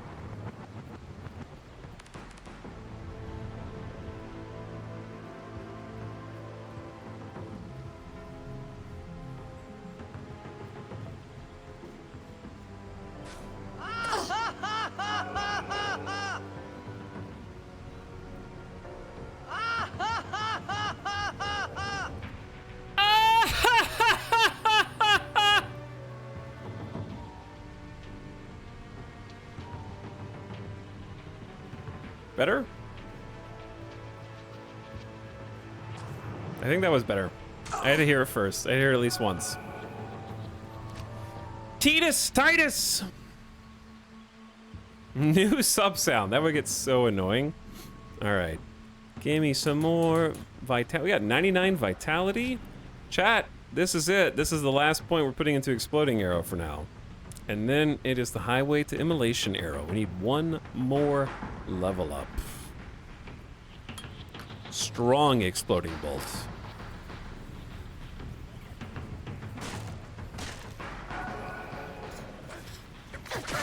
Uh-oh. I heard a shaft fire. Okay, we are like out of mana potions on one. There we go.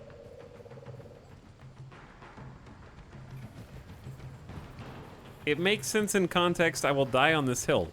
I didn't say anything. I just imitated a quote from everyone's favorite RPG, Final Fantasy X. I don't understand why you getting so defensive, bro.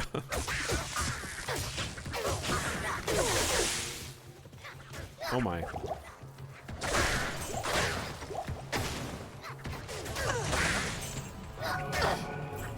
Did I say it had an implicitly negative connotation? I was just doing a laugh. I was just doing a little laugh. It's a career-ending sound. Uh-oh. They're too spread out.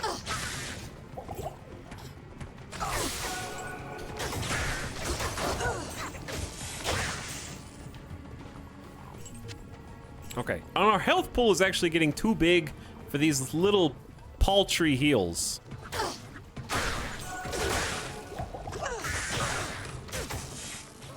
Another mana potion is nice. Ah, dead end. See? We finally hit the dead end. I can't believe Streamer said he hates Final Fantasy.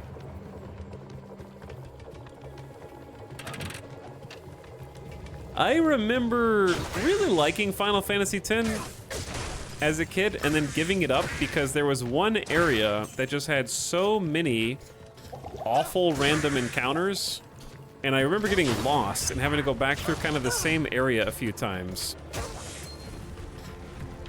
And I feel like it was, if I looked at a picture of the map, I would remember what the map looked like. But I can't remember how far into the game it was. I don't think I ever beat Final Fantasy X.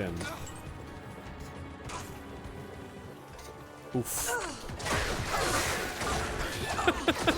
That XP though.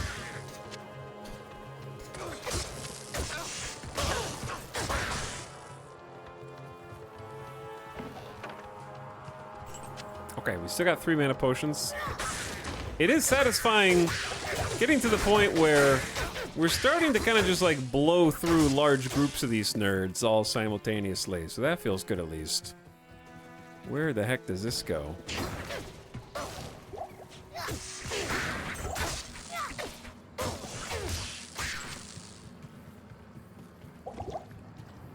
Is this a dead end?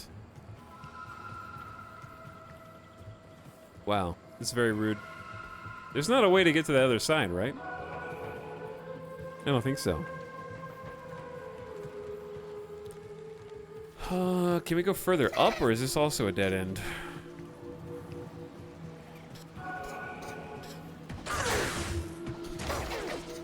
This actually looks kind of promising. I don't want to get my hopes up. Why is there just gold there?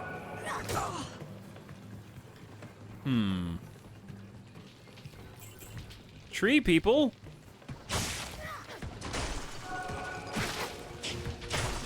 Let me guess, they're weak to fire. I need mana. Okay, what do we got? Drink some health potions. A treasure goblin must have been through here. Well, we found Lower Karast, so that's good.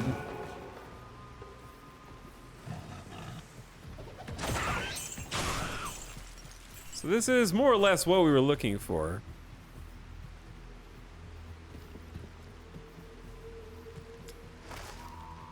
I was kind of looking, I gotta go back and find the marsh. All right, I believe there is a waypoint here. Look at that. The thatch buildings look incredible in the remaster. They really do, yeah.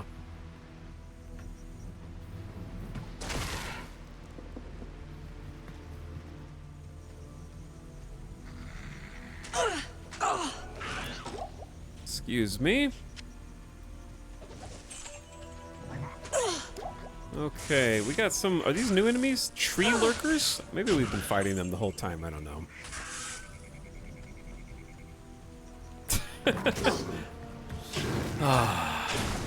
Sometimes it feels like this is a little bit more claustrophobic. I think it's because the trees and the grass kind of blend in together here, right?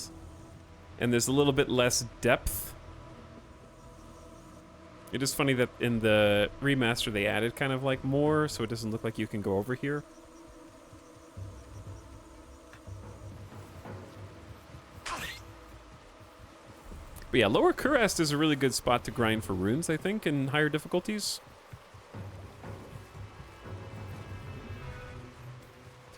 There's a lot to love about it. I think it's specifically, I think I know what it looks, the area that I'm looking for looks like. Just need to find it.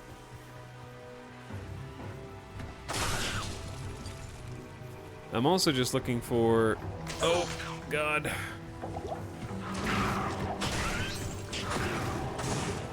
Moongrin, the cold. Apologies, but this is a fire build, so if your name is the Cold, you're probably gonna have a bad time, I think.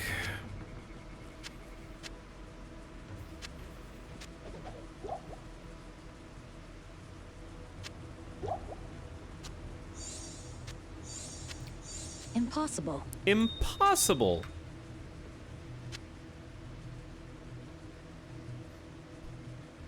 Lurkers coming out of the jungle to attack the streamer seems correct. You may have a point.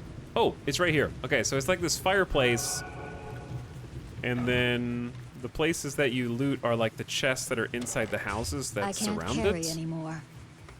I think. Did I remember that correctly? There's a rune, so perhaps I did remember that correctly, because that just seems...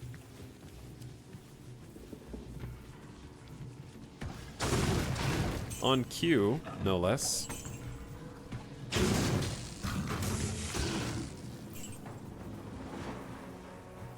I never heard of that, but if true, it's cool. Yeah, I'm pretty sure it's a thing.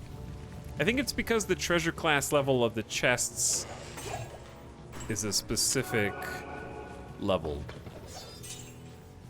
I don't know. I'm talking out of my ass right now.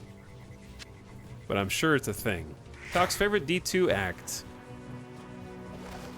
I think my favorite act overall is 4. But I'm also biased because my primary character is a Fist of the Heavens Paladin. So I happen to excel in Act 4. But no, I actually really like it. Favorite song is Loot Ghislaine. And my favorite city design is Act 5. I don't want to say too much because I don't want to spoil for people who haven't... we're doing this as a no spoiler lore run. So I don't want to go into too much detail. Okay, that's Kurast Bazaar. Chat, Lower Kurast does Lower Kurast have a waypoint? There's an easy way to find out. I don't need you. Because we already missed one waypoint. Lower Kurast and Kurast Bazaar both have a waypoint. Okay. Greetings. Greetings. Greetings. What are you wearing? 91? Okay, that's better than this. Plus 20 to life. Socketable helm.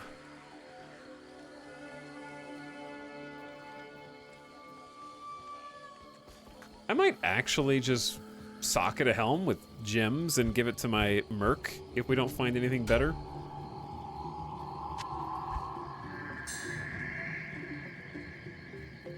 Cold resist, meh.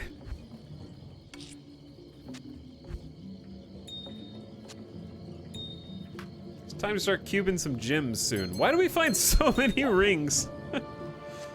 Wow, we really found so many rings. Plus 5 to mana, Grand Charm, that's really sad. Ooh, 11% magic find ring? Why yes, I will do a small upgrade. Plus 5% magic find. Faster cast rate, I don't think that helps us, unfortunately. And then, yeah, the cold resist. Okay, so we can sell all the rings. Convenient.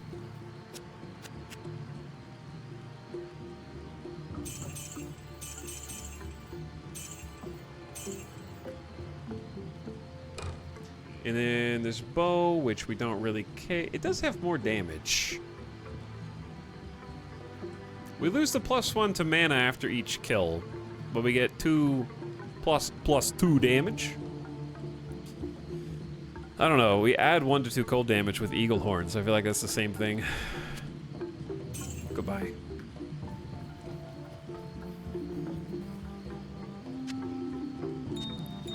Our gem collection. Rejuve potion collection. And money.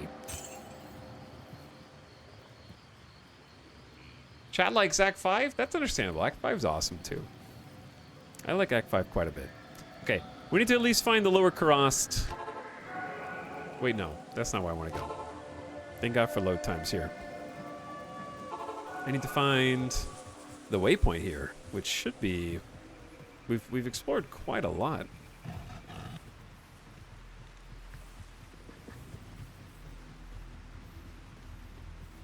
Okay, one thing that I did find funny about the remake chat, you can go through there and explore, right? Nope, it's blocked off. It is still a doorway, but they kind of, it totally looks like a place you can go in the remaster.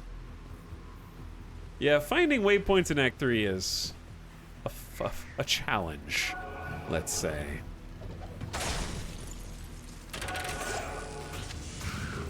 But it's a fun challenge. Ooh, Morningstar? Thought I picked that up. I still gotta go for it anyway. That's part of our run. Our run is, we can't have a complete game if we don't have every single waypoint. All waypoints required. Maybe bottom left? Is it on the minimap right now? Not that I can see.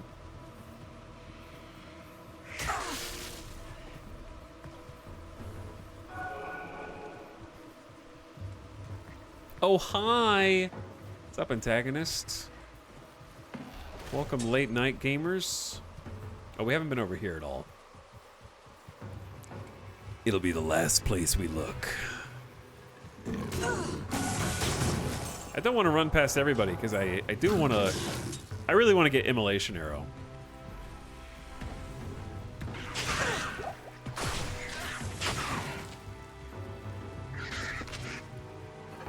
And we need to level up one more time for that.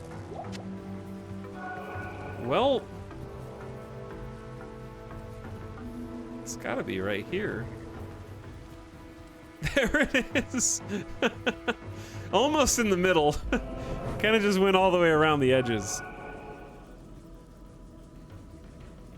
Have you done the cow thing? No, you have to beat... We're on normal right now. You have to beat normal first. Can't do that yet. Literally the last place on this map. Yeah, no, it was. Chat, if I want to find Great Marsh, I need to do it while we have a lot of this map revealed. Does Great Marsh connect to Spider Forests?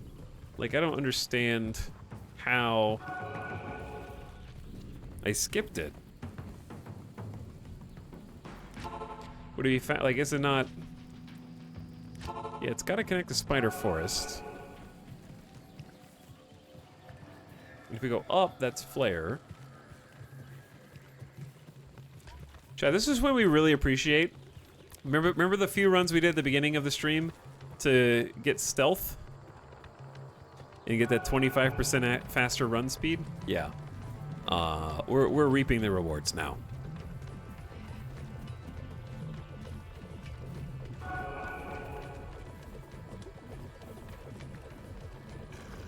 Okay, it's definitely not up here. How great can the marsh be if you can't even find it? Yeah, sometimes the zones connect together in weird, mysterious ways. You are not wrong. We found Great Marsh. Okay, speaking of connecting in weird, mysterious ways, watch this. Okay, so we're in Spider Forest here. We're in Great Marsh here. We cross the bridge. Ow. Okay, so I think this is the marsh here. But it's not an obvious... Now we're back in Great Marsh. We were in Spider Forest again briefly. So we didn't even need to go through here. So it did connect very strangely, huh? Is this the streamer that remembers to pick up arrows? Because his girlfriend chastised him for passing by too many of the arrows? Yes, it is. It is one and the same.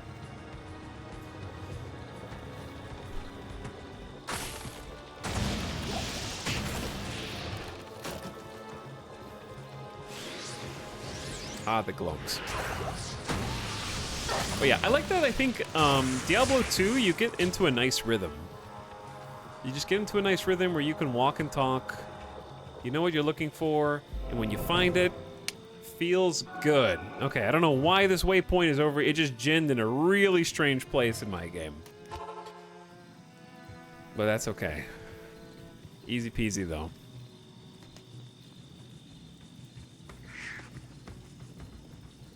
So, look at where we are.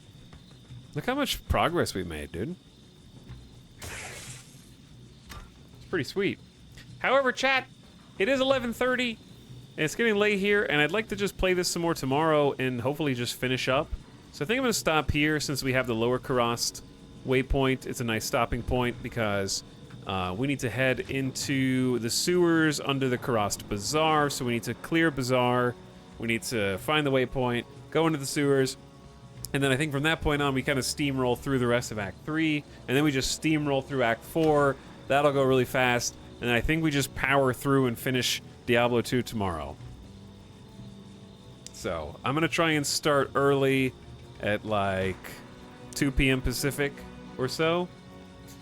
We'll say 3 at the latest, but I'll try and aim for 2-ish, okay?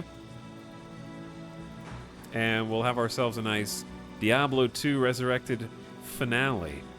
Yeah, including Act 5. Because Act 4 is very short, and honestly, the rest of what we have here is not that long. Durance of Hate is going to be the thing that takes the longest. Karast all the way through to Travancal is like straight line, basically. It's kind of a straight line. So we just go in a straight line, we get lost in Durance of Hate, and then advance Act 4, which is also basically a straight line. And then we might do a couple optional dungeons around Karast. Get some extra loot, get some XP. And I'm really excited because we will be able to get Immolation Arrow tomorrow at level 24. We're going to have a new ability that I'm very excited about. Because it'll do fire explosion damage as well as spread a pyre on impact, which I think is going to look very sweet. 5 days remain. Yeah. That's not enough time. Saturday, Sunday, Monday, Tuesday, Wednesday, Thursday. How am I going to beat Diablo 3 before Diablo 4 comes out? Diablo 4 Early Access starts on the 1st in America. D3's kind of short, to be honest. Spoken like someone who hasn't talked to a bunch of the NPCs ever, because they have a lot of dialogue. So really the game itself doesn't take too long to go through. But for a lore run, it's considerably longer, because there's a lot of dialogue every time you go back to town in D3. We're not going to have to 100% it, but I want to hear some of their stories for sure, because some of them are really good. Especially the companion stories. You have till 4 p.m. on June 1st. Yeah, I think we got it, because, like, we'll for sure finish D2 tomorrow, and then we'll see. I don't think D3 will take too long, but I'm expecting 2 or 3 streams. Probably 3 streams. With all the dialogue. But we'll see how it goes. It might be faster. Especially because I've been playing D3 recently, so it's going to be familiar to me. Hop in someone's stream and ask them to rush you. Well, I'm glad we got the waypoints. We should at least... Hold on. Did I clean my inventory for future me? Nope. We should do that. We can at least do him the honor of having a nice, tidy inventory, right? Plus, we have a small charm. It could be cool. It's not cool. Too bad. Hello. Okay, but yeah, GG everybody. I think that the rest of D2 will go quite smoothly. We got all of Act 2, and I would say more than half. We get the hard part of Act 3 over. The easy part of Act 3 is left, I think. And then we got our Act 3 boss. It'll be a fun day. Come back tomorrow. I will see you guys again. Thanks so much for coming, hanging out, and spending your Friday night here. Let's finish what we started and see our Amazon through all the way to the end. Hopefully we hit over level 30. I really want to use Pierce, because that'll be fun. Get some nice boom boom chain reaction domino effects. Thanks for streaming. Hey, thanks for keeping me company. I'm gonna see you guys off on an end of stream raid. Let's go say what is up to your boy Sim, who's playing some hardcore World of Warcraft. He was hanging out here earlier. Diablo 2 veteran himself, playing another of Blizzard's old properties. He's doing vanilla hardcore. So we need to go wish him luck. He started a new tune because he died with his shamans, so he needs some strength. He needs some assistance. I think it'd be fun to watch Sim play through Diablo. I think he's gonna play D4. Good night, Mr. Retail. Always enjoy your raids. I found so many great streamers. Hey, that's good to hear. Give him some love. Toss him a follow if you haven't already. Good night, everybody. Have a good rest of your morning or night, wherever you are. And come back. We'll do a Saturday marathon to finish up D2. Good run. We got some sweet loot. Got some good runes. Got our first rune word. Got some good magic find drops. Killed a boss. Halfway through another act. And then the rest will be history tomorrow. All right. Bye, everybody. Good night. I'll see you over there on Sim's channel, all right? Bye for now. Raiders, get out of here.